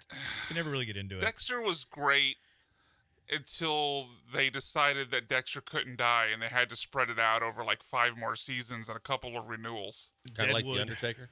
Kind of, yeah. They buried him. There you go. Well, they literally did kill him off in one of the revivals and then brought him back. So you say I a couple wasn't years wrong. later. No, it's unfortunate. Like seasons like 1 through 4, maybe even 5 and 6 were really good, but then starting going into the final 2 seasons initially, and then plus 2 revivals, when they decided that they couldn't kill him because they wanted to keep that cash cow going, the show just went way downhill. Yeah, that's what they did with The Office. The Office was awful in the last couple of years. Yeah. I've never seen one episode of Game of Thrones, Breaking Bad, The Sopranos, or The Wire. You just didn't have HBO. I didn't text which is that in, fine. though. The Wire and Banshee, best show ever. I've never seen that last one. Have you? Yeah, I've never seen. I've heard of it, but I've never seen it. Why do I think you wouldn't be up on the new TV shows if it wasn't for your wife? That's probably true. I probably wouldn't be up on the new TV shows if it wasn't for my wife. Like I would probably just watch Netflix sports documentaries every night and sports. I'd probably be like Blankers if my wife didn't force that would me be to me, except for the fact that when you throw kids in the mix, it also limits even more how much TV you watch. That's true. Like that is, my viewing would be Blankers if my wife Just didn't. sports and have sports me. documentaries. Yeah, basically only. Pretty much. Yeah. I sometimes I don't even turn the TV on before I go to work Monday through Friday. Like I like to work in silence. What is the best show based in Texas? King of the Hill, Friday Night Lights, Beavis and Butthead. I would say Friday Night Lights for me. Friday Night Lights was really good. The new King of the Hill revival is really strong. The Crowded Room on Apple. I haven't heard about that. I like Apple Television though. I think they do a good job. I'll have to look into that. I'm not committing to it, but I'm gonna look into it. Which is the one where they just signed the mega deal and they're crushing everybody in politics? It's not King of the Hill. It's South Park. South Park. There you go. Yeah, you a South Park guy, Brian? I used to be. It's just the bit kind of got old. Have you seen Chief of War on Apple? I don't know if that looks good to me. Jason Momoa. I don't know. MTV is just ridiculous now. Haha, I get the joke. Bring back the music on music television, Sons of Anarchy. The challenge is peak entertainment. You're my kind of guy. It is peak entertainment. What if it was a female? I skip all the drama and get straight to the competitions and eliminations on the challenge. Okay, I'm not opposed to that. What are you saying? That women don't like quality television, Blankers? No, you're saying that's my kind of guy, and it could have been a female that was watching the same stuff you're watching. The challenge is scripted for one-on-one matchups to get the best battles, but that doesn't happen a lot of times. A lot of times the best battles don't happen, which is more reason to think that it's real, I think. Is it like a more athletic version of Big Brother? Yeah.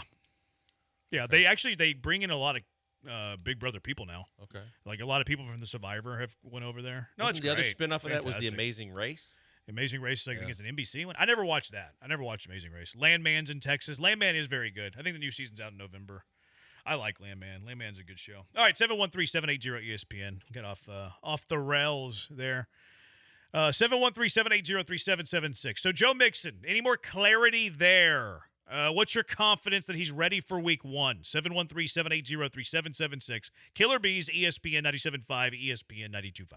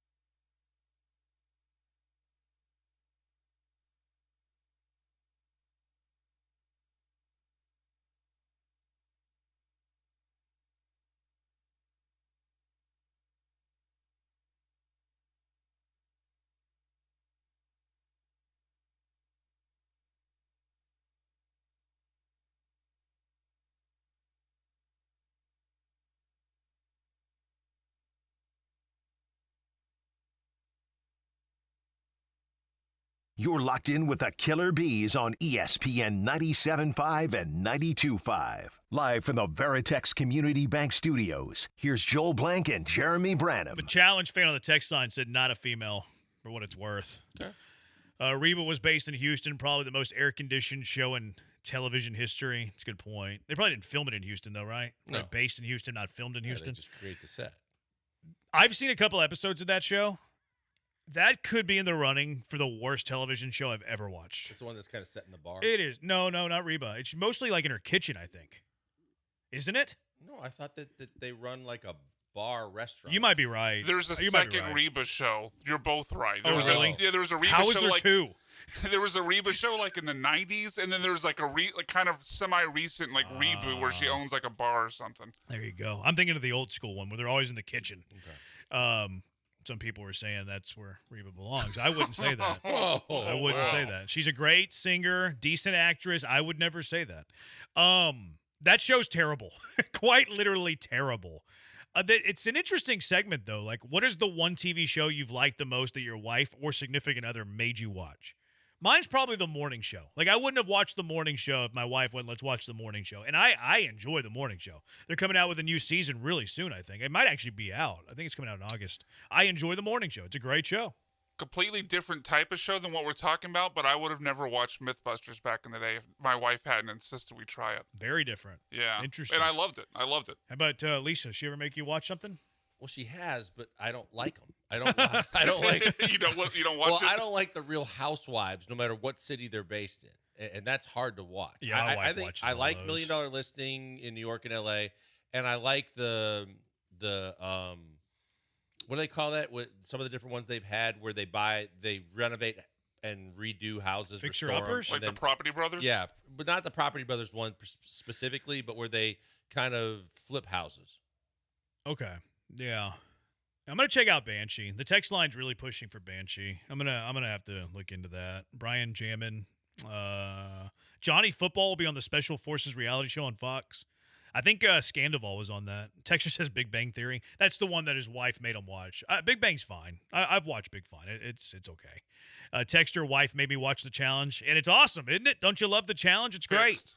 So good. Fear Factor with Joe Rogan was peak TV. Do y'all think the stunts and bug eating was fake? I could never do the Fear Factor. Oh my God, the stuff that they ate. Ugh. I can't watch people eat beetles. I just can't do it. And it was it's a lot not for worse me. than that. 90 Day Fiance. My wife got me hooked on both 600 Pound Life and Love at First Sight. I watched one season of Love at First Sight. Remember when I literally had to stomach watching what I said 1,000 Pound Sisters? Yeah. Because Lisa was watching that. your There's wife's another into one. That was tough. Yeah, I don't get those. Texter said don't watch Banshee That's with the your best wife. show filmed in Houston. Third Rock from the Sun. 1,000 Pound Sisters. HGTV. Ugh. All right. Joe Mixon. What's the latest on Joe Mixon? Nick Caserio, Texans general manager, was on PP earlier today on the highway to hell, and Just he keep was asking asked good questions and don't ask dumb questions. It's really the key to the secret of life, the key to happiness. But it was asked, what's the latest?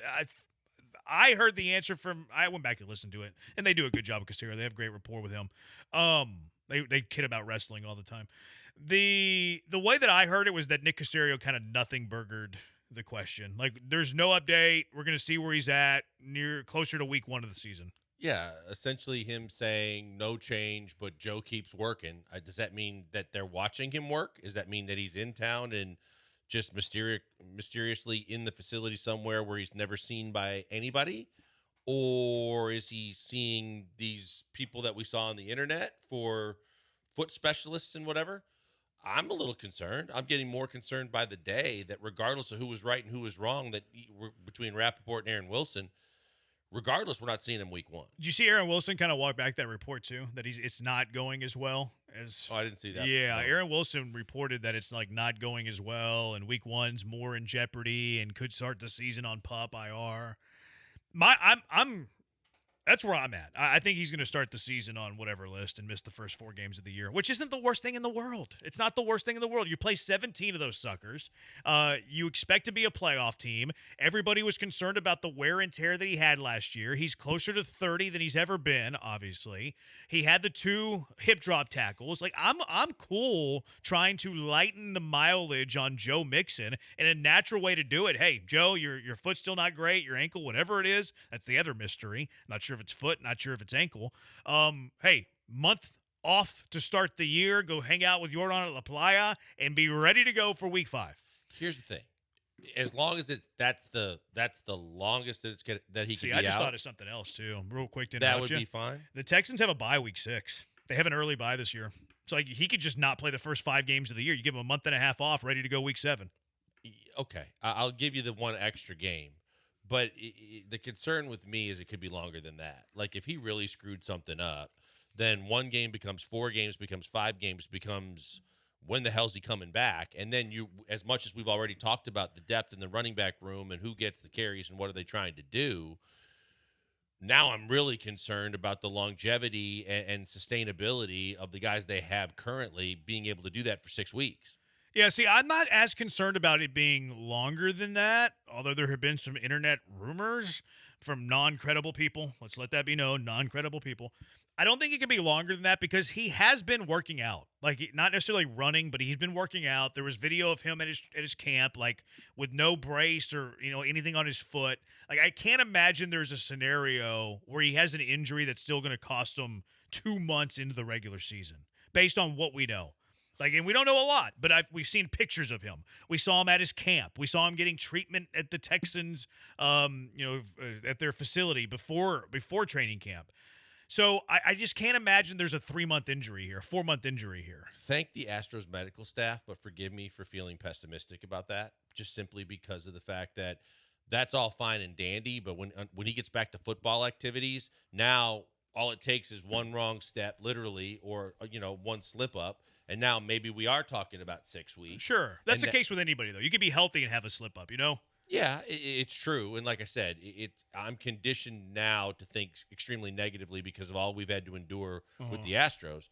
Nothing from the Texans' perspective is giving me those vibes other than the fact that he's a really important piece to this puzzle for the big picture. And I don't want him to miss more than 6 weeks. It's curious. Like, this whole thing is very curious. And I think we were sniffing it out in the offseason. Like, they're working out tons of running backs. They traded for Woody Marks. They signed Nick Chubb.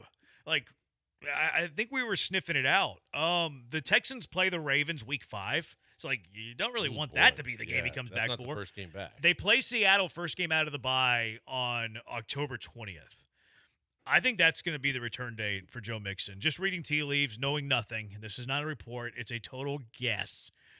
But that's October 20th. It's currently August 19th. That gives him 2 months. Like, I can't imagine there's an injury that he couldn't be back for that game or shouldn't be back for that game. It's just they're a tough defense, too. They are. Yeah, but like I said, I hope it's just 1 week or 2 and he's back because I just feel like and again, I'm the one that's very optimistic about Nick Chubb. But I'm not expecting Nick Chubb to have to carry the load literally for 5 weeks. Yeah, it's got to be committee. Okay, it had to be like there's not one guy that I trust can hold down the fort until Joe Mixon comes back. But I do think the 3 guys can. I do think that Chubb, Dameon Pierce are capable. Then you throw in a little Woody Marks. Like I think that you can survive 5 games, 6 weeks without Joe Mixon. And like I said, I've been bullish on Nick Chubb more than you 2 guys. I just don't. I'm not being bullish. I'm using him as a complimentary back for the season because I'm expecting Joe Mixon to be the one. If Nick Chubb is going to be your one, then I've got serious concerns about his ability to not only stay healthy, but then to be able to do anywhere close to the old Nick Chubb things to be able to be the best running back on your team.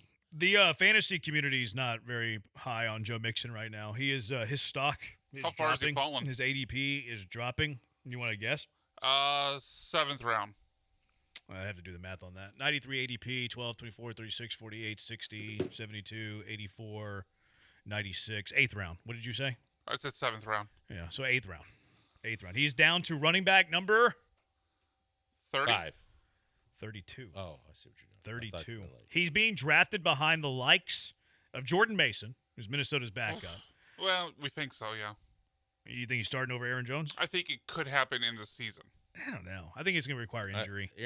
Aaron Jones always gets hurt lately, but unless Aaron Jones gets hurt, I don't think he's going to lose running back one. Jalen Warren being drafted ahead of Joe Mixon right now. Wow. Brian Robinson, who's going to be traded any moment, is being drafted. Did it cross your mind at all? Ahead of Joe Mixon. No. No? I'm not interested in Brian Robinson. I don't think he's very good. Are you? No. When I saw that, I was like, well, there's a guy that's been a starter that a team could acquire before the start of the season, just thinking about depending on what needs the Texans have, but I'm not interested in for the Texans. Tyrone Tracy ahead of Joe Mixon as well. He's running back number 32 at this very moment, and his stock is plummeting. At what point do you draft him, Brian? 7th, 8th round, I'd be interested. If you're assuming you're in a league with IR spots and you could stash them, I'm not going to. Yeah, there's no way I'm going to keep them on my actual roster. Were you drafting Ja'Cory Krosky-Moret? I'm not. Who's the Commander starting running back? Is it Eckler? I think it might be JCM. Yeah, I don't think. I think it might be Bill. The answer might be it doesn't matter. It's such a committee. You're rolling. Yeah, exactly. But it could be that it's such a committee that they split all. Somebody gets the goal line, someone gets first down, someone gets receiving work, and none of it really matters. Yeah, I think they signed Chubb knowing that Mixon would not be ready for about 6 weeks. It very well is in play. Very well could be in play. A lot of people are being overly optimistic about it. I'm like, are you in touch with reality? Yeah, how could you be optimistic about that? What is the most optimistic scenario? He's ready for week 2. Really? Most optimistic is week 1. I would say week 2. I don't even think week 1's in play. No, I think Terry McLaurin more than a week ago started ramping back up, even though he hasn't gotten the contract he wanted, because he knows if he's going to play, he needs 3 weeks to ramp up. And that was a week ago, and we haven't seen Joe Mixon yet. It's weird, man. There's no way I think he could be ready for week 1 at this point. From our previous conversations, if you just want to say the most optimistic you can be, he could be ready for week 1. I don't want him to be ready for week 1 at this point. To your point, Brian, I don't care what he's been working out. I'd be worried about hamstring pulls if he tries to ramp up that quick. Well, just everything, because it's a leg injury regardless. If he's trying to ramp it up, yeah, you're putting extra intense pressure on all your joints and muscles in your legs. I think he's starting on a list. I don't think we see him into week 7. That's you just made the list. Joe Mixon. Stressen's and I have been going back and forth on this a little bit on the internet. He thinks he's going to be ready by week 1. It's really? What, man? He wrote an article. I haven't read it yet. I'm going to read it tomorrow. See what happens. Chubbs is going to rush for 1,000 yards this year. Let's go. Trash. Could he be a down low holdout scenario? Maybe he wants a new contract. Didn't he sign one last year? They got him. They reworked his deal as soon as he got here. He's hurt. He's hurt. Colt fan says, breaking news, we are screwed. Daniel Jones has been named the starter. You were screwed either way. You were darned if you did, darned if you didn't. Haven't we been telling Colts fan and everybody else for a long time now? Daniel Jones is going to be the starter? At least Daniel Jones won't tap out. We've been on it. It's such a bad luck. Tapped out. This is one of the worst things I've ever seen a quarterback do. 713-780-ESPN. Tay Ursery. He said he would die for C.J. Stroud. He would literally die for Stroud. He's going to die on that Stroud. It's the joke I said earlier. How far are you willing to go for your teammates? 713-780-3776. Blankers, you die for me, right? 713-780-3776. How far are you willing to go for your teammates? Killer Bees, ESPN 97.5 and ESPN 92.5. I would go to Two Creeks Crossing Resort for my teammates, but then I'd kind of be winning that deal because Two Creeks Crossing Resort is the best. They're fantastic. Escape the rat race for the weekend. Escape the hustle and bustle of the job, traffic, whatever's causing you stress. Doesn't have to be the weekend either. I mean, it's Monday through Sunday out there at Two Creeks Crossing Resort on Lake Livingston. Escape the city, enjoy the relaxing great outdoors. Book that stay now at twocreekscrossingresort.com. From the open green spaces, wildlife you just don't see in the city, beautiful majestic trees, which they can get out of the sun a little bit because they provide some shade, and some of the best fishing in Texas too. You can't beat it. You can fish on their Two Creeks, great fishing. Their catch and release pond in the middle of their property as well, which is great for the kiddos to teach them how to fish. Hike their 92 acres of property, kayak, play some pickleball, hang out by the the pool with a drink. Have a drink right there by the pool. Two Creeks Crossing Resort, always taking care of their visitors. We were out there a few months ago. Food truck both nights we were there. Some live music on a Saturday night. Had a great time. The kids had a great time. We stayed in the tree house, which is basically a tree house. Go up the stairs, stay in the tree house. You got trees going up the house. It was fantastic. Kids loved it. But they have glamping as well. They have the cabins right on the creek. Fantastic cabins. If you have an RV, they have RV hookup spots. You're going to love that. They have the perfect stay for everybody. So book that stay now at twocreekscrossingresort.com. That's twocreekscrossingresort.com.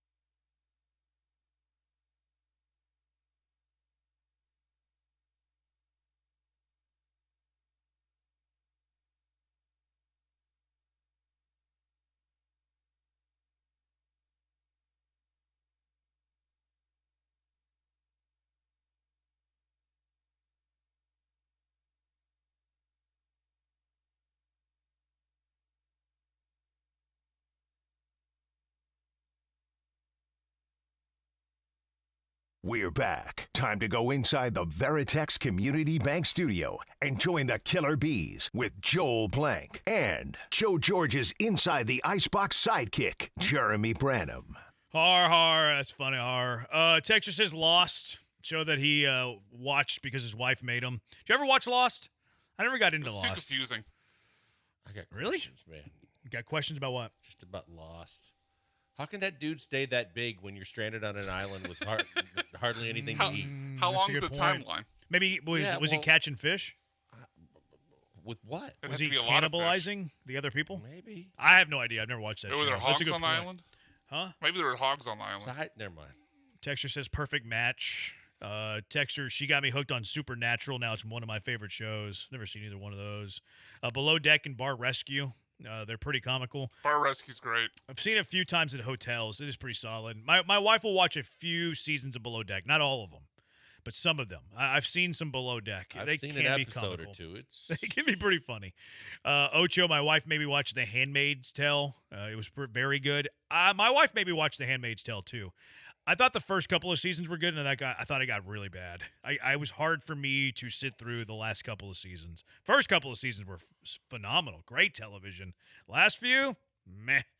Finally ended, thank goodness. But I think they're doing a spinoff. My softball wife, Allison, my husband won't admit this, but he enjoys The Real Housewives and Love is Blind. There you go. What's Love is Blind? I think that's the one where they sit behind the wall and talk to people, and then they Have to figure pick out one? who they want to be with. Oh. What's that? They have to pick one? Yeah.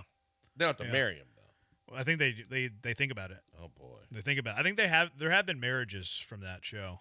I don't think any of them have worked out well. Which Real Housewives? Some of them are so unwatchable. Like that Salt Lake City one was so brutal. Yeah, I've watched a few episodes of that one. It's hard to watch, man. And Yeah. DC was bad too. I've seen a few episodes of I haven't seen DC. I've seen a few episodes of Orange County. I've seen a few episodes of the New Beverly Jersey, Hills, maybe? Yeah, and New Jersey. And maybe New York. My wife watches them. So every now and then I'll be there for an episode or two. But It's hard when they you get a character for a couple of years and then all of a sudden you just boot them and you get some new people. Yeah, because they're boring. Yeah. It's funny. That's why they create drama though. You know that. They create drama because they want to be kept by the producers. Yes, for sure. So they create storylines for themselves. Like they go into it, like, hey, what's my storyline going to be this year? So what it do I is have wrestling. to create? Oh, for sure. Yeah, because there's 100%. sometimes that they just run out of drama they can create after about 3-4 years, and so they got to get a new villain. Yeah, then they cut people. Yeah, small flex, but I was on an episode of Property Brothers when they were in Galveston. Did a boat lift for them. I wonder if he has his SAG card. You think he gets royalties from that? Maybe. The man proposes to the woman behind the wall in Love is Blind. I watched one season of that a few years ago. It's pretty terrible. Yeah, that doesn't It's sound not good. Yeah. Never watched Housewives, but I walked through the room one day when my wife was watching it. Best line I've never heard on TV show. Does your behind ever get jealous of that comes out of your mouth? That's pretty good. I like that line. The Weather Channel in the hotel rooms is peak television as well. They do some pretty good stuff on the Weather Channel. Like they do these natural disasters, like tornadoes and stuff. I will low-key watch tornado chase videos for a long time. they're If pretty it pops up fascinating. on my timeline, I will watch them. Texture, This Is Us. That was like you had to cry every Yeah, week. I'm out on that. I think my wife made me watch This Is Us for a little bit. And there was this one episode where they lost their dog, and they were calling everybody in their phone, like, can you come help me with my dog? Sorry, I know you're a dog lover. And, like, the entire neighborhood was, like, looking for the dog. It was the weirdest thing I've ever seen. Feels unrealistic. It was, I thought it was awful. It was just sappy that they had to be sappy every week to try and make people cry every week. Yeah, it was very sappy. First few seasons of Lost is really good. The other thing that comes to mind with that when I'm talking about the crying and sappy, why were people? I guess I'm cold-hearted now.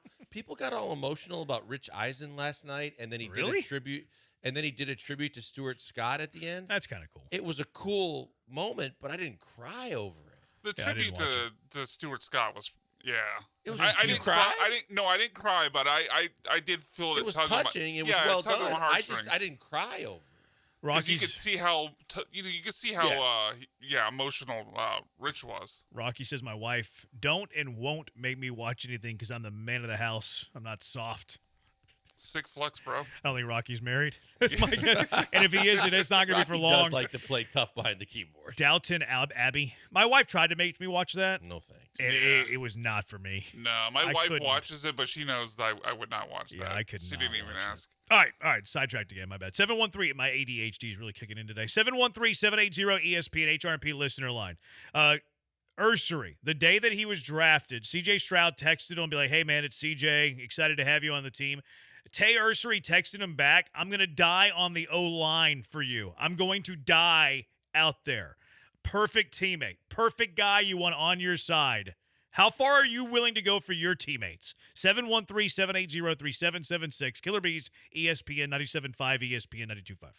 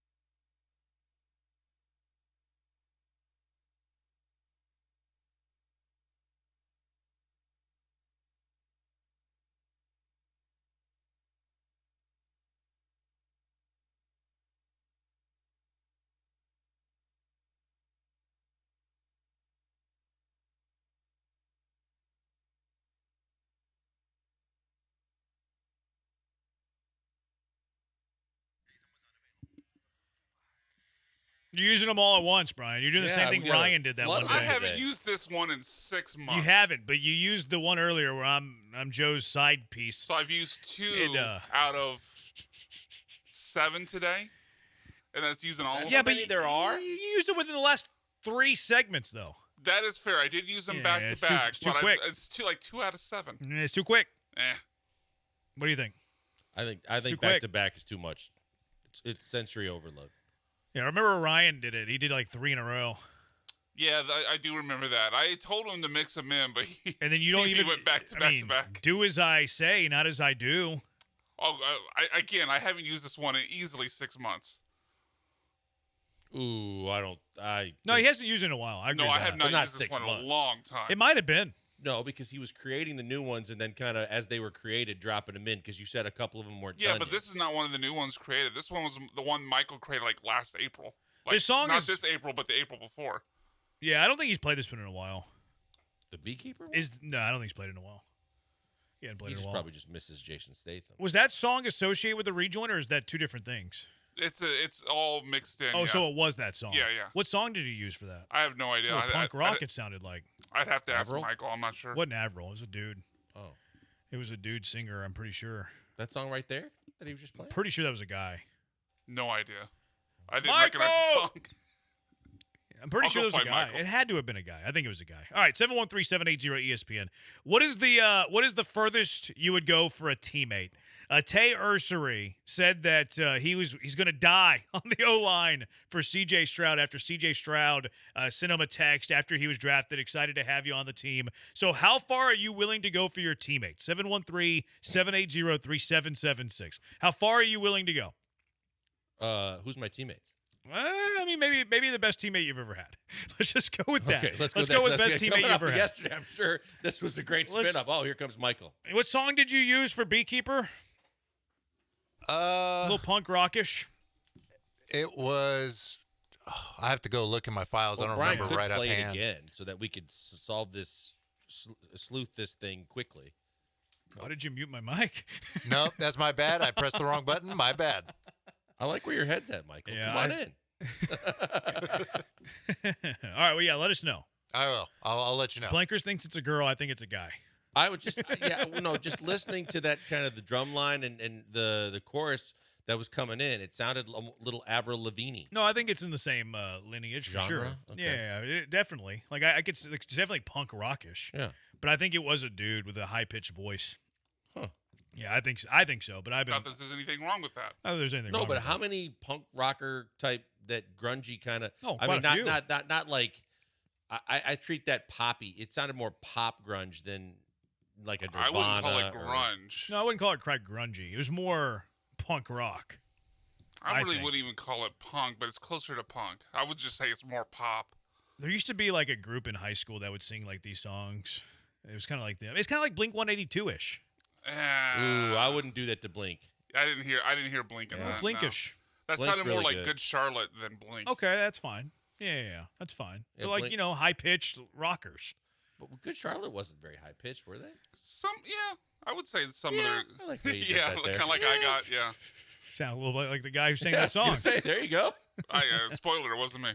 So what is the most you'd be willing to do for your teammate? Tay Ursery's going to die on the O-line for C.J. Stroud. Let's go with your favorite teammate. Maybe not teammates that you don't like. Let's go favorite teammates. What is the furthest you're willing to go for your favorite teammate that you've ever worked with? 713-780-3776. What is the most you're willing to do? Maybe what's the most you have done? I mean, you always. What have you done for Chuck? Chuck who? You know who I'm talking about. Don't play dumb. Who? I mean, Chuck. like Chuck, like Barkley. Yeah, of course. Oh, I mean, I've gotten in the middle of like him wanting to fight somebody to step in kind of. Would you have taken a punch for Charles Barkley? Yeah. Yeah, I would take a punch for Joel Blank. I'd do that. That's a lie.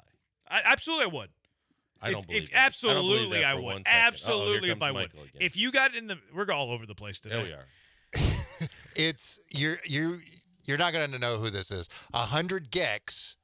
The song is Hollywood Baby, and it's a duo. It's a girl and a guy. Oh, so we were both kind of right. That's fine. That's good. Thank you for your hard work, Michael Carroll. He keeps this station afloat. That's a weird song to use for Brian, though. Whenever I think of Brian, I think 100 Gex from Hollywood Baby.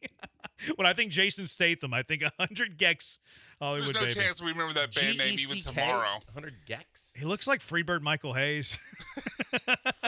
He does. P.S. Michael Hayes? He looks like a man. He looks like a younger... Who, the lead singer of this band? The guy, obviously. Yeah. Because there's two of them. Yes, he does. Like, he looks like Michael Hayes. I'll text it to you real quick. It's Is he pretty from funny. Bad Street, USA? Brian, do you think I would take a punch for Blankers if he got No. if absolutely I would? Y'all are nuts, man. Y'all are think nuts. you would. I am loyal to my I don't think my you take a teammates. punch for anyone here. I would absolutely take a punch if one of y'all mixed. Like, let's say Robbie. Robbie comes hangs out with us all the time. If y'all got mixed up with Robbie, started talking a little trash to Robbie, or if Israel came out and y'all got into a little bit of a fiasco, a little bit of a ruckus, I would absolutely take a punch for you guys. Absolutely, I would. What, you'd shove us out of the way so that we wouldn't get hit? No, I would, get hit? no. The scenario that I'm Just, playing out in describe my the head. scenario. Oh, the scenario I'm playing out in my head is like, you're face to face arguing. I step between y'all. Maybe one person throws a punch, and then I'm kind of in the middle. Oh, so you're not intentionally taking a punch? No, in I this wouldn't scenario. dive in front of you guys to take the punch. I'm not taking a bullet. I'm not the Secret Service for the president. Take I would be like in the middle of collateral damage or Yeah. like a More stray collateral. shot. Yeah, So like I'm trying to break it up.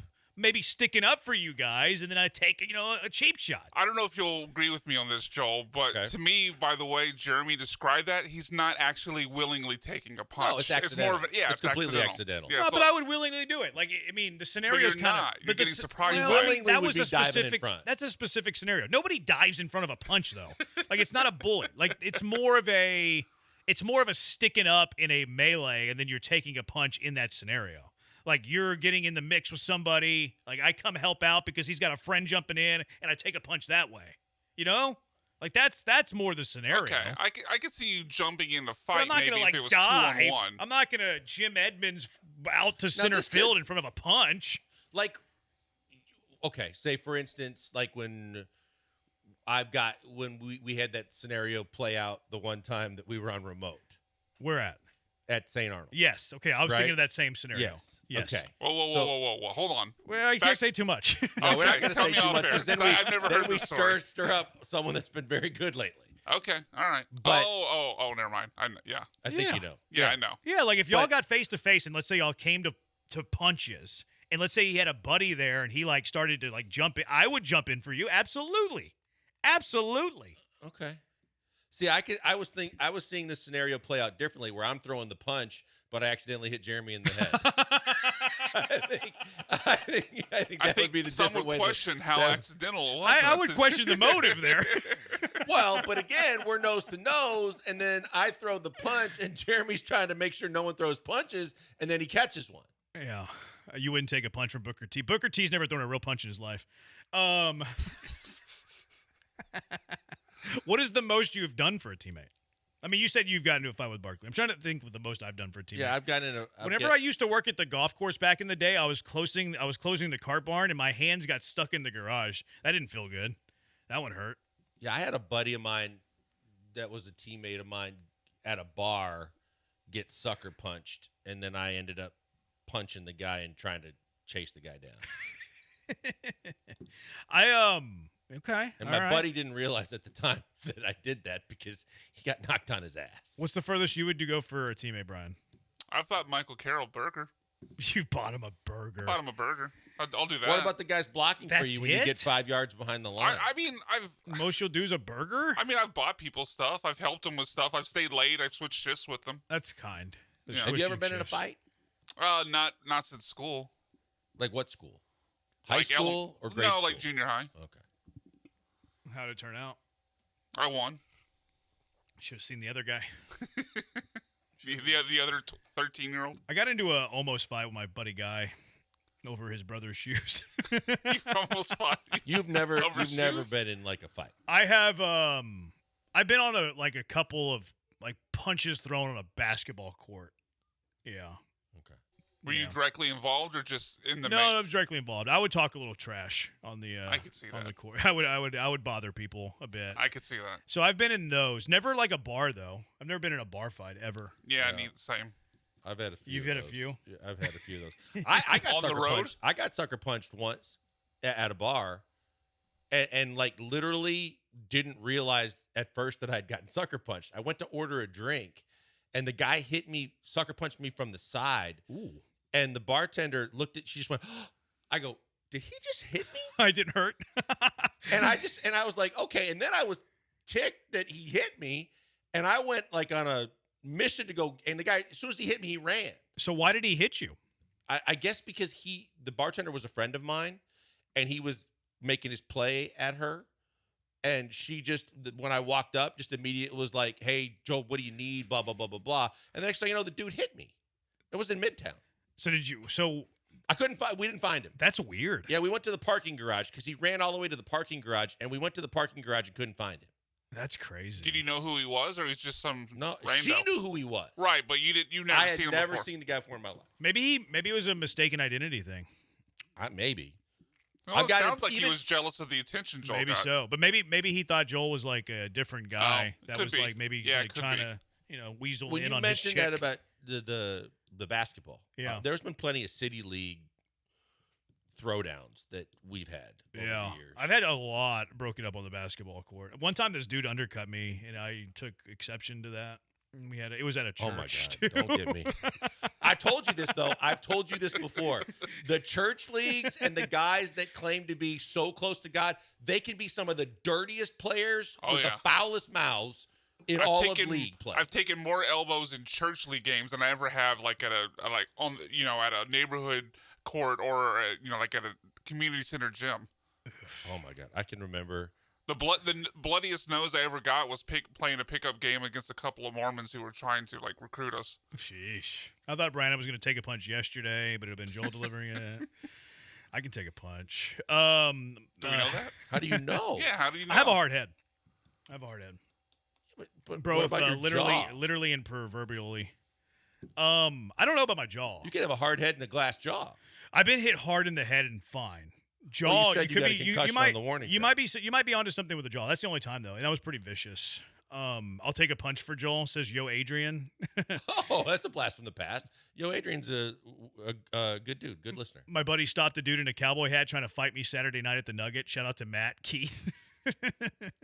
Recent, man. I let the Astros turn me into a trash can and bang on me if it means turning this thing around. That's fair. That didn't Fair. sound right. He's just a trash can and they're banging him with a bat. That way they can get the signs. Let them. The way it was worded, phrasing. I bought a pitcher of beer and some shots for my bowling team. Strive to be a good teammate. Bowling. That doesn't feel like doing much. They have bowling leagues in Houston.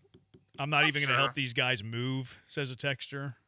Moving's the worst. I've done it a few Oh, I times hate- though. oh, I've helped a few goodness. buddies move. It's the biggest nice guys with the meanest elbows in church ball. Back in high school baseball team had to get together, and kids from a rival school showed up and ended up having a brawl in a street fighting in a ditch. Wow, that's crazy. Same team? No, they rival team. Oh, they came up. And then They fought in a ditch. It started in the streets, and then in the street Spilled out into spilled the out ditch. into the ditch. It's like a movie. They had bad footwork. I can tell you. I got man. Tim Frank, love him to death. Now the head of PR for the NBA. When Tim Frank was our PR guy, we had a city league team, and one of our guys got sucker punched during the game, and I saw it, and so I sucker punched that guy coming to his defense, and then I found out the dude had done time, and we were at a Y. It was in a YMCA league, and they literally had to escort us to our cars, and that was before we found out he was in prison, and so they kicked him out of the league and then randomly reinstated him for the playoffs. And Tim Frank in a huddle after I came to the defense of our teammate was like, hey, we only got so many guys. So if they come after Joel, just don't get involved because we could all get kicked out and lose this game. And everybody looked at him like, are you crazy? we never let Tim forget that. What's the best you've bowled in a bowling? What was it? You don't What'd you wanna call it? It's not a frame. I guess it's a game of bowling. It's a line. Is it good? It's a line. Yeah. You're good. You were good at bowling. I was. That tracks actually. I Yeah, think mine from was Milwaukee. My parents, instead of church, we would bowl on Saturday and Sunday mornings. My whole family. I think mine's I don't know, man. You're from Milwaukee, so I don't know if I can take your opinion seriously. I bowled a 232. I bowled a Forgot about that one. 232 when I was like in third Wow, grade. that's I bowled strong. No, I bowled a 268 and a 272 in high school. Wow. Nice. I think the most I've done is like, I don't know, 150, 160. Mine's around there. Yeah. Mine isn't that great. All right. Can the Texans win it all? 713-780-3776. Killer Bees, ESPN 97.5, ESPN 92.5.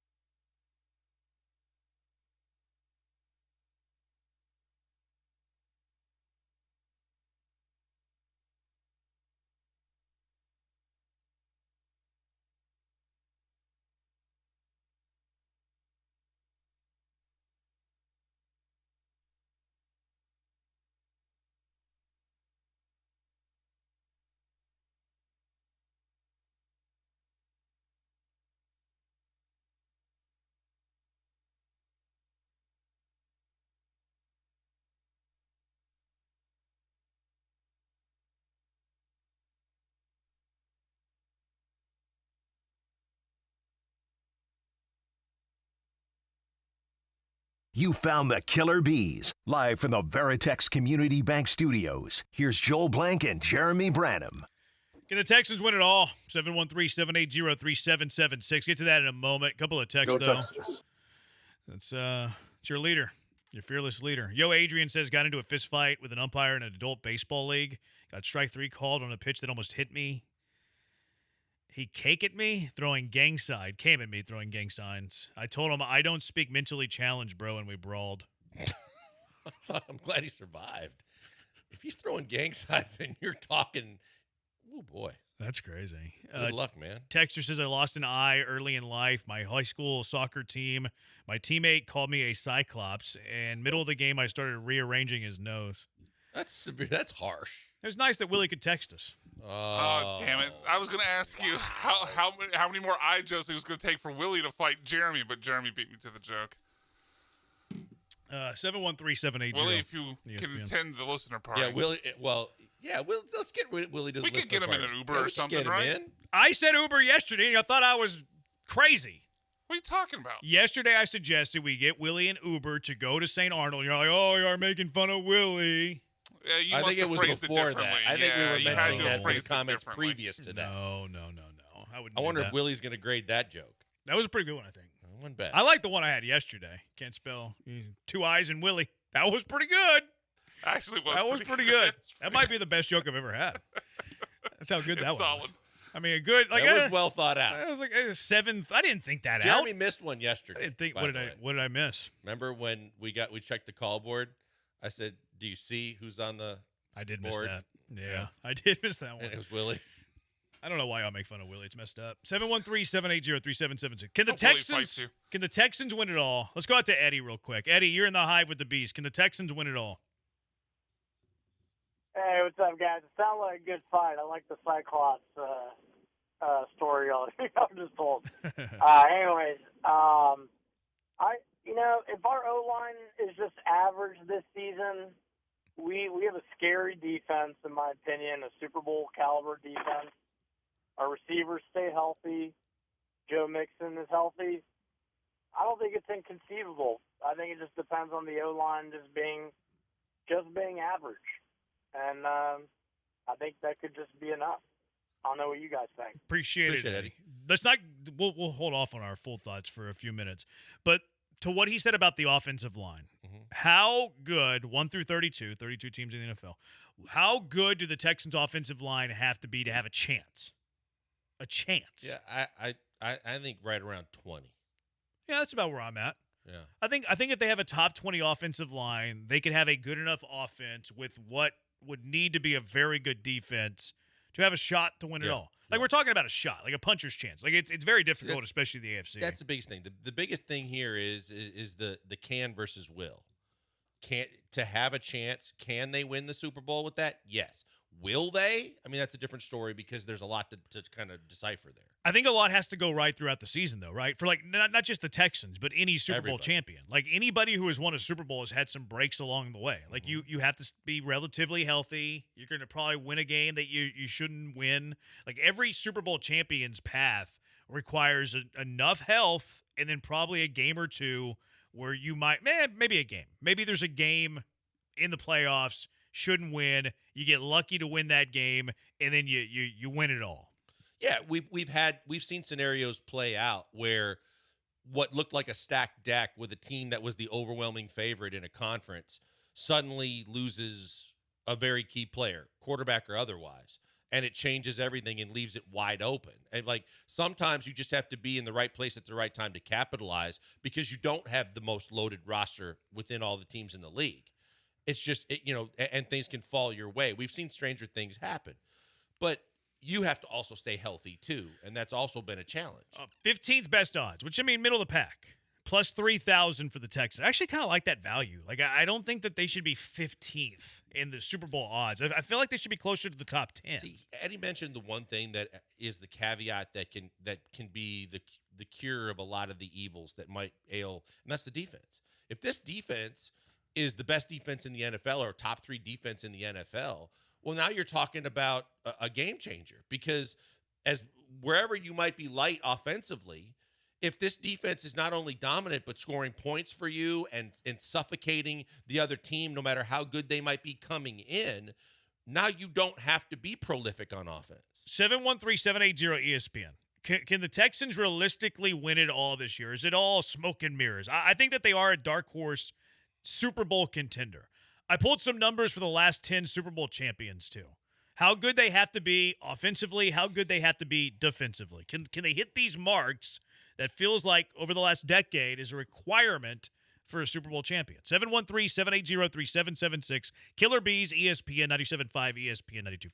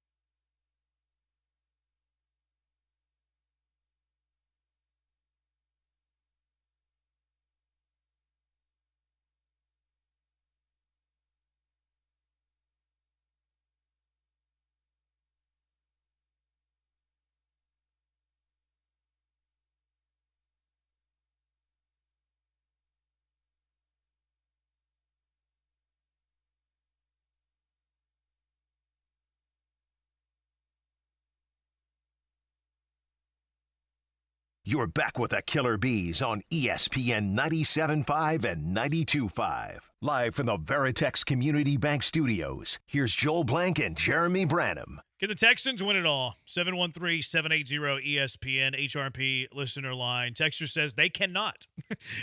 What was the movie with that one dude? One dude. Who was the main character in The Big Lebowski? Oh, Jeff Daniels, right? Jeff Daniels played in that Western movie, that True Grit. True Grit, yeah. And yeah. they didn't use like what are they, compound words or whatever?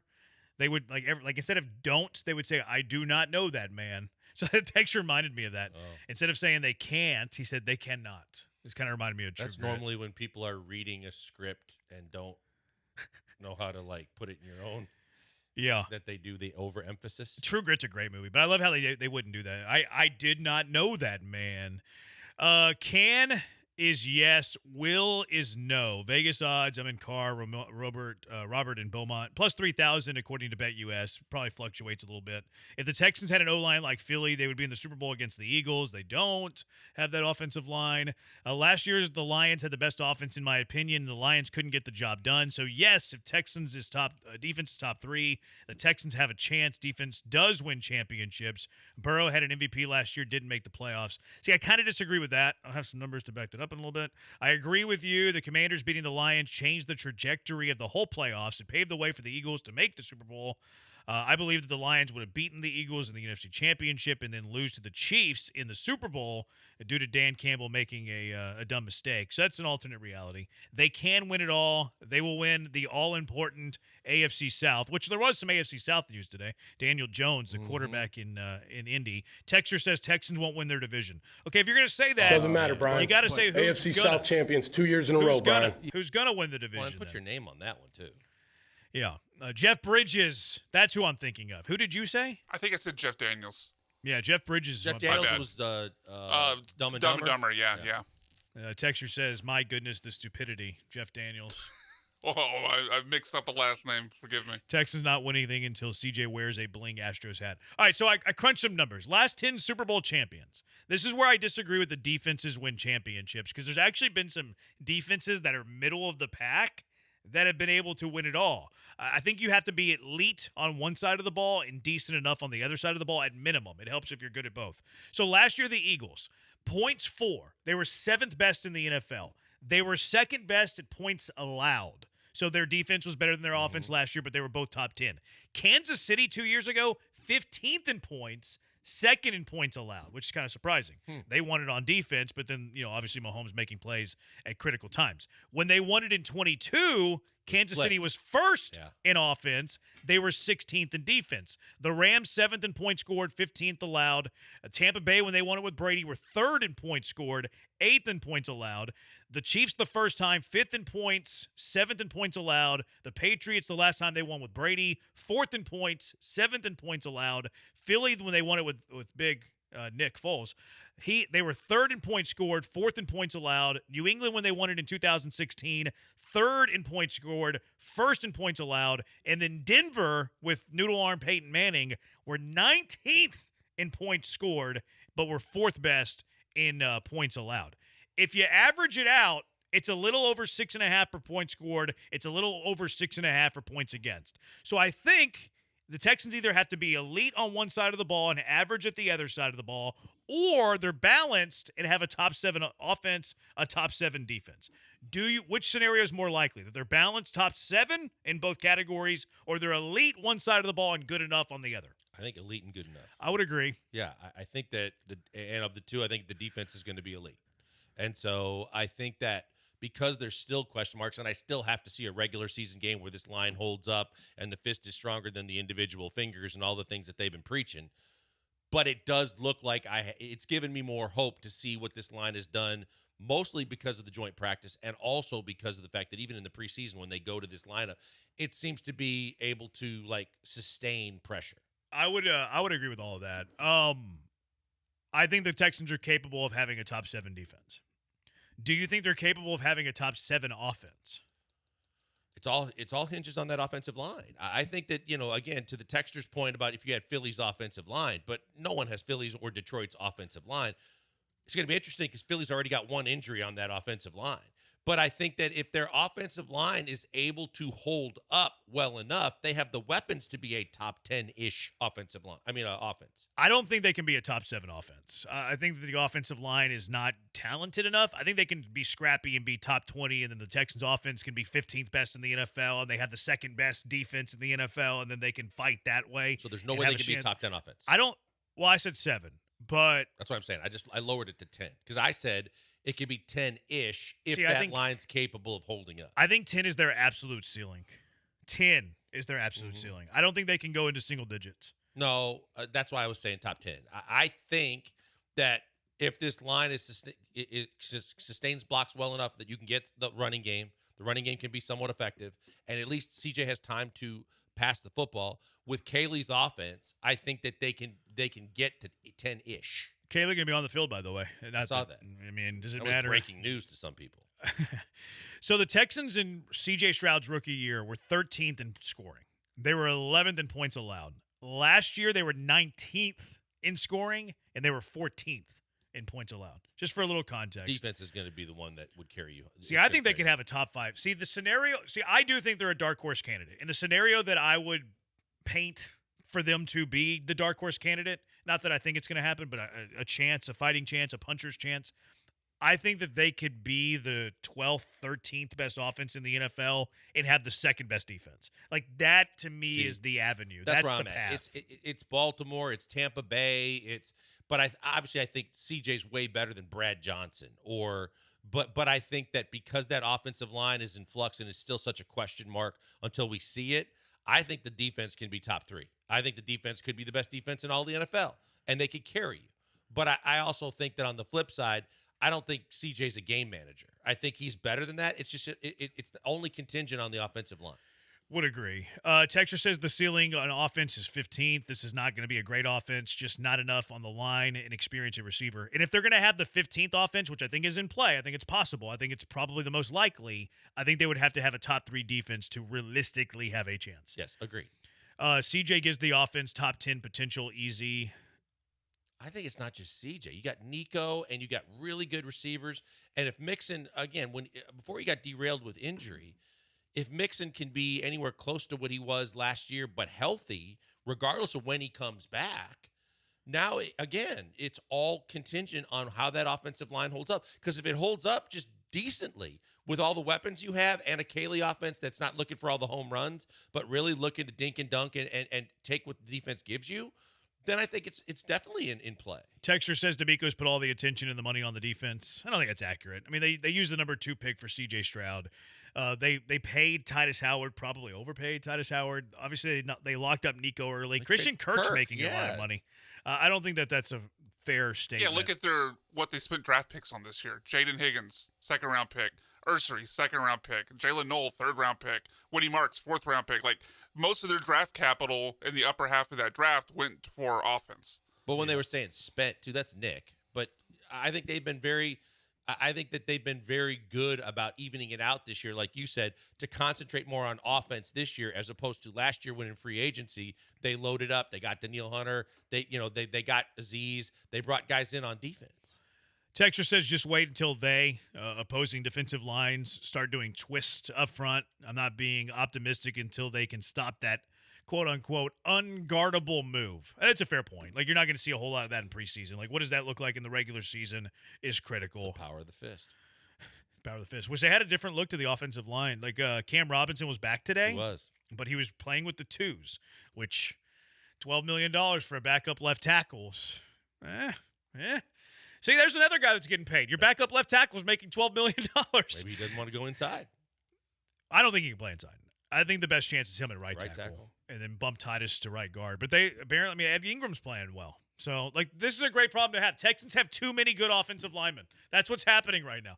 713-780-3776. Let's go out to the HRP listener line. Keith, you're in the Hive. What's up, Keith? Hey, guys. First off, thanks for the invite to the listener party. I'll do my best to attend. This is going to be a little bit long-winded, but hear me out. You're talking about Texans making the Super Bowl. First, they have to make an AFC title game, which they've never done in the history of the franchise. And in terms of the offensive line, if you look at the 2020 Chiefs who lost the 2021 Super Bowl to the Bucs, their offensive line was completely hit with the blistering amount of injuries, knocked out Schwartz, Fisher, and Osemele for the whole season, 3 stalwarts on that offensive line, and they made it to the Super Bowl only to get destroyed by Shaq Barrett and the Bucs in that game. So you can make it to the Super Bowl with a bad offensive line, which potentially could be what the Texans are looking at. And obviously Mahomes got destroyed in that game. The Bucs dominated. He was fighting for his life that whole game. So I think the Texans first need to focus on getting over the hump, getting out of that Saturday 3:15 game, and making it to that AFC title game, and the offensive line will come. Keith, did you say the Raiders against the Bucs? Did he say the Raiders against the Bucs? Yeah. That was the one where the center went AWOL. Was it that one? Yeah. What was his name?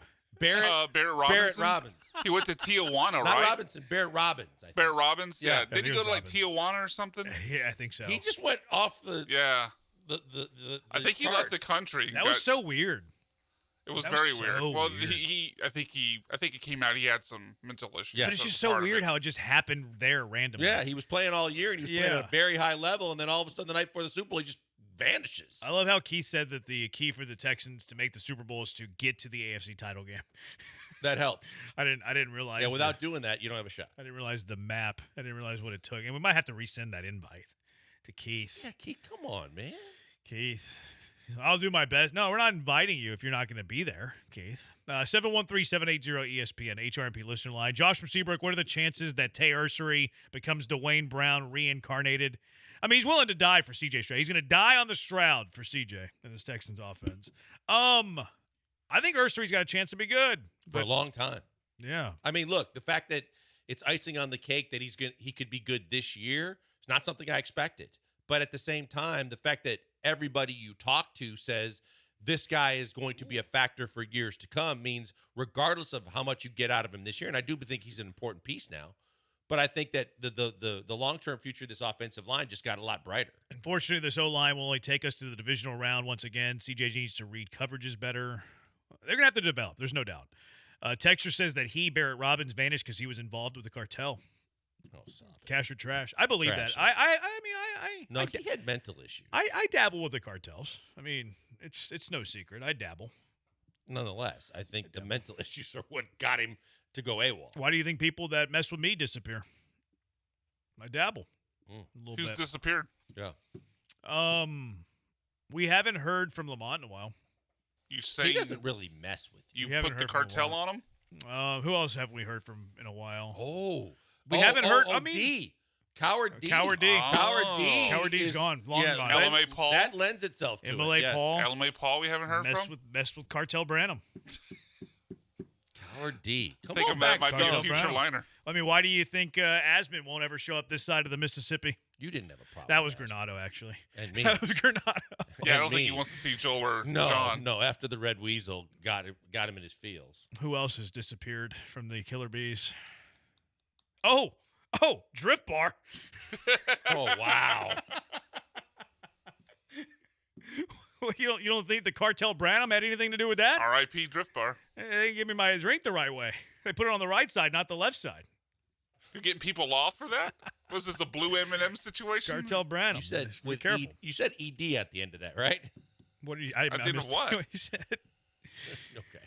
Wait till the break. Well, All right. The cartel is telling me to go to break. 713-780-ESPN HRMP listener line. Will of Bits is coming up next. Will of Bits coming up next. You never know what you're going to get. You just know it's going to be mediocre at best. It is the Bees, ESPN 97.5, ESPN 92.5.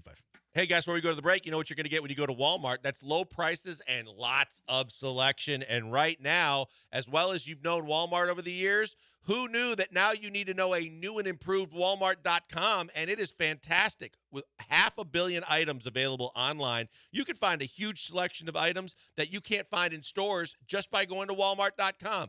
And the best part of all this is, and maybe you didn't know this either, Walmart also has unbelievable selection of low-priced groceries.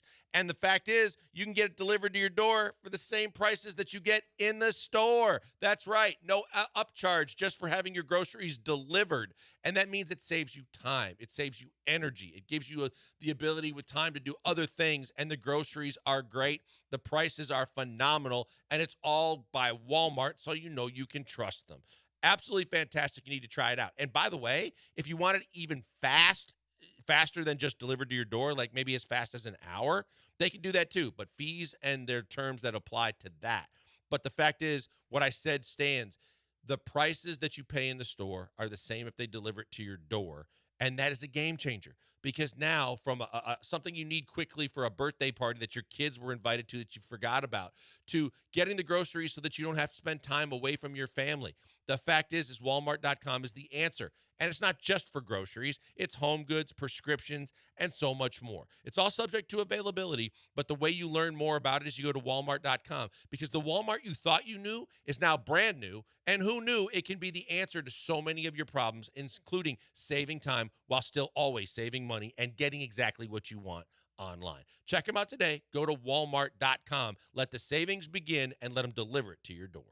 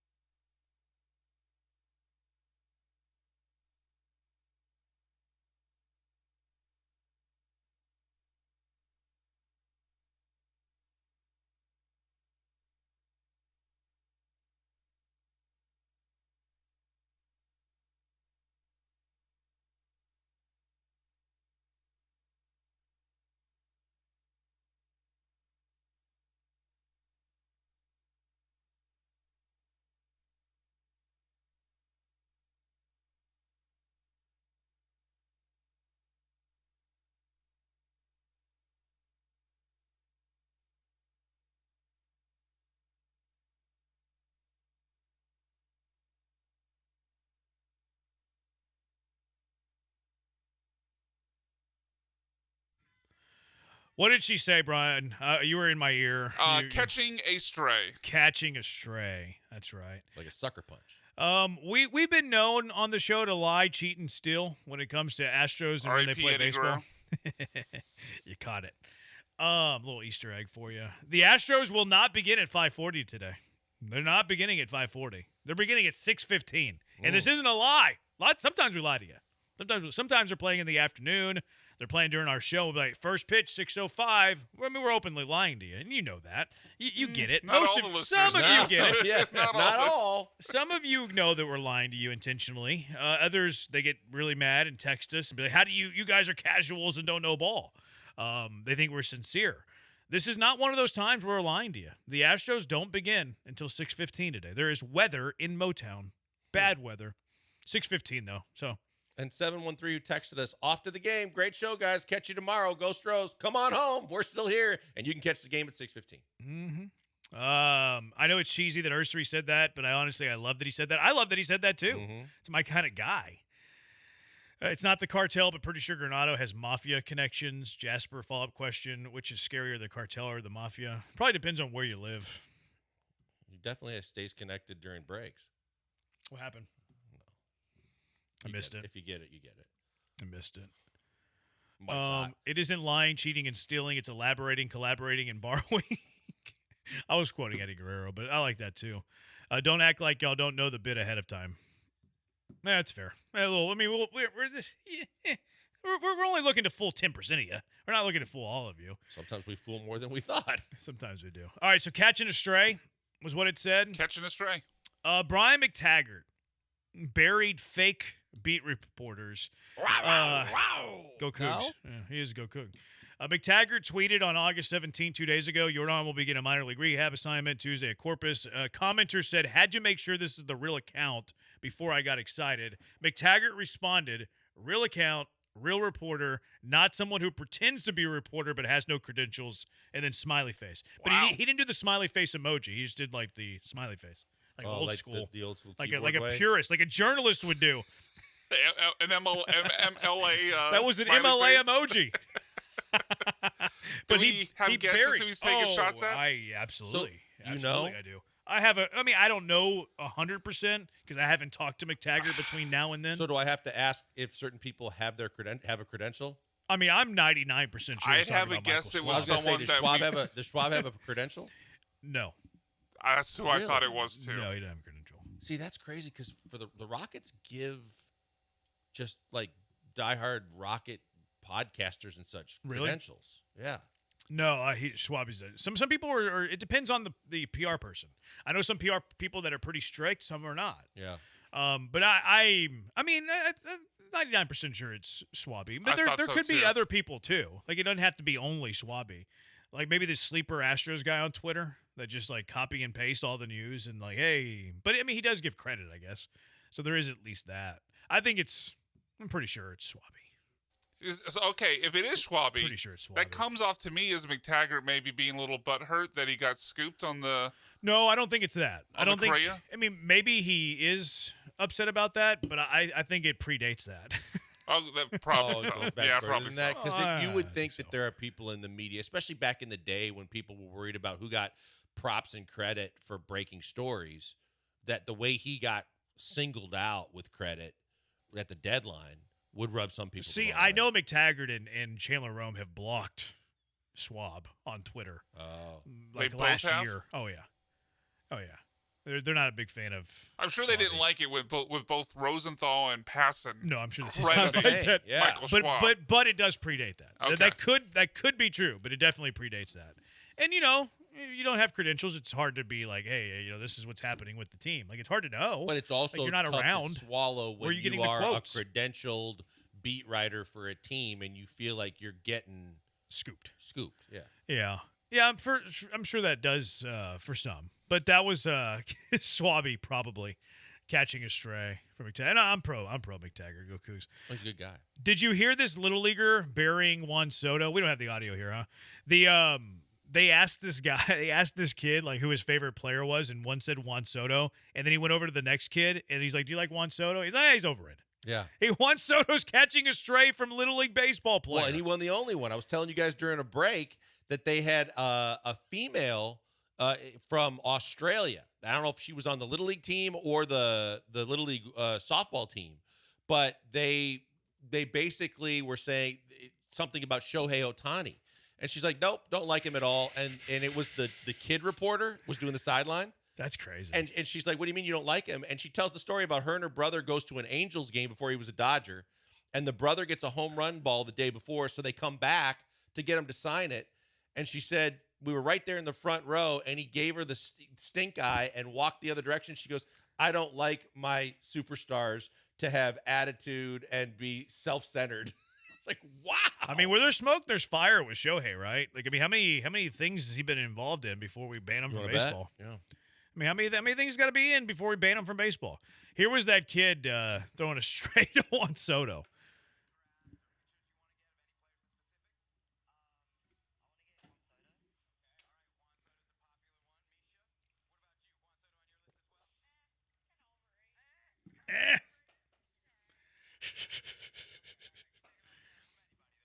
Oh, so they went to Big Dumper. Went to the Big Dumper. Yeah, which that guy's a cheater. Torpedo bats changed his life. See Juan Soto, like they were chanting for him to do the whatever he calls that. The shuffle. The shuffle, so he did. Shuffle. Yeah. Should've Does he hit not him, does he right? not do that anymore? I don't think he does it anymore. I'm not sure. I don't really watch non-Astro baseball during the regular season. But yeah, I saw that he did that. I didn't realize that he had stopped doing the Soto shuffle. Some people find it disrespectful. I was going to say, should have hit him. Some people find it as a they're showing up the opponent. You know how old he was when he was doing all those things against the Astros in the World Series? He was, 19? 19. That's Joe Buck.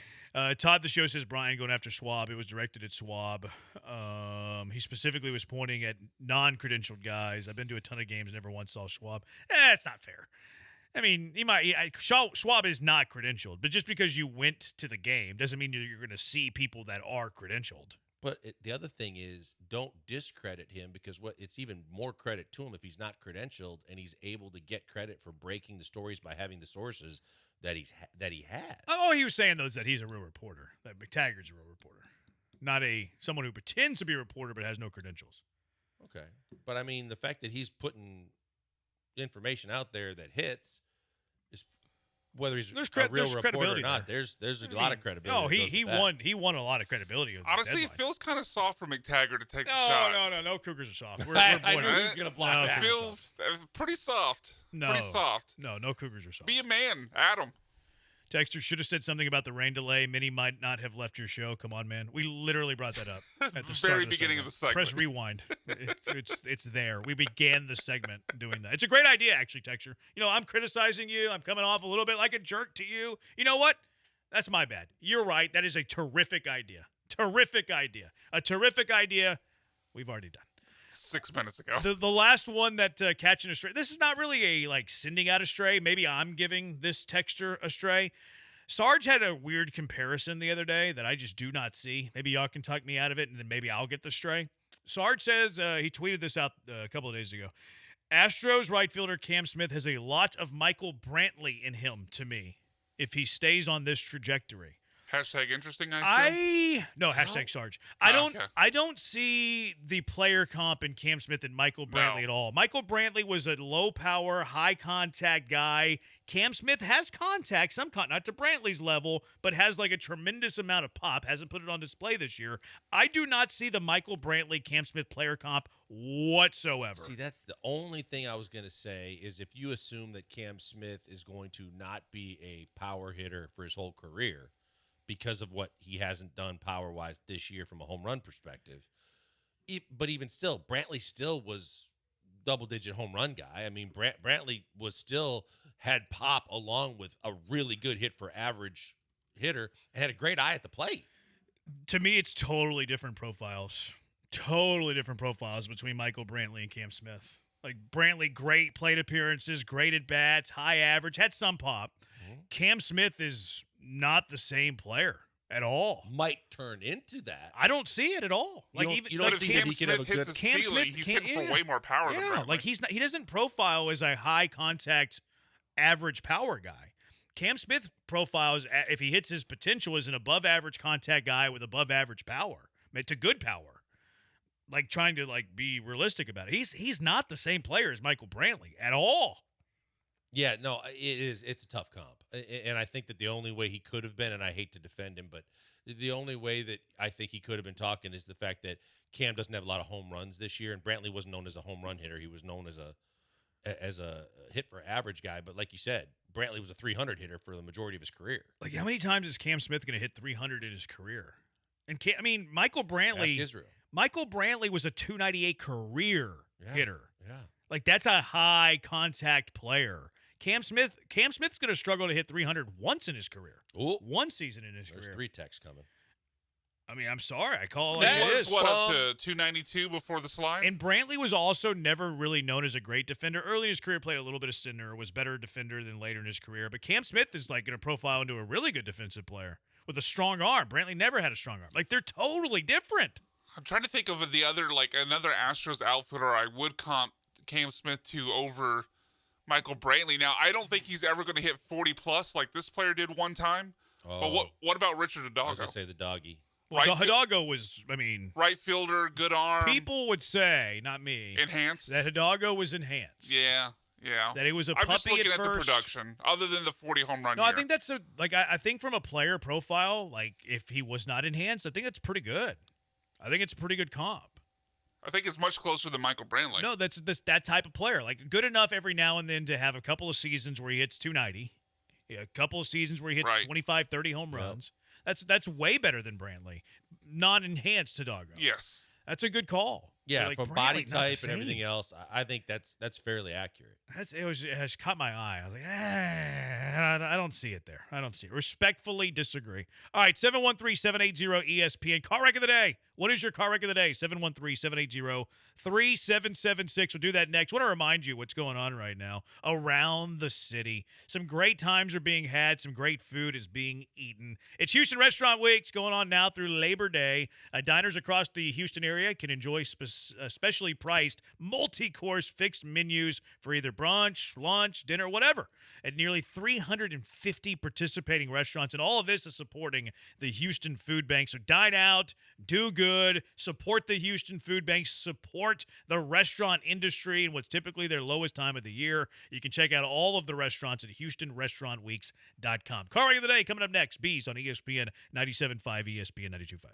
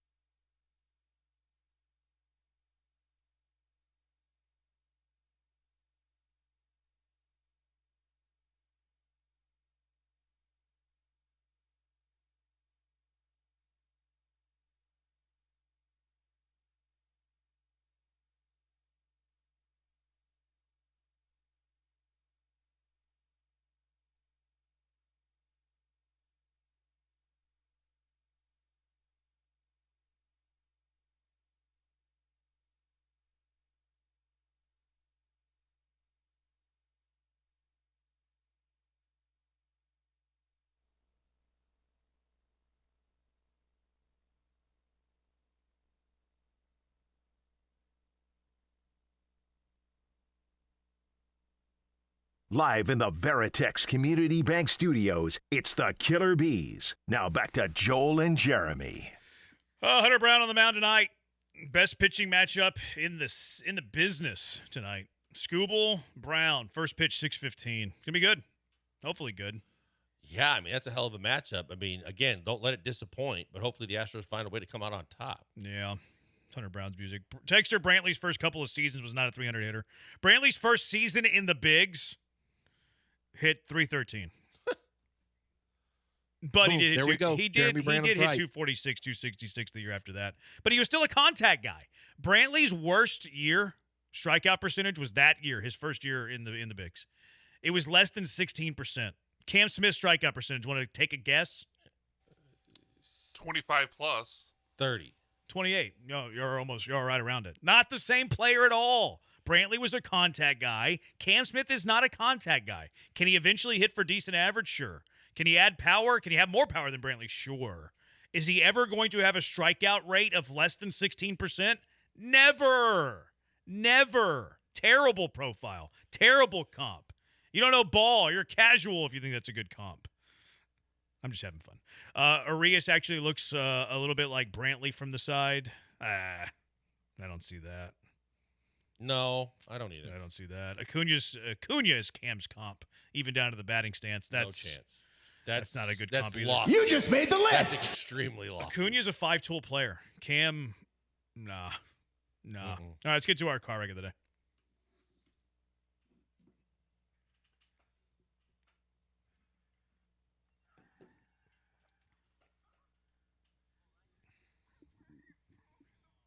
He's out.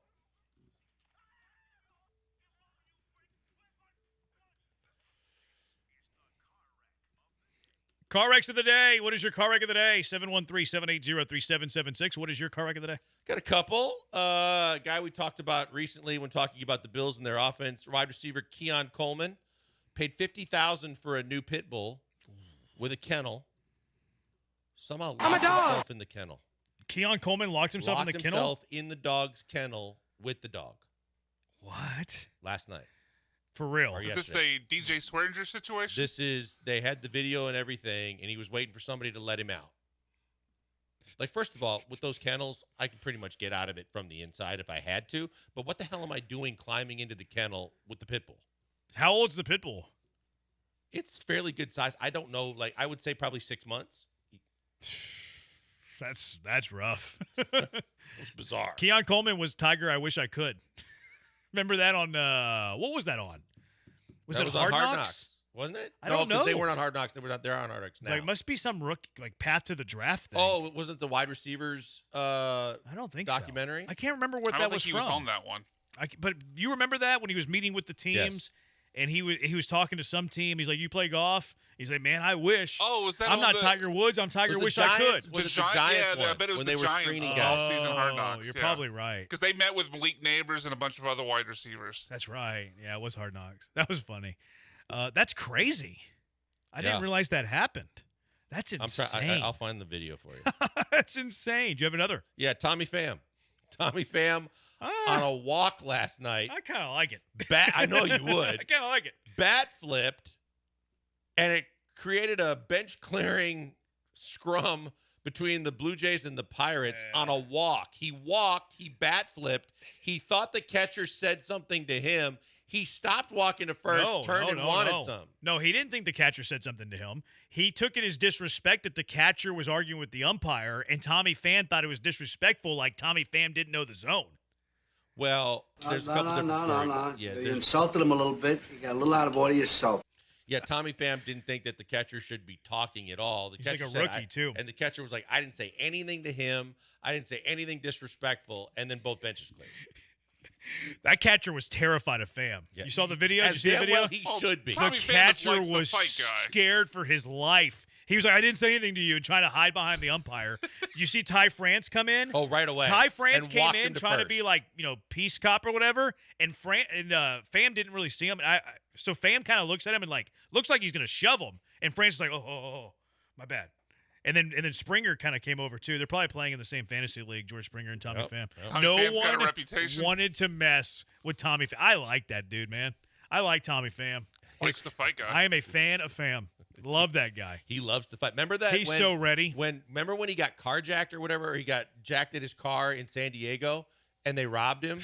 And he wanted the guy because he didn't want justice to take place. He wanted to mess the guy up. He's psycho, man. Psycho Fam. I'm a big fan of Fam. Astros anemic offense getting shut out last night, third time in 4 games. Embarrassing. They just need a lineup full of these Cam Smith, Michael Brantley types. They'd be able to score a few runs. And then Anthony Richardson, also a car wreck of the day. His career is not trending great, and then he literally got beat out by Daniel Jones. Vanilla Vic beat out Anthony Richardson for the starting job. The statement from Steichen is, this isn't a short-term thing. He's our starter for the whole year. So that basically shuts the door unless an injury for AR. He said the same thing last year, though, when Flacco took over. And then AR was back like 4 or 5 weeks later. Yeah, I just don't think he wants to think that – he doesn't want Daniel Jones to think his leash is short. And he doesn't want to answer the questions week to week also. Probably. What do you got, Brian? So I don't know if you guys saw this, but Matt Leinert's son asked their Alexa to tell them who Matt Leinart is, and Alexa absolutely took down Matt Leinart. Alexa, who's Matt Leinart? From LeagueSports.com. Matt Leinart was a Heisman Trophy-winning quarterback at USC and a top 10 NFL draft pick, but his pro career didn't amount to much. Really? And then it gets into the song. Yikes. Oh, well. Have you seen the trend going on TikTok? Wow, like these former players' wives are asking, like, do you ever wish you were athletic? And, like, the players are losing their mind. What do you mean? I'm a pro. I'm an athlete. Been doing this for years. Alex, he's car wreck of the day, Sarge, for anybody that thinks that Brantley and Cam Smith are similar player comps. Hashtag interesting. Josh from Seabrook, messing with the ESPN 97.5 Mafia cartel. All this talk about criminal organizations. That's right. You don't mess with the Granado Mafia. You don't mess with the cartel Branham. All right, what's winning? Target of the day. Astros offense? Sure. It's a pretty good one.